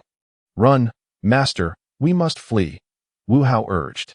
Yet, where could they escape to? The flying car was rendered useless, and an ever-increasing number of magical beasts landed. The only glimmer of hope was that they still had some distance from the beasts. However, the villa area was rapidly being destroyed, and the famished magical beasts were far from satisfied. They soon turned their attention towards Liang Xiaomao and her companions. Other tourists were fleeing alongside them. Their flying cars also destroyed out of course, some remained intact, but as soon as they took to the sky, they were shot down by flying magical beasts. They are coming. They are coming. Liang Xiaomao glanced back, relieved to see not all the magical beasts were pursuing them. Many remained in the villa area searching for food. The bad news was that the largest one was indeed advancing towards them. In its presence, they appeared as mere ants, easily crushed underfoot. Even worse was the fact that Liang Xiaomao's family was lagging behind. On the 7th day after her contract, she discovered she was pregnant, which should have been a momentous occasion, but now felt like a burden. Chapter 46. Rescue Master. You must flee, Wu Hao urged, shoving a gun into Liang Xiaomao's arms. His eyes were bloodshot. That magical beast is likely in S-class. I must find a way to divert its attention. You? How do you plan to do that? Wu Hao was merely a D-class, far inferior to a mere toy in comparison to an S-class magical beast. No matter what, I won't let you, nor her, die in front of me. Wu Hao glanced at Liang Xiaomao's abdomen. You will die before me. With that, he leaped into a flying car, having already spotted it earlier. He jumped in and piloted the vehicle upwards. Perhaps this would only buy Liang Xiaomao an extra second, but even a second was precious, increasing her odds of survival. However minuscule that AS anticipated, the earth trembled violently once more. Pandey Xian smiled, gripping Liang Xiaomao's hand a bit tighter. It's time. Too bad she is not my daughter, but close enough. For you and her, I will risk my life. It is worth it. Liang Xiaomao wept bitterly. Yet she knew that if she stopped, Wu Hao's sacrifice would be in vain, and now Pandey Xian was in jeopardy too. Pandey Xian was also an F-class, unable to buy even a second. But between fighting for survival and accepting death, he chose the former. He turned back, transforming into a snow-white rabbit, attempting to enlarge his body as much as possible, striving to serve as a worthy stumbling block for the magical beast. Crimson blood splattered onto Liang Xiaomao. She realized that Pandey Xian, her beloved for 2 years, was gone. She felt like giving up, truly unable to continue. Her 100 steps might only equate to the creature's single stride. The tremors intensified. Liang Xiaomao understood that her time was up, so be it. It seems I shall never become a D-class master, nor will I have the chance to meet this child. Just as she prepared to close her eyes, something suddenly streaked through the air behind her, and the tremors brought on by the magical beast ceased abruptly. Liang Xiaomao turned around to behold a branch of a phoenix tree, as formidable as a chasm, blocking the path of the magical beast, Song Yu. In the video, she had witnessed Song Yu in action, wielding precisely such a branch. The branch then retracted, revealing a colossal white goat hovering in the air. Roaring at the magical beast with a sound reminiscent of a fierce tiger's growl, Bai had Song Yu and Prince Boya returned. Each member of the increasingly large group of refugees breathed a sigh of relief, feeling as if divine beings had descended, granting them a final chance at survival. Liang Xiaoma's heart was a tumult of emotions. She would not perish after all, but they would. The movements of the magical beast noticeably slowed as Bai soared through the air, its deep purple hooves striking downwards, cleaving a blade of void from the sky. Liang Xiaoma instinctively shut her eyes, yet the blade did not descend. It seemed merely a fleeting shadow. Liang Xiaoma gasped for breath. Was it Prince Boya who was reluctant to harm the innocents below? Soon after, several more blades of void appeared, but the phoenix tree branches solidly ensnared the magical beast's limbs, swiftly retracting before the creature could shatter them. After several exchanges, the magical beast appeared agitated, soaring upwards in pursuit of Bai. They quickly departed the airspace above star 006, entering the cosmos. However, low-level magical beasts remained, particularly two that were quite intimidating in size. The phoenix tree branches once more spanned the heavens, as a woman descended accompanied by dozens of well-trained guards. Run, the woman instructed Liang Xiaomo. You are quite fortunate to have survived under the S-class magical beast. S-class? Liang Xiaoma's heart nearly stopped. She had thought the beast was merely an S-class at most. The other two, Zheng Shibai, are both S-class. You take one, and I will deal with the other alongside Feng Han. The rest of you, into the villa area to search for survivors. S-class. Both of those are S-class. Run. We are saved. We are saved. Someone shouted nearby as they fled into the distance. Others, seeing that the most formidable beasts had someone to contend with, began devising strategies to deal with the lower-tier magical beasts. Thank you, Miss Song. Thank you, Prince Boya. The crowd wept tears of joy. Liang Xiaoma caressed her abdomen, uncertain whether to celebrate having narrowly escaped death. Song Yu was anxious. They had traversed through space without even bringing the flying kite, relying on Tang Jishu to temporarily hold back the S-class magical beast, but he was uncertain of his chances. She wanted to tackle those two S-class beasts first and then assist Tang Jishu. However, Song Yang, who remained aboard the flying kite, was already in contact with Princess Roar, and a higher-level rescue would arrive shortly. Nevertheless, this time she had gained experience, and her coordination with Feng Han was more seamless. Most importantly, after using a handgun to eliminate a magical beast in the lower star ring, she had equipped herself with some firearms. Though she was still not adept at handling them, she had taken the opportunity to practice while at the Pink Crystal Sea. While handguns could not serve as the primary means of dispatching magical beasts, they were excellent for ambushes. Within half an hour, she had taken down an S-class sand-white fox and even had time to assist Zheng Shibai. What of the villa area? After the two S-class magical beasts fell, Song Yu inquired with the guards responsible for the search. There are no signs of life in the core area where the SS-class magical beasts appeared. Some individuals have managed to hide in the underground shelters, escaping by sheer luck, but the majority. What of my family? Song Yu no longer concealed her concern. Her foremost priority was her family. The guards fell silent, and Song Yu's heart sank. She had only just reunited with her parents, and they had been a joyous family. To have them. Rage surged within her as she recalled that voice. Regardless of its level, she would ensure it met a gruesome end. They discovered two individuals who had survived within the core zone of the SS-class magical beast attack. Song Yu's heart leapt with joy. Even if they were not her mother, her match would suffice. Yet when the two were brought over, she realized they were incredibly young and strikingly familiar. Those two useless members of the Ouyang family. How did they end up here? Get them to a safe place, and borrow a few small combat spacecraft. We will assist Tang Jishu. Song Yu issued her orders that it was not until this moment that the 006th Star Guard and the police hastily arrived. Or rather, dared to arrive. The A-class could neither fly nor physically enter the cosmos. Song Yu harbored a tinge of concern for Tang Jishu, pondering whether he had endured some significant trauma. Fearing that he might face unforeseen consequences, the agitation within her surpassed even her sorrow for the Song family, rendering her unable to suppress her emotions and remain calm. Suddenly, Song Yu realized how vital Tang Jishu had become. Although the guards and police proved to be of little use, Song Yu nonetheless boarded their spacecraft. Just as they broke through the atmosphere, she beheld Bai Zhe and a winged hippopotamus in the villa district. Their sizes were colossal, yet in the vastness of space, they appeared as mere specks in the ocean. Tang Jishu had been evading capture, seeking not to slay the SS-class beast, but merely to prolong the time until rescue arrived. Song Yu attempted to extend a branch to assist him, but the distance was insurmountable. She simply could not reach him. The SS-class beast possessed its own abilities, capable of expelling massive bubbles that ensnared individuals within, allowing it to attack or even devour humans in the interim. Facing an opponent of a higher rank, Tang Jishu struggled immensely, lacking the speed and strength to match the beast.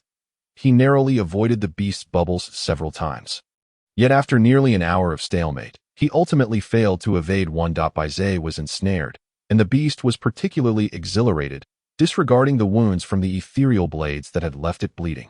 Charging toward Tang Jishu, though the beast lacked intelligence, it was evidently cunning at this level. It did not rush to consume Bai Zhe, but instead delivered a powerful blow, sending Bai Zhe tumbling midair, making escape all the more difficult. The second strike followed suit, and it was not until the third blow that Bai Zhe managed to exploit the beast's claws to rupture the bubble. Though he was clearly growing weary, the cosmic environment was vastly different from that on the ground. Chapter 47. The true essence. Tang Jishu was likely gravely injured. He was not the sort of brute like Sha Lang who could slay beasts of a higher class. Bai Zhe was gentle in nature, and so was Tang Jishu. That a pang of anxiety gripped Song Yu's heart, and without hesitation, she donned her spacesuit, which would allow her to linger briefly in the cosmos. Yet if mishandled, she could drift into the infinite void, never to return. Just as Bai Zhe broke free, he was once again enveloped in a bubble, which was evidently not water, but some form of toxic liquid. Prolonged exposure would likely inflict damage comparable to a blow from the beast. Just as Bai Zhe was ensnared, and the beast prepared to deliver the final strike, a sharp branch suddenly pierced through the bubble, granting Bai Zhe a moment to breathe. Simultaneously, countless branches surged toward the beast, seemingly intent on encircling it. However, this was merely a ruse. Song Yu's strength was solely invested in rescuing Tang Jishu, and once he regained his freedom, she would retract all the branches.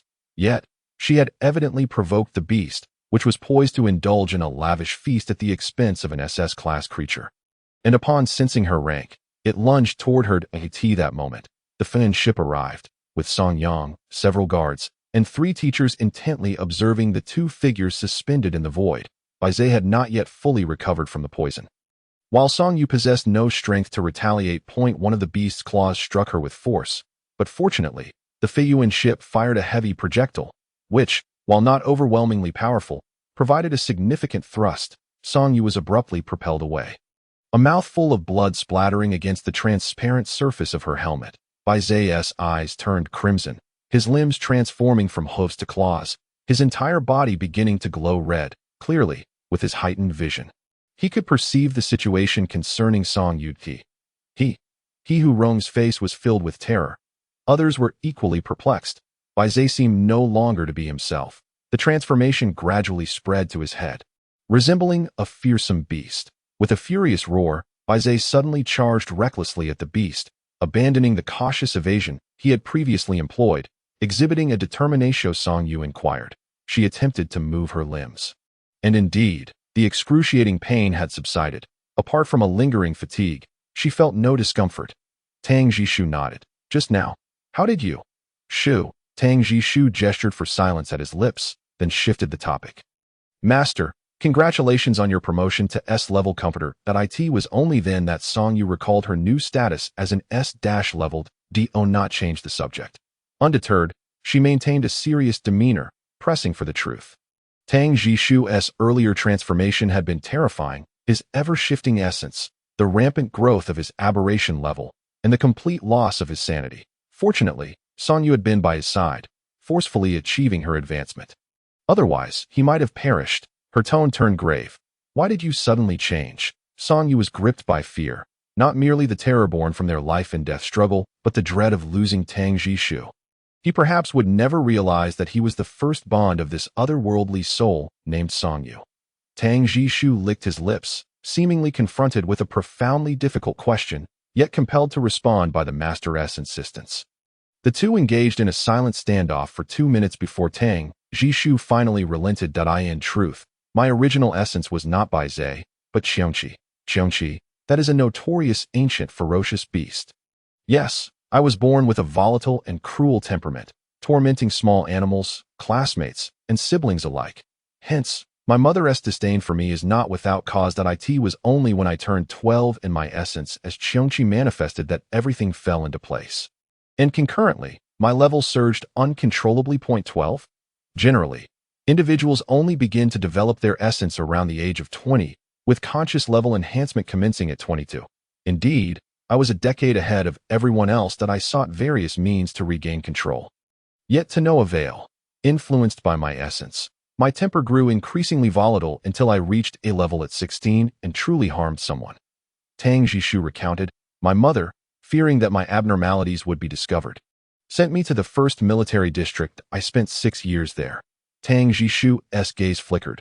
Those 6 years were far from pleasant. His unique identity, volatile temperament, and formidable abilities garnered the emperor's favor, leading the commanders of the first military district to cast him to the front lines, where he battled ferocious beasts daily. The bloodthirsty Qiongqi eventually grew weary, began to feel nausea, and yearned for even a few hours of tranquility. But peace was unattainable. Only relentless combat awaited him. At 20, I entered S level, and by 22, my aberration level had reached a critical point, and I completely lost control. The military district's laboratory had long been intrigued by me. Once my aberration level reached the threshold, I was, in a sense, no longer considered human and was secretly taken away. Tang Jishu continued. What followed were 2 years of dim suffering, for the most part. He was unconscious, unaware if he was out of control or merely in a stupor. Occasionally, when he regained consciousness, he found himself confronted only by cold experimental tables, ticking instruments, and the indifferent remarks of researchers. Either puzzled or astonished, entirely disregarding his feelings, his body was even incomplete. 2 years passed until last autumn. Upon awakening, my essence had completely transformed, and my aberration level had decreased. Song Yu's gaze brimmed with sorrow. Her heart felt as if it were being crushed by 2 enormous hands, growing increasingly painful. How could such a distinguished prince be taken away so easily? Surely, that must have been at the emperor's tacit approval. Did she truly send her own child to be a subject of experiments? Her mother indeed consented, yet she also requested that the researchers do their utmost to save me. Perhaps she believed that living was better than dying. Thus, you did not wish for me to enter military school. Tang Jishu pursed his lips, lowering his gaze before looking up at Song Yu. He nuzzled against her, as if seeking safety. Murmuring softly, I fear them. Tang Jishu seldom exhibited anger, yet he rarely showed vulnerability either. Song Yu had never anticipated hearing the word fear from his lips. They are not so formidable, without those experiments. I might have perished long ago. You see, not only is my aberration level now quite low, but my temperament is no longer influenced by Qiongqi. So, Tang Jishu was not inherently so gentle and unassuming. Devoid of conflict, it was no wonder he consistently demonstrated an abnormal level of empathy. He had originally been altered by the laboratory. Song Yu rose from her bed, embracing Tang Jishu's head in her arms. With me around, all will be well. I am now S level, and I shall grow even stronger. But for now, I hope you can enroll in the Imperial Military Academy. The one capable of controlling SS level beasts has set his sights on you. He is at least SS level, perhaps even SSS level. I might not be able to protect you adequately under his influence. Only an SSS level can ensure your safety, and the Vice President of the Imperial Military Academy, Duan Tianya, is SSS level. I believe that mysterious spatial ability user would not dare to stir trouble within the academy. Song Yu clutched Tang Jishu tightly, momentarily at a loss. The first time you saved Jiang Yan, an inexplicable S-level beast descended. The second time was at the main star of the Shadow Star Circle, but the third time may not be the same. Song Yu affirmed. It was that time when a video of me cooking was uploaded online, along with footage from the civil affairs system being made public. Perhaps it all relates to him, as if he were provoking me. However, you need not concern yourself with me. These minor negative emotions pale in comparison to the dangers posed by SS-level beasts. Persuaded by his words, Song Yu acknowledged that the mysterious individual always created chaos, and it was only a matter of time before they faced dire consequences.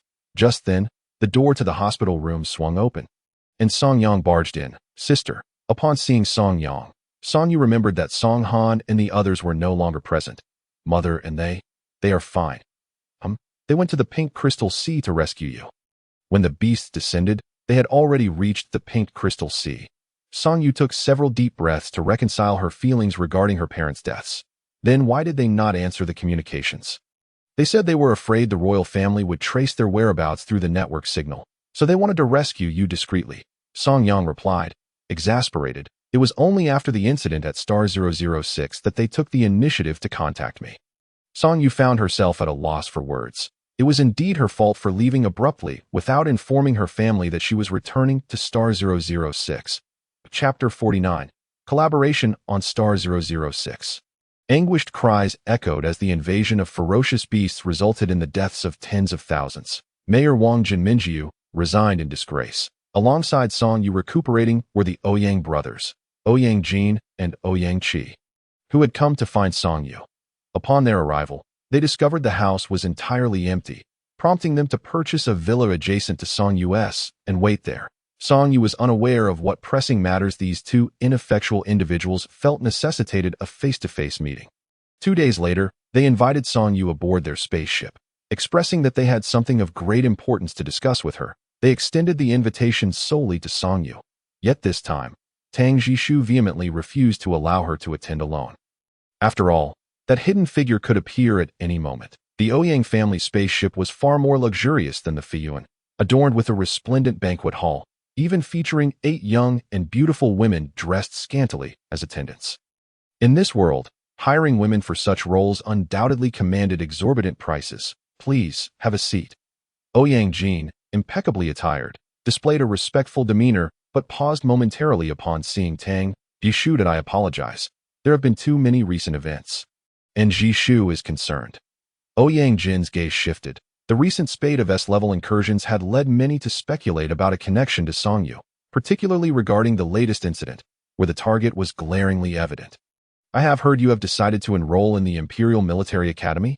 Ouyang Jin inquired. Song Yu nodded affirmatively. Indeed, and I will be heading there as soon as possible. This was the conclusion she and Tang Jishu had reached together. Upon learning of the casualties on Star 006, they had united in this decision without hesitation. The entity lurking in the shadows was devoid of humanity, unconcerned for the lives of civilians, and no one could guarantee that its next fit of rage would not result in the deaths of tens of thousands or even the entire planet. Moreover, in this incident, one of Song Yu's brothers, who had lived in the Comforter-S household and was nearly 10 years her senior, had perished, along with her aunt, who was Song Han's sister. Though Song Yu had never met these two as fellow transmigrators, she could not help but feel a pang of sorrow. It is indeed a wise choice. Miss Song is a remarkably rational person. You flatter me. Song Yu was already immune to such trivial compliments. She remained composed, uncertain of the purpose behind this invitation. Ouyang Jin poured a glass of wine for Song Yu and placed it before her. Miss Song, my brother and I volunteer to become your match partners.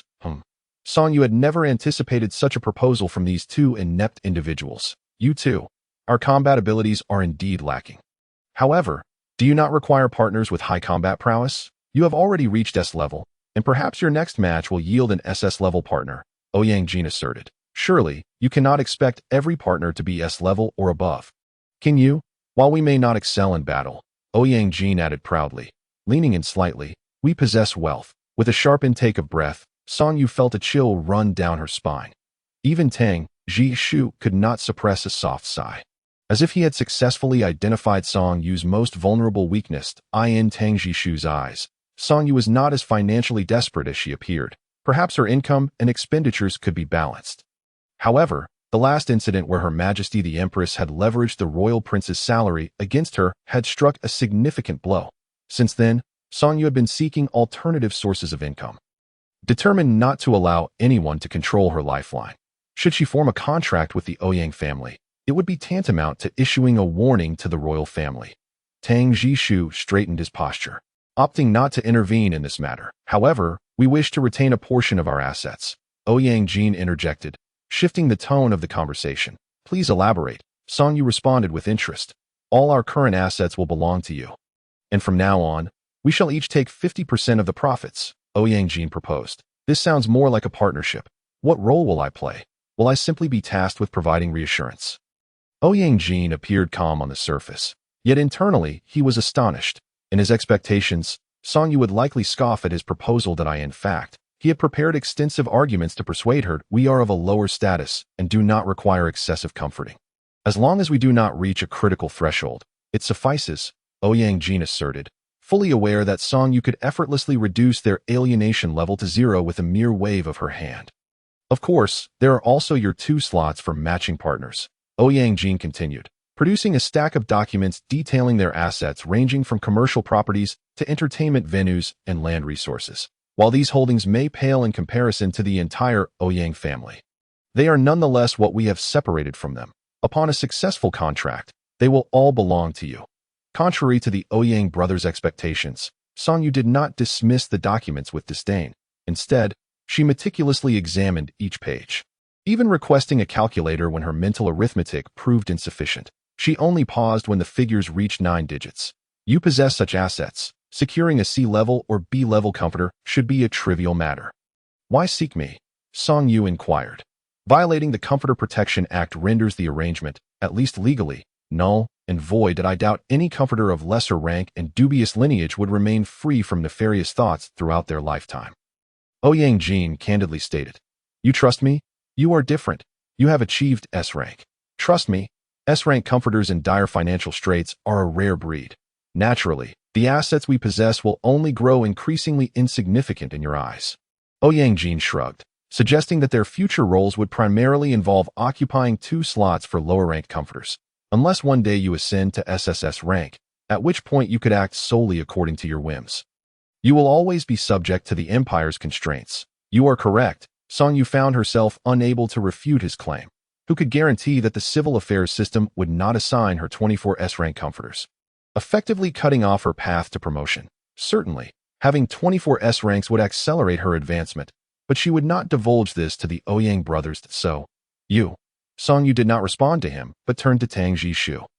Jishu, what are your thoughts? After some contemplation, Tang Jishu replied that it sounded reasonable. From a transactional perspective, the head of the family would not be sacrificing much. However, from the standpoint of the contract, he would be gaining considerably less. TSK, Song Yu expressed her discontent. This man spoke at length only to convey nothing of substance. That I think it is acceptable, but the ratio should be adjusted, 70-30, with the head receiving 70 and you 330. Would be quite reasonable. Ouyang Jin forced a smile. 70-30 was indeed the most they could accept. 60-40, he countered through gritted teeth. Rising to her feet, Song Yu declared that since Jishu disagreed with that ratio, it seemed our deal could only. All right, fine, 70-30 it is, Ouyang Jin hastily acquiesced. Currently, not many in the Interstellar Empire were aware of Song Yu's ascension to S rank, and once that knowledge spread, who knew what changes might ensue? Of course, should you require any additional services, Ouyang Jin leaned closer to Song Yu. We would be more than willing to accommodate. Song Yu pushed his face away, asserting, No need. Your stamina is too poor. I am not. Who says my stamina is lacking? Ouyang Jin felt wronged, unable to clear his name. Even the waitress behind him stifled her laughter. You see, they all know, Song Yu remarked, recognizing that Ouyang Jin's past was not free from dubious associations. But that did not mean she looked down upon those who relied on wealth amidst a sea of suitors. Chapter 50. The Whip Punishment, the 4th Military District Military Prison. The first lash struck, and the skin split open. The sun-kissed flesh erupted, blood trickling in rhythmic drops to the ground. The condemned man trembled, yet the second lash followed without hesitation. After 3 or 5 lashes, he was drenched in cold sweat, his back marred by several, fearing that she might inadvertently cause trouble for those around her.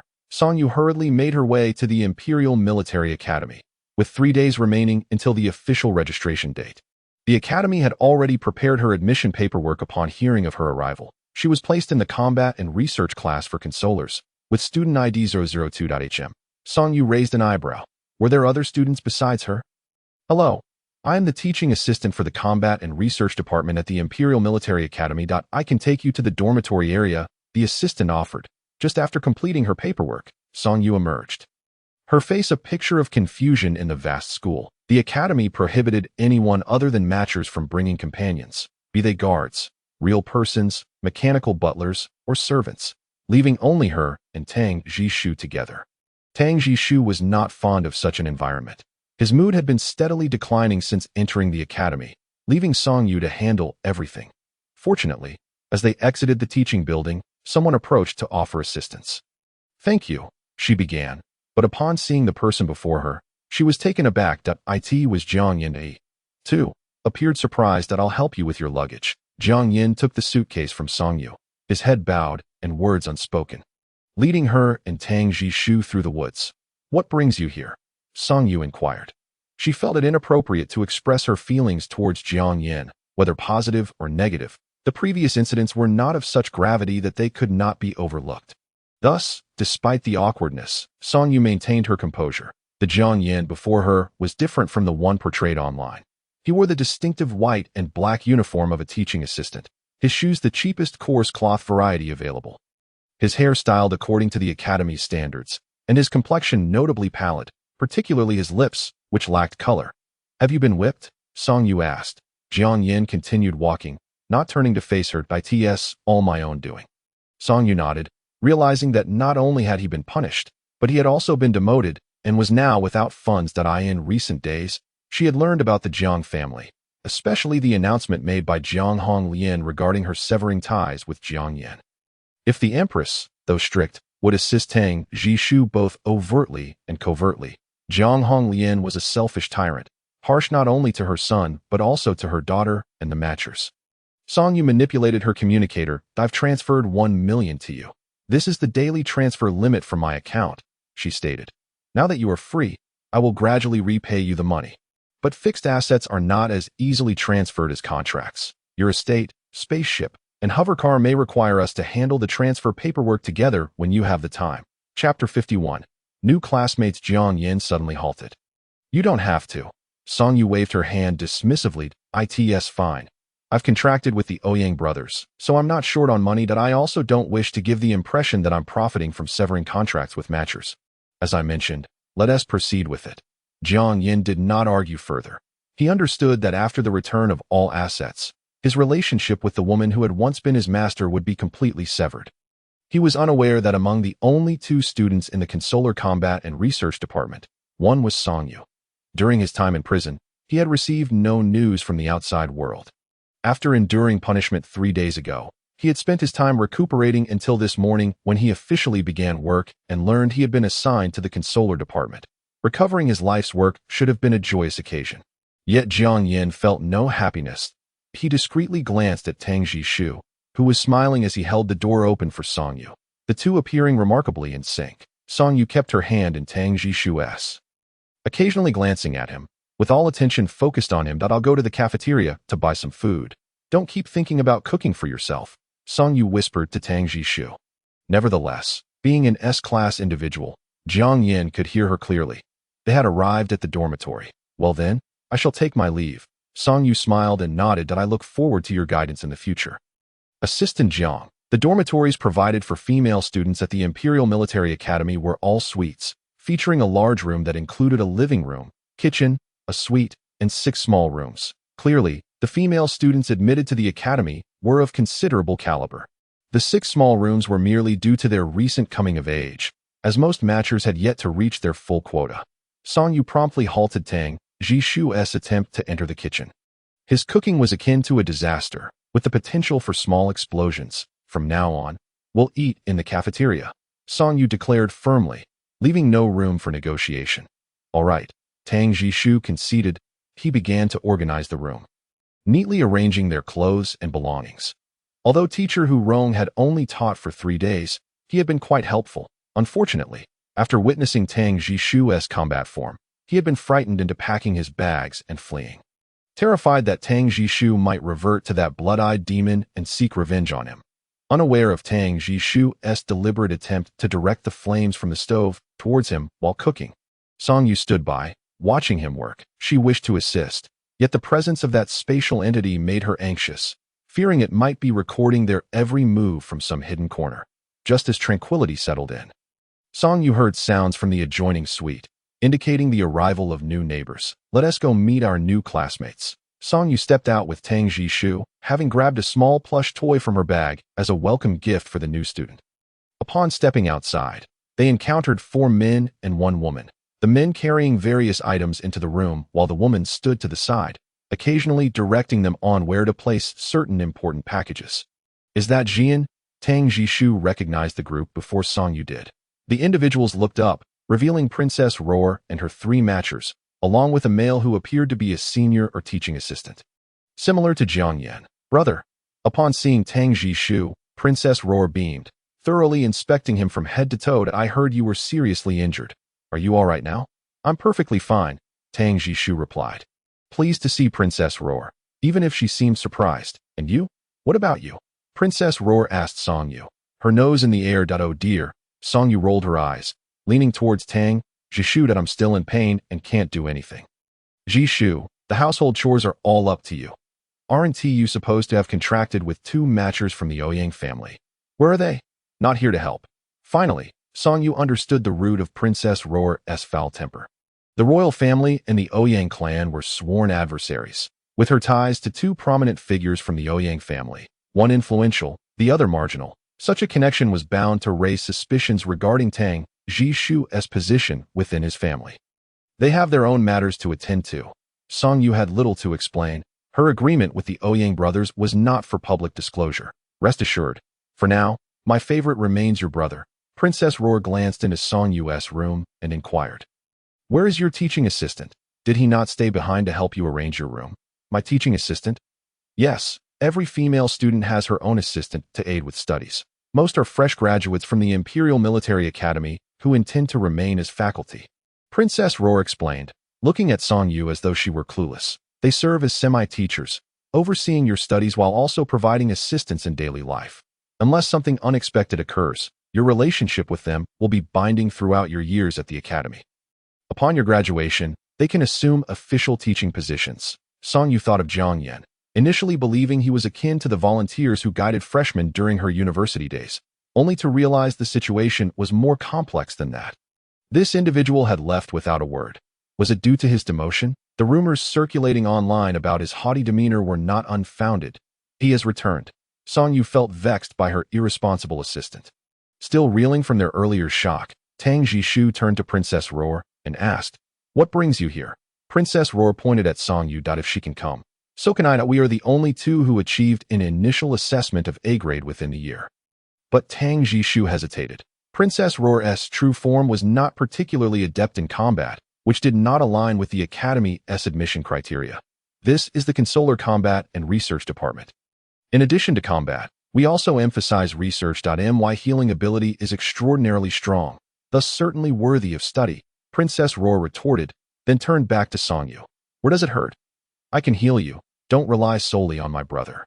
Song Yu was distracted, still contemplating Jiang Yan. His demotion from the 4th Military District to the Imperial Military Academy was intriguing, and now he just happened to be her assistant, raising suspicions, ignoring the commotion from Princess Roar's side. Tang Jishu and Song Yu returned to their room, where he continued to organize their suite. Fortunately, Song Yu's luggage was a fraction of Princess Roar's. She had only a few necessary outfits and some daily essentials. Do you think he's doing this on purpose? Song Yu finally voiced her thoughts. I mean Jiang Yan. It can't all be mere coincidence that it seems we are indeed fated. Tang Jishu's gaze shifted, understanding her thoughts as clearly as she did. Why do you consider it fate?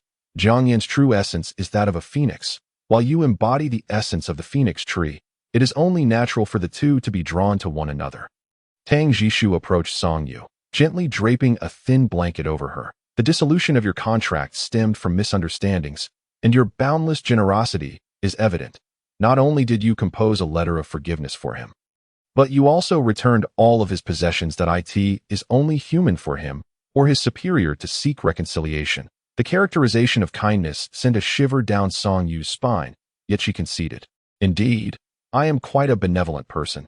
She turned to Tang Jishu, assuring him, rest assured, unless he performs an act that moves heaven and earth, compelling both you and me, I shall not easily accept him again. The matchmaker cannot interfere in the affairs of the head of the family and other matches. With whom one chooses to be or not to be together is entirely your prerogative. And the head of the family need not explain to me. Tang Jishu's tone bore an unmistakable hint of jealousy that a peculiar light flickered in Song Yu's eyes as she pointed to Tang Jishu's chest. Are you envious? Tang Jishu took a step back, ensuring that Song Yu could not reach him. No, head of the family, do not overthink it. I am not that kind of person. All right. Our Jishu is the most principled. 2 days passed in this manner, and due to an early arrival, a substantial number of students finally reported in after 2 days, all of them male. Song Yu stood before the glass window of her dormitory, observing as the diverse array of students transformed into a uniform appearance within half an hour, their hairstyles and clothing identical. Some appeared joyful, others proud, while a few bore a hint of quiet disappointment. Given that they were all aware of the regulations prior to enrollment, none resorted to tears or withdrew from their studies. Song Yu received her own uniform, which was nearly indistinguishable from those of the boys. Save for slight variations in tailoring, the assistant dormitory bore no significant difference from the typical male dormitories. Each occupant had their own room, eliminating the need for shared accommodations. Jiang Yan's belongings were sparse, and with the toilet included, the space was less than 15 square meters. Giving it an air of emptiness, he removed his upper garments, revealing abdominal muscles that lent him an appearance of exceptional strength. Yet the conspicuous scars on his back were glaring, making it hard to fathom how he could still move with ease. Following the flogging, Jiang Yan received no respite, not even for a day. Only the prison doctor had provided him with a modicum of medication. He possessed not a single star coin, and although he later managed to contact Hinua, he refrained from speaking. This was his burden to bear. The essence of punishment is pain, encompassing the acute agony during the punishment and the seemingly endless torment during the recovery phase thereafter. Jiang Yan was a man of uncompromising standards, whether in training or combat. He sought perfection. Thus, while enduring punishment, he would not grant himself leniency that he watched as Song Yu returned to him 1,000,000 star coins, originating from the Jiang family. He had lived a life of luxury since birth, and upon maturing, he acquired the fire crystal manor through his own merit. He understood the art of indulgence and knew how to cultivate a comfortable existence. Yet now, he had no desire for such a life. This modest room sufficed. Jiang Yan, why must you be so obstinate? You have fulfilled both your obligations and transgressions. How many favors did Officer Chiao expend to secure your place in the Imperial Military Academy? What harm would it do to utter a few soft words to your comforter? The voice on the communicator belonged to Hinua. What is more, Miss Song has not been unkind to you. Ultimately, the majority of the current predicament is attributed to your own missteps. If I were in your position, upon first encountering her, I would seek to do so in a public setting. No, the more witnesses, the better. The greater the audience, the more sincere my intentions would appear. That I would kneel before her, clasp her legs, and plead for her forgiveness, beseeching her for another chance. Miss Song is not a woman like your mother. She risks herself repeatedly for unknown civilians, and this time, she even sustained severe injuries for Tang Jishu and forced herself to advance that we are all matches. She will offer you an opportunity, even if she does not. Will you not pursue her? After all, you are her assistant now that I have heard that Tang Jishu cannot cook, yet your culinary skills surpass that of the school cafeteria by 100-fold. Starting tomorrow, prepare a variety of dishes for her. Persist for 100 days. After 100 days, if you cease, will she not be compelled to return to the cafeteria for sustenance, for the sake of her palate? She would have to re-establish her bond with you. Furthermore, she now possesses numerous slots. Those two from the Ouyang family merely have a bit of ill-gotten wealth. Ouyang Jin is notorious for his debauchery. She does not disdain him. So what of you, who has maintained your integrity? Hinua appeared genuinely anxious, hastily delivering his thoughts until he noticed Jiang Yan slumped on the bed, beads of sweat dotting his forehead. His expression one of agony. Jiang Yan, is the flogging truly that unbearable? Is it still not healed? I am fine. I will not perish. The wounds have healed but remain torn. They have split apart, and thus healing remains elusive. You ought to rest. Shall I send you some medication? It is forbidden to use medication for injuries sustained during punishment. Hinua fell silent. Do as you wish. That degree of injury is hardly life-threatening. Remember my words. Engage more with Miss Song. She is a commendable comforter if she does not intervene.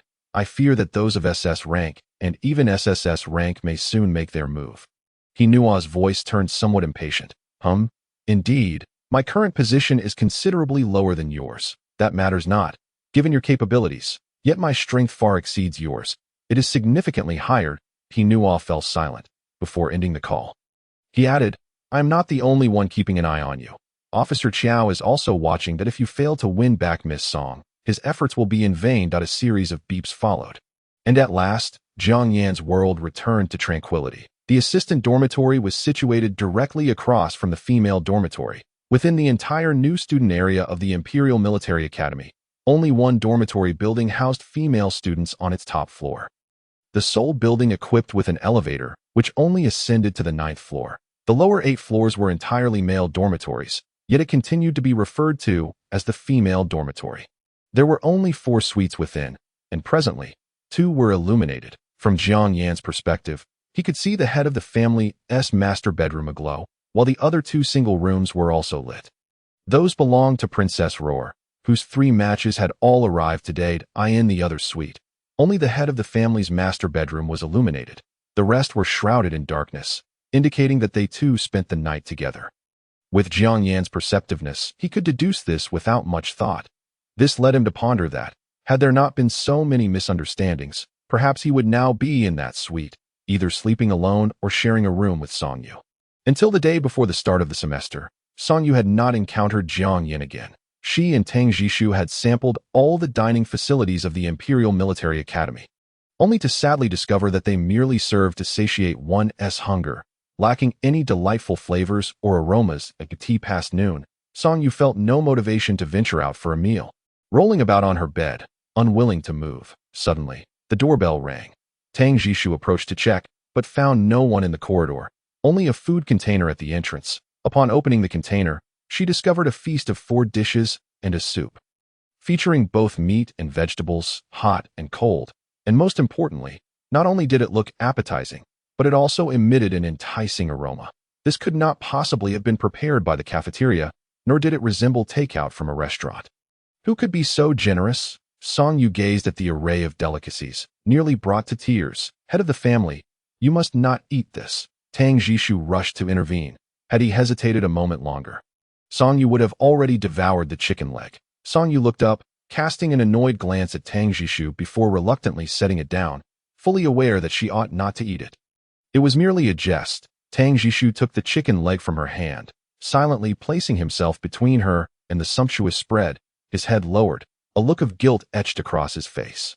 "I apologize, head of the family. It is entirely my fault, but food of unknown origin is truly unsafe." He spread his hands before her. "If not, you may strike me." Song Yu pouted, grasping Tang Jishu's right hand with her left, while raising her other hand high. "Fine, then I shall strike you." "Really?" "Of course." Song Yu feigned ferocity, lightly tapping Tang Jishu's hand. "Ouch, that hurts." Song Yu stifled her laughter as she locked eyes with him. Just as she chuckled, her communicator chimed that it was a voice message from Jiang Yan. "Miss Song, there is a class meeting at 2 o'clock this afternoon, to be presided over by the sole professor of the Comforter Combat and Research Department. Please ensure your timely attendance. Additionally, the food container outside was placed there by me. You may consume it without concern." His tone remained as formal as ever, yet Song Yu finally had something delicious to eat. As an assistant at the school and an S-class expert, Jiang Yan was indeed trustworthy. Tang Jishu stood quietly beside her, serving her portions, yet he felt an inexplicable sense of impending loss. Chapter 53. Another new classmate. Just as they finished their meal, Song Yu suddenly heard the sound of someone moving items in the building. The commotion was considerable. Princess Roar had clearly left with her matches. So who could this be? Another newcomer? Song Yu inquired of Tang Jishu. "Yes, it is from the room opposite." The two pushed open the door to discover only one female and one assistant.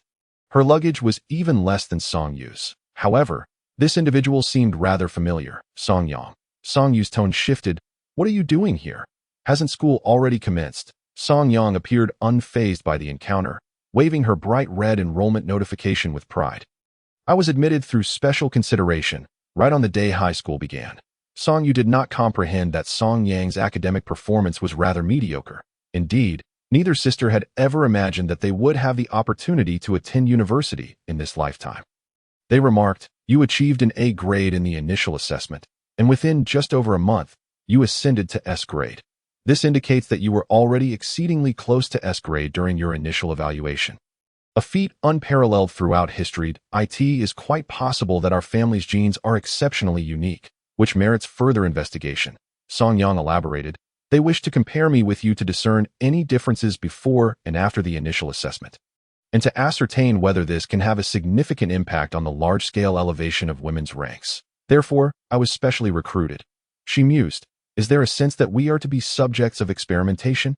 Song Yang herself was unsure. Regardless, had she not come, attending university would have been an impossibility for her. After conferring with their mother, she decided to join. What do you think? Surprised? Not much in the way of surprise. Though there is quite a bit of fright.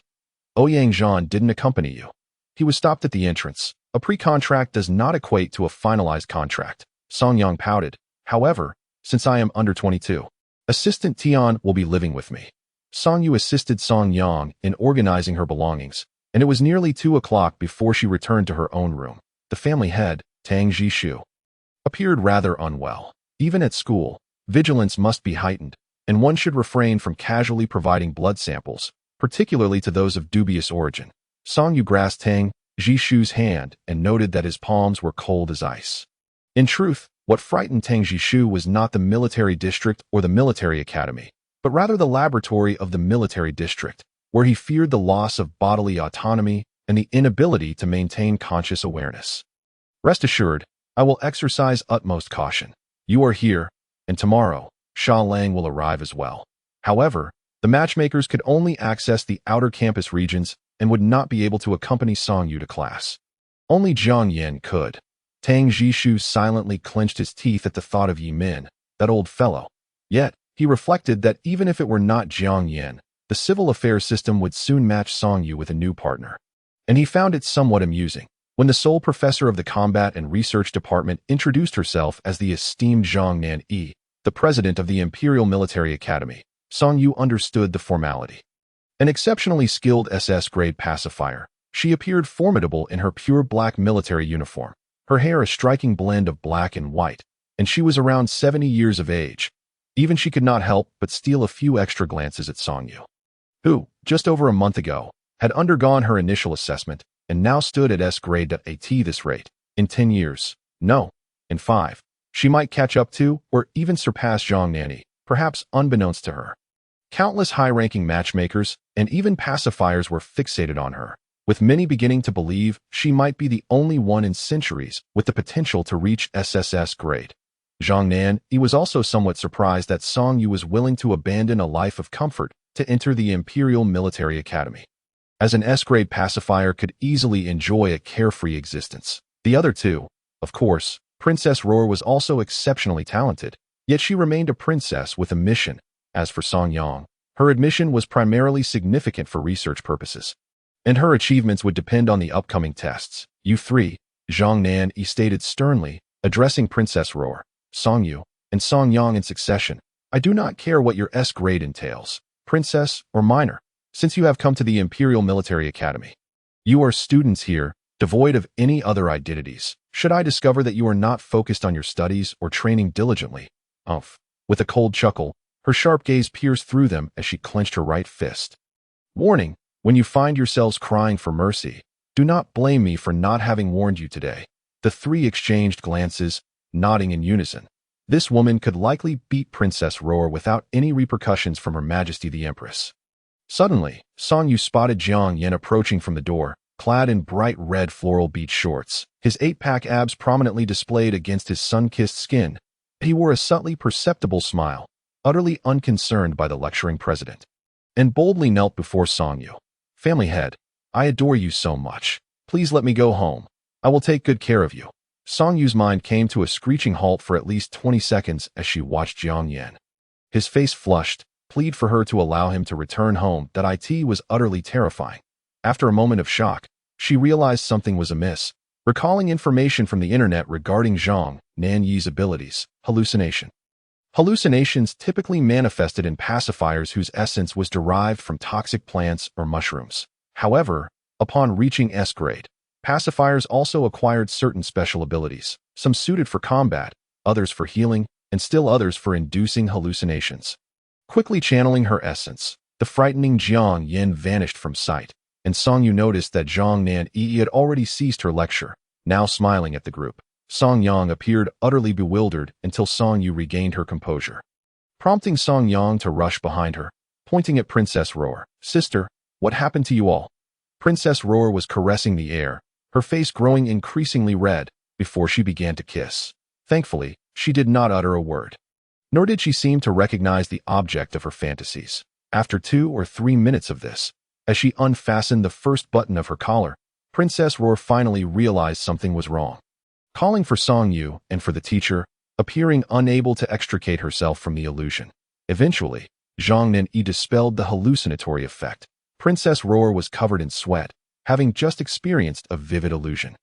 "You actually remained unaffected?" Zhang Nan inquired, astonished. What surprised her most was Song Yang, who had not be after deducing that the adept with spatial abilities was targeting Song Yu. Tang Jishu called him back. With him around, there was now an additional S-rank protection for Song Yu. "Thank you, Assistant Jiang," Song Yu said cheerfully as she ran towards Tang Jishu and Sha Lang, contemplating what kind of gift to buy in gratitude for Jiang Yan's meal. Sha Lang held a shimmering dress in his hand, perfectly sized for Song Yu. As she approached, he handed it to her with both hands. "I hunted a neon illusion-winged sparrow for you." Song Yu was utterly bewildered, unsure of the connection between this bird and the dress. The feathers of the neon illusion-winged sparrow were the primary material for the dress, which was not only beautiful but also possessed commendable defensive properties. Such a dress would cost at least $1 million on the market. Realizing this, Song Yu understood it was indeed a valuable gift. As the three of them sat together enjoying the dinner prepared by Jiang Yan. Song Yu felt a fleeting sense of awkwardness. If it were any other assistant, it would be perfectly acceptable to invite them to join, but with Jiang Yan, such an invitation would only heighten the discomfort. Later that evening, as Song Yu habitually prepared to return to her room to sleep with Tang Jishu, she suddenly noticed that Sha Lang's suitcase remained unopened. "Sha Lang, feel free to choose any room," she suggested. Sha Lang stood still for a moment before inquiring, "Are there no one else in the other rooms?" "Yes, I'm staying in that room over there." Tang Jishu pointed to a room farthest from Song Yu's bedroom. Song Yu sensed a subtle tension in the atmosphere. Sha Lang's return seemed to carry an air of change, his gaze occasionally tracking Song Yu's movements. "Master, may I sleep with you tonight?" Sha Lang asked straightforwardly. Song Yu hesitated for a moment. As fellow matchers, it seemed unreasonable to always be glued to Tang Jishu while disregarding Sha Lang. Yet, having grown up in a monogamous society, she had unconsciously begun to view Tang Jishu as her spouse in that context. Although she had previously shared a moment with Jiang Yan, it had been under duress and without Tang Jishu's presence. Now, with both men so openly in her vicinity, she felt as though she were committing an act of infidelity. "You two discuss it. I'll head back to sleep." Tang Jishu smiled at Song Yu, taking his bedding and retreating to a small room. "Well, all right then," Song Yu thought to herself, feeling as if she were behaving like a thief. Back in her room, she lingered while preparing to shower, her mind racing with thoughts of what might transpire, and surprisingly, she felt a twinge of nervousness. Dressed in her pajamas, she discovered Sha Lang still seated on the single sofa. As she lay back against her bed's headboard, she said, "You should wash up too. You must be tired from the journey in less than 10 minutes. Sha Lang emerged clad in his usual home attire, long-sleeved shirt and pants. As Song Yu watched him approach, he deliberately avoided her gaze and lay down on the other side of the bed, closing his eyes in preparation for sleep. "So, is Sha Lang simply here to sleep in this room?" "Because it's larger?" Song Yu inquired. "Yes, a bit tired," Sha Lang mumbled in response. During his return to the Desert Star, the orphanage director had shared much about cohabiting with an empath, advising him to strive for a relationship and ideally have a daughter. Sha Lang could faintly detect the subtle fragrance emanating from Song Yu nearby, contemplating whether drawing closer or even embracing her might be too forward. The director had remarked that matchers should heed the master's wishes. Naturally, he was indeed quite fatigued. As a capybara by nature, being idle was also a fine choice. "Is this how it will be?" She turned to face him, intending to simply sleep until morning. However, upon reflection, she realized that if she did not take the initiative, Sha Lang might never understand that there were other aspects to marital relations. Turning back, she smiled, watching as his gaze gradually clouded, akin to leading a child into an inescapable abyss. Chapter 55. Training. When Song Yu awoke the next morning, Sha Lang was still asleep, his body adorned with various suspicious hues. She tucked him in before venturing into the kitchen to find something to eat. Upon exiting, she discovered the table laden with an array of food, unmistakably sent by Jiang Yan, as evidenced by the presentation. Tang Jishu stood nearby, seemingly waiting for her. Song Yu felt a rush of blood to her head. Having just kissed one, here was another offering a welcoming smile. Tentatively, she approached and pecked Tang Jishu on the cheek, and to her delight, he not only remained unperturbed but smiled even brighter. How remarkable, she thought. Does he still want to sleep a bit longer? Tang Jishu remarked, "There are 40 minutes until class begins. Please, enjoy your meal first." He gestured with a napkin, inviting her to sit. As Song Yu grasped his hand, she reflected on how accustomed she had become to sleeping together, wondering how Tang Jishu had fared the previous night. "That so? You prefer to take the initiative." She noted that as they brushed past one another, Tang Jishu whispered, "Next time, Jishu will certainly ensure the master is satisfied." Song Yu's face flushed crimson. How could he not sleep at night, utilizing his S-rank heightened senses to eavesdrop? She playfully slapped his hand. "You heard too much. It wasn't intentional. The sound just reached my ears," he retorted. Song Yu found his incredulity amusing, but she refrained from pressing further. Her time was limited, and she couldn't afford to be late for her first university class. The Imperial Military Academy boasted 12 expansive training fields, with 2 designated for conventional ball games and running. The rest were equipped with various specialized training apparatuses, though the freshmen clearly wouldn't require such specialized tools just yet. Thus, Song Yu and her companions gathered at the first training ground. The 3 girls were assigned to Combat Class 1, the top-performing class in the entire combat department. Upon hearing that there were female students, the boys were eager to showcase their prowess. However, their excitement was short-lived as the news hit them hard. During morning training, word spread that one of the girls was the renowned Princess Roar, another was the recently prominent Song Yu, now in S rank, and the third was Song Yu's underage sister, who had been specially recruited before reaching adulthood. Most of the just-turned adults were still languishing at D rank, with the highest barely reaching C rank. Thus, Princess Roar and Song Yu were beyond their reach, leaving the lesser-known Song Yang as the only topic of gossip. If I could secure an empath in my first year, it would be enough to boast about for the rest of my life. Indeed, you'd be able to brag about catching that S-rank Song Yu for generations, the boys murmured among themselves. They automatically reserved the 3 front-row seats for the female students, only to realize upon their arrival that the girls had their own dedicated assistant who would accompany them throughout classes, training, and provide care, leaving the boys with no opportunity to get close. In contrast, although the boys had assistants too, there was only one per class responsible for managing all the male students. What a stark disparity. In these times, women were exceedingly rare. Even the Imperial Military Academy had to yield. "From today onwards, I shall be your instructor," boomed a tall, muscular man with dark skin, his voice hoarse from bellowing. "My name is Ren Hansong. Keep your eyes wide open. Anyone who dares to sleep will be sent aside to do push-ups."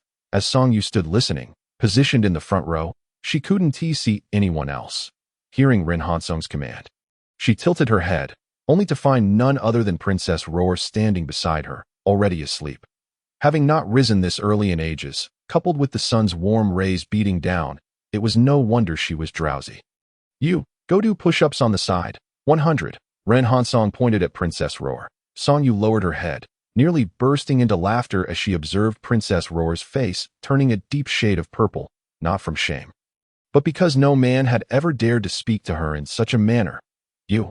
Princess Roar was about to voice her displeasure, but Ren Hansong turned his attention to Song Yu, declaring, "Females are inherently weak and feeble, with a lackadaisical disposition that if you remain unwilling to shed your ingrained deficiencies upon reaching this point, you might as well withdraw from the academy." Song Yu, who had initially been enjoying the spectacle, frowned. Having undergone military training during her high school and university years, she understood that instructors often targeted a few troublemakers to establish control, and she could empathize with Ren Hansong's intent. As a B rank himself, managing a class full of elites and rebels was already a daunting task. Now, with the addition of 3 girls, one a princess, one in S rank, and one underage, if he didn't quell their spirits, he wouldn't be able to maintain order in the class. However, his indiscriminate approach felt somewhat targeted, leaving Song Yu feeling uneasy. "Ren Hansong, openly insulting women," Princess Roar fumed, but before she could finish, Song Yu intervened. She decided to endure for the time being. Although Ren Hansong's words were indeed excessive, branding someone with the label of insulting women in this world would create complications for both parties. We can do it, but instructor, we haven't learned how to do push-ups. Should we wait for? Enough with the excuses. Women are always so timid. If you haven't learned, let your assistant teach you. You have 1 hour to master it, or you'll stay back to practice at noon, Ren Hansong shouted, but perhaps fearing repercussions, he amended. If you fail to complete it, your assistant will do it for you. And it must be finished within an hour. Song Yu pulled Princess Roar aside. Why are you stopping me? This man is crossing the line. He has no manners. On the very first lesson, do you aspire to make a name for yourself at the Imperial Military Academy? Will His Majesty truly tolerate such chaos within the school?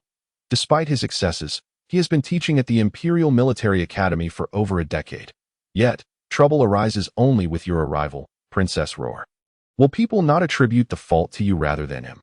Song Yu released her, unperturbed by the prospect of her seeking out Ren Hansong again. She gestured towards a shaded area where the teaching assistants and 3 female assistants awaited, occasionally exchanging remarks about the training ground. Only Jiang Yan's gaze remained fixed on Song Yu, never engaging with anyone else. The other teaching assistants maintained a few paces distance from him. What is the matter? Upon seeing Song Yu approach, Jiang Yan stepped forward. It was due to someone being amused while asleep and consequently punished with 100 push-ups within an hour. Song Yu skillfully sidestepped mentioning Ren Hansong's peculiar comments. Jiang Yan frowned, stating that they had yet to undergo proper combat training and could not accomplish it. Song Yu shrugged, suggesting that if they could not complete the task, then the others should. He Ming, the teaching assistant for Princess Roar, remarked that female assistants were incapable of such tasks, and indeed, on the very first day, misfortune befell them. However, he dared not disobey, for during the last month of his training before graduation, this very instructor had overseen him. I will teach you, Jiang Yan declared to Song Yu. The enhancement of one's physical form is not an instantaneous feat. Ascending a level does not instantly transform one into a Scion warrior. It requires prolonged training. For instance, the limit for an ordinary person may be running 10 kilometers consecutively, while an S-level individual could manage 100 kilometers. An average person can run 5 kilometers after a year of training, while an S-level individual could achieve 50 kilometers. Yet, without training, like the current Song Yu, one would only be slightly stronger than an untrained ordinary person. Hence, Jiang Yan deemed Song Yu incapable. He assumed the correct posture and effortlessly demonstrated one push-up after another for her. Song Yu, being an S-level herself, attempted to mimic him. Although the enhancement from her planned abilities was limited, reaching S-level still afforded her a significant advantage. However, reality proved different from her expectations. This body had undergone no physical training, and merely supporting herself on her toes was an arduous task. Attempting to lift her entire body with her arms, she felt her hands begin to ache after just one push-up, trembling by the 5th. Those unaccustomed to training struggled to generate power, and their muscles lacked firmness, making it exceedingly difficult. After 15 minutes, Song Yu had managed only 6 push-ups. Princess Roar's situation was even more dire, as an A-level individual with a focus on healing. Her physical enhancement was minimal. While Song Yu could grit her teeth and persevere, Roar had already collapsed. Nevertheless, she possessed healing abilities. The soreness in her muscles could be alleviated with just a slight exertion of her innate powers, allowing her to continue. Yet, even with this advantage, after 20 push-ups, Princess Roar was reluctant to continue, leaving the remainder to assistant he. Song Yu, unable to heal, found herself unable to persist after failing to complete 20. Let me handle it, Jiang Yan offered. A few push-ups were merely a warm-up for him. However, Jiang Yan's back injury had not yet healed, and exerting himself quickly caused the wound to reopen, his white shirt gradually becoming stained with crimson. From her vantage point, Song Yu observed that apart from a slight sheen of sweat, Jiang Yan appeared unremarkable, until Princess Roar exclaimed, "So much blood!" Startled, Song Yu flipped over, only to see Jiang Yan's shirt soaked through with blood, threatening to drip if left unchecked. What happened? She urgently inquired, halting Jiang Yan. Stop, your injury hasn't healed. Jiang Yan did not cease immediately. Instead, he completed the remaining 5 push-ups, brushing off the dirt from his hands nonchalantly. I departed the day after receiving my punishment, and since arriving here, I've been quite busy. The wound keeps reopening. Thus, today's push-ups, along with the meals Jiang Yin had brought, the essence of plants is not inherently suited for combat, and the enhancements to the female physique are rather limited. Song Yu and Princess Ru are both temporary recruits, lacking professional training. For them, a gradual approach is undoubtedly the most prudent course that is for minors.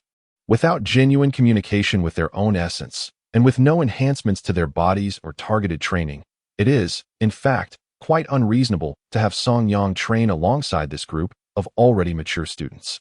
Even if the intensity is reduced to a quarter, it would not render her any less fatigued. Song Yu was already quite exhausted. She was not particularly adept at physical exertion, and Princess Ru shared her plight. Having just completed push-ups, Roar had also utilized her essence to heal Jiang Yin. Especially at this age, the boys were like young bulls, unable to rein in their speed when they ran wildly. By the third lap, the three who had initially led had fallen to the back of the pack. The glimmer of white light flashed in Princess Roar's hand as she intended to treat her aching legs, while Song Yu summoned tiny leaves to conceal among the grass, allowing them to assist her in her progress. Only Song Yang was on the verge of tears. She was merely half a lap away. But as a high school student unaccustomed to physical labor, she simply could not continue. Cheating, adding 2 laps, myopic, merely resorting to petty tricks. Ren Hansong's roar soon echoed, his bull-like gaze fixed firmly on Song Yu and Princess Ru, causing the two to instinctively withdraw their powers. Song Yu abruptly lost her support, nearly tumbling into the grass. How did he notice? Roar gritted her teeth in inquiry. Ren Hansong, 38 years old, had served at the Imperial Military Academy for 12 years. Having guided countless students, such tricks were unlikely to escape his keen perception at this moment. Song Yang had already finished and was seeking water from Assistant Tian. While Assistant he approached, resting his arm in front of Princess Ru. "Allow me to assist you."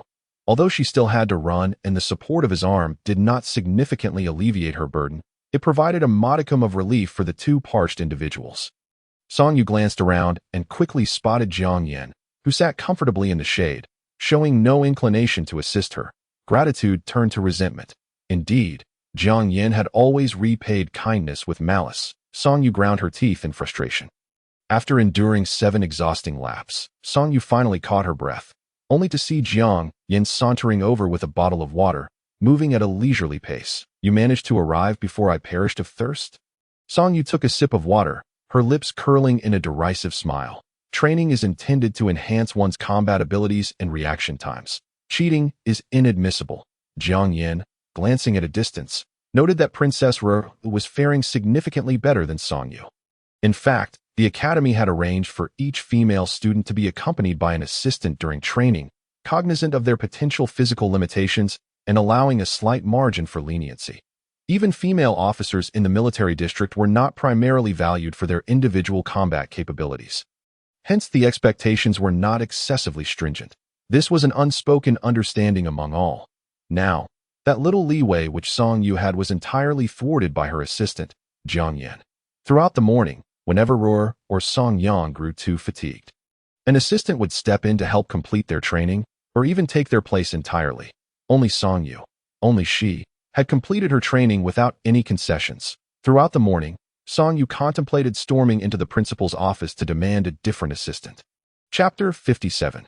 Competing for favor. As noon's training concluded, Song Yu prepared to confront Jiang Yin, who unexpectedly appeared from nowhere, placing one of her hands on his shoulder, ostensibly supporting her as they walked. Yet in reality, he bore the weight of both. "You are a student of the Imperial Military Academy, and an S-Class 1 at that. Should I carry you horizontally, it might lead others to perceive you as feeble." Jiang Yin whispered into Song Yu's ear that he guided her to a set of steps in a corner, nearly the same shaded spot where he had previously sat, half squatting on the ground, lifting her calf onto his lap, assisting her in removing her shoes, and gently massaging her legs and feet that if not relieved, you may experience pain tomorrow. Song Yu wished to retract her foot. After such intense training this morning, she hardly believed her feet bore any pleasant scent.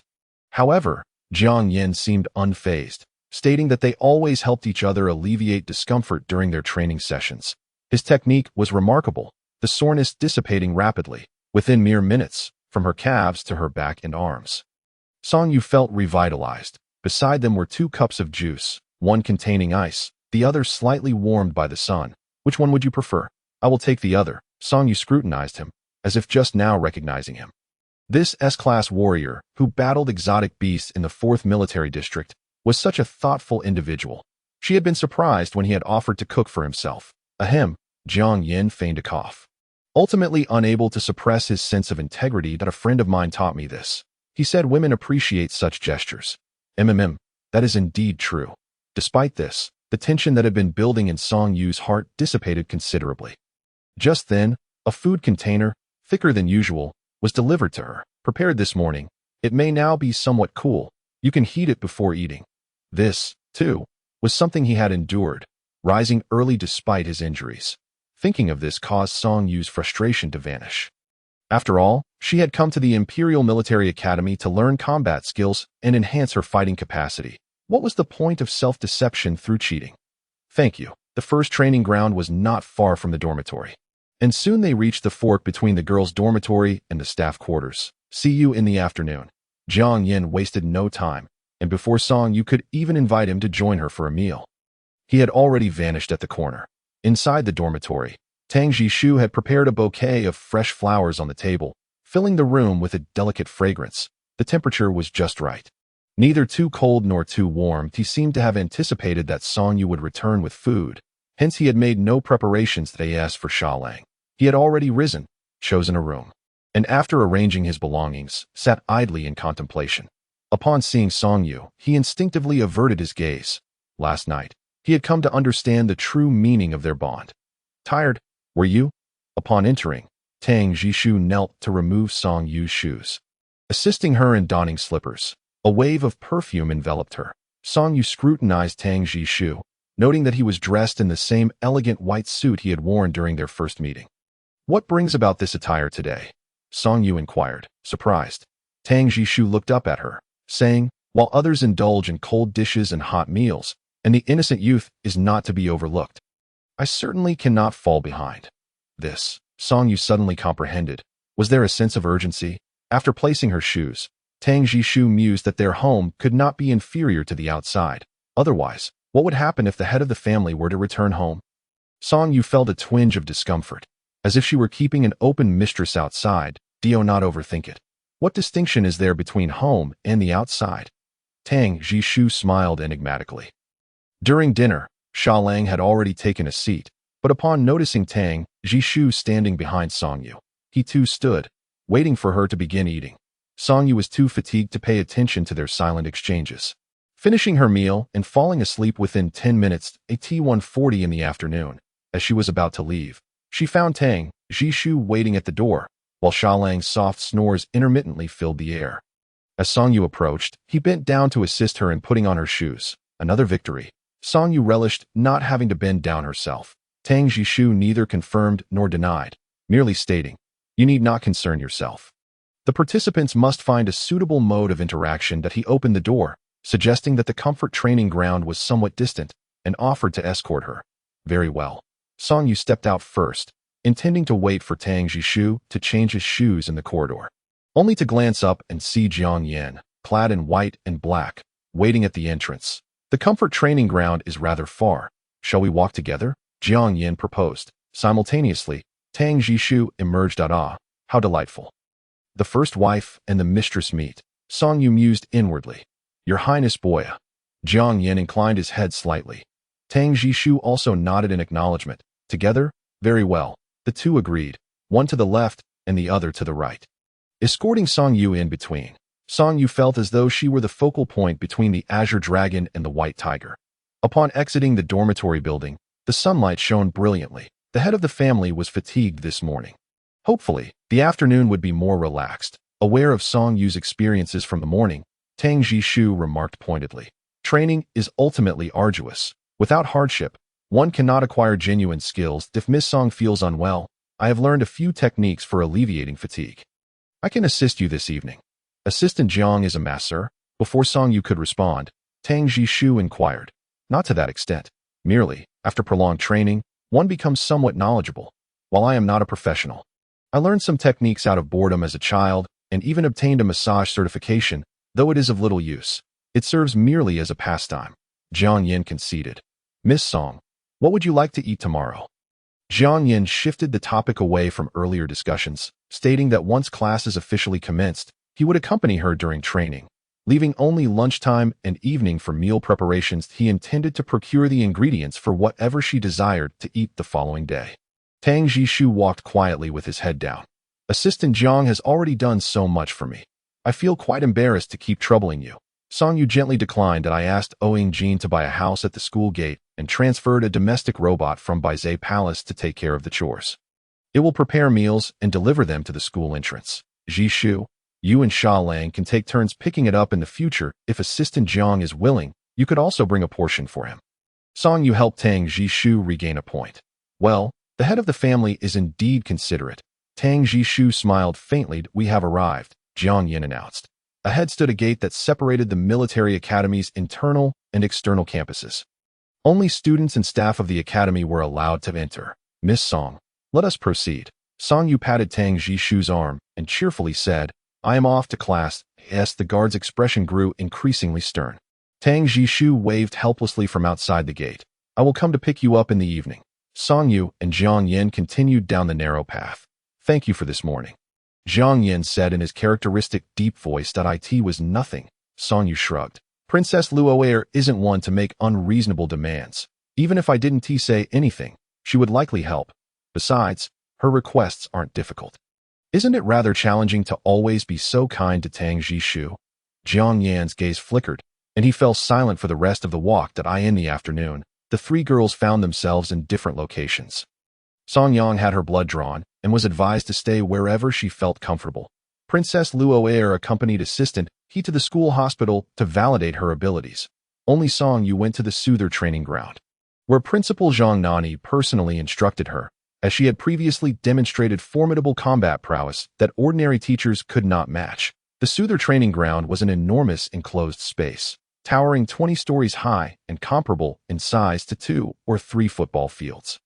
The outer layer was protected by a brown-gray shield, while the interior featured a small viewing area and a transparent isolation training room. For most soothers, this space was sufficient for them to showcase their skills. But for Song Yu, it was hardly enough. After all, she could bind an SS-level beast into a Zongzi in space. The afternoon class was much easier for Song Yu, as long as Zhang Nani did not intervene. No other teacher posed a threat to her. The only one capable of challenging her was Assistant Jiang, and Song Yu began to understand why their relationship was so complex. The military academy still required him to serve as her assistant. Chapter 58. Soother Training in the Isolation Room. A miniature phoenix struggled to break free from the encirclement of Wudong branches. Its flames inflicted minimal damage on the branches, but it had been promoted to S level for a longer time and was slightly stronger. At one moment, Song Yu's branches ensnared Jiang Yan, and his flames scorched her painfully, leading to a fierce yet reluctant confrontation. The viewing area was small, accommodating no more than 20 individuals, besides Zhang Nani sitting in the center. 3 teachers from the Soother Combat and Research Department, along with 7 or 8 senior students, were present. They all donned formal military uniforms, exuding an air of gallantry, but were left speechless by the sight of a junior officer in training attire engaged in combat. Is this what an S-level battle looks like? The overwhelming branches traversed a sea of flames, moving so swiftly that only afterimages remained. Even the power emanating from the isolation room instilled fear, making it hard to imagine whether they could destroy the entire academy if unleashed outside, especially when Song Yu manipulated several branches to rise from the ground in succession, creating several holes in the training ground, crafted from the Empire's hardest alloys. Charged by the square centimeter, Zhang Nani felt invigorated watching this spectacle. Most female bodies were inherently ill-suited for combat, an innate limitation that could not be forced. However, Song Yu was distinctly different. Her branches were not mere vines that could only whip opponents, but could serve as blades piercing the hearts of enemies. Though she struggled to suppress a smile, Song Yu maintained her usual serious demeanor when she emerged. Not bad. A passing grade, I suppose, Zhang Nani remarked. From now on, you will attend 2 theoretical classes with Teacher Qin every afternoon to systematically study knowledge about your body. Spend the remaining time practicing in the training ground. I will personally conduct a test in a month. I want to see progress. So, the notion of classes ending at 5 o'clock and having the evenings free is nothing but a ruse. An S level is not the same as an F level. Even for an F level, as a plant-based entity with slow advancement, A month may yield little improvement. Unfortunately, Song Yu did not dare to voice her objections. This was a teacher, a highly skilled SS-level instructor. All right, Song Yu replied, wearing a begrudging expression. After Zhang Nani departed, a senior student approached her. Don't worry.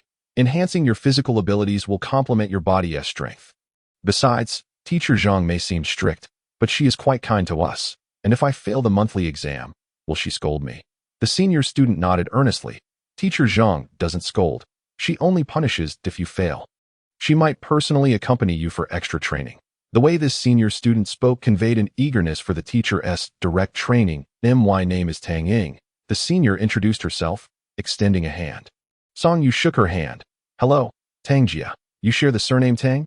Tang Ying nodded. Yes, my grandmother and His Highness Boy's grandmother are sisters, and my mother is Count Lexi. It seems she is not just a senior, but a cousin as well. I don't have the stature of Prince Boya, Tang Ying replied, shaking her head. I am 24 this year, so you should refer to me as your cousin. All right, cousin. Indeed, women enjoy being called little. Upon hearing this address, Tang Ying covered her face and chuckled softly, but did not object. When Jiang Yin emerged in fresh attire, everyone fell silent at his approach. What happened? Song Yu inquired softly. Major Jiang, he was once the object of affection from many women. But his rank was too elevated for them to reach. Recently, many felt pity for him. No, we are not blaming you. He certainly made mistakes. It's just a bit regrettable, as he could have had a happy family. The matter of Song Yu returning his assets had not been made public, so in the eyes of many, he had lost his home, his wealth, and the position he fought for in the first half of his life. He was no longer that dazzling young officer, having severed ties with his parents, left utterly alone, yet still required to accompany the frontline soothers daily. It was indeed a tragic fate. He's single now, with no one to extend an olive branch. Seeing Jiang Yin approaching, Tang Ying did not speak, but merely shook her head with a smile. That he is S-level. Performing soothing techniques beyond rank not only proves ineffective against matchers, but also subjects soothers to torment. No one wishes to live in such helplessness for long. Assistant Jiang, shall we head back? Very well. They seem to be getting along quite well, a girl remarked after Song Yu and Jiang Yin had left. During the earlier battle, Major Jiang did not hold back against Song Yu. He actually exerted his full strength. That is surprising. Both are S-levels, so how could he hold back? Being S-level, males are naturally more adept at combat than females. The formidable trio transformed into a quartet in the evening, as Sha Lang joined them. She walked unflinchingly in the center, allowing the three men to shift positions while maintaining a steady gaze ahead. Fortunately, they did not walk far before encountering Princess Luo Air, who was carried out by Assistant He, her face pale and devoid of strength. What happened? Tang Jishu asked. Princess Luo Air's three matchers. Jiang Yin was in class during the day and could not pick her up at night. Yang Yunjing has been by her side, while Lin Yunhua had to attend events in another star circle due to previous commitments. There was a soldier returning from the front lines with a broken leg. I attempted to help him regenerate his limb, Princess Luo Air said, cold sweat trickling down her forehead, but it was unsuccessful. Perhaps I could have done something if it had been an arm. With a severed limb, you can only equip a mechanical prosthetic. How many can you truly assist? Princess Luo Air smiled weakly. It was merely an attempt. Tomorrow, I will try again to see if I can save terminally ill patients. And then I will test my abilities for large-scale healing. Tang Jishu quietly followed behind. You have received news as well? What news? Song Yu was completely unaware of their conversation. The tide of beasts has breached the outer blockade of the 4th military region and has entered the M440 area. While it is primarily a desert star, there are still many human activities. Sha Lang and Jiang Yin raised their heads in unison. Sha Lang's childhood home in the Desert Star and the orphanage were located in that very region. Tang Jishu's voice dropped, glancing at Sha Lang but not daring to meet his eyes. The orphanage. It may no longer exist. Sha Lang shuddered all over but remained silent, simply following the others back with a distracted demeanor. Song Yu squeezed his hand. His skin felt icy, yet she was helpless in the face of such matters. Jiang Yan's expression was also grim. Having learned numerous petty tricks of jealousy from Hinua, he now found them rather childish. Many must have died in the 4th military region, right? Jiang Yin retrieved her communicator, contemplating how to inquire about Hinua, yet found herself at a loss for words. Never mind, she thought. She would wait for the death list. In no more than 3 days, it would be published. Chapter 59. The duel. The splendor of the capital star zone continued unabated, unaffected by the destruction of several border planets. Apart from Xia Lang's slightly melancholic demeanor and Jiang Yan's persistent reticence, everything seemed unchanged. Ren Hansong continued to make grandiose statements regarding female physical capabilities, frequently troubling three girls. Tang Jishu insisted on escorting Song Yu daily. Even though it was merely a few steps within the school, Jiang Yan accompanied her to and from school, yet the quartet's camaraderie had ceased to manifest, as the obliteration of Desert Star had impacted Xia Lang more profoundly than he let on. Song Yang had taken an interest in Assistant Tian, a development that was anticipated. Although Assistant Tian was only rated B, she was immaculate in demeanor and possessed striking beauty, exuding a robust elegance imprinted by the Imperial Military Academy. This perhaps elucidated why the Academy assigned individual assistants to every female student. After all, while the number of female students was limited, their ranks were commendably high. Naturally, it was prudent to cultivate opportunities for graduates of their own institution. Princess Roar, after fervently treating several critically ill patients for days, could no longer endure the exertion and began to gradually enhance her physical strength. Beyond her morning training, Song Yu would additionally dedicate time in the mornings or evenings to practice at the comforter training grounds. For a time, the stands, which could only accommodate 20 individuals, swelled to 40 or more, for combat was invariably more captivating than healing. Eventually, Zhang Nani imposed a ban to protect Song Yu, permitting only professors and female students to observe, leading to a decline in attendance. Thus, 2 weeks passed, and even the most physically frail, Song Yang, could effortlessly complete 3 laps around the first playground. Yet, daily training intensified.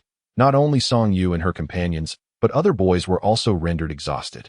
Collapsing into slumber each night by the time Friday of the second week arrived, all students would greet their first weekend since beginning university. Princess Roar, Song Yu, and Song Yang were once again detained for failing to keep pace with their training. Their previously ample lunch break now precariously threatened. If they could not complete their laps, lunch would be forfeited. The playground was filled with students hastening to their meals after class, encompassing not just first years but students from 2nd to 6th grade, along with several passing faculty members. Typically, being kept after class was unremarkable, drawing little attention.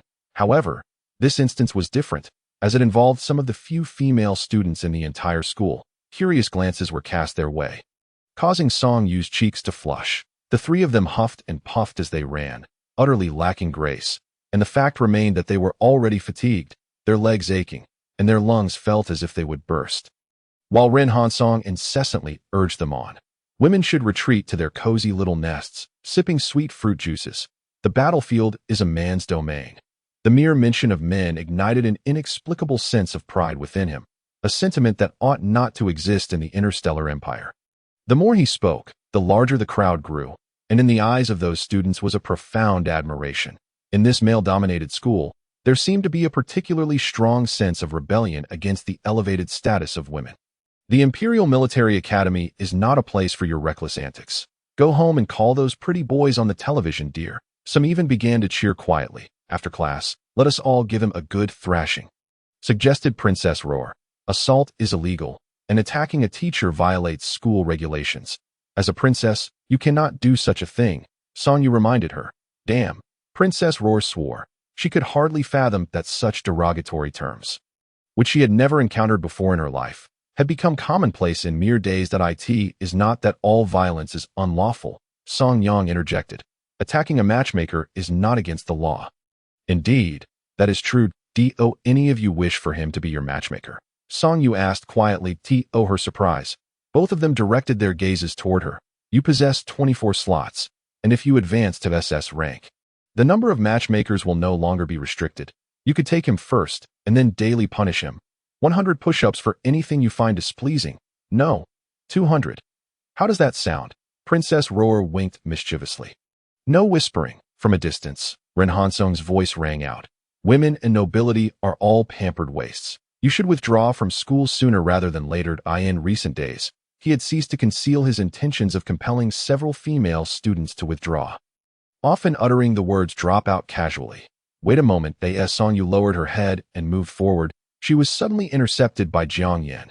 Instructor Ren, The assistant has a duty to gauge the training limits of students. I believe the current training load exceeds Songyu's capacity. I shall complete it on her behalf, though. Songyu tilted her head. This was a historic first. Was it because of those earlier remarks? Those comments had not been deliberately whispered low. Ren Hansong could not have heard them, but Jiang Yin certainly could. You intend to take her place? Ren Hansong regarded Jiang Yin with increased gravity. Each year, there are girls who cannot endure the training and drop out. It would be best for the three of them to return home early. Ren Hansong cast a glance at Songyu and her companions, seemingly anticipating that they were on the verge of breaking down and weeping as they returned home. Jiang Yin continued to gaze at him in silence, an S-rank's oppressive presence crashing down like a tidal wave. You are S-rank. I will heed your words. Ren Hansong waved his hand dismissively. Jiang Yin prepared to assist Songyu in resting while he substituted her in the running, yet to his surprise, Songyu pressed his hand down, refusing to budge. Instructor, you do not think I am not S-rank, do you? You? Ren Hansong scoffed. Plant life in its essence. And what does being S-rank matter if they are merely soft, delicate flowers and plants? If that is the case, do you dare accept my challenge? Right now, a 2-on-2. Songyu proposed. Ren Hansong was not a fool. Upon hearing 2-on-2, he understood immediately, pointing at Jiang Yin. You in him? Isn't that simply pointing at a man to battle while you sit back and reap the rewards? No, I am with her. Songyu interrupted before Ren Hansong could finish, indicating Princess Roar. The two species you loathe most, women and nobility. You are asking for a beating. Ren Hansong, upon realizing both opponents were female, felt as though he had been insulted. He grew agitated, while Songyu remained calm. Just tell me, do you dare to accept? What is there to fear? I am S-rank, Songyu declared. You are B-rank. Perhaps you should find an S-rank partner instead, lest you suffer a humiliating defeat. No need. Right here, right now. You? Ren Hansong randomly pointed to a student. The student stepped back, clearly reluctant to participate. You, come with me, and we will take them down. If you lose, you must heed my words in class from now on. Ren Hansong added. Songyu pondered. It had been over 10 days since she had been suppressing Princess Roar's temper. Almost every command from Ren Hansong, whether simple or complex, they had complied with, and she was oblivious to the narratives he concocted in his mind. If we win, you shall not utter another disparaging word about women, and I shall present the evidence I have gathered over the past few days to the principal. What evidence do you possess? Is there something that cannot be recorded? Songyu retorted, observing Ren Hansong's expression darkening. It seemed he was not ignorant of his actions. Many had viewed the videos of Songyu's battles, yet seeing and experiencing it firsthand differed significantly. Many men on Earth believed they could defeat 5 female boxing champions with their bare hands. But the premise was that they had never encountered a truly trained woman. The Imperial Military Academy permits competitions among students or between students and teachers on any playground, provided no fatal injuries occur and irreversible harm is preferably avoided. Chapter 60. The duel, too. Jiang Yin had long since stepped aside, offering no counsel to Songyu. Aren't you worried? Assistant Tian and assistant he had grown somewhat familiar with Jiang Yin over the past few days and could occasionally hold a conversation with him. Is Ren Hansong's skin tougher than that of an SS-rank beast? The two assistants were rendered speechless.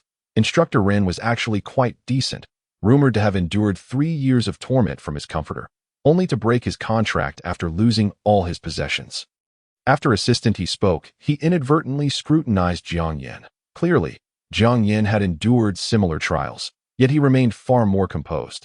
Well, it is indeed different. Ren Hansong was tormented, while Jiang Yin was complicit in his own predicament. Not at all. I heard he insulted the comforter first, thus incurring punishment. An unfamiliar teacher interjected. Not all comforters are malevolent. He has always had a poor temper. Whoever he targets, he pursues relentlessly. Assistant Tian held a differing viewpoint. During our final training before graduation last year, he could not abide one of my roommates, despite her numerous attempts to appease him. Fortunately, her family had some influence, leading to a 1-year graduation extension. Otherwise, she would have been forced to drop out. A multitude of students abandoned their meals to witness the spectacle, and the throng continued to swell, including several faculty members. The most unfortunate was the student selected. Once the onlookers dispersed to the periphery, only 4 individuals remained standing face to face in the center of the playground. Damn it, he is only D rank and must face S rank.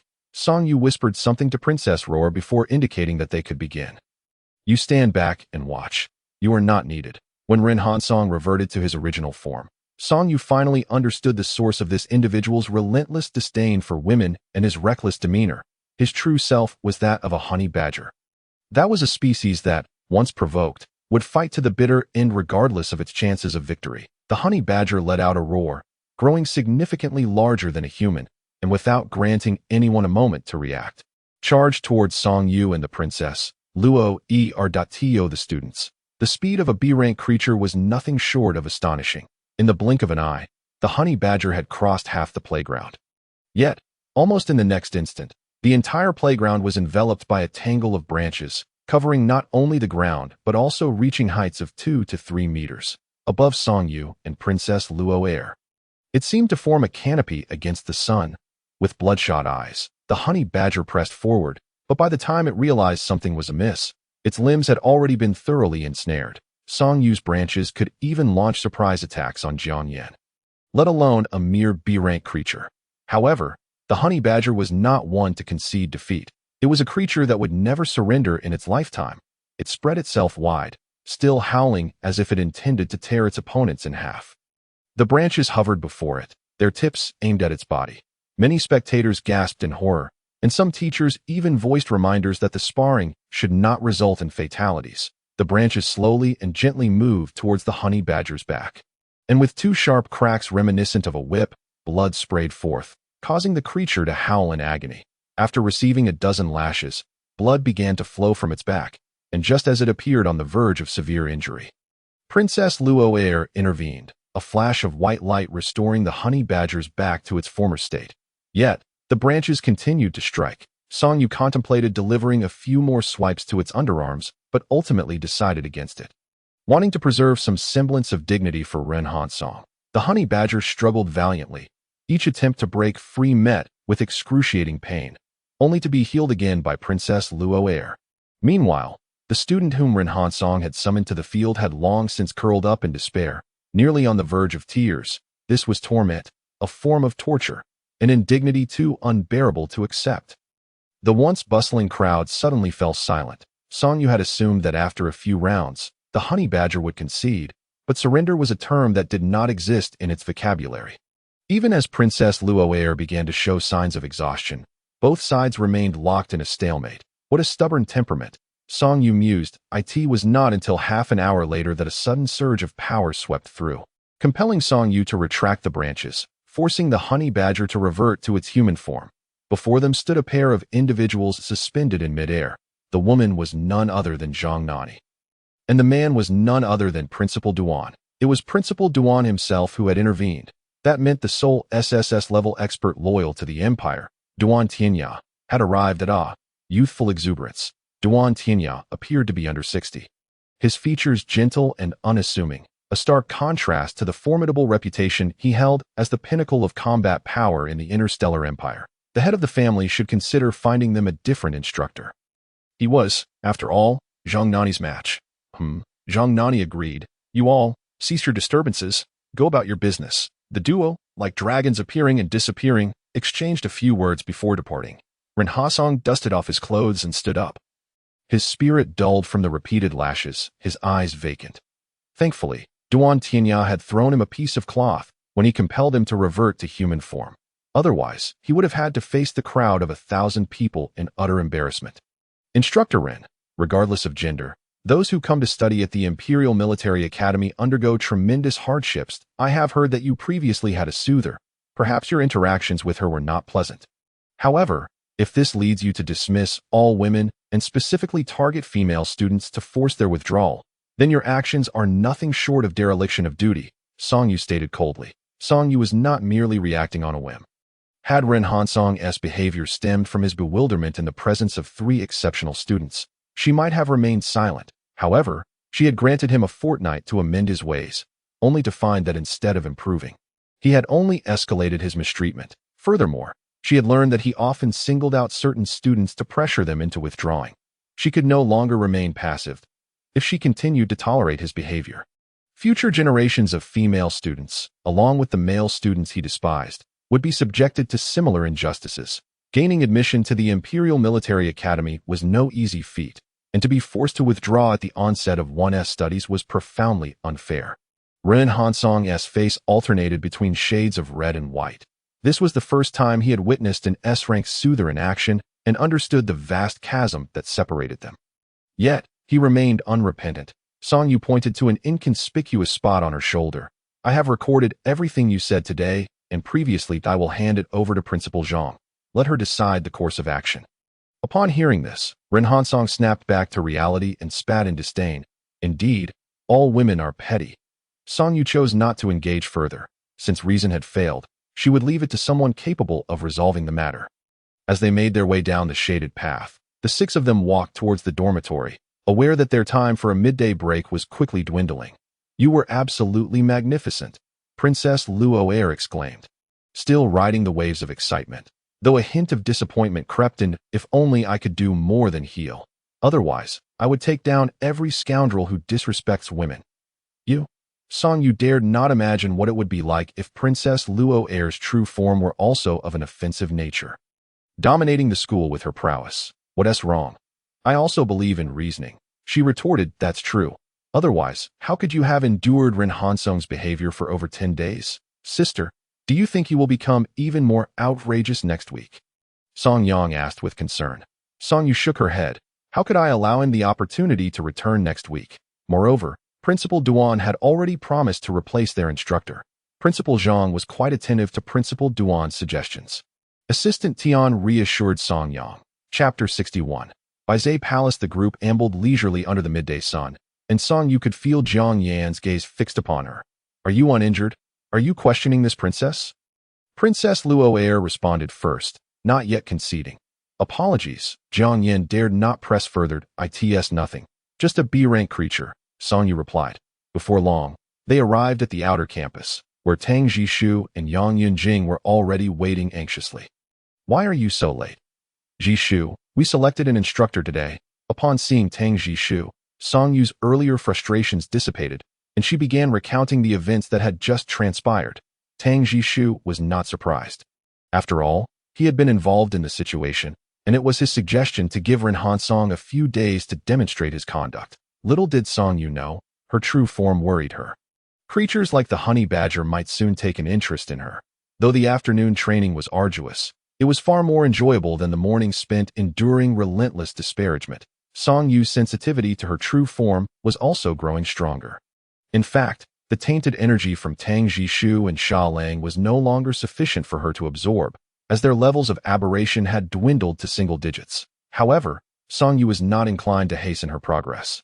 She decided to conduct further research on her true form before contemplating a new match. During the weekend, Song Yu accompanied Tang Jishu and Xia Lang to Zhe Palace. It was her first visit, and she had anticipated it to resemble the European-style palaces she had seen on television. To her surprise, it was a fusion of Eastern and Western styles. The architectural design was predominantly Western, featuring pure white as the main color, with murals and Roman columns adorning the space, complemented by a circular dome. The layout of the courtyards, however, was distinctly Chinese, reminiscent of a traditional Sihiyuan, albeit each building boasted 2, 3, or even 4 stories. I have instructed them to prepare the master bedroom. The head of the household will occupy my former room, and I will move to the side on the lower floor. Tang Jishu informed Song Yu as they ventured inside. Zhe Palace was not only home to their guards, but also to at least 20 real individuals and countless mechanical servants. Following Tang Jishu upstairs, they reached his former room, which was the highest point in the main building of Zhe Palace, offering a panoramic view of the entire estate, a definitive master's domain. Very well, Song Yu replied. This place is indeed vast. Even the servants' quarters were larger than her dormitory at school. The main bedroom she occupied was at least 100 square meters, with 2 stout pillars adorned with gold accents supporting the circular dome. Underneath the dome lay a large bed, facing a fireplace, a sofa, and a decorative cabinet. Even so, the space felt rather empty, and one could hear faint echoes when speaking. The view is quite nice, Tang Jishu pointed out.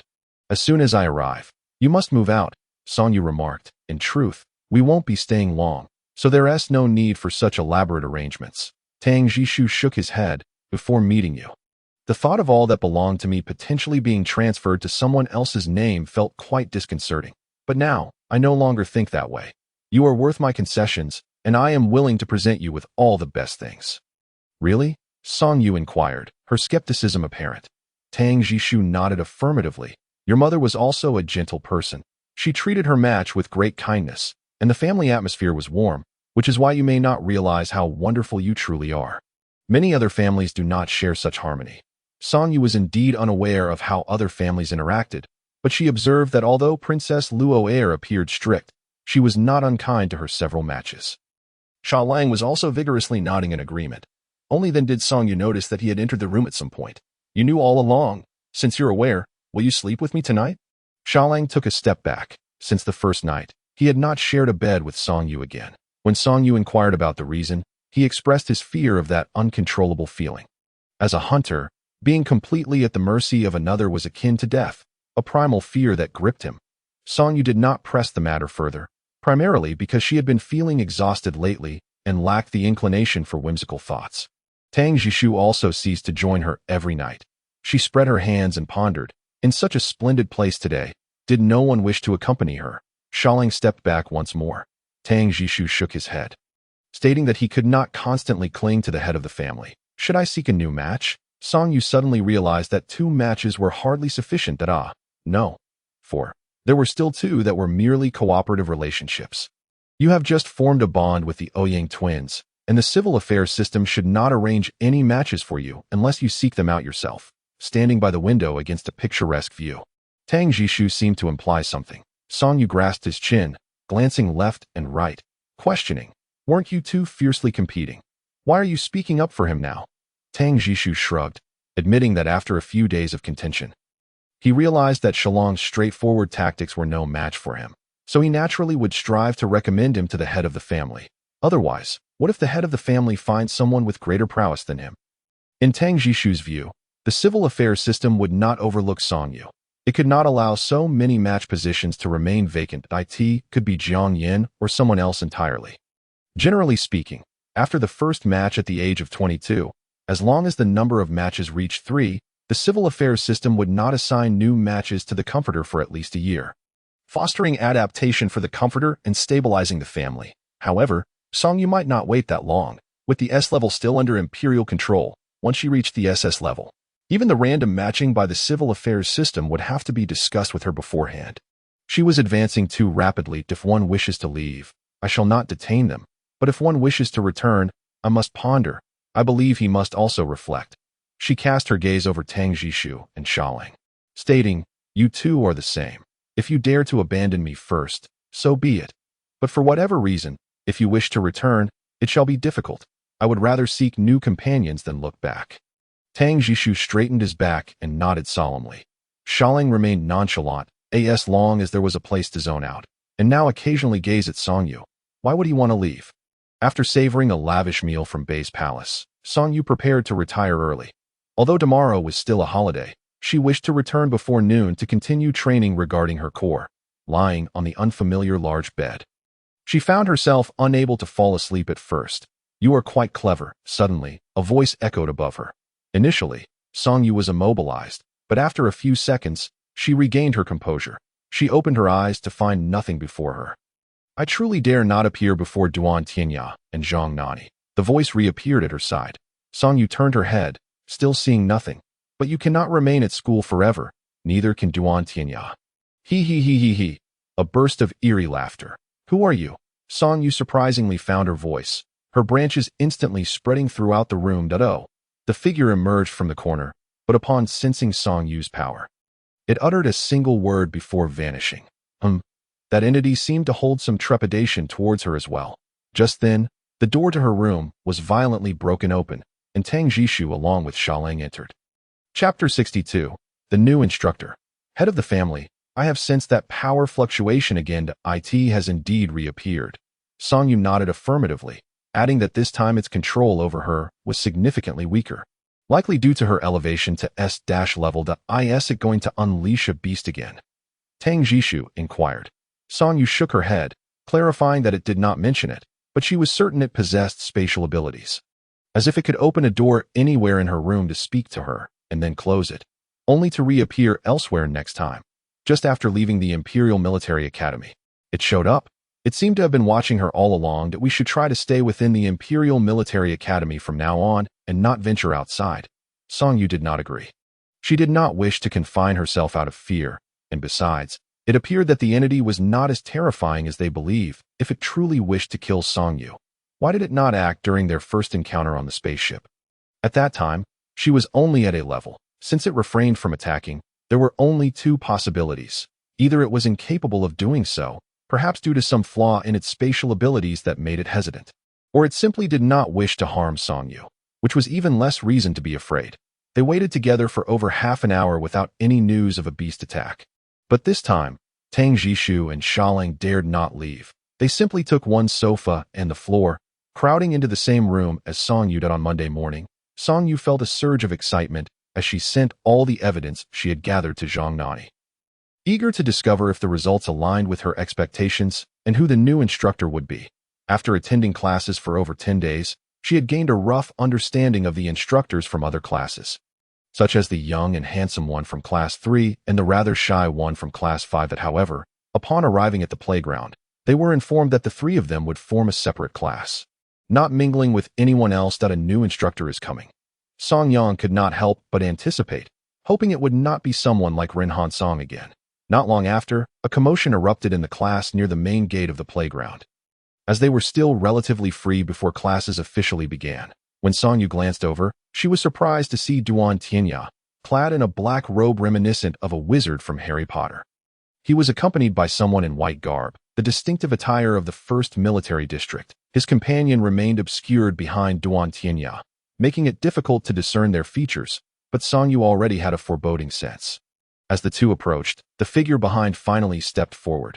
Jishu, brother, brother-in-law. The three different titles revealed the new instructor's identity. Tang Jishu, this is your new instructor, our guest professor at the Imperial Military Academy, formerly an undisclosed major general from the 1st Military District. Song Tang Jishu, Duan Tianya introduced. Even Song Yu was unaware that Tang Jishu had once been a major general in the 1st Military District. It truly lived up to the term undisclosed. You all train well. If you stir up trouble like last week again, I will personally become your instructor. The three of them straightened up, noting that today, Ren Han Song was indeed absent, and the instructor for the combat class had been replaced as well. After Duan Tianya departed, Song Yu stepped forward. Why are you here?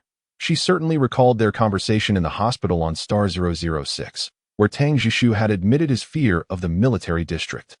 Although the Imperial Military Academy was different from the military district, it shared many similarities. Originally, she thought it would be fine if he remained in the outer campus, as that area had a more vibrant atmosphere. Yet he had chosen to come and be an instructor. Tang Jishu merely smiled and winked at Song Yu, as if she should have already known the reason.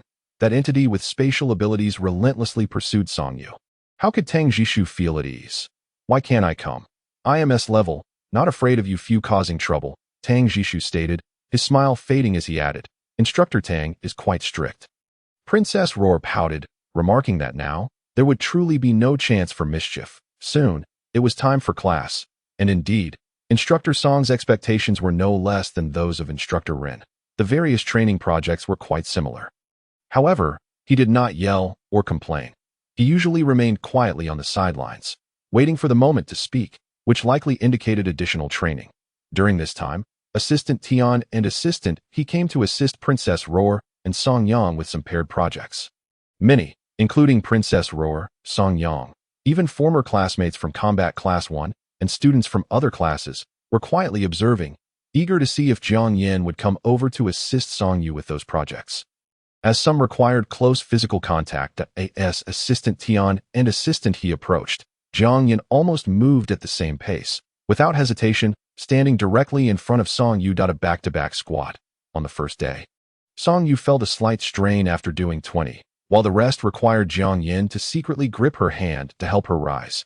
Now, 100 felt effortless. They were no longer children or students, and would not let personal feelings interfere with their work. Even Song Yu followed the training procedure without feeling awkward, nor did she refrain from cooperating simply because her instructor was her match.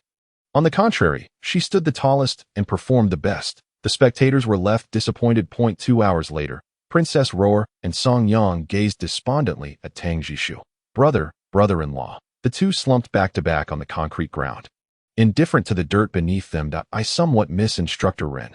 Song Yang gulped down several large sips of water. You are only half of me. There is still plenty of time to rest. The most unfortunate of all is Princess Roar, who lacks the S-rank enhancement to her physique that Song Yu possesses, and does not enjoy the privilege of reduced training for underage Song Yang. Each day, she is utterly exhausted. Although Song Yu's legs tremble with fatigue, she merely leans against the wall, refraining from engaging with Princess Roar or Song Yang, her expression frosty, seemingly irked. Shall I massage your legs? Jiang Yan appeared behind her, though he had no idea when. With more than an hour of class remaining, if not alleviated, her muscles would cramp. Thank you, came her terse reply. Jiang Yan gestured for Song Yu to sit on the steps while he half-kneeled on the ground. Placing her calves on his thighs and beginning to knead them on either side, Song Yang and Princess Roar's gazes flitted between Jiang Yin and Tang Jishu. Hey, don't forget what you promised me. Princess Roar couldn't help but remind. Rest assured, Song Yu replied. However, this time, Jiang Yan's massage was not merely a massage. It was a form of torment inflicted upon her legs to facilitate continued training. It was not only uncomfortable, but also excruciatingly painful. Song Yu resolutely shut her eyes, suppressing any outcry. It will soon feel better, Jiang Yan explained. The muscles have cramped. If we don't work them out now, it will only worsen. After just a few moments, beads of sweat, as large as peas, began to trickle down Song Yu's forehead. Jiang Yan, it wasn't like this last time. Are you jealous of Tang Jishu and seeking revenge on me? Song Yu gritted her teeth, her tone laced with indignation. What benefit would it bring you to injure my legs? Jiang Yan immediately ceased his ministrations, his gaze dropping, his voice subdued. I am indeed envious of him. But I brought this upon myself that I will not seek revenge on him, nor on you. The pain you feel now is due to your stubbornness. Your muscles have been somewhat strained. Song Yu, has something been revealed? Chapter 63. Punishment. Jiang Yan seemed to have made up his mind, undeterred by Song Yu's rigidity. Miss Song, I hope to one day return to the Song family and once again be your match. Song Yu inhaled deeply. We never truly shared any feelings. There were indeed misunderstandings. You were at fault, but you have also been punished. I bear no grudge against you for that. I too am at fault. Your severe punishment is partly due to my embellishments. Had I been more proactive, or had I mentioned my identity instead of assuming you would recognize me in the cave, perhaps everything would have been different. Jiang Yan lowered his head. Indeed, it was only a slight misstep that changed everything. However, since we have parted ways, Song Yu's gaze grew increasingly frigid. Jiang Yan, I believe we must both contemplate carefully before discussing a renewed contract. Realizing he had been rejected, Jiang Yan's expression dimmed. Nonetheless, I reiterate, we are not enemies. We merely lack emotional ties. Furthermore, given your care for me these past days, I will not completely shut you out. She poked Jiang Yan's chest. I can allow you to return, but you must at least be capable of moving me. Jiang Yan's gaze shifted, fixating intently on Song Yu. For these past days, Song Yu had exuded an impression of gentleness and obedience, akin to any well-mannered young woman of just coming of age, interacting politely with her peers and showing great respect to her teachers. When vying for Tang Jishu's favor, she would occasionally appear somewhat bashful and awkward. It was only at this moment that he suddenly realized that within her youthful body resided a soul that was remarkably rational and somewhat icy. She merely wished to observe from a distance. Gauging the extent of his capabilities. I understand, Jiang Yan replied. I will do my utmost to impress you as an instructor. Tang Jishu understood he should not grow too close to his students. Thus he retreated to the faculty lounge within the training grounds to enjoy a cup of chilled fruit juice. It seemed the students were without such luxuries, forced to sip on tepid water that had been left under the sun. Tang Jishu had secretly brought out a bottle of juice, intending it as a reward for the best performing student of the day's training. Song Yu, you must be tired. Song Yu turned her face away, refusing to look at him. Once we return home, you may do as you wish. The faint voice from behind spoke, inaudible to anyone below S-rank. By the time the morning training concluded, the three girls, while exhausted, found the experience rather pleasant, not harboring the usual resistance as their instructor was Tang Jishu. Upon arriving home, Tang Jishu assisted Song Yu in removing her shoes. Ever since training commenced, it was unclear whether he was acting out of concern for her fatigue or competing for her favor against Jiang Yan, but he had taken it upon himself to handle her shoes both upon returning home and before leaving each day. After neatly placing the shoes aside, he knelt down, lowering his head in a posture of submission. Such kneeling as a gesture of respect still remained among certain conservative families, and the royal family was certainly one of them. However, Xia Lang, perplexed, who was not naturally eloquent, opted to remain silent, serving as a robotic attendant to the head of the household during mealtime. In recent days, Xia Lang had taken cues from Tang Jishu, becoming adept at presenting dishes to the head of the household in an orderly fashion. Once the meal had concluded, Song Yu finally cast her gaze over Tang Jishu, who had begun to relax. Straightened his back, his head bowed low, appearing particularly obedient. "Come here," Song Yu commanded, her tone unkind. Tang Jishu, taken aback by her sudden ire, dared not act recklessly and obediently approached, kneeling before her once more. Finding himself nearly at eye level with her. What did I do wrong? This was a matter that struck at the heart. Am I too strict? No. Should I not have taken the role of instructor without consent? With a resounding slap, Song Yu struck the table forcefully. How dare you make me a guest lecturer without consulting me at all? Don't tell me you only received the invitation after I entered the inner campus this morning. Tang Jishu lowered his head. That was certainly not the case. In fact, I had already applied when you decided to attend the Imperial Military Academy, but they did not approve my request. It was only after you confronted Ren Hansong last Friday that Principal Zhang contacted me again on Saturday. However, Tang Jishu knew that Song Yu would not agree, which is why he had opted for a unilateral decision.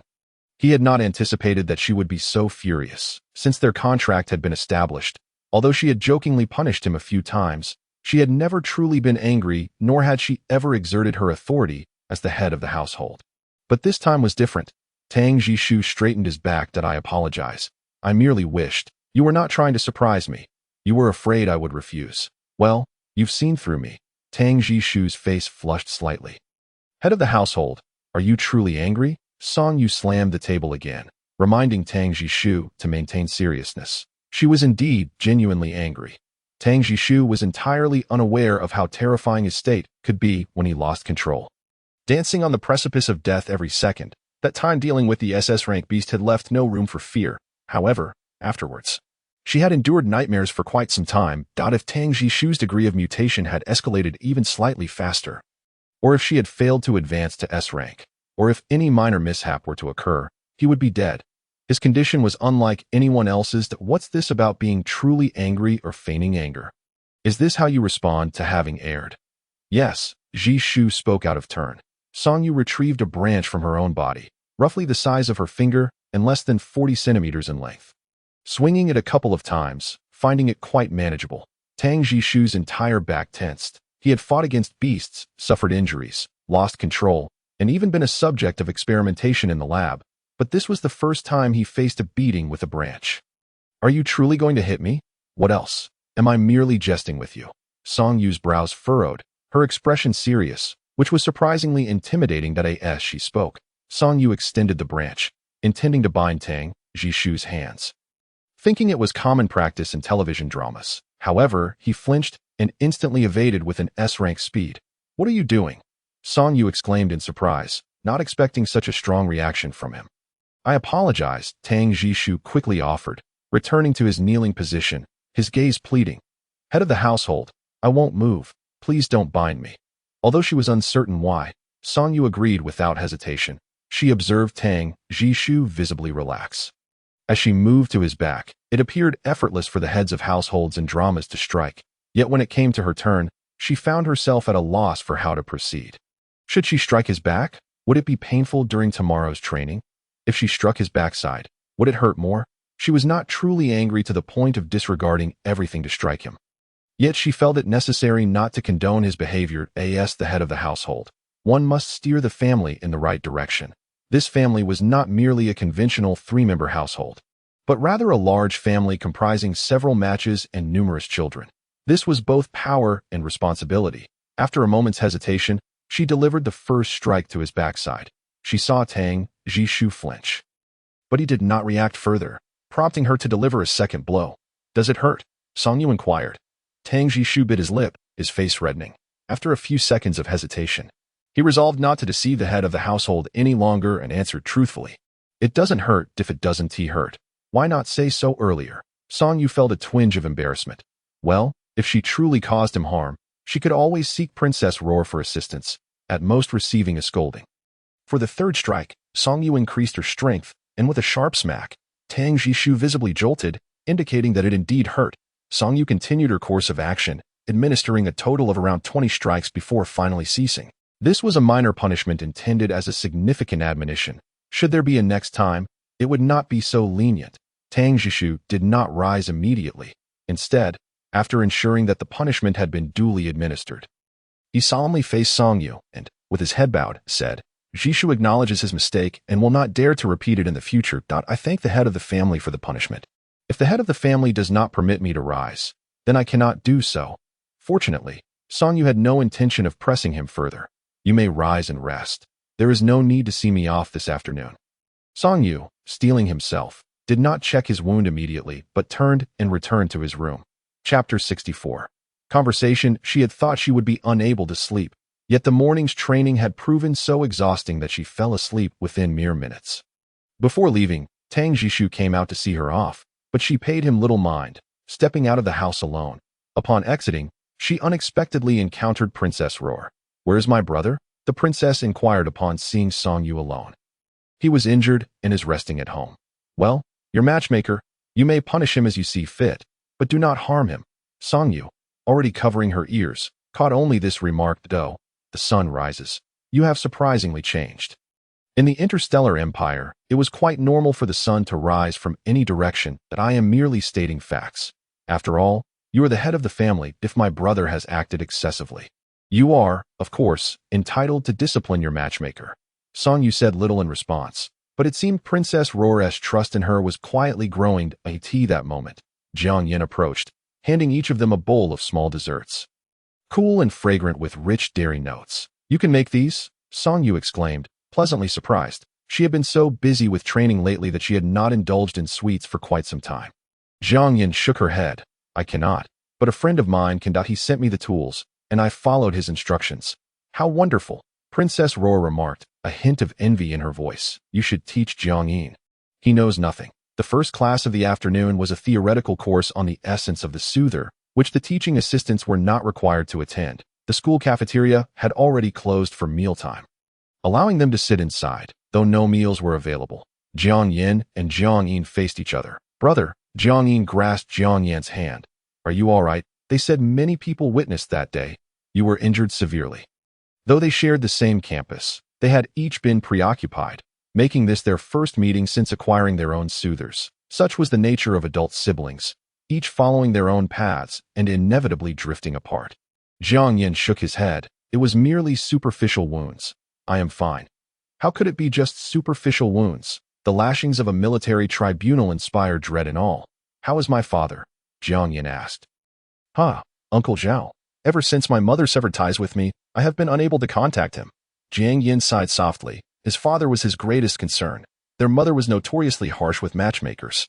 Yet only the family knew that she had even deliberately harmed one before. Jiang Yin shook his head. "My father has not mentioned him. It seems Uncle Zhao is in isolation." Jiang Yin fell silent. "Brother, next month is mother's birthday. How are you?" Jiang Yin had not followed Jiang Yan's train of thought. "I am quite well. The princess, she has a bit of a temper and can be a bit domineering. When displeased, she sometimes kicks or hits, but at least it is much better than how her mother treated father and uncle.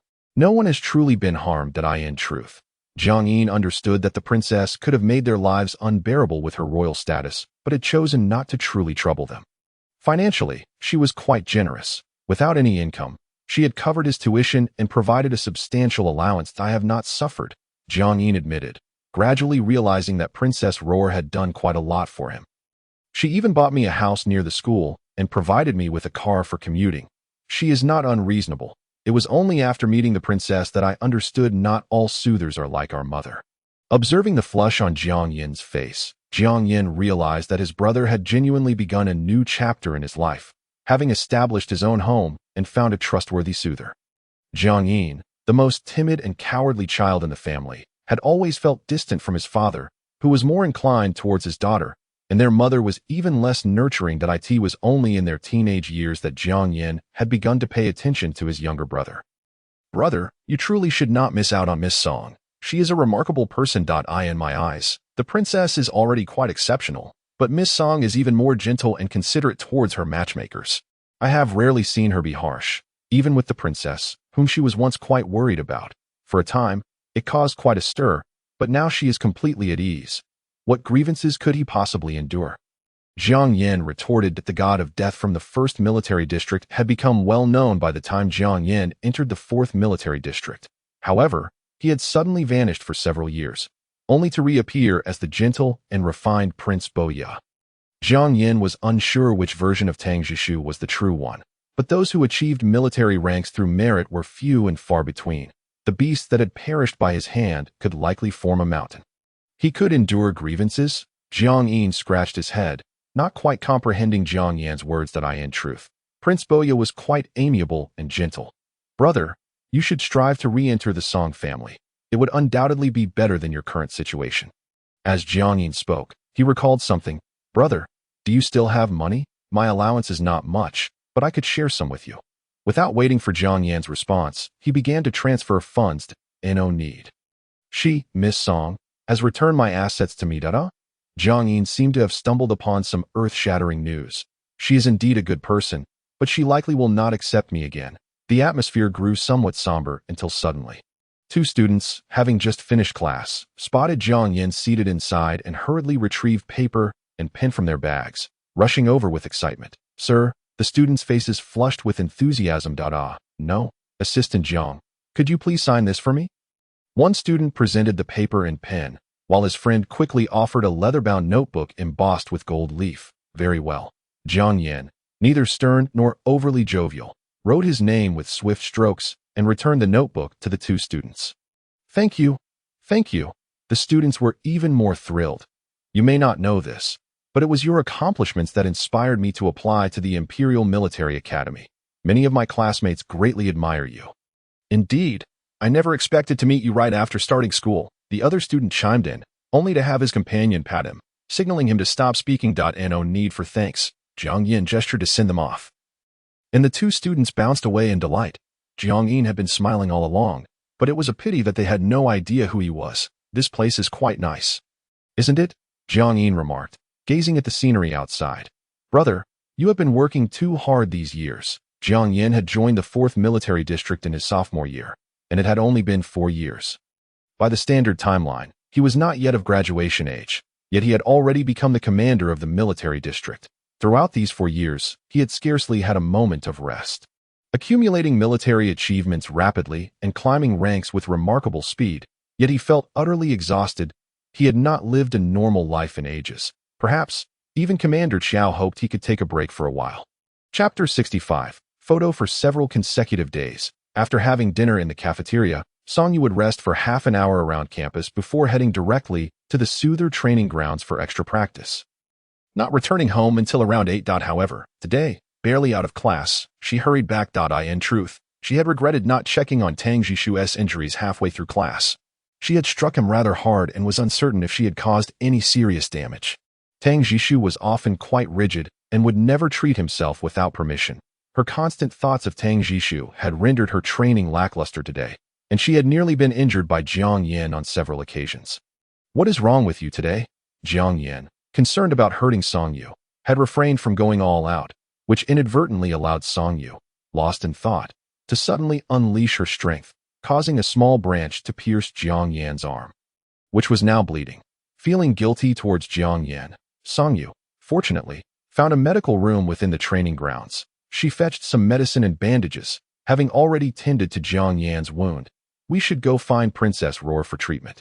I am sorry. Jiang Yan.it was common to sustain injuries during training. The wound was superficial and would heal by tomorrow. Jiang Yan was accustomed to such occurrences. You still Haven T answered my question. What is wrong today? Songyu hesitated to reveal her concerns about Tang Jishu, but seeing Jiang Yan's bleeding wound, she felt compelled to provide an explanation, kicking a small stone along the way.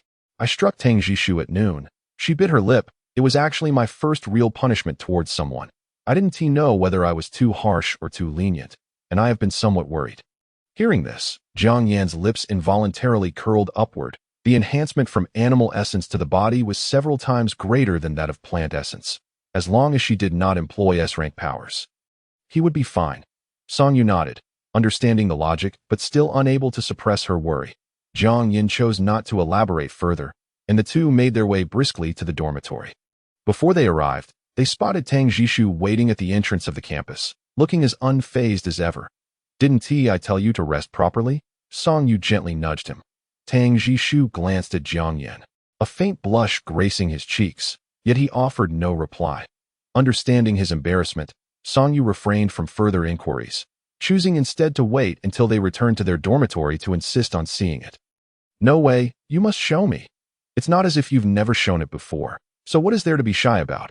Unfazed by Tang Jishu's reluctance, Song Yu recalled that during their carefree days in the Crystal Sea, he had never been bashful. As Song Yu followed him into his modest room, which was merely furnished with a bed and a wardrobe, an exceedingly simple bedside table included, he felt a pang of sympathy for Tang Jishu. Living in such austere conditions seemed rather unfair, which was why Song Yu would whisk them back to Baizhe Palace at the first opportunity during holidays. "Hurry up, this is part of your punishment." Song Yu even extended a branch as a playful threat, prompting Tang Jishu, reluctant to be tied up, to hesitantly undo his trousers. Upon glancing at the exposed area, Song Yu was taken aback to find 2 small cuts, though not deep. They were indeed bleeding. The surrounding skin appeared slightly red and swollen, but it was nothing serious. It merely stood out against his fair complexion. "I clearly didn't apply too much force," Song Yu lamented, feeling a twinge of regret. "Next time, I should just strip and strike. Then the severity would be evident." Hearing the latter part of the statement, Tang Jishu retracted the comforting words that had been on his lips. "Your true form is S-rank.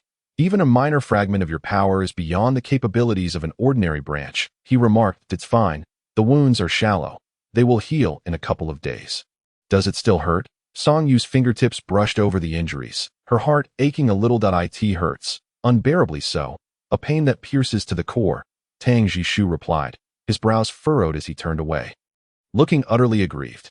"How could the master be so harsh? Shouldn't you compensate me for this? I'll apply some medicine for you," Song Yu said without looking up, only to realize that there was no medicine for bruises at home. She promptly turned. "I'll go fetch Princess Roar." Tang Jishu's eyes widened in shock as he leapt off the bed, hastily redoing his pants in under 5 seconds. "What do you need her for?" "To treat your injuries."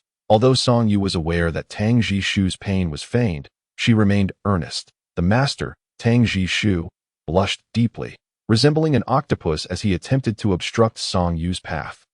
Acknowledging his mistake, he dared not deceive the master any longer. There is no need to involve Jian over such a trivial matter. After a brief exchange, seeing that Song Yu merely smiled and made no further moves, he realized she had no intention of truly seeking Tang Jian's help. Understanding that he was indeed uncomfortable, Song Yu relented. "All right, I want to go. I'll just visit the infirmary for some medicine later. But if this happens again, I shall strike you fiercely and then summon Princess Roar for your treatment." Tang Jishu shuddered at the prospect and repeatedly assured her it wouldn't happen again. However, the following day's training under Instructor Tang remained as rigorous as ever, with the difficulty steadily increasing. Song Yu knew he would not ease up, and she certainly bore no ill will towards Tang Jishu for it. He was perceptive enough. The gates of the inner and outer campuses served as a boundary, and once outside, he immediately reverted to being the pampered little matchmaker under the master's care. This realization allowed Song Yu to relax her tightly clenched fists. That evening, as Song Yu concluded her training and made her way back to the dormitory, she sensed an unsettling atmosphere. People were whispering and pointing at her. She encountered Tang Ing midway, who merely cast a fleeting glance her way before walking off. "What is going on?" Song Yu boldly intercepted Tang Ing and inquired. "There are too many peculiar stares. Rather than remain in suspense, I might as well pester Tang Ing for clarity. What have you done? Are you truly unaware? What?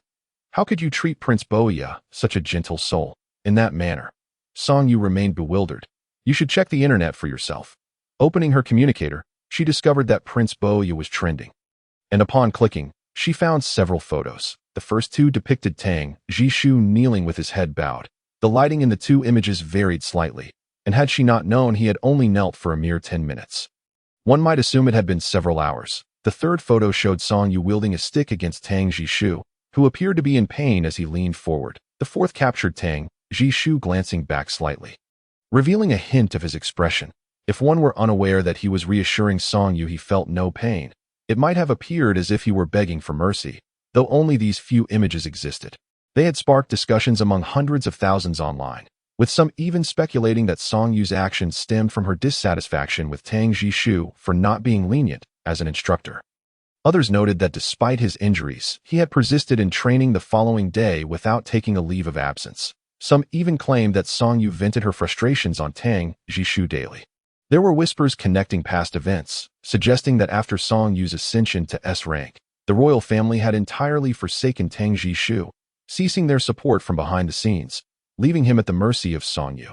Naturally, there were even more outrageous claims that Song Yu did not bother to read to completion. That thing again, it's been stalking me and Tang Jishu, and it has followed us to the Imperial Military Academy. Song Yu's mind was in a tumult, not merely disturbed by the photos, but increasingly perplexed by the entity's intentions. What did it truly want? One moment it seemed intent on harming her, the next it was frivolously leaking such information. This incident was even less severe than the last. Previously, disrespect towards a pacifier had indeed caused Tang Jishu some trouble. Yet this time, neither the royal family nor the overly protective Princess Roar could hold her accountable for a few images depicting the master chastising a matchmaker. What advantage could this possibly yield for it? Chapter 66. Disappearance before long. They arrived at the gates separating the inner and outer zones that in truth. Tang Jishu was now fully capable of entering the inner campus. Yet he still waited at the entrance every evening. Now, you've become the pitiful victim, Song Yu shrugged nonchalantly.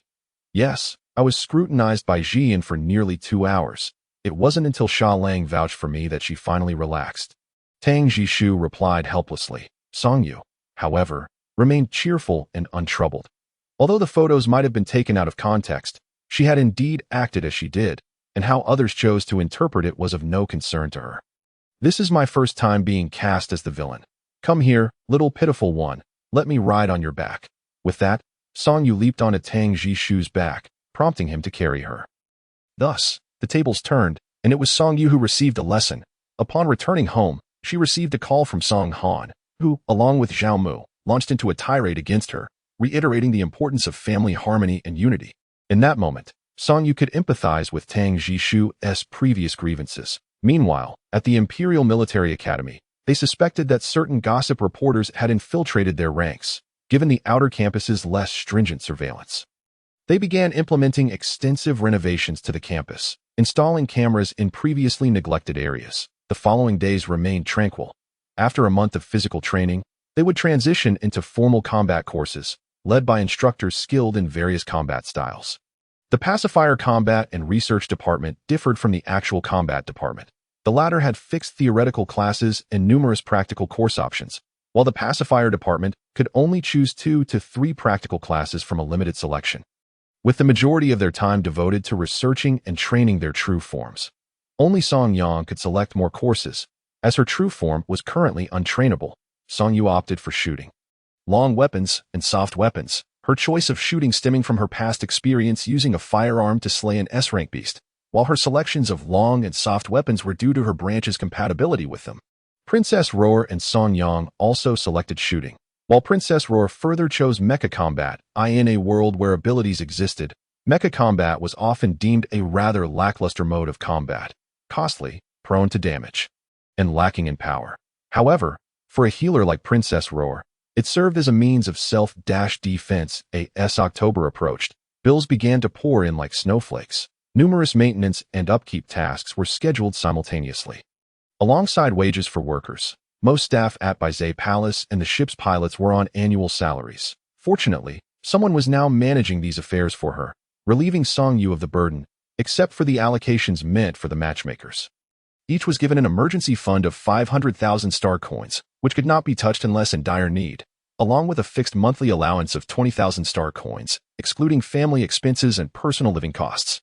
In other words, Song Yu had no idea how this 20,000 was being spent. This method was imparted to her by Princess Roar, and although she felt somewhat skeptical of the princess's intentions, Song Yu followed her guidance, as the income from the Ouyang family was still sufficient for the time being. Following her becoming Song Yu's matchmaker, some who had previously aligned themselves with the royal family and resolutely avoided business dealings with the Ouyang family began to waver. leading to increased prosperity in their ventures. In contrast, the lives of ordinary individuals remained quite frugal. For instance, Songhan's matchmakers previously received merely 1,000 star coins each month, covering their basic needs, with any personal desires requiring them to save up gradually. This, in fact, was twice the amount of pocket money that Song Yu and Song Yang received, and 4 times that of their brothers. Even so, Songhan was considered a rather open-minded and generous master. "Master, we will arrive at the capital Star Circle in 10 days. May we stay at your place?" Ouyang Jin inquired through the communicator. "You are coming?" "Yes, the clan leader of the Jiang family, Jiang Honglian, is approaching her 60th birthday, and she has extended an invitation to us. Did you not receive an invitation?" Song Yu was unaware, as she had been drowning in training recently, her body aching all over after completing Zhang Nani's assessment yesterday.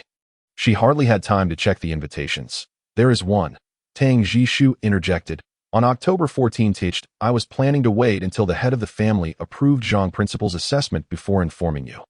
Jiang Honglian, the one who severed her mother-son relationship with Jiang Yin the moment something went awry. Song Yu held a low opinion of her and had no desire to attend her birthday banquet. After all, she had not participated in any gatherings thus far, and unable to refuse the obligation, she instructed Wu Ani, who managed finances, to prepare a gift to send along. "That I'm busy these days. If I cannot make it, could you all please take a gift for me? If you do come, I will arrange for you to stay at Bei's palace." "All right, it's settled then," Ouyang Jin replied with a hint of joy in her voice. Just as she hung up the communication, Princess Luo'er knocked at the door, and to her surprise, it was also regarding Jiang Honglian's birthday. "That old hag," she thought. "I can hardly be bothered to see her." Princess Luo'er glanced back, noticing Jiang Yin had not followed, and began to speak. "She is always a clown in public, especially in front of my mother and us, ingratiating herself daily. Later, I learned from Jiang Yin that she mistreats her matchers at home, being extremely harsh even towards her own children. The illustrious Jiang family only gives Jiang Yin a meager 4,000 star coins as pocket money each month. That seems quite little for nobility." Song Yu mused. The mention of abusing matchers piqued her interest further. Princess Luo'er nodded. "Yes, Jiang Yin showed me some photos. Her matchers are all covered in injuries, and they are all painfully thin." After Jiang Honglian declared her severance from Jiang Yan's father, Zhao Chong, went missing without a trace, leading to suspicions that Jiang Honglian had secretly executed him. Jiang Yan's father, secretly executed? Song Yu's eyes widened. It was the first time she had heard of such a thing. If a matcher was truly unsuitable, a simple separation would suffice. How could one leave them without a way out? "Did you not know?" Princess Luo'er continued. Every weekend, he would return to the Jiang family, pleading with his mother for permission to see his father, yet he would wait all day at the door without ever being granted entry. Song Yu frowned, realizing she had been oblivious. Jiang Yin had always accompanied her to class without displaying any unusual behavior. Occasionally, if they missed each other on weekends, she certainly would not pry into his privacy. Such prominent nobility had stringent security. Unless one forced their way in, entry was nearly impossible. Princess Luo'er shrugged, her face lighting up with a smile. I really don't want to go, but Jiang Yin is rather amusing. His father neglects him and his mother doesn't care. If I don't accompany him, he would surely be bullied upon returning home." Song Yu understood that she was merely putting on a brave front, unwilling to reveal her own feelings. Yet she did care for Jiang Yin to some extent. Princess Luo'er continued to converse with Tang Jishu about something, while Sha Lang sat alone on a single sofa, ignored by all, and in turn, he ignored everyone else. Ever since the orphanage was destroyed, he had grown even more silent, particularly now that Song Yu returned late from training each day, and Tang Jishu was often busy. He would sit like a wooden sculpture all day or wander aimlessly around the campus. Only the words regarding Jiang Yan's father's disappearance echoed in Song Yu's mind, a matter Jiang Yin had never mentioned to her. Of course, even if he had, there was little she could do to assist in this world. There were authorities to oversee offenses committed by matchers against soothers, yet the treatment of matchers by soothers often went unchecked, especially when someone like Jiang Honglian held such power and influence. Chapter 67. The banquet. Half an hour later, Song Yu knocked on Jiang Yan's door. This was her first visit to the residence area for teaching assistants. A series of small rooms lined up next to one another, reminiscent of university dormitories back on Earth. Jiang Yan's room was on the ground floor, with a view of wildflowers in the landscaping outside. When the door opened, it revealed Jiang Yin wearing only trousers, glistening with sweat, evidently just returning from exercise. What brings you here? Jiang Yin asked, slightly taken aback. It was already 8 in the evening. Today, Song Yu had no extra training, so they had returned together after their 5 o'clock class. Song Yu smiled. You mentioned your father's situation through Princess Luo Air. How could I not come? Jiang Yin, caught off guard, hesitated, unable to meet her gaze. His room was exceptionally simple, with dark gray bed linens, a few books and notebooks neatly arranged on the desk, and a wardrobe tucked against the wall at the foot of the bed. Although it was out of sight, Song Yu guessed he had few clothes. Unlike most boys' dormitories, which were often filled with the stench of sweat and feet, Jiang Yan's room was suffused with a light fragrance of perfume. The walls bore no peculiar stickers, and the floor was devoid of scattered dirty clothes or trashed. I apologize, he said. Song Yu did not blame him. She knew Jiang Yan was extremely proud and would not seek her assistance unless absolutely necessary. However, he ought to be more forthcoming, such as coming directly to find her. I never intended to involve you. I just shared some of my plans with Jiang Yin, who thought they were too risky. He promised me he wouldn't disclose anything, yet it seems you learned of it anyway. I see, Song Yu replied, not believing Jiang Yin would scheme against her. It was likely Princess Luo Air had sensed something was off and pressed him. Then, not wanting her little matcher to be distressed, she turned the issue over to Song Yu in hopes of pairing her with Jiang Yan. How infuriating. I'll have to pluck a few of her ginseng hairs later. What was your original plan? Jiang Yan shook his head. I don't know where my father is, so there's no elaborate plan. I only wanted to take advantage of the crowd to find an opportunity to enter Jiang Manor, to search a few known cells and secret rooms, to see if there's any hope. So if you were in my group, it would significantly reduce the difficulty? Jiang Yin fell silent, ultimately nodding. During Jiang Holian's birthday, there will be many guests and attendants, and even machines cannot record every servant and guard brought by the guests, so there will be some room for maneuver. However, entering will require meticulous scrutiny. No one would fail to notice an extra person in their group. I don't want to raise any alarms. If Jiang Honglian learns of it, it could put my father in jeopardy, rendering everything pointless. But the Jiang family recognize you? Song Yu inquired. Temporary facial alteration, Jiang Yin explained, using some prosthetics during the event, and I'll remove them afterward. Fine, I agree. You can join my group when the time comes. Song Yu considered for a moment. Ultimately, she could not bring herself to refuse Jiang Yin at this juncture. So, what will you offer me in return? Thank you. Jiang Yan's eyes brightened at the first part of her statement, yet dimmed by the latter. Currently, aside from the star coins you returned to me, I have nothing. I am not in need of money. Song Yu realized he was rather dull. He spoke of retrieving her coins yet failed to seize the opportunity she presented.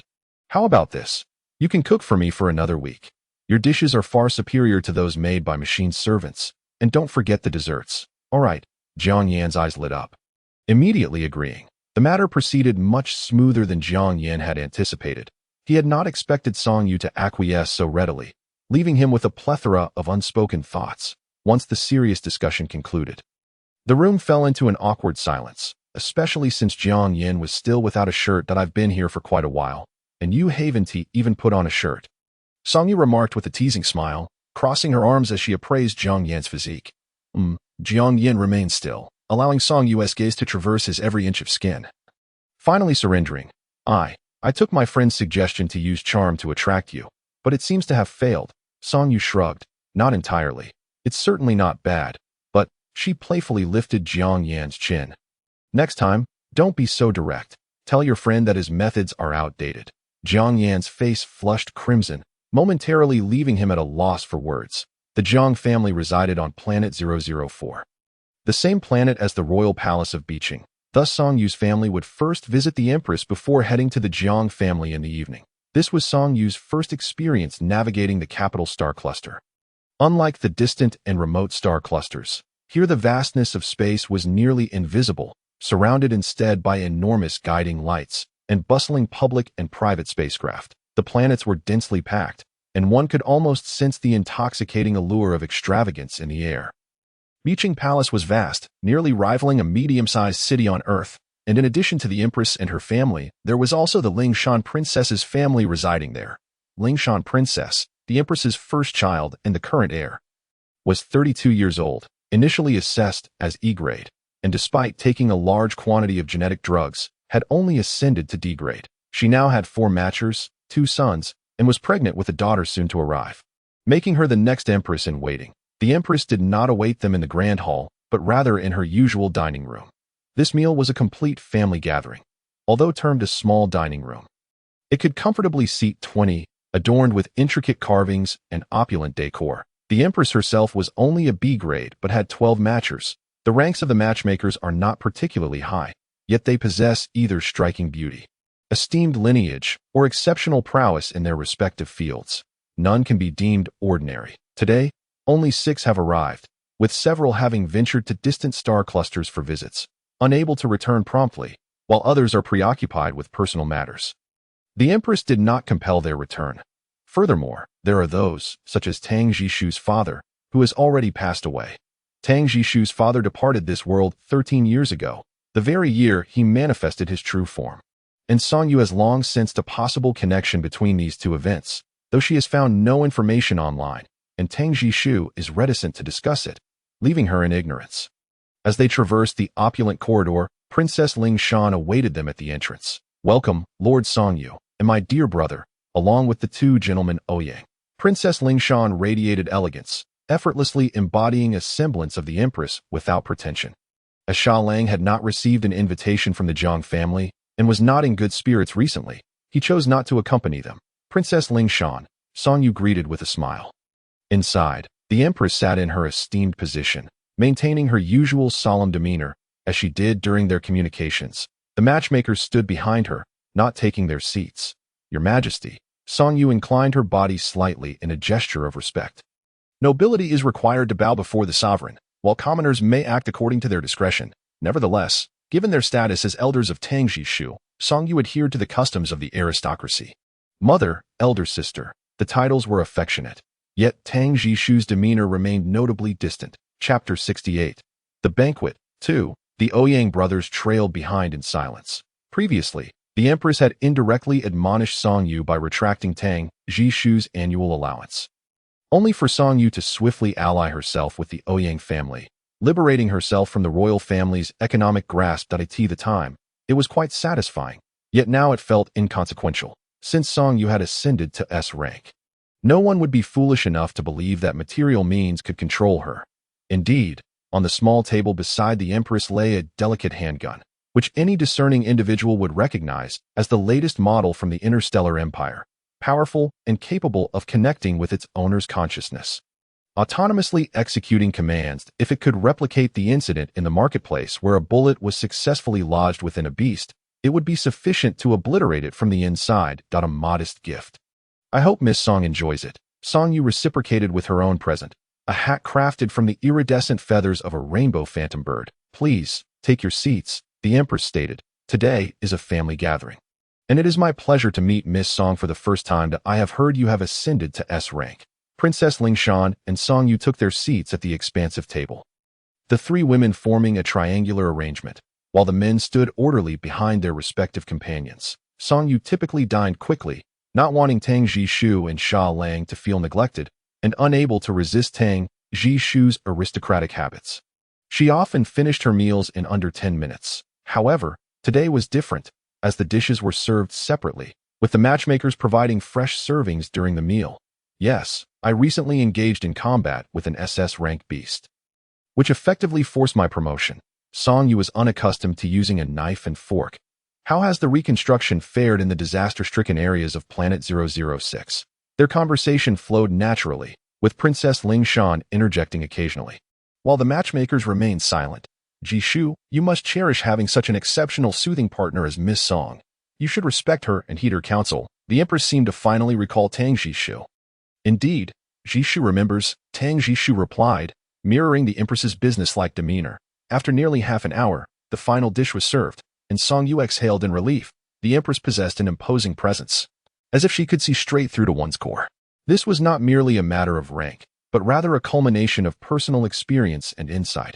After sampling a single bite, Song Yu declared herself satisfied, believing she could finally relax. She was met with the customary aristocratic protocol. Upon her pause, both the empress and Princess Lingshan ceased their dining as well, and the three were escorted by the matchmakers and attendants to an adjoining lounge. The matchmakers began their own meal. Maintaining the same quietude, with only the soft patter of servants' footsteps breaking the silence, there was no exchange among them. Miss Song, what are your thoughts on the relationship between soothing partners and matchmakers? The Empress inquired from her seat of honor, as Princess Ling Shan and Song Yu faced each other, a servant delivering juice. Naturally, they are family. Tea is best when they can love each other unconditionally. Song Yu replied that I currently have few matchmakers, but our interactions have been quite harmonious. In truth, this meal served to clarify certain matters, representing the Empress's open support for Tang Jishu's status as a matchmaker. Countering previous rumors circulating online that suggested either Tang Jishu disrespected her soothing partner or that Song Yu, upon her recent elevation to S rank, had begun to mistreat Tang Jishu. Not every royal spouse is granted the privilege of a personal invitation from the Empress, and the presence of Princess Ling Shan elevated the occasion. Song Yu understood the Empress's good intentions. And despite her aversion to the palace's oppressive atmosphere, she endeavored to engage in pleasant conversation with the sovereign. At last, the matchmakers concluded their meal, signaling it was time for Song Yu to take her leave. This was not due to her reluctance to linger in by Qin Palace, but rather a prearranged understanding, as the Empress had only 2 hours to spare. Your Majesty, thank you for your hospitality. I would not dare to impose further. I shall take my leave, Song Yu stated. The Empress nodded. Do remember to visit often. Indeed, Song Yu replied, bowing as she took her leave, just as she and her family neared the exit. The Empress's voice called out once more. Jishu. The group halted, turning back to face the Empress. Stopping them after guests had departed could be considered impolite, yet when it concerns one's own child and their partner, such etiquette becomes less significant. Are your injuries healed? The Empress's tone carried an almost imperceptible hint of hesitation and concern, which both Song Yu and Tang Jishu detected. It was not difficult to surmise that she had contemplated this matter for quite some time. However, regardless of her role as Empress or as the mother of a son with a soothing partner, the rigid traditions of the royal family dictated that she should not question the head of the family regarding the discipline and punishment of matchmakers. Injuries? Tang Jishu momentarily appeared puzzled, only to recall the malicious images circulating online a few days prior. He lowered his gaze and replied, Mother, I suffered no injuries. The timeline in those photos misrepresented the truth. The head merely enacted a slight reprimand. Song Yu, however, smiled more brightly, finding joy in witnessing the Empress momentarily step away from her role as a well-oiled machine to show concern for her son. She grasped Tang Jishu's hand, reassuring the Empress, Rest assured, Your Majesty, I would never harm Jishu, nor would I allow him to be wronged. Prince Roar will be staying next door with us. She will also protect Jishu. The Empress nodded in satisfaction, signaling that they could depart. Passing through the lengthy rain-covered corridor, Song Yu and the three matchmakers arrived at their private flying vehicle. Your Majesty does care for you, albeit in a rather restrained manner, Tang Jishu remarked cheerfully. Mother has always been concerned about us, but she cannot afford to be as affectionate as a commoner. Ouyang Jin let out a whistle. With such noble status and a loving mother, how fortunate you are. Do refrain from jesting, Song Yu laughed. Just look at the favoritism shown by the head of the family. Ouyang Jin slouched comfortably in his seat. We are all devoid of love. Surely there are many women who adore you, Song Yu countered. Which women could possibly love me? Ouyang Jin retorted. Those aboard your ship. Don't tell me you are truly innocent with them, Song Yu teased. Ouyang Jin feigned a look of great injustice. By heaven's grace, I assure you, I am entirely innocent. The women employed aboard the ship merely serve to enhance my reputation. It is not just me. My brother is innocent as well. Song Yu exaggeratedly furrowed her brows, expressing disbelief that it is the truth that in a few days. No, tomorrow, I shall undergo verification. What verification? Ouyang Jin hesitated, his face flushing with embarrassment. A verification of non-sexual partners. Is that even possible? Why wouldn't it be? Ouyang Jin countered, then turned to Tang Jishu. Wait, so when His Highness contracted with you, there was no verification involved? Tang Jishu appeared momentarily taken aback. Explaining to Song Yu, at that time, it was rather hurried. This verification requires several hours, so we could not manage it. If you desire, I can still arrange it now. It can still be done, Song Yu asked. Appearing as an unsuspecting novice, Tang Jishu blushed slightly. I have heard that the process can be somewhat intricate, but it can determine how many sexual partners a matchmaker has had since their second maturation. If there is only one, it would naturally be you, Song-yu. Perhaps it is unnecessary. Before he could finish, Jiang Yin entered the vehicle. He had undergone temporary cosmetic alterations with a pronounced nose and high cheekbones, rendering him almost unrecognizable, bearing only a faint resemblance to his former self. His face was adorned with a scruffy beard, wrinkles painted around his eyes, and a sprinkling of gray hair, clad in the attire of a servant from Baizé Palace. Even those familiar with him would struggle to identify him. Let us depart. Chapter 69. The Birthday Banquet. 1. Song-yu initially believed that Jiang Honglian's grand celebration for her 60th birthday would feature an array of prominent figures from the capital's star circle, which is why she casually extended an invitation to her. However, upon arrival, she discovered that the reality was quite different. In the Interstellar Empire, 60 years is hardly an age at which one can simply enjoy the fruits of their labor. They still have a lengthy 20 years ahead to toil away. Thus, this gathering was essentially a family affair, apart from a few of the Jiang family's relatives. Jiang Honglian had only invited a few sisters of her match partners and the so-called comforters of her sons, all of whom were somewhat related. The sole exception among the women was Song-yu, which made the situation all the more intriguing. It is true that S-level comforters are exceedingly rare in this world. Yet given the status of the Jiang family, they could have summoned a handful if they wished. So, why was it specifically Song-yu? Was it an attempt to assist Jiang Yin? Although most guests may have felt this way upon seeing Song-yu, she knew that Jiang Yin had not even received notification nor been granted access to the Jiang estate. Exchanging glances with Tang Jishu, they both discerned a sense of confusion in each other's eyes. As for the invitations extended to Tang Jishu and the Ouyang brothers, they were issued in the name of Jiang Honglian's first match partner, Jiang Gao Xin. In addition to them, several other individuals of notable status had also received invitations. Upon entering the Jiang family estate, the guards and servants were escorted away through a side gate. They were not permitted to enter the inner residence. After walking a few more steps along a narrow path, Tang Jishu and the Ouyang brothers were invited to a side hall by a male servant. Only comforters were allowed into the main courtyard, which housed the estate's grandest banquet hall. Before they could even step inside, a young woman from the Jiang family approached to greet them.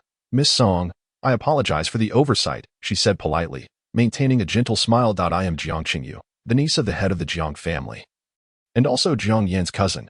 "Hello," Song-yu replied, shaking her hand. Unable to fathom Jiang Honglian's intentions, she remained on high alert, particularly as their group was now being separated and escorted to different locations, which could prove quite troublesome should anything arise. "Miss Song, I am aware that Jiang Yin has caused you considerable distress. I do not dare plead on his behalf, but this occasion serves as an expression of the Jiang family's apology to you." Jiang Qingyu remarked. "We have prepared a small gift, which has already been handed to your servant. It may not compensate for anything, but I hope you will accept it." Song-yu found herself surprisingly fond of Jiang Qingyu.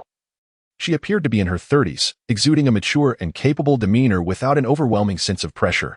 There were indeed some misunderstandings between Jiang Yin and myself back then, but he did not inflict any harm upon me, Song-yu stated. The two women then stepped into the main hall of the Jiang family, which was entirely different from what Song-yu had envisioned based on dramas. At the entrance, a group of young men clad in matching black shirts awaited, each distinguished only by their unique identification numbers. They appeared to be in their early 20s, akin to 18 or 19-year-olds on Earth, each impeccably groomed and smiling as they greeted her with sister. The hall, while spacious, was dimly lit, obscured from sunlight, and seated directly opposite the grand entrance was the patriarch of the Jiang family, Duke Jiang Honglian. The other seats were expansive enough to accommodate 3 individuals, and at least a dozen guests had already arrived, each accompanied by at least 2 young men. Some had as many as 4 or 5 attendants, serving drinks, offering fruit, massaging shoulders, and even engaging in more intimate touches. A shiver ran down Song-yu's spine. What kind of debauchery was this family banquet? It was no wonder they did not allow the matched partners to enter. "Miss Song, feel free to choose a few whom you like," Jiang Qingyu suggested. Song-yu was reluctant to follow suit. Jiang Qingyu appeared somewhat embarrassed, clearly uncomfortable with the atmosphere. "Our patriarch does not favor overly solemn banquets, so we have invited some exceptional men to accompany us. You may select a few. There is no obligation to engage in anything. They are merely today's servers." Surveying her surroundings, Song-yu noted that some guests were not overly familiar with these men, merely awaiting them to serve tea and refreshments. Not wishing to stand out, she casually pointed to 2 of the men. The two men followed closely behind, and Jiang Qingyu led Song Yu to greet Jiang Honglian. "Greetings, Patriarch Jiang," Song Yu smiled, presenting the gift she had brought, a gemstone necklace. "This must be Miss Song Yu," Jiang Honglian exclaimed dramatically, leaning forward as she inquired. "I have heard that you recently ascended to S level and entered the Imperial Military Academy?" Song Yu nodded, replying, "Yes, Patriarch Jiang. You are indeed talented and accomplished at such a young age," Jiang Honglian praised, giving a thumbs up before scolding those around her. "You fools, why have you not invited Miss Song to take a seat?" Jiang Qingyu guided Song Yu to her place at the table. She had intended to select a seat towards the edge, to casually partake in refreshments until the banquet concluded. Her sole task today was to bring Jiang Yin along, which she had accomplished. All that remained was to follow the proceedings until the end. To her surprise, Jiang Honglian had reserved the first seat to her right. Seating arrangements are typically indicative of status. With the two most esteemed positions flanking the host, the other gilded chair was clearly reserved for Princess Roar, while hers was just a notch below, with several guests of apparent age seated behind her. This was not a significant issue, considering that Song Yu was the only outsider without any familial or marital ties to them. However, her initial suspicions regarding Jiang Honglian's invitation only deepened her unease. Once seated, Jiang Qingyu departed, as her role was limited to the reception outside. Inside the main hall, Jiang Honglian's biological daughter, Jiang Qingxin, was responsible, but at that moment, she was nowhere to be seen. Two male attendants knelt before Song Yu, one pouring a glass of wine while the other gently took her hand, placing it against his face. "Miss, would you like a leg massage?" Song Yu suddenly recalled a peculiar remark made by Tang Jishu before entering the Jiang estate. "Patriarch, if you feel that the family is lacking, it is no trouble to bring back a few more, but those outside, we cannot be certain of their intentions. That if possible, it is best to avoid them." His words had been cryptic, and amidst the busyness, Song Yu had not comprehended them at the time. Now, she understood that he had long been aware of the Jiang family's ways. "No, you may just sit here," Song Yu replied, retrieving her hand to grab a glass of juice, speaking softly, "Please do not be overly formal." With that motion, a small metal ring on her finger was removed, and the male attendant smiled sweetly at her, causing Song Yu to feel too shy to ask for it back. While merely decorative, it was worth a considerable sum of hundreds of star coins. Thus, she realized that these male attendants were not providing their services without ulterior motives. As expected, after offering one, the other began to lean closer to Song Yu. Fine then, Tang Jishu had also provided her with a small box of golden beans, each tiny but valued at several hundred star coins. This fellow seemed to know everything yet remained silent.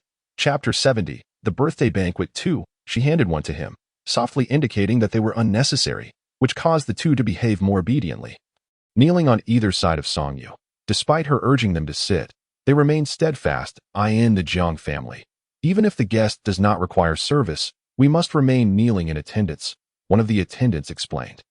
"Song Yu, Xiaochen, I heard you sent Jiang Feng for extensive plastic surgery," Jiang Honglian inquired of a woman behind Song Yu. Although referred to as Xiaochen, she appeared to be at least in her 40s. "Yes, Your Grace," the woman named Xiaochen chuckled. "It has been over a month, and he refuses to show himself, sulking and not wanting to go out. Without my permission, he cannot revert back. I do not know what he is sulking about." Jiang Feng was the youngest brother of Jiang Honglian. Match partners are considered even lower than commoners. A good beating will suffice if they misbehave, or they can be left in the corridor to kneel for days, or locked up and starved. Someone remarked, "Xiao Chun, how can you allow them to sulk? What about our dignity as comforters?" It is futile. All measures have been taken, but he is quite stubborn," Xiao Chun replied. "Your Grace, I also brought a few outsiders today. They have prepared a dance for you. Shall we let them perform?" Xiao Chun suggested, noticing Jiang Honglian's interest. "What are outsiders?" Song Yu inquired of the man in front of her. With a smile, the man replied, "Miss Song, most of these nobles do not hold high ranks, and the number of match partners in the civil system is determined by their status." Song Yu understood. These individuals were of lower rank, typically matched with 4 to 6 partners, which could hardly satisfy their desires. The so-called outsiders were likely men they kept at home for amusement, not even qualifying as match partners. Before long, 4 men entered the room. The women scrutinized them as the men began to dance. "It is rather dull," Jiang Honglian remarked, growing impatient. "I prefer slimmer men. My matched partners, especially the 2 younger ones, are frail and delicate. I find little interest in those who resemble skeletons." A woman in her 50s chimed in. "Second sister, what is the appeal in that?" "Heh. I prefer the younger ones. Fresh enough to squeeze water from. You lot. Match partners are meant to be cherished. Another voice interjected. My match partners are all kept at home, plump and healthy. Last year, I met a new one who works in a government department. Intent on going out into the wild, and he actually wants to work after forming a contract with a noble, claiming he should not waste the years spent studying. How ridiculous. The purpose of reading for the matchmaker is solely to nurture children well. Demonstrating a complete lack of propriety. After a stalemate that lasted over a year, things have finally taken a turn for the better. Those who prefer to stay at home should simply seek out a partner who shares that inclination. Some might say otherwise, but I scoff at such notions. Those with a temperament softer than dough hold no appeal for me. I am drawn to the fiery and intense. The discussion continues, with many expressing their hobbies. Song-yu listens to them as if enchanted by ghost stories, feeling as though a heavy stone presses upon her chest. She believes that Princess Roar, Song-yang, and she are not inflicting cruelty upon the matchmakers. Yet they are far from being the epitome of kindness and consideration.